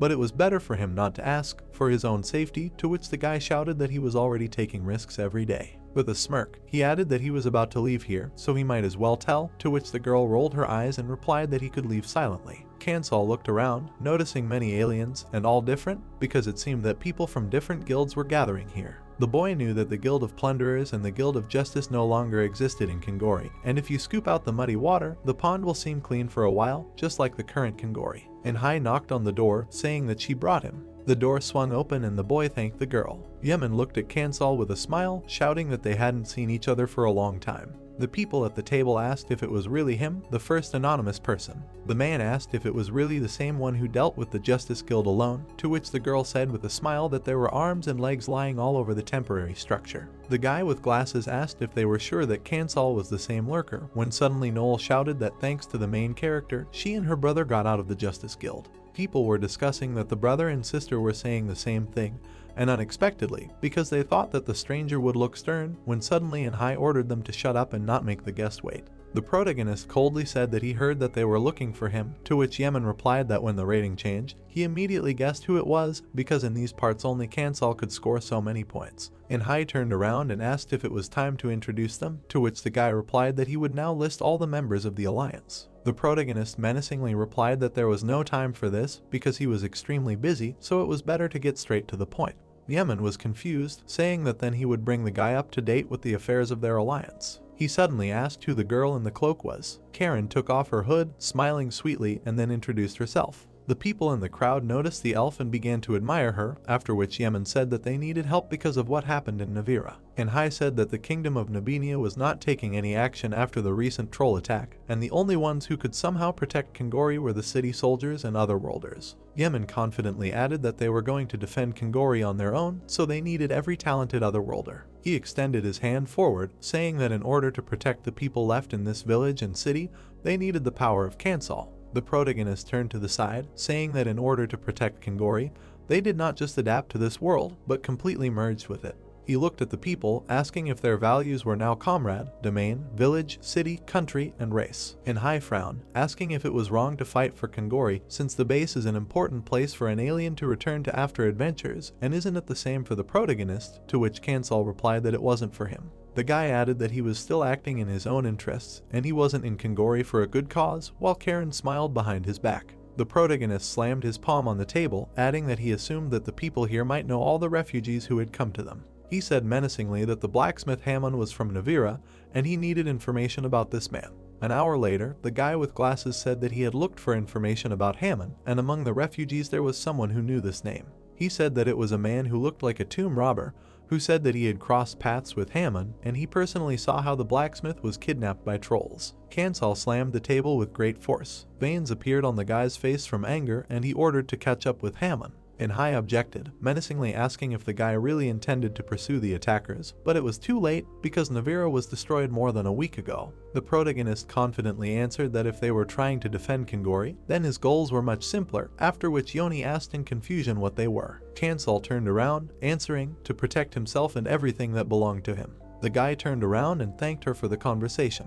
The man was perplexed, asking if the guy really was planning to cross the border at such a time, after which the girl asked what they should do and if the meeting was really over. She put her hands behind her head, calling Kansal crazy because he was acting alone now. Yoni turned to the side. She slammed the table, ordering everyone to be silent, because the guy was not someone they could judge superficially. She added, asking if they had already forgotten how the plunderers and justice disappeared, to which the girl answered in a trembling voice, "Also true." Yemen turned around, ordering Noel to return to the inn. The boy grabbed his sword. He looked after the boys, saying that he had to catch up with someone. Karen smiled and asked where they were going now, to which Kansal replied that they needed to get a horse and visit Gulia Fortress. The girl asked if this was a town near the plundered village of Wiggleton, to which the boy agreed, adding that this was the closest base to the trolls, when suddenly quick footsteps were heard behind him. The boy loudly called the protagonist, asking him to wait. Kansal turned around, noticing Yemen out of breath in front of him. The boy confusedly said that he had made a mistake, because he knew that the protagonist would not like it, but he had rushed and made a mistake. The protagonist turned around, answering that he had not left empty-handed, while he thought that the boy had changed a lot. He thought that there was no longer a lost and blindly seeking help child, because in front of him was a perceptive adventurer dressed in high-class armor, after which he said that thanks to the guy, he had a clear plan of action. Yemen asked if the protagonist was really going to find Mr. Hammond, to which Kansal nodded in agreement. The guy suddenly shouted that he would help, which shocked the protagonist. He frowned, confidently adding that it was in gratitude for saving him, so he asked to allow him to help. Kansal thought for a moment, then turned to Yemen. He said that the guy would not be able to help him, which left Yemen speechless. He confusedly shouted that he had become stronger and was no longer the same as before. Karen replied that she understood that the guy was confident in himself, but the protagonist was telling the truth because Kansal did not need his help. Veins suddenly appeared on the guy's hand from anger. Releasing Mana, he said that the guys could test him. The girl smiled, answering sarcastically, "Why not?" Yemen grabbed the sword, then quickly rushed forward. A trace of the jump remained on the ground. Yemen swung his sword with all his might in the air, then hit the girl's sword. The guy gritted his teeth from the fact that his blow was blocked. Karen smirked slightly, saying that this was an interesting power, so it became clear that the guy's confidence did not come from thin air. Noel, swinging his sword, attacked the swordswoman Karen. She, swinging her sword, parried his blow. The guy, gritting his teeth, understood that she was the same swordsman as he was, and there were several ways to seize the initiative. In his memories, the guy saw a man bleeding. Everyone who was near the guy was perplexed by how the young man killed him. He looked at his black hand, realizing that this was the power that his sister Nuna gave him to protect Noel. Continuing to look at her, he understood that she allowed the sword to become faster and stronger, and it began to progress faster than others. Swinging the sword, he knew that the times of helplessness do not compare. The blow was blocked by Karen. She, having made only a swing, threw the guy back. He understood that he could not even touch the cloak. Smiling, the girl apologized, since she overdid it a little, and asked if he wanted to continue. Getting up from the ground, the guy exclaimed that everything was fine, and he was ready to fight further. The guy was already approaching her. She, swinging the sword, said that speed is quite useful. She knocked him down, saying that there was no use in the rest. The guy was flying to the ground again. He fell, screaming. A blade was pointed at his face. Smiling, the elf asked if they were finished, to which she heard an approving answer. Rising from the ground, he listened to the girl's words about how the blow would be easy to block without fencing training, because speed alone was not enough, while the guy responded affirmatively, saying that he admired Karen's skill. Lowering his head, he said that he understood why he was not suitable as an assistant. The protagonist stood not far from the young man. He asked if he should protect his sister and why he followed the protagonist. The guy, turning away slightly, said that he would protect her, but something was bothering him. The hero, looking at the guy, said that he had excellent intuition and that he was in limbo. Yemen, his eyes wide open, heard the hero's question about what he would do if Cancel decided to harm Noel. The hero, slightly bowing his head, said that if he had the strength to defeat him, the guy would be calmer. The young man, kneeling, listened to the hero's words about how nothing would relieve him of his gnawing anxiety, and the whole problem was that he needed to become stronger. Holding his hand, he continued to listen to the words about how this place would not help him gain strength and that in order to make progress, he needed to leave Kongori. The boy stood up from the ground. Holding a certain statuette in his hands, he explained to the hero that it would help them find each other's location. Squeezing it, he said that he was not sure whether he would stay in this city. Taking the statuette from the boy, the hero said that they would see each other again and that he should try to survive until he found the boy. The horses galloped in an unknown direction. The voice of the shadow was heard. She said that she did not know that the hero could ride a horse, to which she received the answer that he had hidden talents. Turning her head to the hero, Karen asked him why he was going to Giulia, to which he replied that he wanted to check if the city had a plan to influence what was happening, and if not, they would have to look for the trolls alone. Smiling broadly, the girl said that he had gone completely crazy, but the hero simply said that it was because he had lost his thing.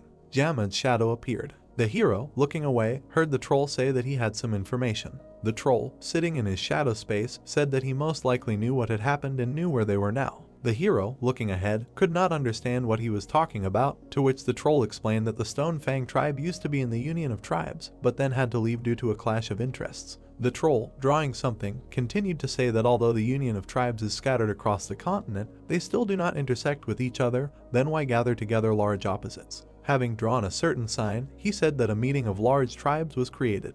Looking at the symbol, he continued that this is like negotiations between large tribes and other tribes of one area. The hero immediately remembered the tribe of the Sulphur Skull. The troll, frowning a little, said that since he knows about it, everything will be simpler, and continued to explain that the Silt Force set all the tribes in the Nabinia district against them. The hero frowned, hearing the words of the shadow that a long time ago, the boy heir of this sulphur skull suggested using the god of the elements Purga. A drawing of this spirit is depicted. He is the god of fire and sulfur and is a disaster in its purest form. The hero, opening his mouth wide, asked the troll if they used the triumph of the gods. The troll frowned, unable to understand what could be going on in the head of a man who knew everything, since he had not told him about this ritual. The young man, gritting his teeth, said that he now understood why they had kidnapped Navira's people. Jamad, turning his head, said that most likely the raid on Wiggleton was also connected with this matter, and he was sure that they had sent all the kidnapped citizens into the mouth of the Purga in order to inherit its power. The map showed the trolls' plan to attack the cities, since with that power they could capture all the cities that would be in their way. The girl frowned and said that even though they were trolls, they behaved like strategists, to which she received an answer from the shadow that even such a plan was rejected for strategic reasons. She could not understand why. Sitting with his back to them, the troll continued, saying that they were not on the best terms with Satina, and in addition to this, there were a number of other reasons, so Jama and the leaders of other tribes were against it. The hero sweated on his face. He asked how much time they had until they sacrificed the hostages. The troll, slightly bowing his head, said that if the ceremony had just begun, then they had about a month. Karen, turning her head, asked why they needed so much time to just throw the sacrifice into the mouth of the god. Crossing his arms, Jamad said that the god of the elements was not their subordinate, and he would not adapt, and besides, Purga loved cruel jokes, and it would take them a long time to respect him. Squinting, he added that given their movement by land and the recent attack on Navir, the hero, grinning, heard the shadow say that the trolls were already moving towards the volcano. They galloped even faster, while Jamad said that he was not sure that the hero had a month. Near the walls, houses were burning down. The man was standing near a large hole in the wall. Having passed through it, he said that a troll could crawl through such a hole. Turning around, he said that the creatures most likely got in like that, and did not understand where the border service was looking, because how could they miss such a hole on the border? The guy next to him answered that perhaps these guards still had not found the secret passage of the trolls. The guy, frowning slightly, asked what their commander was doing. She was sitting with the man, while the guy was told not to touch her for now. She was holding a man in her arms. She asked him to open his eyes. Opening them a little, he thanked God that Mira was alive. Crying, the girl tried to find out from him what happened and what happened to Kibo. The man remembered the trolls that attacked and told her not to go there. He lay with his eyes closed. The girl, kneeling, begged him not to close his eyes and that she would take him away from here now. They just needed to find a doctor. Opening his eyes a little again, he asked the girl why she was here. Hadn't she heard the news about the troll attack? She cried while he said that Navira was finished and she had nowhere else to return to. Covering her wounds with her hands, Mira asked if he knew what happened to Kibo. He remembered how the creatures dragged him away and took their cart. Trembling from what happened, she listened to the man's pleas for her not to go because she had to live on. Frowning, she screamed that she couldn't do this. The man said, smiling, that this was Mira, whom he had known all along. The cloth hung in the air for a second. The girl remembered the man's words about having to go and bring him back. She was covering the man's dead body with a sheet. She put her hands on him when she heard someone call her. There was a guy standing behind her. He said that the tracks of the cart led north and they could give chase. Continuing to speak, he pointed at the guys who could no longer go anywhere, saying that most of the aliens were either overcome with fear or had fled to Kongori and only he and her were on their feet. Frowning, he asked her what to do. The girl, holding her hood, said the only thing they needed was the wolves. She, slightly lowering her head, ordered the pursuit to begin, and for him to tell the allies to prepare for departure. This marked the beginning of a new adventure. In the distance, mountains were visible. It was the northern region of Nubinia. A question was heard about how many days were left until Giulia. The guy, looking around, hesitantly said about 4 days.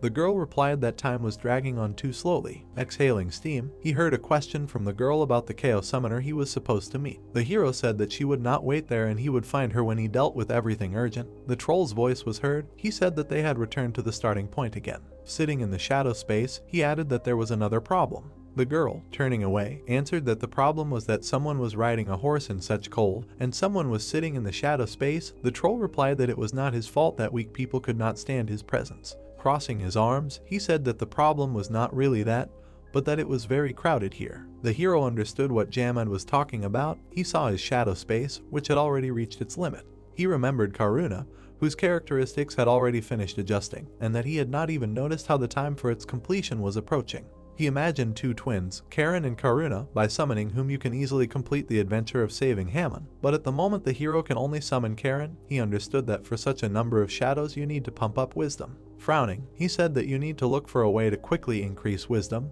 The girl could not believe that such a thing existed. Squinting, he said that if they did not find him, then Karen would have to fight alone with the Sulphur Skull, to which she immediately replied that he was giving up very quickly and, having done a favor, said that she would also think about it. The gods were amused by this development of events. Night fell. The hero was sleeping by the fire. He opened his eyes because he heard someone asking him to come closer. Getting up, he could not understand what kind of voice he heard. Jamad told him that he was about to wake him up. Leaning on his hand, he asked the troll what was going on, to which he simply pointed his finger to the side and asked to look. A glow was visible in the distance. The hero said that it could be an animal. The girl appeared from the shadow space, saying that these could be trolls from the Sulphur and Skull and offered to fight them. The troll, frowning, said that it was not them because an unusual energy emanated from an incomprehensible creature. A silhouette appeared in the distance. He had a backpack on his shoulders. His glasses sparkled because of the light from the fire. The hero, his mouth wide open, he heard someone address him. The protagonist did not understand how he knew his name.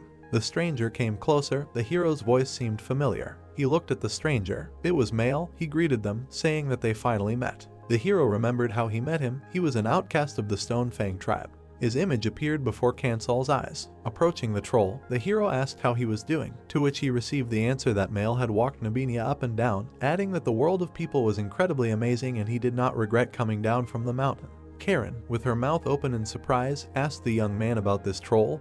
He said that it happened that way and introduced the troll and his shadow. Coming closer, the girl greeted him and asked about the glasses, to which he replied that he found another use for them besides correcting his vision. Jamad sat frowning, listening to the elf's words that Male was quite intelligent for a troll and different from those she had met before. The troll, looking to the side, saw Jamad. He knew him. Jamad, looking at the troll, asked who he would be, to which he received the answer that he was the son of the exiled Majora of the previous generation. The troll, frowning, said that this was the same exile, but he did not know that she raised a son, to which he received the answer that she carried him in her womb when she was exiled. Looking intently at the troll, Jamad said that it meant that he helped the snowman destroy the Stonefang. Male, putting his hand on his chest, explained that everything was so and he used a certain elixir. The troll, rubbing his chin, said that he really could not cope with such a thing alone and added that he did not know such an elixir, but he was interested in knowing the level of Male's magic. Karen, folding her hands, did not understand how they could talk about their tribe as if it were someone else's home and that they did not know feelings.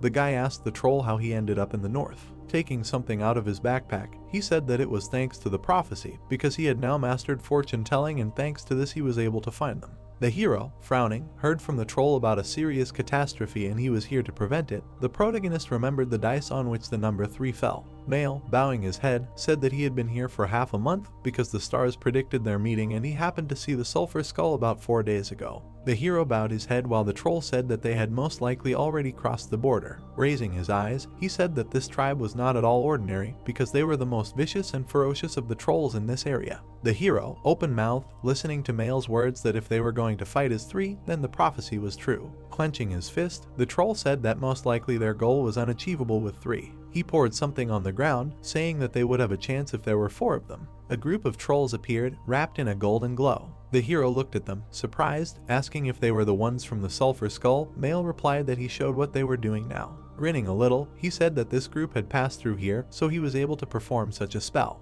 The hero, surprised, opened his eyes, did not understand what was happening. While the troll explained to him that a pinch of their souls remained here, the gods were surprised by such skill of Male. He, kneeling, said that they did not use witchcraft or magic to disappear, but simply continued the passage where the border was leaky and added that knowing their location, they can use it. He lowered his eyes. Looking at his hand, he remembered how the snowman helped him then. Remembering himself before, he said that he could finally repay them. He added that he would become their guide. This served as the reason for the troll joining the allies of the protagonist on this journey. A wall with a hole in it appeared. It was the border of Nabinia. Putting his hand to it, the troll said that the cave was collapsed in the center. Touching the wall with both hands, he said that this did not look like an ordinary collapse at all. Karen asked him if the sulfur skull had a hand in this. Trolls appeared again, scattering a semblance of sand. He said that they did not need this and he would now check if this was true because these were images that were preserved in the memory of these lands. Looking at them, he said that they were most likely people and there were about 20 of them. The hero, looking at one of the images, recognized Mira in it. Jamad also saw this image, saying that he remembered her and that she followed Kibo. Only Karen was perplexed. Turning away from the elf, the troll told her to ask Karan, to which she replied that he could tell him himself. The hero, looking at the troll, asked if they would have to go to Gulia because of the collapsed cave, to which he replied that he had one way. Holding something like a fruit in his hands, the troll was reading a spell. He threw it on the stones. Something began to approach this fruit from under the stones. A huge monster jumped out to grab this delicacy. Jamad, looking at the monster, asked if this creature was a stone worm, to which he received an affirmative answer from Male. He also added that stone worms love the fruits of the kokurin and he also placed a secret instruction in this fruit for this monster to destroy the wall blocking the way. The worm began to drill the wall, while the troll praised the other for having many talents and for being useful to the Stone Fang, to which he replied that there was nothing more useless than talking about the past, because for him the Stone Fang was an object of hatred, not a warm nest. The worm completely broke through the collapsed wall. The hero and the shadows looked into the hole that appeared. The gods were amazed at Male's skill. Through the hole they saw the volcano Yognathun, realizing that this was where the domain of the sulfur skull began. The hero, walking along a narrow path, asked Jamad about what he should be careful with when confronting the sulfur skull. He, raising his head, said that each member of this tribe has outstanding fighting skills and especially need to beware of the top, to which Karen replied that he can hide behind her, because she will cut the throat of anyone who comes close. Looking at the elf, he told her not to look down on him, because in the union of tribes everyone has unimaginable strength. Karen in turn replied that in her time there were very few famous trolls and asked if there are any in the sulfur skull. Jamad, frowning, answered that there is one. He is considered an unbridled monster. Karen turned to the troll and asked who he was talking about. The hero saw a wounded man lying nearby. Jamad also looked at him, saying that he is one of the pursuit squad led by Mira. Male came closer and gave the wounded man cedar leaves and water to wash down. The man lay with his teeth clenched. The troll lifted him up and asked if he felt better. Turning his head to the troll, he could not say a word. Sweat appeared on Male's face from the man's words about the monster. He was kneeling in front of the wounded man. The hero frowned and did not understand how a squad of 20 people could fall so easily, to which he received the answer that their surveillance had been exposed. Jamad, bowing his head, said that this was not surprising, because we were talking about a sulfur skull, although he was even ashamed to say such a thing about a man, but he was left alive. He imagined how a warrior of this tribe kills man after man, saying that it was not the strength of this troll, but most likely that they sent only a small part of the tribe and he simply managed to hide. The hero, bowing his head, did not understand how such a small part was enough to defeat 20 people. Closing his eyes, he said that it was time for them to move on, to which Karen replied that it really wasn't worth wasting time because it was better to think about everything on Yognathun. Streams of magma flowed from the volcano. Male folded his fingers and used a spell that provided protection from the heat. Jamad, looking at him, asked who taught him such spells, to which he received an answer about ancient books. The hero in turn was amazed by this, since most ancient books are written in metaphors and even those who are thirsty for teachings find it difficult to achieve results. Damad raised his head, listening to the troll's words about how when you read every day you begin to understand. He also asked him if he had studied magic. The shadow in turn reacted negatively, because they did not write how to kill the sorcerers of the past generation and how to solve the problem of a lack of provisions. Looking at Jamad, Male said that the chieftain and the sorcerer need to accumulate different things, because most likely he experienced many hardships in life, to which the troll replied that being a shadow is not so bad in the end, because now he can fully concentrate on witchcraft. Karen, smiling, supported Jamad's words, adding that if you get hungry, you can just ask the owner, and then he will treat you to something tasty. Adding that it is fun to even just travel around the world, the gods were amused by such words of the elf. She looked at the volcano, wondering if it was strange that they still had not met the trolls. Male, looking back at the volcano, said that they most likely gathered in the crater. Jamad agreed with him, adding that in their original plan, everything is carried out through an altar built in the crater. The hero, frowning, said that it was time to go to the top and perhaps they will be able to save someone.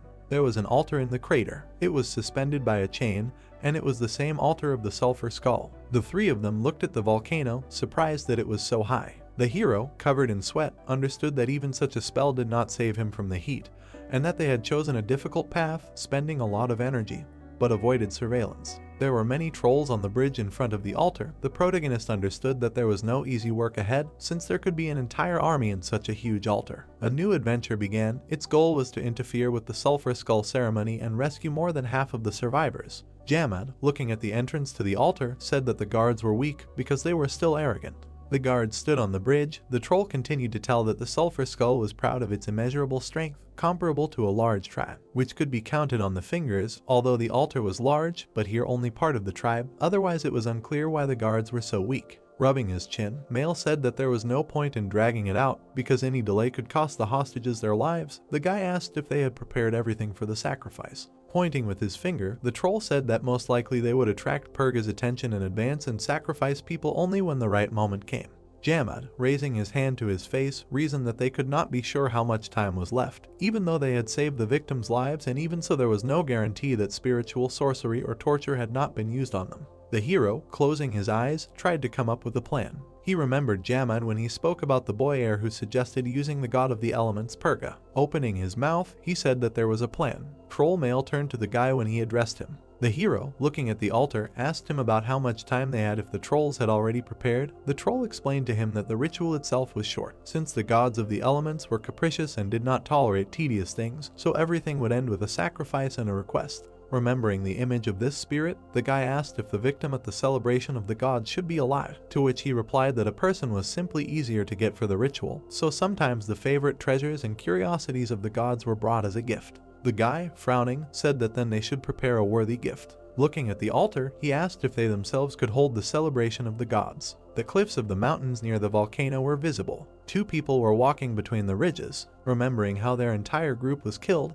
they understood that all 20 people from the pursuit squad died at the hands of two creatures. The girl, gritting her teeth, understood that even their supposed commander did not interfere. Through her thoughts she heard that she was called. Lowering her head, she told the guy to go back. He did not understand why she was going to go alone, and asked to take him with her. The girl saw someone. She saw 4 silhouettes. Nira grabbed the axe even tighter, while the guy behind her asked her to stop. She flew at the troll. He dropped her with just one blow. Looking at her, Jamad said that she really thought of dying. She was pressed to the ground. She could not understand how the troll spoke human language. One of the trolls addressed her. She looked at him in surprise. The troll had golden eyes. The girl recognized him as the snowman. The boy and the girl stood in front of them. She told them about how they went in pursuit of the sulfur skull to return Kibo and how the squad she led was routed. Clenching her hand into a fist, she blamed herself for the fact that it was her fault, because if she had not brought them here, nothing would have happened. The boy, bowing his head to her, said that it was not her fault, because they themselves decided to go to repay Kibo for all the good that he had done, and asked her not to bury the dignity of the fallen members of the squad in the ground. Turning to Kansal, she explained that everything happened when they thought they had almost caught up with the kidnappers, but they noticed the surveillance and sent 2 trolls. Frowning, she said that one of them had a weapon similar to a claw, and the second with a huge axe. Jamad, looking at them, explained that they were Joes and Kango, brave warriors of the Sulfur Skull, saying that they were talented, but there was no need to worry about them, because they were nothing more than bullies, unlike their leader. Remembering the image of the leader, the troll said that his name was Jando, because he was the one who proposed this ridiculous plan. The guy in the guise of a troll turned to Jamat, asking him how strong he was, to which he received an ambiguous answer because he did not fight with him, although even despite this, he would crush Jando. The hero, slightly bowing his head, turned to Mira. Looking at her, he explained that they were going to penetrate inside and asked about their plan. The girl clenched her fist, hearing the question of whether they wanted to rush into battle again. Frowning, she asked to take her with them into the mouth of the volcano. Holding the blindfold in his hands, he explained that in this case they needed a legend. Handing it to the guy and the girl, he asked them to blindfold them. One of the trolls standing guard appeared in front of them. He stopped them and asked who they were. The hero had already come up with a plan on how to get inside. The girl was wearing a blindfold. A window for choosing a line appeared. The hero chose the appropriate option, which said that they were leading a hostage. The gods laughed at this decision. Pointing a finger at the hero, the troll from the Sulphur Skull asked why they did not come with Mr. Jando, to which the guy replied that he was late because he was catching escaped prisoners. Grinning, Kensalko told him to quickly let them through, because otherwise Jando would let the guard on the victim. He could not say a word and easily let him through. Looking at Jamat, one of the guards did not understand where they got this big guy from, and that he looked like the leader of the Stone Fang. The troll's eyes turned red. The gods laughed at the situation. One of the guards turned to those who had already passed, asking if they had seen Lord Magra's army since it was almost there. Turning around, Jamat replied that they had not. The guard advised them to be careful. The guards, still standing on the bridge, were talking about the difficult situation, since even Lord Magra had volunteered to help with the ceremony, to which another replied that they should hurry if they wanted to enjoy the spectacle. The huge door to the temple opened. They went inside. Jamat, looking around, said that now they had a problem. The hero responded affirmatively, since the matter was indeed serious. Grinning, the troll explained that Magra would be the biggest problem here. Remembering that symbol signifying the union of the troll tribes, he also mentioned their main representative. He remembered the Council of Elders, a body consisting of elders of the past generations from each tribe, and that they all possessed monstrous power. The hero, frowning, listened to Magar, a sorcerer from the Sulphur Skull. The guy understood that if he lay down, they would die. Turning to Male, Jamat told him to begin, to which he responded affirmatively. Opening the book, he added that he would finish quickly and that they would meet at the altar. The hero's plan for Male was to destroy the axis of the altar hovering in the air. The troll, looking around, said that they needed to find the place where the prisoners were being held. His role in the hero's plan was to save the prisoners under the guise of escorting them. Turning to Karen, the hero said that it was time for them to go. Their goal was to pave the way to the bridge, where the ceremony of the triumph of the gods would be held. They were walking further when Karen turned to the hero, saying that he looked very ugly. The hero exhaled, saying that she was not very beautiful now either. Turning her head to the guy, she said that she did not think that in life she could be called ugly, and she suddenly felt ashamed in front of Jamat. The gods could not understand Karen's words. Walking further, she again turned to the hero, asking him if he remembered what he said last time, to which he replied that it was quite difficult to remember. She reminded him that it was when they were catching the fog monster. The hero remembered this. He said that when he reached the end, the world would become better. Frowning a little, he replied that he remembered. The elf replied that he was indeed right. Turning to her, he listened to her words about the protagonist not being one of those who act to save the world, but even so, his actions changed the world for the better. Karen's eyes sparkled as she talked about how if they succeeded they could free Nabinia from the trolls and save all the refugees from Navira. The hero looked at her as she explained that they would also indirectly help Kangori by raising a ruckus at the meeting, but the protagonist couldn't understand what she was getting at. The ground shook beneath their feet before Karen could finish. The entire altar shook, meaning that the central axis had been destroyed. The trolls began to sound the alarm. One of them ordered the others to go down and check what had happened. They ran towards the central axis, because if they were late they would bathe in lava. One of them turned his head, asking someone why they weren't running. Two figures in the shadows were walking towards him. Karen approached, her disguise gone. She waved her sword, saying that they were now going up. Somewhere inside the altar, two trolls were sitting behind the cloth. One of them was trying to figure out what had happened to the altar, while the other was explaining to him that the problem was in the central axis and the imbalance in the chains.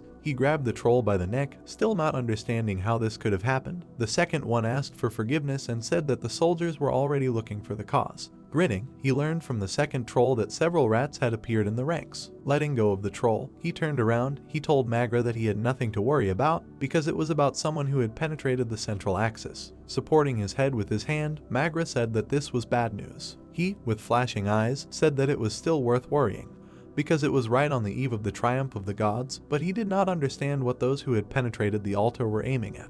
Jando, raising his head, explained that they did not yet know their identities, but they were clearly wary and perhaps their goal was simply to stall for time and disrupt the sacrifice. Magra, supporting his head, said that if the axis collapsed, they would need a sorcery that could support the weight of the altar until the axis was repaired. And he added that among the sulfur skulls, only Jando had the necessary strength, so what was done was only to restrain him. Frowning, Jando apologized, because he did not think that such a thing could happen during Magra's visit, to which Magra told him to curb his feelings, because he was now the chieftain of a large tribe and he must show the appropriate courage. 2 trolls knelt down, these were Kango and Joes. Jando, looking at them, ordered them to deal with the problem, because if they helped, it would mean that the elder supported him. He frowned and thanked Magra, for now he would certainly perform the sacrifice and spread the influence of the sulfur skull throughout the sky. Magra, pointing his hand at Jando, told him that he could not involve the chieftain in this matter and that he did not need to worry and that he should concentrate on restoring the axis. The troll watched the chieftain go. Grinning, he understood that Jando would be the very chieftain who would lead the union of tribes to a new era, even though he was too young.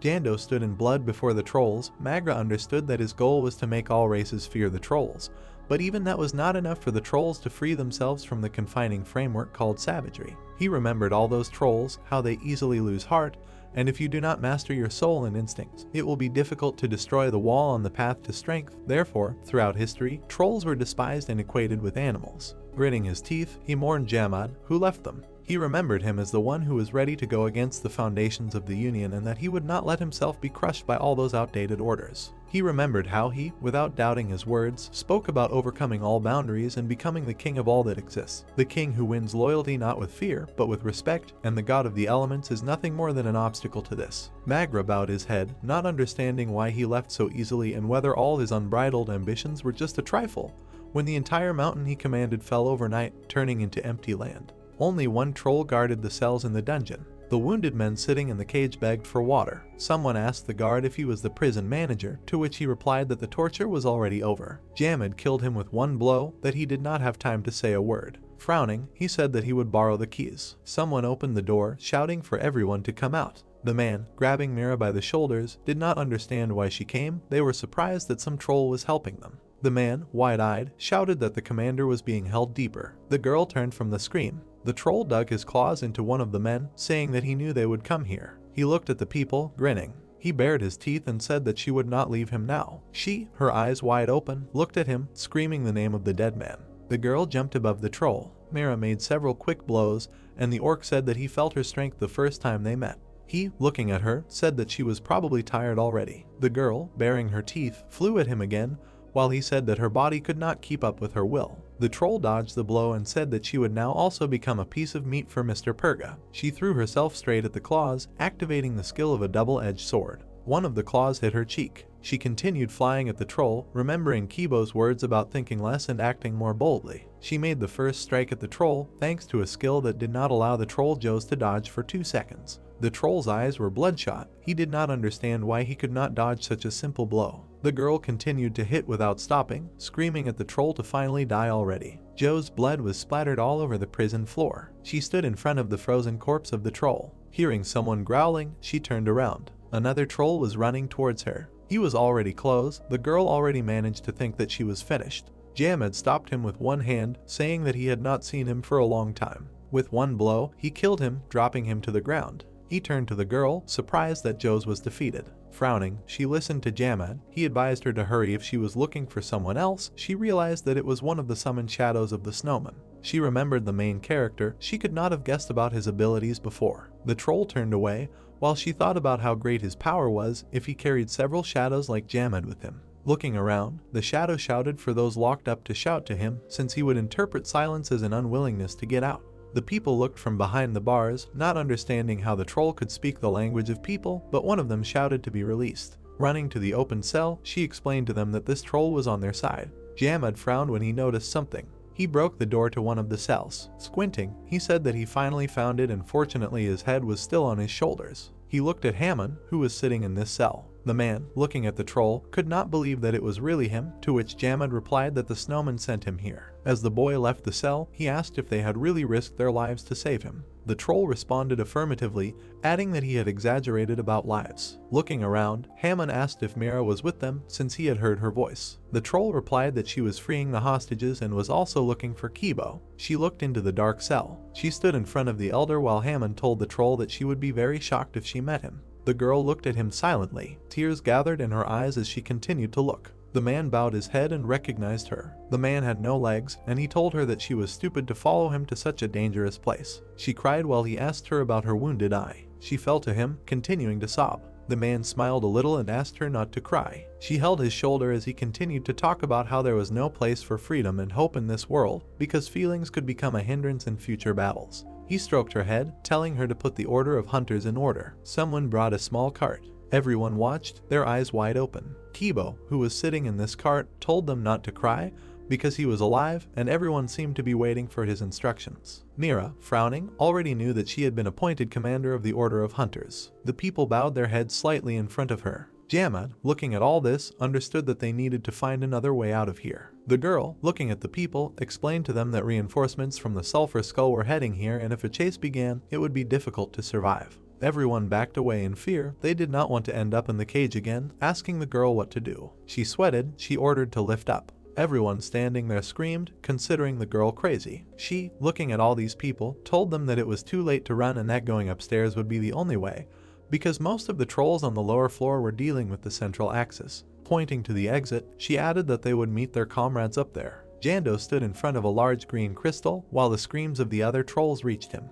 He tried to stabilize the axis while he was informed that the victims had escaped. He turned around in surprise when the second troll told him that they had broken into the warehouse, taken the weapons, and were now going upstairs. Looking at this troll, Jamad shouted at him that they were no good for anything because they still hadn't managed to catch one unfortunate rat. Magra, who had come up to them, told him to calm down because at the moment his goal was to hold the axis, and while he was here the invaders would not dare attack him. Turning back to the crystal, he apologized for disappointing him and added that he had sent more soldiers in pursuit. Magra replied that his troops would soon be at the altar. The troll frowned, unable to understand what could be wrong. Jando turned again when he heard Magra ask if the rats might have ulterior motives, to which he replied that he was most likely the target since they had trapped him at the axis. The troll lowered his head as he continued to talk about how freeing the prisoners was just a way to stir up chaos, and he was sure it was done on purpose to keep him below. Magra's eyes widened when Jando asked him why they were running towards the altar instead of down. The troll turned to Magra when he shouted that they were not aiming at him. He, baring his teeth, continued to shout that the rats' goal was the altar, and that they were here to intercept the prepared sacrifice and that they needed to be stopped immediately. The altar was already prepared. This was the beginning of a new adventure, the goal of which was to defeat the tribal leader and deliver most of the survivors to Giulia. The trolls ran to the altar, shouting that the door was blocked. An elf stood in front of them. The gods did not understand how she alone could hold them all back. The hero, passing by her, asked her to hold them back for the duration of the ceremony. Someone called the protagonist. It was male, already standing near the altar. He said that he had gotten here thanks to a little magic and asked the hero to quickly begin the ceremony. The flames flared up stronger while he said that they needed to hurry because the high priest would soon be here. The hero ran the blade along his hand, revealing the wound. He spilled blood into the flames. Looking at the fire, he screamed for Purga to show him his face. The flames began to change color. The flames were completely uncontrollable, flaring up more and more. The hero frowned. He was burned incredibly hard, even despite Male's protective magic. The features of the spirit began to appear in the fire. The hero felt a huge threat. Someone was looking at him from the flames. Thanks to this, the hero received additional wisdom. The spirit of Purga appeared, saying that he was seeing this young man for the first time and why he disturbed his sweet sleep. Kansal looked at him, asking him to accept the sacrifice. The spirit asked him who the sacrifice was, the hero himself or everyone here. The hero opened his mouth wide. The spirit saw something. The hero took out the Atarak heart, offering it to the spirit, who was pleased with it. Purga, looking at the hero, asked what he needed in return and what favor he dreamed of. A selection window appeared, but the hero, without looking at it, shouted that he needed an unbridled shadow. The spirit, grinning, approved of such a desire. A symbol appeared on the hero's cheek, burned by fire. This was the price for ambition. The flame blazed, the scream of the main hero was heard. Smoke obscured the view. As soon as it dissipated, a group of trolls appeared behind it, led by the chief priest, who said that they had caused them a lot of trouble. Grinning, he looked at them, saying that this was the end of their antics. Karen looked at them as the troll continued to talk about how they were there to bury each of them in the volcano. The hero's cheek was slightly smoking from the wound that had appeared. He knew that they were unlucky since Magra had appeared here. The troll, turning his attention to the young man, asked if he knew him and why they were even targeting the Sulphur Skull tribe, to which the hero replied that they had dragged his friend away. The troll lowered his head a little and said that now their luck had run out, because as he had said, Magra had appeared on the way. The hero held a cloud of shadow in his hand, saying that he was never lucky, so he prepared for everything in advance. The protagonist turned to face the troll. Magra noticed the tattoo of Purga. The hero released the shadow in his hand. Karuna began to appear in front of them. Karen greeted him with tears in her eyes. The elf who appeared in front of her said that he had had too long a dream. Magra, waving his hand, asked if the shadow was the only thing the hero had prepared, adding that overconfidence easily gave birth to courage. Taking out the blades from behind his back, he said that the courage to confront Magra was just youthful ardor. The chieftain raised his leg. He rushed forward, waving his blades, activating the fire ability. The hero tried to protect himself from the flames, realizing that he did not know much about it due to the limit of his current insight. Magra stood right in front of them. Kansal understood that this was his first legendary monster that he had met in all his adventures. Rubbing his face, he realized that the troll was also unaware of the power that was activated due to the connection between the twin knights. Karen and Karuna attacked Magra. He managed to parry these blows. Frowning, he could not understand what kind of power they had. The elf, laughing, was glad to fight Karuna together again, because it was so long ago. The knight, looking ahead, said that it was before the collapse of Mantra, and he entered the first phase of the moonlight. Karen, jumping on the troll from above, shouted to her brother that it was time to check if he had lost his skills. The troll blocked the blows, screaming in confusion, not understanding who they were. The knight was able to hit Magra. Karen jumped to continue after her brother. Karuna stood ready. Such strength was due to the fact that the knight raised his rank to legendary, which greatly increased his skills. The elf was also ready to strike again. Her strength was due to the fact that she was reunited with her brother and became twice as strong. Magra received countless blows. Magra used sulfur sorcery, realizing that no matter how strong he was now, he would not be able to fight two at the same time. Standing up, he shouted at those about how they would handle his new abilities. The troll looked at the hero. He, with his eyes wide open, could not understand what was going on. Magra lunged, aimed straight at the hero. An explosion thundered. Someone protected the main hero from being hit. It was Jamad. He covered the hero with his body. The troll looked a little frowning. He looked at Jamad, saying that he died, to which he replied that he needed to return because of unfinished business. Grinning, Magra said that now he saw how he was now coping with the role of a guard dog, because it suited him just fine. Narrowing his eyes, the shadow said that living in peace with people is not so bad, because if you want to gain respect, you need to start with understanding, and despite his reluctance, he made new friends. Magra turned around when the trolls behind him shouted that someone was getting up. Shadow, baring his teeth, told Karuna and Karen to have fun while he protected the master. The elf, smiling, answered him that at such moments the troll inspired her confidence. The brother and sister continued to attack Magru. He pushed Karuna away with a kick. He flew far enough away, while the troll shouted that soon Jando would return the altar to its place and kill everyone. Having taken a fighting stance again, he shouted that although they managed to push him back, this ruined all their plans because the army was flocking to the altar and they would never get out of here. The hero, frowning, said that this would not happen because they could simply destroy the altar. Karuna, entering the second phase of Moonlight, prepared to attack, while the troll shouted that the hero would not succeed. The hero, lowering his head a little, ordered the knight to show what he was now capable of. He, entering the third phase of the moonlight, answered the protagonist affirmatively. The elf lunged towards the troll. His eyes were blazing with fire. He threw a counterattack, screaming about what kind of monsters they were. The elf, smiling, said that she would attack first. The troll tried to parry this blow. He grinned. It was difficult for him to block this blow. The elf, gathering all his strength into the blade, flew at the troll to strike. Everything was illuminated by a blue glow. The troll understood that at this rate the altar could really be destroyed. The debris flew around. A crater formed at the site of the blow. Someone asked if everyone was safe because they needed to hurry since the trolls were already approaching. The hero, turning around, heard exclamations about how they survived thanks to him. The man who approached him said that now they had no way to retreat because the creatures were already rushing here. Cancel stood before a crowd that was shouting that they had no more strength to fight and were asking for help. The hero, frowning, looked at this crowd. Karen stood silently, looking at what was happening. Jando came to Magra's aid. He could not understand what had happened. The chief, lowering his head, said that this place was finished, as was the plan. He, opening his eyes wide, could not understand why this had happened, to which the chief replied that it was not rats at all and that they were deeply mistaken. Magra, rising from his knees, said that despite the fact that he was old, his premonition was correct and that he would die today. Opening his mouth wide, he shouted at Jando to close his mouth because he was trying to convince him that everything was fine. The troll closed his eyes, listening to the chieftain's shout. He screamed that strength did not solve anything here, and today he would try to save the sulfur skull from losing its leader and the subsequent disintegration at the cost of his life. Covered in bright flames, he told Jando to return to the tribe and tell the Union that Magra had resorted to forbidden sorcery. The brother and sister watched this. As he left, the troll thanked the chieftain for everything and added that he would do everything as he said. He began to take on another form, while Jando shouted at all the trolls to leave the altar. Karen watched this, gritting her teeth. The troll took the form of a divine incarnation, saying that his end would not be pitiful, adding that he hoped that they would keep him company. Karen jumped to the side when the enemy swung his blade.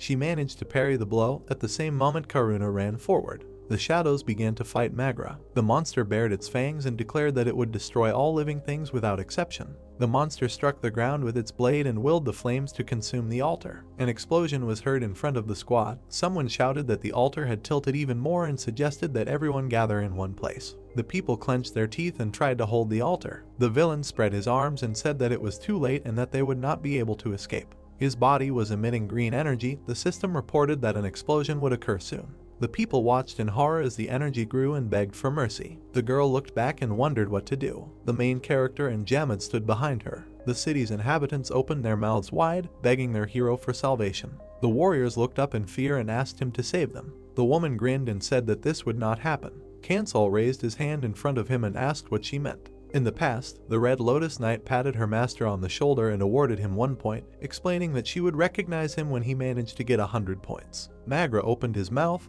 his hair standing on end. Karen furrowed her brows in determination and awarded her comrade 99 points to reach 100. Green energy fell on her. The girl bounced off the ground. Her sword left a trail of fire behind her. The boy saw his shadow disappear into the green energy. The woman swung her flaming sword. The Red Lotus Knight frowned menacingly and thought that she only wanted to protect Jean. The city was burned to the ground. Since the emperor died at the hands of the invaders and Mantra fell, Karen burned her soul with anger and sadness. The bloody girl sat on her knees. Only ashes remained inside her. She narrowed her eyes and thought that she no longer had a reason to live. Some time ago, the woman looked up and her cheeks turned red. In front of her stood the young man who made her wake up again, although he still had a lot to grow up to her. In the memory, the three of them with Jamad walked forward. They had fun traveling together. The Red Lotus Knight helped Sira carry things. In her opinion, living an adventure was a good idea. Karen sat by the fire. Every time she was overcome by hunger, the owner cooked her food, but the memories of Mantra still tormented her. The player put his hand on Cup's beak and released him. Standing behind the master, the girl thought that this amazing man always moves forward, as if he knows the way, and always ends up in the right place. The phoenix rose into the air. Since then the woman began to think that staying next to the master is not so bad. Looking at the sky, the Red Lotus Knight realized that she was afraid to forget Jin and the most precious memories in her life. The silhouette of a firebird appeared in her eyes. Gunt opened his disfigured mouth and called her lazy. Standing in front of him, Karen thought that it was impossible to eradicate the cruelty of this world and that she did not have time to wander. The adventurer stood in the tall grass. The girl wanted not to be afraid of the consequences and believed that she was on the right path. She lowered her gaze and asked Jin what she should do. The emperor looked back and said that indecision had already become part of her personality, so she needed to understand and accept her stubbornness. The heroes stood in a clearing. The woman remembered that her comrade said that people create an era, and asked how one can understand that the era has changed and that a new emperor has been born. The man stood on the balcony in front of his subjects. The man frowned and asked his friend to follow the eyes. The inhabitants looked at their leader with admiration. The eyes are the mirror of the soul, so you need to find out where everyone's eyes are directed. Jin smiled and asked if his comrade had found the answer. The Red Lotus Knight silently lowered the corners of her lips. In the memory, the protagonist stood in ruins in front of a crowd of people. Kansal looked back. Karen replied that she had found the answer. With tears in her eyes, the girl thanked her comrade for everything. A fiery phoenix flew above her head. She smiled widely and said that she also needed to incinerate something. The guy opened his mouth in surprise and noticed that his shadow had absorbed all the enemy's flames and that her hair had returned to its original red color. The young man looked forward when he was called. With his back to him, the woman explained that she still did not know how to handle the power and who to raise the sword against. The Red Lotus Knight turned around and asked the owner to show her the way. The player furrowed his brows decisively and agreed. Karen smirked. The girl rushed forward and declared that she would lose her title as the guardian of the Mantra imperial family from this day on. She ran up to the enemy and swung her flaming sword. Nagra bared his fangs. A wave of fire rushed in front of the woman.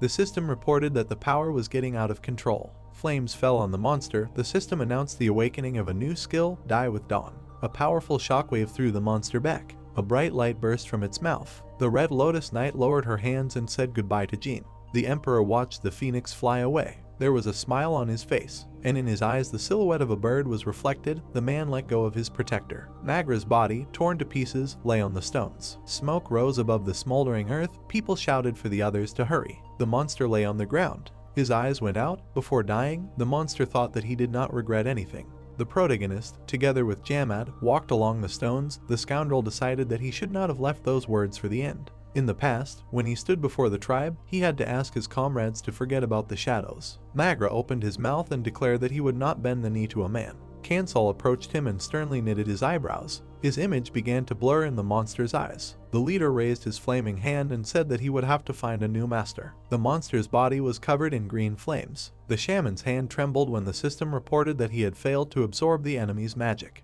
A bright fire enveloped his body. At the same moment, the flames completely engulfed him. Raising his hand, the boy called out to his friend and thought that it was due to the recoil, since the sorcerer was very strong. Suddenly, the young man opened his mouth in surprise when the troll called on the enemy not to look down on him. Jam had closed his eyes and shouted that he had not managed to become a mountain in one day. His red eyes lit up. The chieftain explained that he had turned himself into a mountain by collecting stone after stone.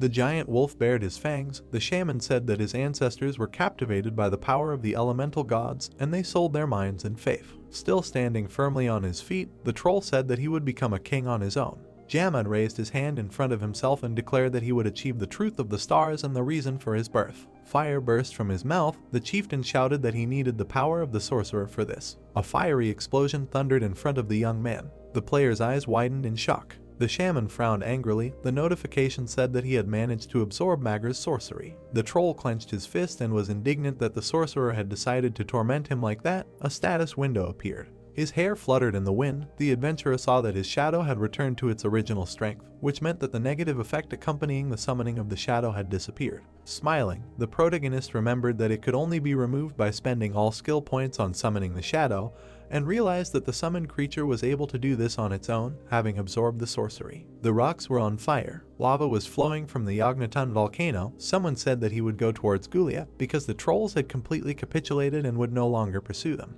Kansal looked at the warriors and promised to follow them. The man said that all the survivors agreed that without his help they would not have succeeded. The boy looked down and said that he had a favor to ask of all the survivors. The people gaped in surprise when the boy asked them not to mention his participation in this battle. Kibo asked what that meant and suggested that his comrade did not want to attract the attention of Nabinia. The boy smiled and thought that it would be nice to become famous in Gulia, but the interest of the royal family of Nabinia and the army could affect his future travels. The pawn was nailed to the board. If the kingdom was interested in the player, they would have the right to force him into service, so it would be better to delay the meeting with the ruling family as long as possible. The survivors smiled and agreed to fulfill his request, because they would not be believed anyway, since what happened seemed like a fairy tale anyway. The people approached the adventurer and thanked him for his feat. Nero looked up and thanked him too. The boys stood opposite each other. The protagonist expressed his condolences. The girl said that her friend was fine and asked what the savior's real name was. Hearing his name, the woman smiled and promised to remember it. Kansal shuddered when the warrior invited him to Gulia and said that she wanted to show him something. The boy agreed. The survivors looked at him with a smile. The squad decided to act separately from the group of survivors, and they, under the leadership of the hunting party of Mir, moved towards Gulia. The men surrounded Hammond to express their gratitude to him. The young man watched the people leaving. His team decided to cross the border of Nabinia to avoid misunderstandings when they had to enter the fortress beyond the border. A sketch of the mountains appeared. The terrible plan of the trolls of the Yognaton volcano was thwarted. Several new adventures opened up. A wanted poster hung on the notice board. The inhabitants of the city of Kangori and the fortress of Gulia indulged in sleep with a calm heart. A knife was stuck in the poster. The Sulphur Skull faction was suppressed. The altar was destroyed. The system reported receiving additional rewards. There was a sparkling chest on the ground. Karen suggested opening it right now. The heroes gathered around the chest. The player explained that now was not the best time, and decided to check the contents already in Gulia. Jamad said that he would carry it himself. While the shadows were discussing the chest, the adventurer turned around and heard the voice of his old friend. Carrying a backpack on his back, Mail said that the problem was safely resolved and explained that he wanted to leave Nabinia and move west. Waving his hand, the traveler said goodbye to his friend and said that they would see each other again if his clairvoyance and reading of heavenly laws did not deteriorate.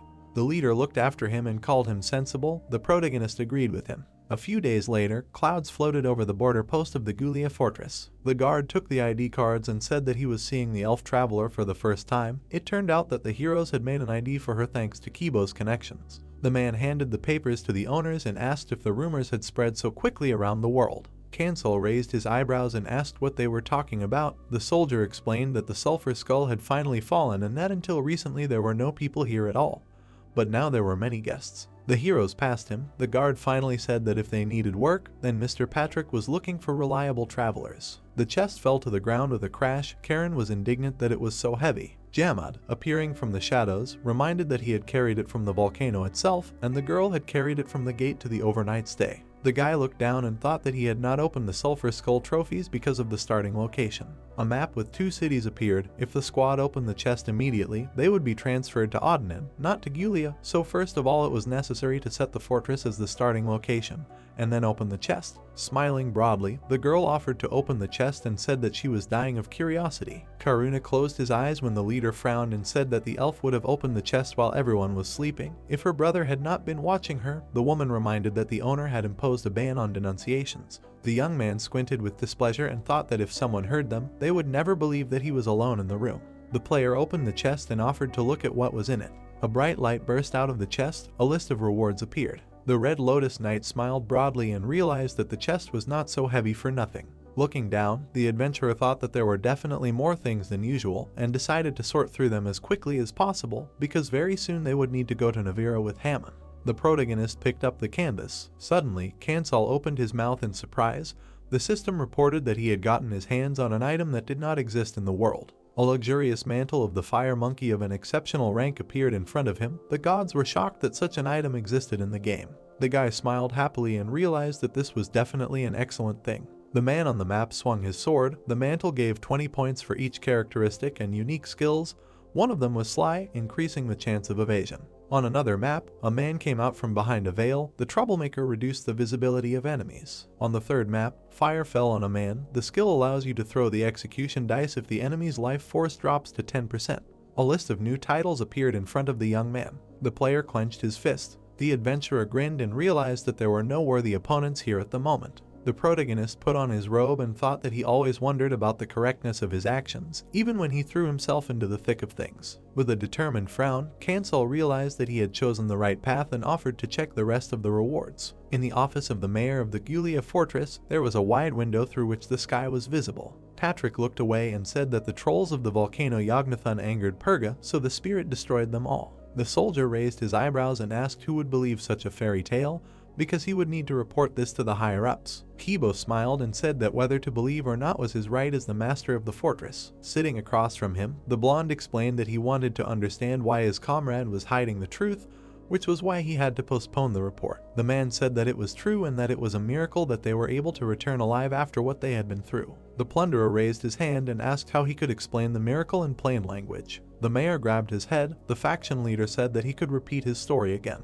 Patrick refused and promised to pass his words on to the higher-ups. The faction leader smiled and thanked him. People gathered in the square. Someone asked if they would return to Navira. A group of people gathered together, discussing a plan to improve the destroyed city. Kibo looked up and noticed that everyone was ready to go home. Nira looked back and asked if he really liked Hammond's wheelchair. Judging by how her friend rode everywhere even without legs, the man laughed and said that he could still work. The robber smiled broadly and asked what his comrade planned to do when she returned to Navira. The girl closed her eyes and replied that she did not know because she had nothing left. The faction leader asked why she did not form her own hunting party. The woman looked at him in surprise and asked what he meant. Kibo determinedly drew his eyebrows together and explained that she had managed to survive the chaos and survive. Now she needed to uncover the secrets of some ruins. The huntress smiled and agreed with him. Nira looked up. The protagonist and Karen were walking down the street. Noticing them, the girl suggested returning to this conversation later. Candles hung from the ceiling. The heroes were sitting at the table. Kansal reminded them of his request. The woman replied that there was nothing to worry about because they explained everything in such a way that no one would have any reason to suspect.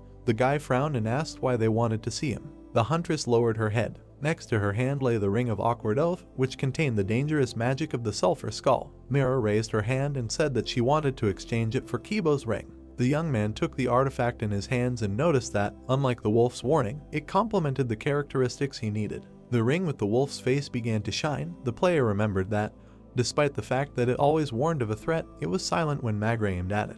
The monster dealt a crushing blow with a blade. The power of the ring was not omnipotent. Smiling, the adventurer decided that the effect, living its own life, reduced the value of the ring and agreed to the exchange. The girl took the ring and thanked her comrade. The protagonist asked what she planned to do next. The woman clenched her fist and said that they wanted to stay here until Kibo recovered and then return to Navira, despite the fact that only ruins remained of the city. Kansal looked up as the huntress stated that she owed him a debt that he could never repay. Nira stood up from the table and said that she couldn't return home without his help. The girl smiled widely and promised to do her best if her savior needed help. The boy and his shadow watched her go with a smile. The young man clicked on the system window about the end of the adventure and thought that he was planning to leave the fortress soon anyway when a notification informed him that the adventure in the outskirts of Gulia would be peaceful. Hammond smiled and explained that they first needed to return to Navira. Looking at his companion, the blacksmith explained that he could only make armor for Karen in his shop, where all the rare materials remain. The player frowned and remembered that he had asked him to repair the Red Lotus sword, but now it was unclear if it was possible.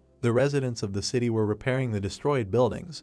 Since rest was not important to him, the adventurer set off for Navira. Karen looked around and asked what had happened here, since the city didn't look so destroyed. Jamad suggested that people had torn down everything that had burned and were rebuilding everything anew. The squad walked along a street where people were working. The protagonist thought that Navira, abandoned by everyone, was being restored at a furious speed thanks to people dreaming of a new beginning. The rating of the best travelers appeared, finding himself in first place again. Kansal realized that judging by the fact that other people did not have such high indicators, while Navira was empty, most of the rankers had left here. A sketch of half-destroyed houses appeared. The sixth rest began. The city's residents began to return home to recreate its original appearance. There were tools in the forge. Waving his hand, Hammond explained that he had created several shops throughout the city, but after a recent raid, nothing remained except this place. The guy handed him the blood of Anakindrius's descendant. Taking the test tube in his hands, the blacksmith said that this should be enough and explained that the oil created from blood and spirit powder would be able to preserve the armor even under intense fire. The man frowned tensely and said that he only had one problem with the customer's request. A magic circle appeared around the handle of the broken sword. The descendant of Ergo said that they had spider blood and a blade, but no spirit stone of fire. The young man frowned nervously. Remembering how he approached the bulletin board, the player realized that even the market, where it was easy to get all the necessary materials, had suffered after the raid. The adventurer scratched his head and wondered if he would have to go somewhere else to get the stone. Hammond suggested making a sword from other materials if getting the spirit stone was a problem. Karen frowned and asked him not to give up on the original idea because they couldn't skimp on quality. The girl grinned and said that she had one spiritual stone. The burning blade pierced the floor of the blacksmith's shop. The woman picked it up and explained that it was Magra's weapon. The blacksmith looked at it in surprise and said that it was a sword forged from a spiritual stone. The blade's edge was blazing with fire. A description of the weapon appeared. The protagonist remembered that he had given his shadow this reward. The monster had used this weapon during their battle. It was a very specific double-sided sword, so Kansal decided to just give it away for safekeeping. The man picked up the weapon and said that this could be considered a new experience. The Red Lotus Knight smiled when the shop owner agreed to create a weapon from it. The guy asked how long it would take. Hammond replied that they had about 2 weeks. The heroes approached the ruined house. Karen asked what they would do now. The young man frowned and replied that now that all the errands were over, it was time to meet Kao. The girl looked away and reminded them that they didn't even know if she was alive, considering the fact that Navira was destroyed. Remembering the smiling summoner, the player decided that Gregory's apprentice should have definitely survived, since he and his apprentices mostly had a reputation as geniuses. The adventurer looked at the scroll and thought that he didn't remember if Gregory had an apprentice with that name. There was a golden pattern on the red scroll. The protagonist realized that he couldn't find out details about how many apprentices the Shadow Summoner had and who these people were. The stars were shining above the laboratory. Kansal decided that the most important thing now was to find Kao. The party approached the doors of the building. The Red Lotus Knight noticed that the building remained untouched. Her brother thought this place seemed familiar. Smiling, Karen noticed that the door was fixed and decided to knock it down again. Karuna asked her to stop. The heroes climbed into the building through the window. The Moon Knight saw that there was even more dust here than on their last visit. The guy assumed that no one used the house. Moonlight illuminated the corridor through the windows. The elf opened the door. There was no one inside the room with a bunch of posters. The heroes looked around. The young man thought that a lot of time had passed since the agreed time and decided that they might never cross paths again. In the past, the Shadow Summoner showed 3 fingers and asked her comrade to come back here in 3 months. Behind the closed doors was a laboratory. The woman asked her friend to burn it down if she suddenly did not return. The player looked away and realized that he could not let the only thread leading to Gregory disappear. The heroes decided to wait a little longer. A white scarf was fluttering on the fence. The stars were shining in the sky above the building. Since then the party checked the estate every night, but Ko still hadn't appeared. Karen frowned and assumed that the Shadow Summoner was playing a trick on them. The adventurer thought that because of the equipment check they were ready to stay in Navira for 20 days. But they couldn't wait forever, so they had to come up with a new adventure. There were notices on the board. All those who had previously hunted in the ruins had disappeared. Someone suggested going there. His comrade said that it would take too many people. The men stood at the board and discussed Kibo's hunting party, who had already returned to Navira. Half a month had already passed. The girl told the owner that the bakery had reopened. The protagonist decided that today they would try to find Ko for the last time. Cancel promised to buy buns on the way back. The woman nodded happily. In the morning, a message came about the end of work. Hammond pointed to the sword and said that everything was ready. The Red Lotus Knight opened her mouth in surprise. The boy looked at the sword and felt a familiar feeling that he had when he received the fire monkey. Karen approached the sword and declared that it was beautiful. Smiling, the blacksmith said that this spiritual stone was not simple and suggested that it was not mined in human lands. The girl took the weapon in her hands. The system reported receiving an artifact of exceptional rank. A coin of 300 madness appeared. The gods were shocked by what they saw. The young man raised his eyebrows in amazement and realized that they had received 2 exceptional items in one adventure. Sketches of new skills appeared. Forced, where the sword broke the shield, and Point Break, where the arrows hit the target. Both skills combined well with the owner's powers. The man closed his eyes and asked the clients to take care of this weapon. The player thanked him and decided to discuss payment. The shop owner grabbed the towel around his neck and said that they had already paid him in full for his work when they reached Yognathon itself to save him.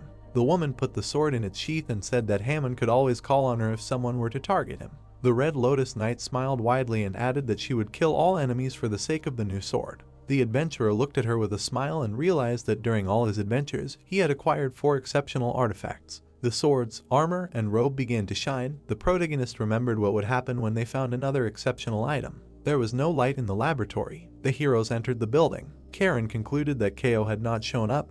Cancel closed his eyes and came to the conclusion that it was time to give up. Frowning, the guy thought that he would have to find a new teacher related to cognition, and decided that he could not delay the problem of development any longer because he was already level 15. An action selection window appeared. The young man looked down and said that they would have to burn down the lab. The girl asked if the owner believed her. He replied that it was the only way. The woman released flames from her hands. Looking at them, the player thought about the reason why the Shadow Summoner asked him to burn down the lab. The adventurer frowned tensely. The flames dissipated, not even touching the doors of the room. The Red Lotus Knight tried to set them on fire again. Only soot remained on the doors. Karen opened her mouth furiously and decided to increase the pressure. A bright light was shining from the windows of the building. The girl's eyes widened in amazement. The protagonist frowned in confusion and thought that he should have set the room on fire from the very beginning. Hieroglyphs appeared on the door. Kale left an inscription so that her comrade would find her. A new adventure appeared. Cancel realized that in the end everything worked out in his favor. 5 days later, darkness fell on the green forest. The boy appeared in the middle of it and assumed that it was an endless forest where no man had ever set foot. On the parchment appeared an image of a Shadow Summoner. The goal of the adventure was to break through the wall of knowledge. The boy looked back and smelled cigarettes. Ko peeked out from behind a tree and asked if her friend had fulfilled her request. Taking out a bottle of potion, the player answered in the affirmative and explained that they had encountered problems on the way back, so they arrived in Navira a month late. The girl realized that he was talking about trolls. She spread her arms and said that monsters attacked the city just when they were supposed to meet, so she had to run away as she had a lot of things to do. Smiling, the woman added that she would not entrust the matter to the first person she met, and said that she could not settle everything herself because that scoundrel disappeared. The adventurer frowned and realized that she knew about what happened in the village of Humid Mist and that he now had a reason to ask her for help. Raising her index finger, the shadow summoner said that she had another request and said that she was missing something to complete her research. Karen raised her sword and asked if she could kill her. Kao was amazed by such devotion and asked her to put the sword away. The girl closed her eyes and suggested that they solve everything by talking, like reasonable people, not savages. The protagonist sternly knitted her brows and decided to listen to her. The woman took a smoking pipe in her hand and asked him to become her test subject. Kansal's eyes widened in surprise and asked what this meant. The shadow summoner explained that the final stage of research required a slightly unusual material. Kao resolutely knitted her brows and added that she needed to introduce her class, who had a powerful shadow with which he had the same aspirations. The guy asked why she couldn't do it herself. The girl spread her arms and said that there were some problems with it, because of which she needed to find someone else for this role. The young man looked down and decided that this experiment would be dangerous. The woman lit a pipe and said that it did not pose any physical threat, unlike the mental one. Hearing that her master would have to die, the elf took out her sword. The player stopped her and said that he understood that it was a device for stimulating clinical death. The shadow summoner raised her index finger and confirmed this, explaining that she was using the device to separate his consciousness from his body. Two souls flew out of the man's body. Kao said that her comrade would return to a state of pristine purity and connect his consciousness with the shadow, and then get out of there without breaking the connection. The man's body fell apart. The girl added that the probability of success was different for each test subject, but in her opinion, the adventurer had a 50-50 chance. The protagonist frowned sternly and asked what he would get for this. The woman was glad that he also liked specifics. The shadow summoner flashed her dark eyes and promised to pass on the greatest skill to him. Kansal looked at her from under his brows and agreed. Remembering how the Red Lotus Knight hit Magra, the guy thought that the greatest skill was the strongest skill that surpassed ordinary abilities in everything, therefore it was very difficult to master. The boy asked if this was Gregory's ability. Kao placed her hands on her waist and said that she had created it herself. The player frowned sternly, thinking that she was much more capable than expected, and asked where they should start. The girl smiled and suggested starting with light training to get closer to the shadows. The adventurer's eyes widened in surprise. Deep in the forest, there was a hut hidden. Once inside, the woman asked her companions' shadows to share stories from the past with each other. The protagonist asked why they were on such a quest, with all the summoned creatures standing behind him. Approaching him, the summoner asked how well he knew his shadows, and explained that he needed to know everything in order not to lose his way in a state of clinical death. Kao smiled and added that it was possible to not wake up if you keep it a secret. Kansal opened his mouth thoughtfully. The girl decided to step away so that they could enjoy each other's company. The boy looked back when Karen suggested that they listen to the troll's story, as the master knew his and his brother's history, having looked into their past. Jamid crossed his arms and said that he had not hidden his past, but that one elf loved to talk so much that she had not even asked him about it. The chieftain approached the master and asked if he had any questions, and the boy replied that he was haunted by his words at the volcano. The player raised an eyebrow and asked what the shadow meant by the words about becoming a king. The shaman put his hand to his chest and replied that it was his life goal, given to him by Tancred. The adventurer frowned and realized that she was talking about the earth dragon. The troll frowned menacingly, remembering that this was the first time he had told anyone about this since he had led the tribe, and explained that as a child, Tancred had visited the tribe before she fell asleep. Jamid picked up the stone. He threw it at the dragon. The other tribesmen immediately ran up to him and tried to stop him. With tears in his eyes, the future chief called on the monster to go away and give him back his mother. The stone fell to the ground. The shaman had always been an orphan. His father had died in the war, and his mother had died of illness, and her body had been used as an offering. A tribesman hit him in the face. While the young troll was being beaten, one of the elders asked Tancred to show mercy to the youth who did not understand anything. Jamad was pinned to the ground. His tribe had a tradition of presenting the dead as an offering to an object of worship. The only difference was who they bowed to, the god of the elements or the dragon. The monster's pupils narrowed. The tribe did not seek to change the rotten foundations because they felt safe under his protection, but the future chief hated these traditions. The shaman knelt down. Tancred realized that he was her child. After these words, the earth dragon lifted him up and soared into the air. There was a large stone in the flower meadow. The troll looked at it in surprise. The monster said that he remembered his mother. It turned out that the stone was her grave. The protagonist opened his mouth in amazement. Jamid said that the tribe sacrificed his mother, but the monster buried him in the ground. The leader frowned and explained that he felt pathetic because of his own inferiority, and because of the awareness of the inferiority of his fellow tribesmen. The shaman fell to the ground and cried, realizing that he had lost his mind because of the loss of his mother and that all this time he blamed the noble dragon for everything. The troll widened his eyes and asked the deity for forgiveness. Tancred lowered his head and said that the world was huge. The Earth Dragon leaned over his subject and said that one day his era would come and that the time would come when he would learn the reason for the existence of all living things and touch the truth. Jamad raised his hand and explained that he had accepted the curse of the brothers as his fate, even though the result was disastrous. Cancel raised his eyebrows and realized that the shadow hated the power of the elements and tried to climb alone for this reason. Suddenly, Ko opened the door. The girl, with her mouth wide open, apologized for interrupting them and said that they needed to leave immediately because someone was chasing them. The boy looked at her in surprise and asked what that meant. The woman asked if he really wanted to die here, since they were being chased by a shadow hunter. The boy's eyes widened in shock. Torches were visible in the forest. Someone shouted that the witch had escaped and ordered the others to search every corner. The heroes ran in different directions. The shadow summoner asked her comrade to go west and promised to meet there if they all survived. The player ran away along the forest path. The wolves bared their fangs and growled.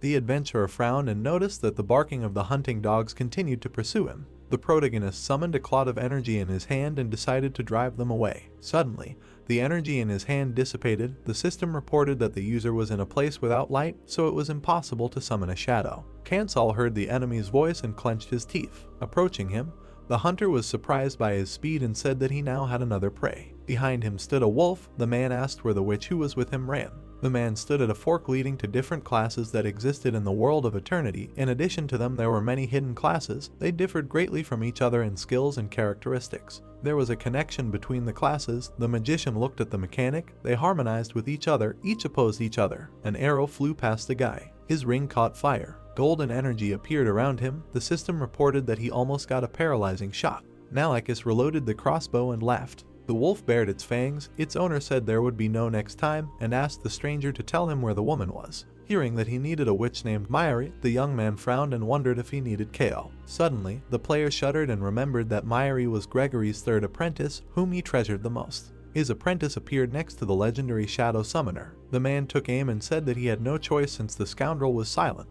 The wolf rushed forward when the owner gave the order to grab the target. The hands with the adventurer's abilities were marked with a cross due to the effect of the place without light. He could not use even his basic skills. It turns out that he will have to fight alone. The protagonist put his hand in front of him so that the beast would not grab his throat. Suddenly, Ko jumped out of the forest and kicked the predator. Kansal looked at her and called out to her. The girl smiled and turned to the pursuer, saying that he was not her type. The hunter pointed a crossbow at her and asked if she really thought she could hide for the rest of her life. The woman was indignant that there was not a drop of romance in him. The guy sternly knitted his eyebrows and asked why it was necessary to deceive him. The shadow summoner apologized and explained that it happened by accident.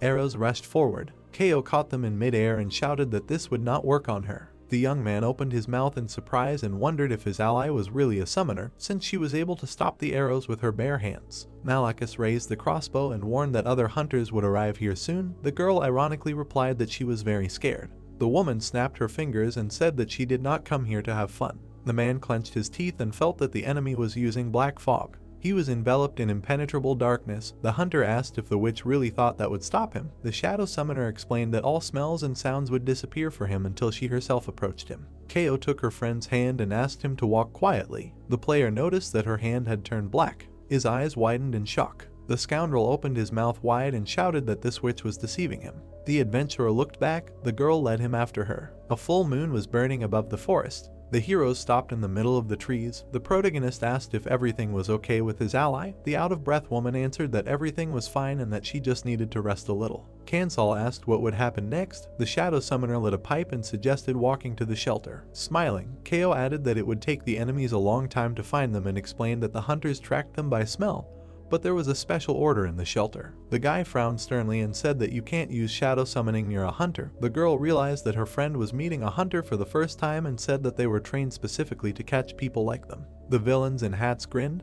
They had amazing skills that could be fatal for shadow summoners. The woman said that everything would be different if her experience was successful. The young man looked at her from under his brows and refused. The player looked away and said that he could no longer trust someone who hid so much information. The summoner raised her eyebrows in surprise at being called a shadow. The adventurer frowned menacingly, suggesting that tobacco was not a painkiller at all, and asked why his ally was hiding her condition so diligently. Fixing her hair, Ko laughed and asked what he wanted to know. The protagonist approached her and stated that he wanted all the information about her illness and the reasons why she had distanced herself from Gregory and become a shadow. The man's mouth opened wide and called for his student to surrender. The girl grabbed the book and called him a fool, saying that she did not need his instructions. The old man summoned shadow hands behind his back and asked what she had read that made her protest. The woman asked him not to interfere with her research. The shadow summoner frowned sternly and said that this was too dangerous an experiment and explained that the shadows needed to be tamed and completely subjugated because they were still dangerous predators. The student glared at him and shouted that the shadows could become friends and that a way could be found to get closer to them.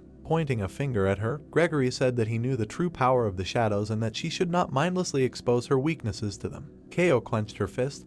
The man sincerely believed in his knowledge because he had managed to systematize the art of summoning shadows when such things were considered just delusional fantasies. The girl narrowed her eyes and explained that the shadows were not so simple that they would bend under force. There were notes on the table. The woman explained that the masters of the shadows should try to understand them better. The apprentice turned away and walked away, the old man shouting after her that the shadows were the dead, whose regrets were very hard to bear, and if anyone tried to do so, the shadows would start to bully them. Ko looked back and said that she would put her life on the line to prove her point. Standing outside the door, the shadow summoner declared that the day would come when his apprentice would learn the meaning of his words, and that was where they parted ways. After that, the girl left home on a donkey to travel around the world. She wore a work uniform and then a maid's suit. The woman changed many fake identities and tried on a bunch of faces, each time becoming a different person when necessary. The shadow summoner hid behind a rock. As soon as she left Gregory, she was soon pursued. A cloud of energy appeared in her hand. Ko said that coexistence with the shadow required more than simple assimilation.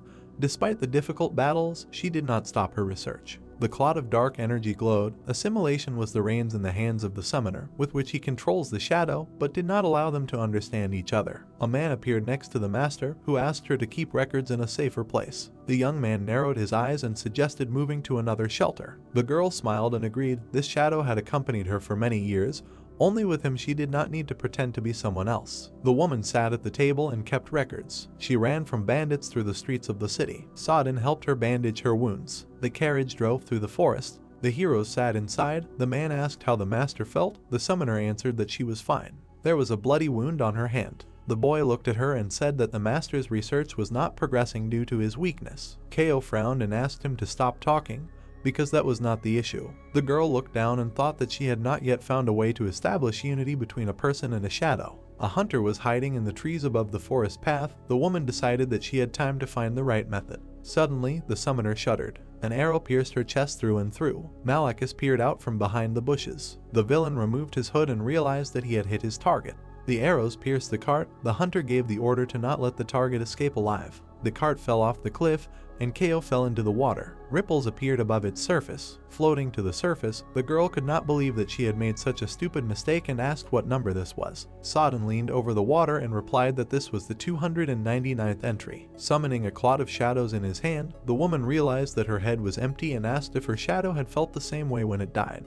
The young man narrowed his eyes in disappointment and confirmed it. Looking at her with a smile, the shadow summoner realized that she would also begin to change. Suddenly her eyes became round. Ko understood what the way to become one with the shadow was. The man saved the drowning man. Only when the summoner experienced death, they will be able to fully understand each other, because this is what distinguishes them. Closing her eyes, the girl realized she was right and assumed that her shadow was disappointed in her. Sodden lowered his head and swore that he did not feel anything like that for her. The woman smiled and thanked him. The man took her hand and decided to try to buy her time. The summoner asked what they were talking about. The young man closed his eyes. Purple energy appeared in his hands. The shadow said that it was too early for her master to die, because she always said that she wanted to leave a great mark in history. Smiling, Sodden promised to give her his body so that the master could prove Gregory wrong. Ko burst into tears and asked him not to do it. The man said that in the end she was right. His body turned into pure energy. Darkness enveloped the surface of the water. The young man realized that he could protect the master if he was stronger. There was a smile on his face. Sodden wished for all her dreams and aspirations to come true. Smoke came out of the smoking pipe.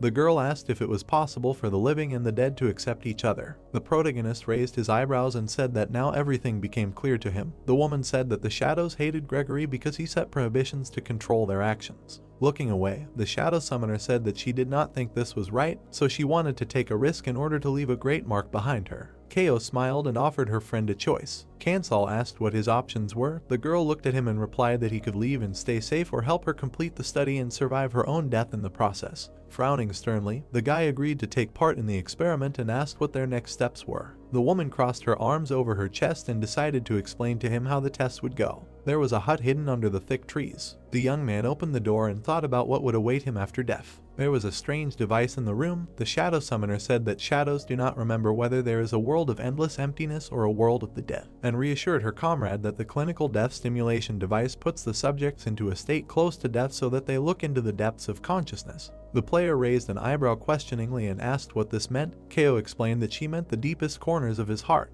Smiling, the girl added that a person experiences excruciating pain when penetrating the depths of his consciousness, so due to the side effects, only 1 in 100 attempts can be crowned with success. A potion appeared in her hand. It turned out to be a sleeping drug that the test subject must drink. The adventurer assumed that his ally had gone crazy. The woman smiled broadly and said that with the right dosage, this is an excellent sleeping pill and an excellent painkiller. The protagonist menacingly knitted his eyebrows and said that he did not know whether he would be able to wake up, because it did not depend on him. The shadow summoner asked him not to worry, because the medicine combines perfectly with the device. Ko raised her index finger and explained that first the test subject would drink the medicine and penetrate the depths of consciousness with the help of the device. Raising her second finger, the girl added that one of the shadows should go there with him, because the experiment was needed to find a way for the summoner and the shadow to coexist. The woman raised her third finger and said that the depths of his consciousness would try to pull all his regrets and bad memories to the surface. The experiment would end as soon as he managed to get out of there. Kansal looked ahead and said that it sounded easier than expected. The guy summoned all his shadows in front of him. The summoner asked him to decide who exactly would go with him. The summoned creatures expressed their doubts about this. Karen frowned and was indignant that after the appearance of the hunter they could not leave the shadow space. Karuna said that this experiment looked even more dangerous than meeting the hunter. The young man turned to them and explained that he had to do this because the experience would be of great help in achieving the goal. The girl closed her eyes and realized that they needed to decide who would go to their death with the master. The player gave her a stern look and asked what a person feels at the moment of death. The woman asked if he was really that interested. The Red Lotus Knight raised her hands and said that at that moment the ground seemed to disappear from under her feet, and a person could not grab onto anything. Twisting a lock of hair in her hand, Karen remembered her death and added that she was so angry that she did not even notice how she lost consciousness. The adventurer asked if there was a world after death. The girl looked at her brother and asked if he remembered anything about it. The Moon Knight explained that he briefly regained his sight after the world sank into darkness, and then lost consciousness. Jamad grinned and agreed that there was nothing unusual in death because it was prepared for every living being. The protagonist realized that thinking about what awaited him after death was pointless. The woman pointed at herself and decided to go with the owner so that this would end sooner. The elf said that she was not suitable for this. The Red Lotus Knight looked at her brother and asked why he thought so. The man reminded that this device extracts the most painful fragments of the past. Karuna asked what would come up in her memory first. Karen widened her eyes and introduced Jean. The Moon Knight offered his candidacy because he did not have such memories. The leader crossed his arms over his chest and did not agree with him. The shaman frowned and asked what would happen if the depths of consciousness raised his erased memories, because unknown visions could also break him.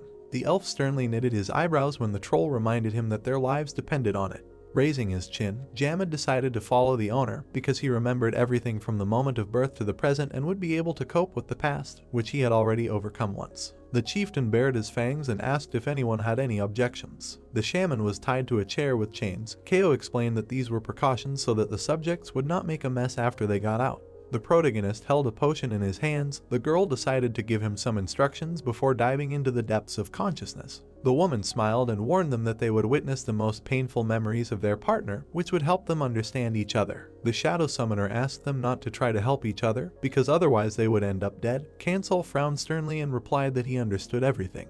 Holding a smoking pipe in her hands, Ko said that it was better to do their job than to die because of useless altruism, and wished them a fun time in the sea of oblivion and emptiness. Dice appeared in the darkness. They turned around several times. The dice fell in front of the masked boy. The god stood next to him, shocked. The giant golem clutched his chest. The young man almost managed to defeat him. A window for choosing a line appeared. The player frowned and chose the second option, to tell the enemy that this place would become his grave. The stranger raised her hand and declared that he would have to deal with Dauberg once and for all. Circles appeared on the dark liquid. The girl asked her comrade to throw the dice. Young Jamad stood under the bright sun. The future chieftain scratched his cheek and thought about who he was. A bloody brother stood in front of him. The tribe members devoured fresh meat. Watching them from the side, the shaman wondered what they had in common. One of the monsters grabbed a human hand.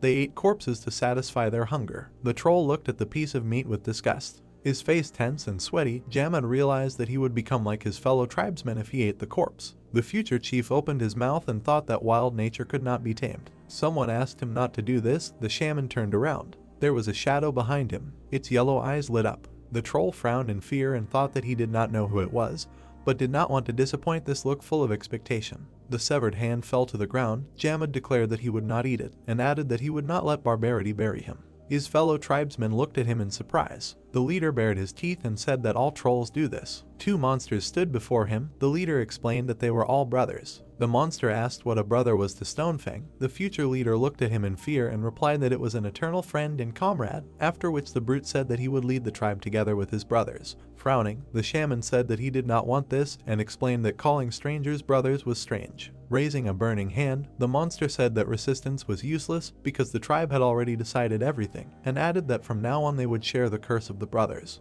The leader touched the youth's forehead. The troll shouted that this was madness and asked why no one could object to him. The brothers stood nearby and silently looked at him. Jamad asked them to help him. A black shadow was hiding behind his fellow tribesmen.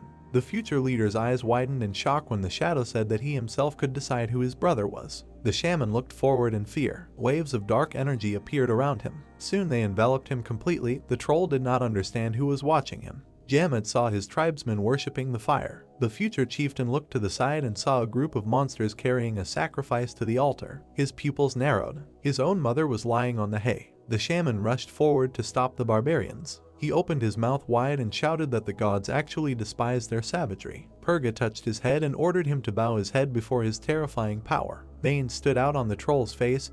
This overwhelming force was impossible to resist. Jamad slammed his foot into the ground, but his knees buckled on their own. His body trembled. He had no chance to do anything. The future chieftain looked up and smelled the familiar scent. Suddenly, a field of flowers appeared under his feet. The shaman saw his mother's grave in front of him. A dark hand placed a wreath on the stone. The shadow stood motionless next to him. The troll clenched his fists and asked who it was. The stranger turned around. The shadow raised a clawed hand. Jamad's eyes widened in horror and he realized that he was being asked to duck. A powerful gust of wind hit him. The future chieftain looked ahead. Tancred flew over him. The earth dragon watched his subject. The shaman frowned in disappointment and realized that before him was the noblest creature, who was impossible to catch up with. The troll slammed his fist on the ground, cursing his life. He began to cry from the realization that he would never be able to touch the sky and fly away from here, because pathetic creatures were destined to crawl on the ground. The shadow grabbed his hand. Jamad rose to his feet and asked where the stranger was taking him.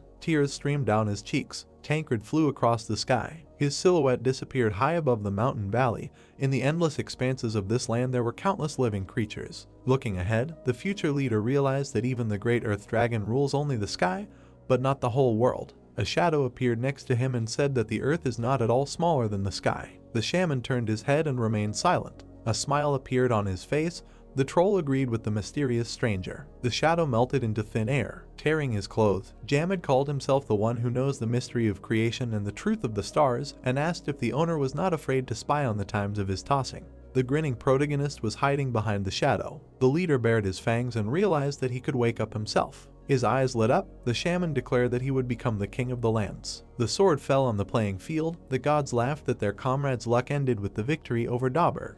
The figure grabbed the severed arm. The system asked what the user would do. Kansal looked at the game board in horror. The strangers said that the swordsman was left without an arm because of his wrong decision. The girl in the fox mask smiled and asked him to make his next choice, because it would be impossible to sew the torn arm back on. The figure gritted his teeth and was indignant that the creator made him like this. The guy pitifully frowned and asked him for forgiveness. The young man opened his mouth in fear when the knight screamed that he should have made the right decision and not brought him to this state. A notification about the decay of feelings appeared next to the sorcerer. The gods asked their comrade to hurry up and decide on the option that would decide her fate. The player jumped up from the table and chose the second option. Blood spurted out of the figure. Someone said that the magician lost an eye and was unable to stop the decay. Grinning, the woman said that it was her teammate's choice and offered to listen to what the pawn thought about it.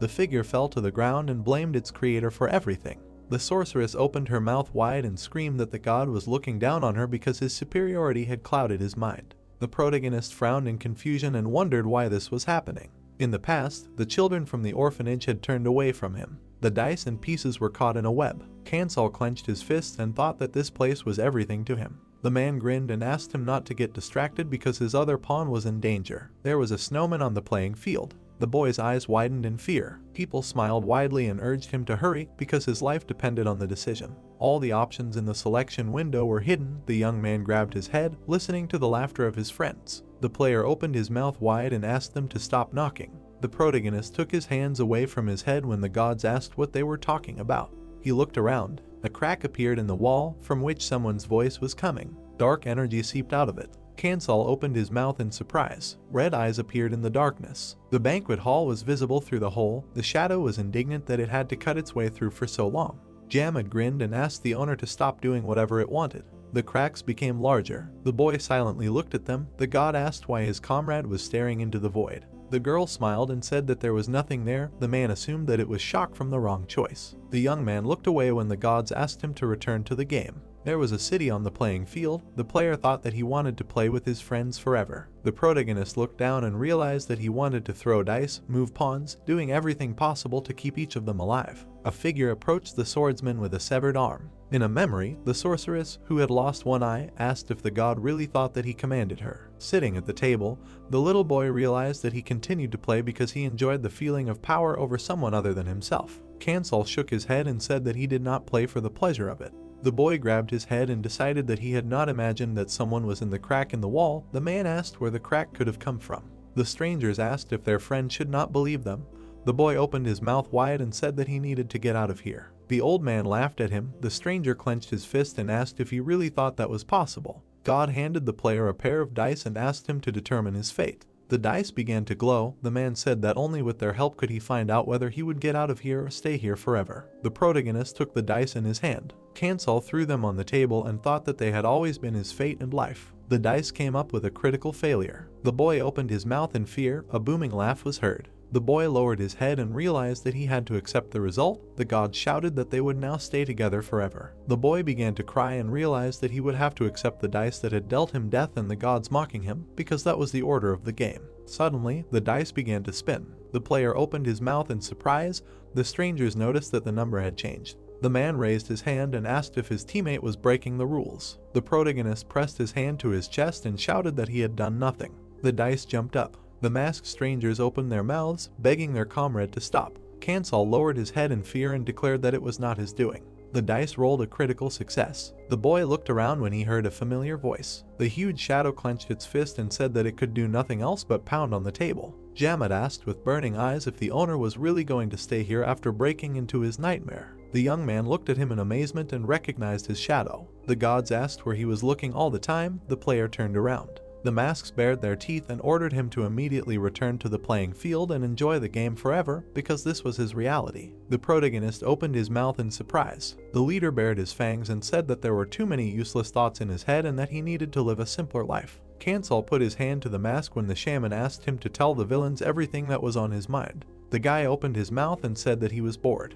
The gods opened their mouths in shock, not understanding what all this meant. They watched the actions of their teammate. Someone suggested that this was some kind of joke. The young man took off his mask and said that he was no longer interested in this game. A lantern was burning at the door of the hut. The player was chained to the device. Karen asked if he was okay. Ko, holding a smoking pipe, said it was too early to judge. The girl said that her master looked more like a corpse. She looked down, and Karuna closed his eyes as the woman explained that the device put their master into a state of clinical death and asked them not to worry and believe in their friend. The adventurer lowered his head. Dark energy leaked from his mouth and eyes. His body convulsed. The elf asked what was happening. The shadow summoner realized that he could not cope with the memories and was being captured by the shadow. The Red Lotus Knight asked what they should do in such a situation. The Moon Knight looked down. Ko said that they could only wait. Karen said that it was irresponsible. The elf approached his ally and said that he had a question. The man sternly knitted his eyebrows and asked if there was a way to get into the master's nightmares.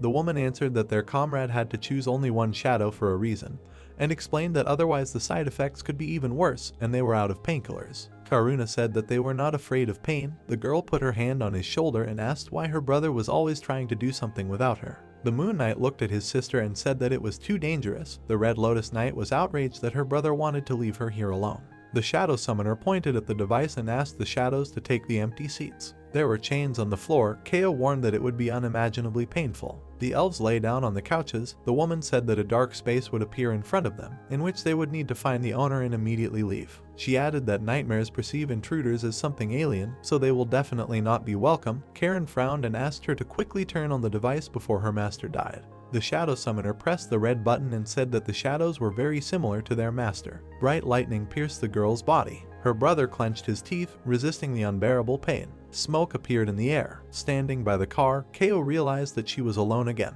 The woman looked down and thought that the path she and Sodden chose now lay on their shoulders. Torches appeared in the forest in front of the hut. The hunters smelled the witch. The shadow summoner looked out the window and realized that she wanted to make this dream come true, so she would have to witness the end. The main character stood in front of the gaming table. The god asked if his teammate would not follow the rules and want to leave the game. The man raised his hand and declared that it was the rules that made their world complete, and if the rules disappeared, everything would sink into chaos. The stranger raised his burning hand and shouted that the violator must be punished. A golden collar appeared on Kansal's neck. The guy opened his mouth wide and screamed in pain. A memory appeared of how one day a similar collar appeared on his neck, then a fire broke out in his throat. Shadow hands appeared from the wall. Jamet understood where his master got the black mark around his neck from, and declared that the rules were just agreements made up by cowards. The leader grabbed the collar and suggested getting rid of it first. The gods screamed. The shaman was able to break the ring on his comrade's neck. The stranger in the mask opened his mouth in surprise. The troll asked his master's real name.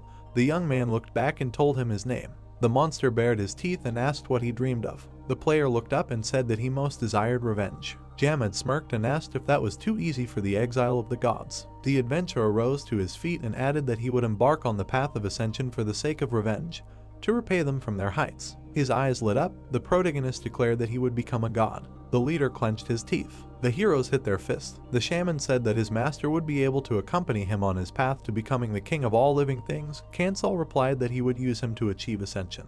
Red energy fell on the man. He was outraged that they allowed a man to join them. His body turned into a terrible monster. The unknown one ordered his teammate to stay with them forever. The troll rushed to meet him. Jamed hit the creature and shouted that first they needed to get out of here. The heroes ran away. The chieftain asked what was going on in his master's memories. The boy asked him to be quiet. Ahead was a long corridor with a fork. The shaman asked where they needed to go. The boy shouted that they needed to turn right. The monster was already waiting for them around the corner. Pointing her finger forward, the girl asked if the villains really wanted to escape after slandering paradise, and said that for this crime they should be locked in the darkness forever. The player looked back and realized that at this rate they would quickly catch up. The troll frowned and asked him not to be distracted and think only about how to get out of here. The monsters opened their mouths. Jamed asked if the master didn't control this place because it was just a figment of his imagination. The adventurer looked away. Fire appeared in his hand. The protagonist decided to imagine something that could help him get out of this nightmare. At the same moment, a muscular stallion appeared under him.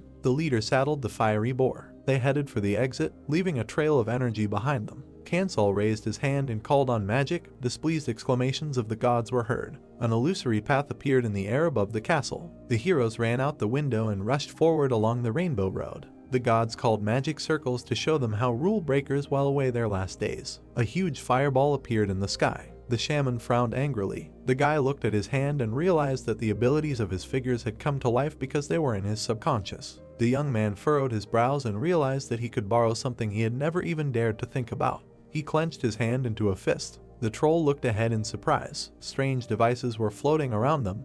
The system reported that the user had used event freezing. Jamed saw a frozen world and asked what kind of power it was. A wizard stood in front of him. The player replied that it was his piece's ability. The path led high into the sky. The wizard would not be able to hold out for long, so the heroes needed to hurry. Someone stepped forward and ordered them to stop. The adventurer's horse instantly melted into thin air. The protagonist gritted his teeth and saw his sworn enemy. Corden narrowed his eyes and was surprised that his old friend could summon these creatures. The man was walking along a path in the clouds. The protagonist frowned and said that it was all real. Raising his hand, the god confirmed that all the illusions he had summoned really existed, and reminded him that he had not obtained them through his own efforts. Flashing his blue eyes, the scoundrel said that all Kansal did was throw dice and decide the fate of the pieces far from danger. An arrow pierced the old man's heart. Blood flowed down the warrior's shoulders. Kiri stroked his pet. Corden said that it was the figures that paid for their owner's choice and asked where the justice was. The boy clenched his shaking fist. The young man gritted his teeth and asked why his opponent always interfered with him.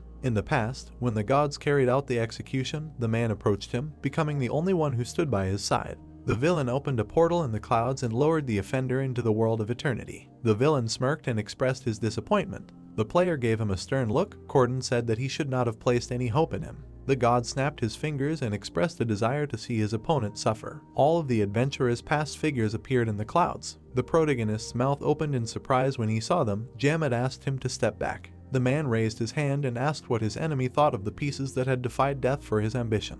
The villain opened his eyes and suggested that they had something to talk about since they were special to each other. The sorceress narrowed her eyes, and the villain suggested that the heroes take the chance to talk to each other. The girl opened her mouth and asked her owner to repent. Cancel frowned pitifully. The boy lowered his head as the pieces asked him to admit his guilt. Raising his fist to his mouth, Corden called it funny and asked why his old friend was so upset and whether he was not happy to be reunited with the pawns. The boy frowned and said that he was not sad at all. The god's eyes widened in surprise and asked what that meant. The young man looked up and asked the pawns for forgiveness for not being able to give them a better life. The man crossed his arms and asked if it was too late to apologize and asked him to remember that he had commanded them. The sorceress accepted his apology and the villain looked at her in shock. The swordsman smiled and said that he had lived his life without regrets. The warrior, smiling, said that he was happy with his life and the girl explained that she could not have lived a better life than this. The villain clenched his teeth in anger. Corden waved his hand and chased away the shadows, shouting that they had no principles or self-respect.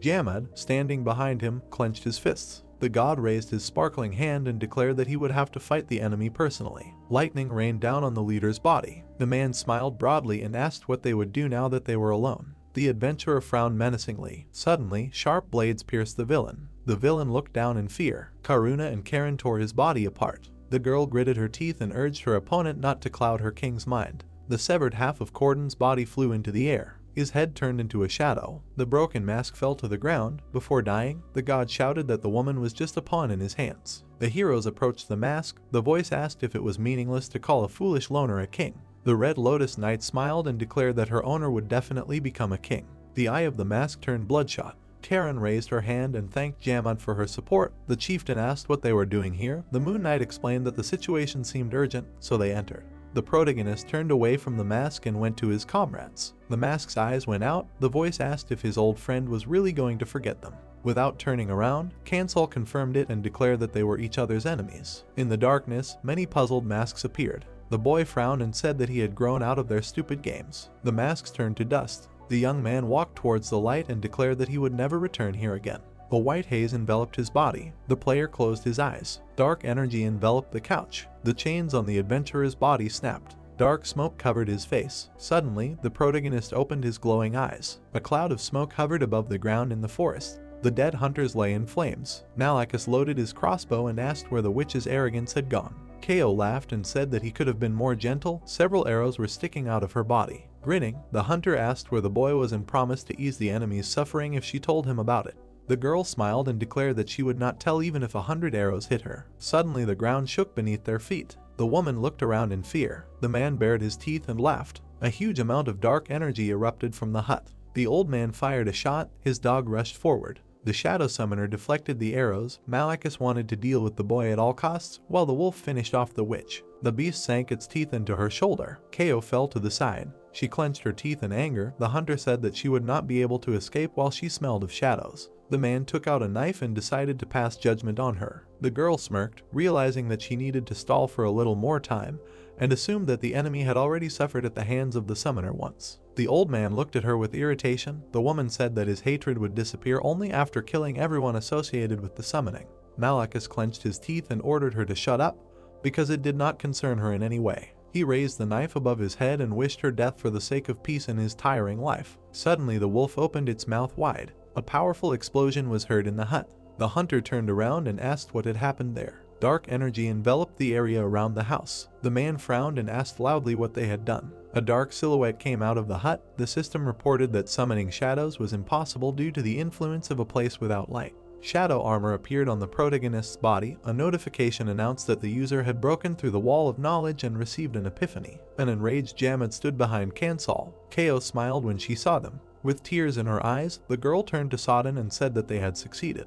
The guy approached her. The woman noticed that he looked like a hedgehog and asked him to get rid of the old man before celebrating their victory. The young man's eyes flashed with fire and agreed. The old man frowned tensely. The player walked towards him. Malachus smelled a strong odor and asked if the shadow had really swallowed him. The hunter took out a crossbow and shouted that a terrible creature had come into the world. The man raised his weapon and decided to kill him to save him from this terrible life. The adventurer lowered his head and asked why he thought it was terrible, because this life was good. The protagonist raised his demonic hand. Jamed's voice stated that he had not felt the feeling of moving flesh and bones for a long time. Karen's voice expressed joy. The old man jumped back. The villain took a fighting stance and wondered what it was. His face was covered in sweat. Malachus thought that he was facing death and assumed that the enemy had the same power as the witch. Darkness swirled around Kansal. The chieftain said that this man was not so simple. The boy looked to the side when a shadow warned him of the enemy's advance. The wolf ran out of the forest and opened his mouth wide. The young man immediately hit it with his fist. A powerful blow threw the dog's body back. A huge cloud of dust rose above the forest. The player frowned menacingly. Poisoned arrows appeared in the air. The shaman caught them in mid-air. The adventurer looked at the shadow hand and said that no one would look down on it anymore. There were tall bushes ahead. The hunter peered out from behind them and wondered what kind of monstrous force it was. The shadow hands rose above the owner's head. The system reported that the user had acquired the form of a volcanic sorcerer. The dog approached the enemy. The man said that all shadow summoners must die by his hand. The old man approached the pet and added that releasing the shadows was the only true path for them. The protagonist frowned sternly and said that he respected his aspirations, because every person has their own dreams. With a sparkle in his eyes, Kansal expressed his desire to turn him into dust for what he did to Kao. Taking out a detonator, Malachus said that he had seen countless arrogant summoners like him and asked what the enemy thought happened to them. The guy took a fighting stance and said that he was not interested. The hunter pressed the button and shouted that he would have to pay for his pride. A cloud of dust appeared around him. The young man realized that the enemy had disappeared. The dust cleared and there was no one there. The player felt faint traces of his presence and realized that the enemy would continue to follow him. The system reported that the user had become a shadow. The adventurer turned around and thought that he could not pull Karen and Karan out of the shadow space because of the hunter's skill. The wolf came out of the dust curtain. The dog pounced on the enemy and bared its fangs. The protagonist swung his hand. He managed to strike right in front of the beast. Even despite the decrease in its characteristics, he still had enough skill points. Loaded crossbows appeared from the bushes. Arrows rushed into the cloud of smoke. Kansal's fist appeared from the curtain. The guy spread his arms and called on the enemy to admit defeat. The man refused. The young man looked back. The old man turned on him and said it was too early for him to say no to victory. The two faced each other, and the system reported that Malachus had taken the elixir of the vengeful soul. The player frowned furiously and asked if the drug was all he could come up with. The hunter gritted his teeth and explained that he wanted to use all means to personally pass judgment on all creatures without the right to exist. That's how this video ends. If you have sat through to the end, please don't forget to press the subscribe button and leave feedback. See you in the next video.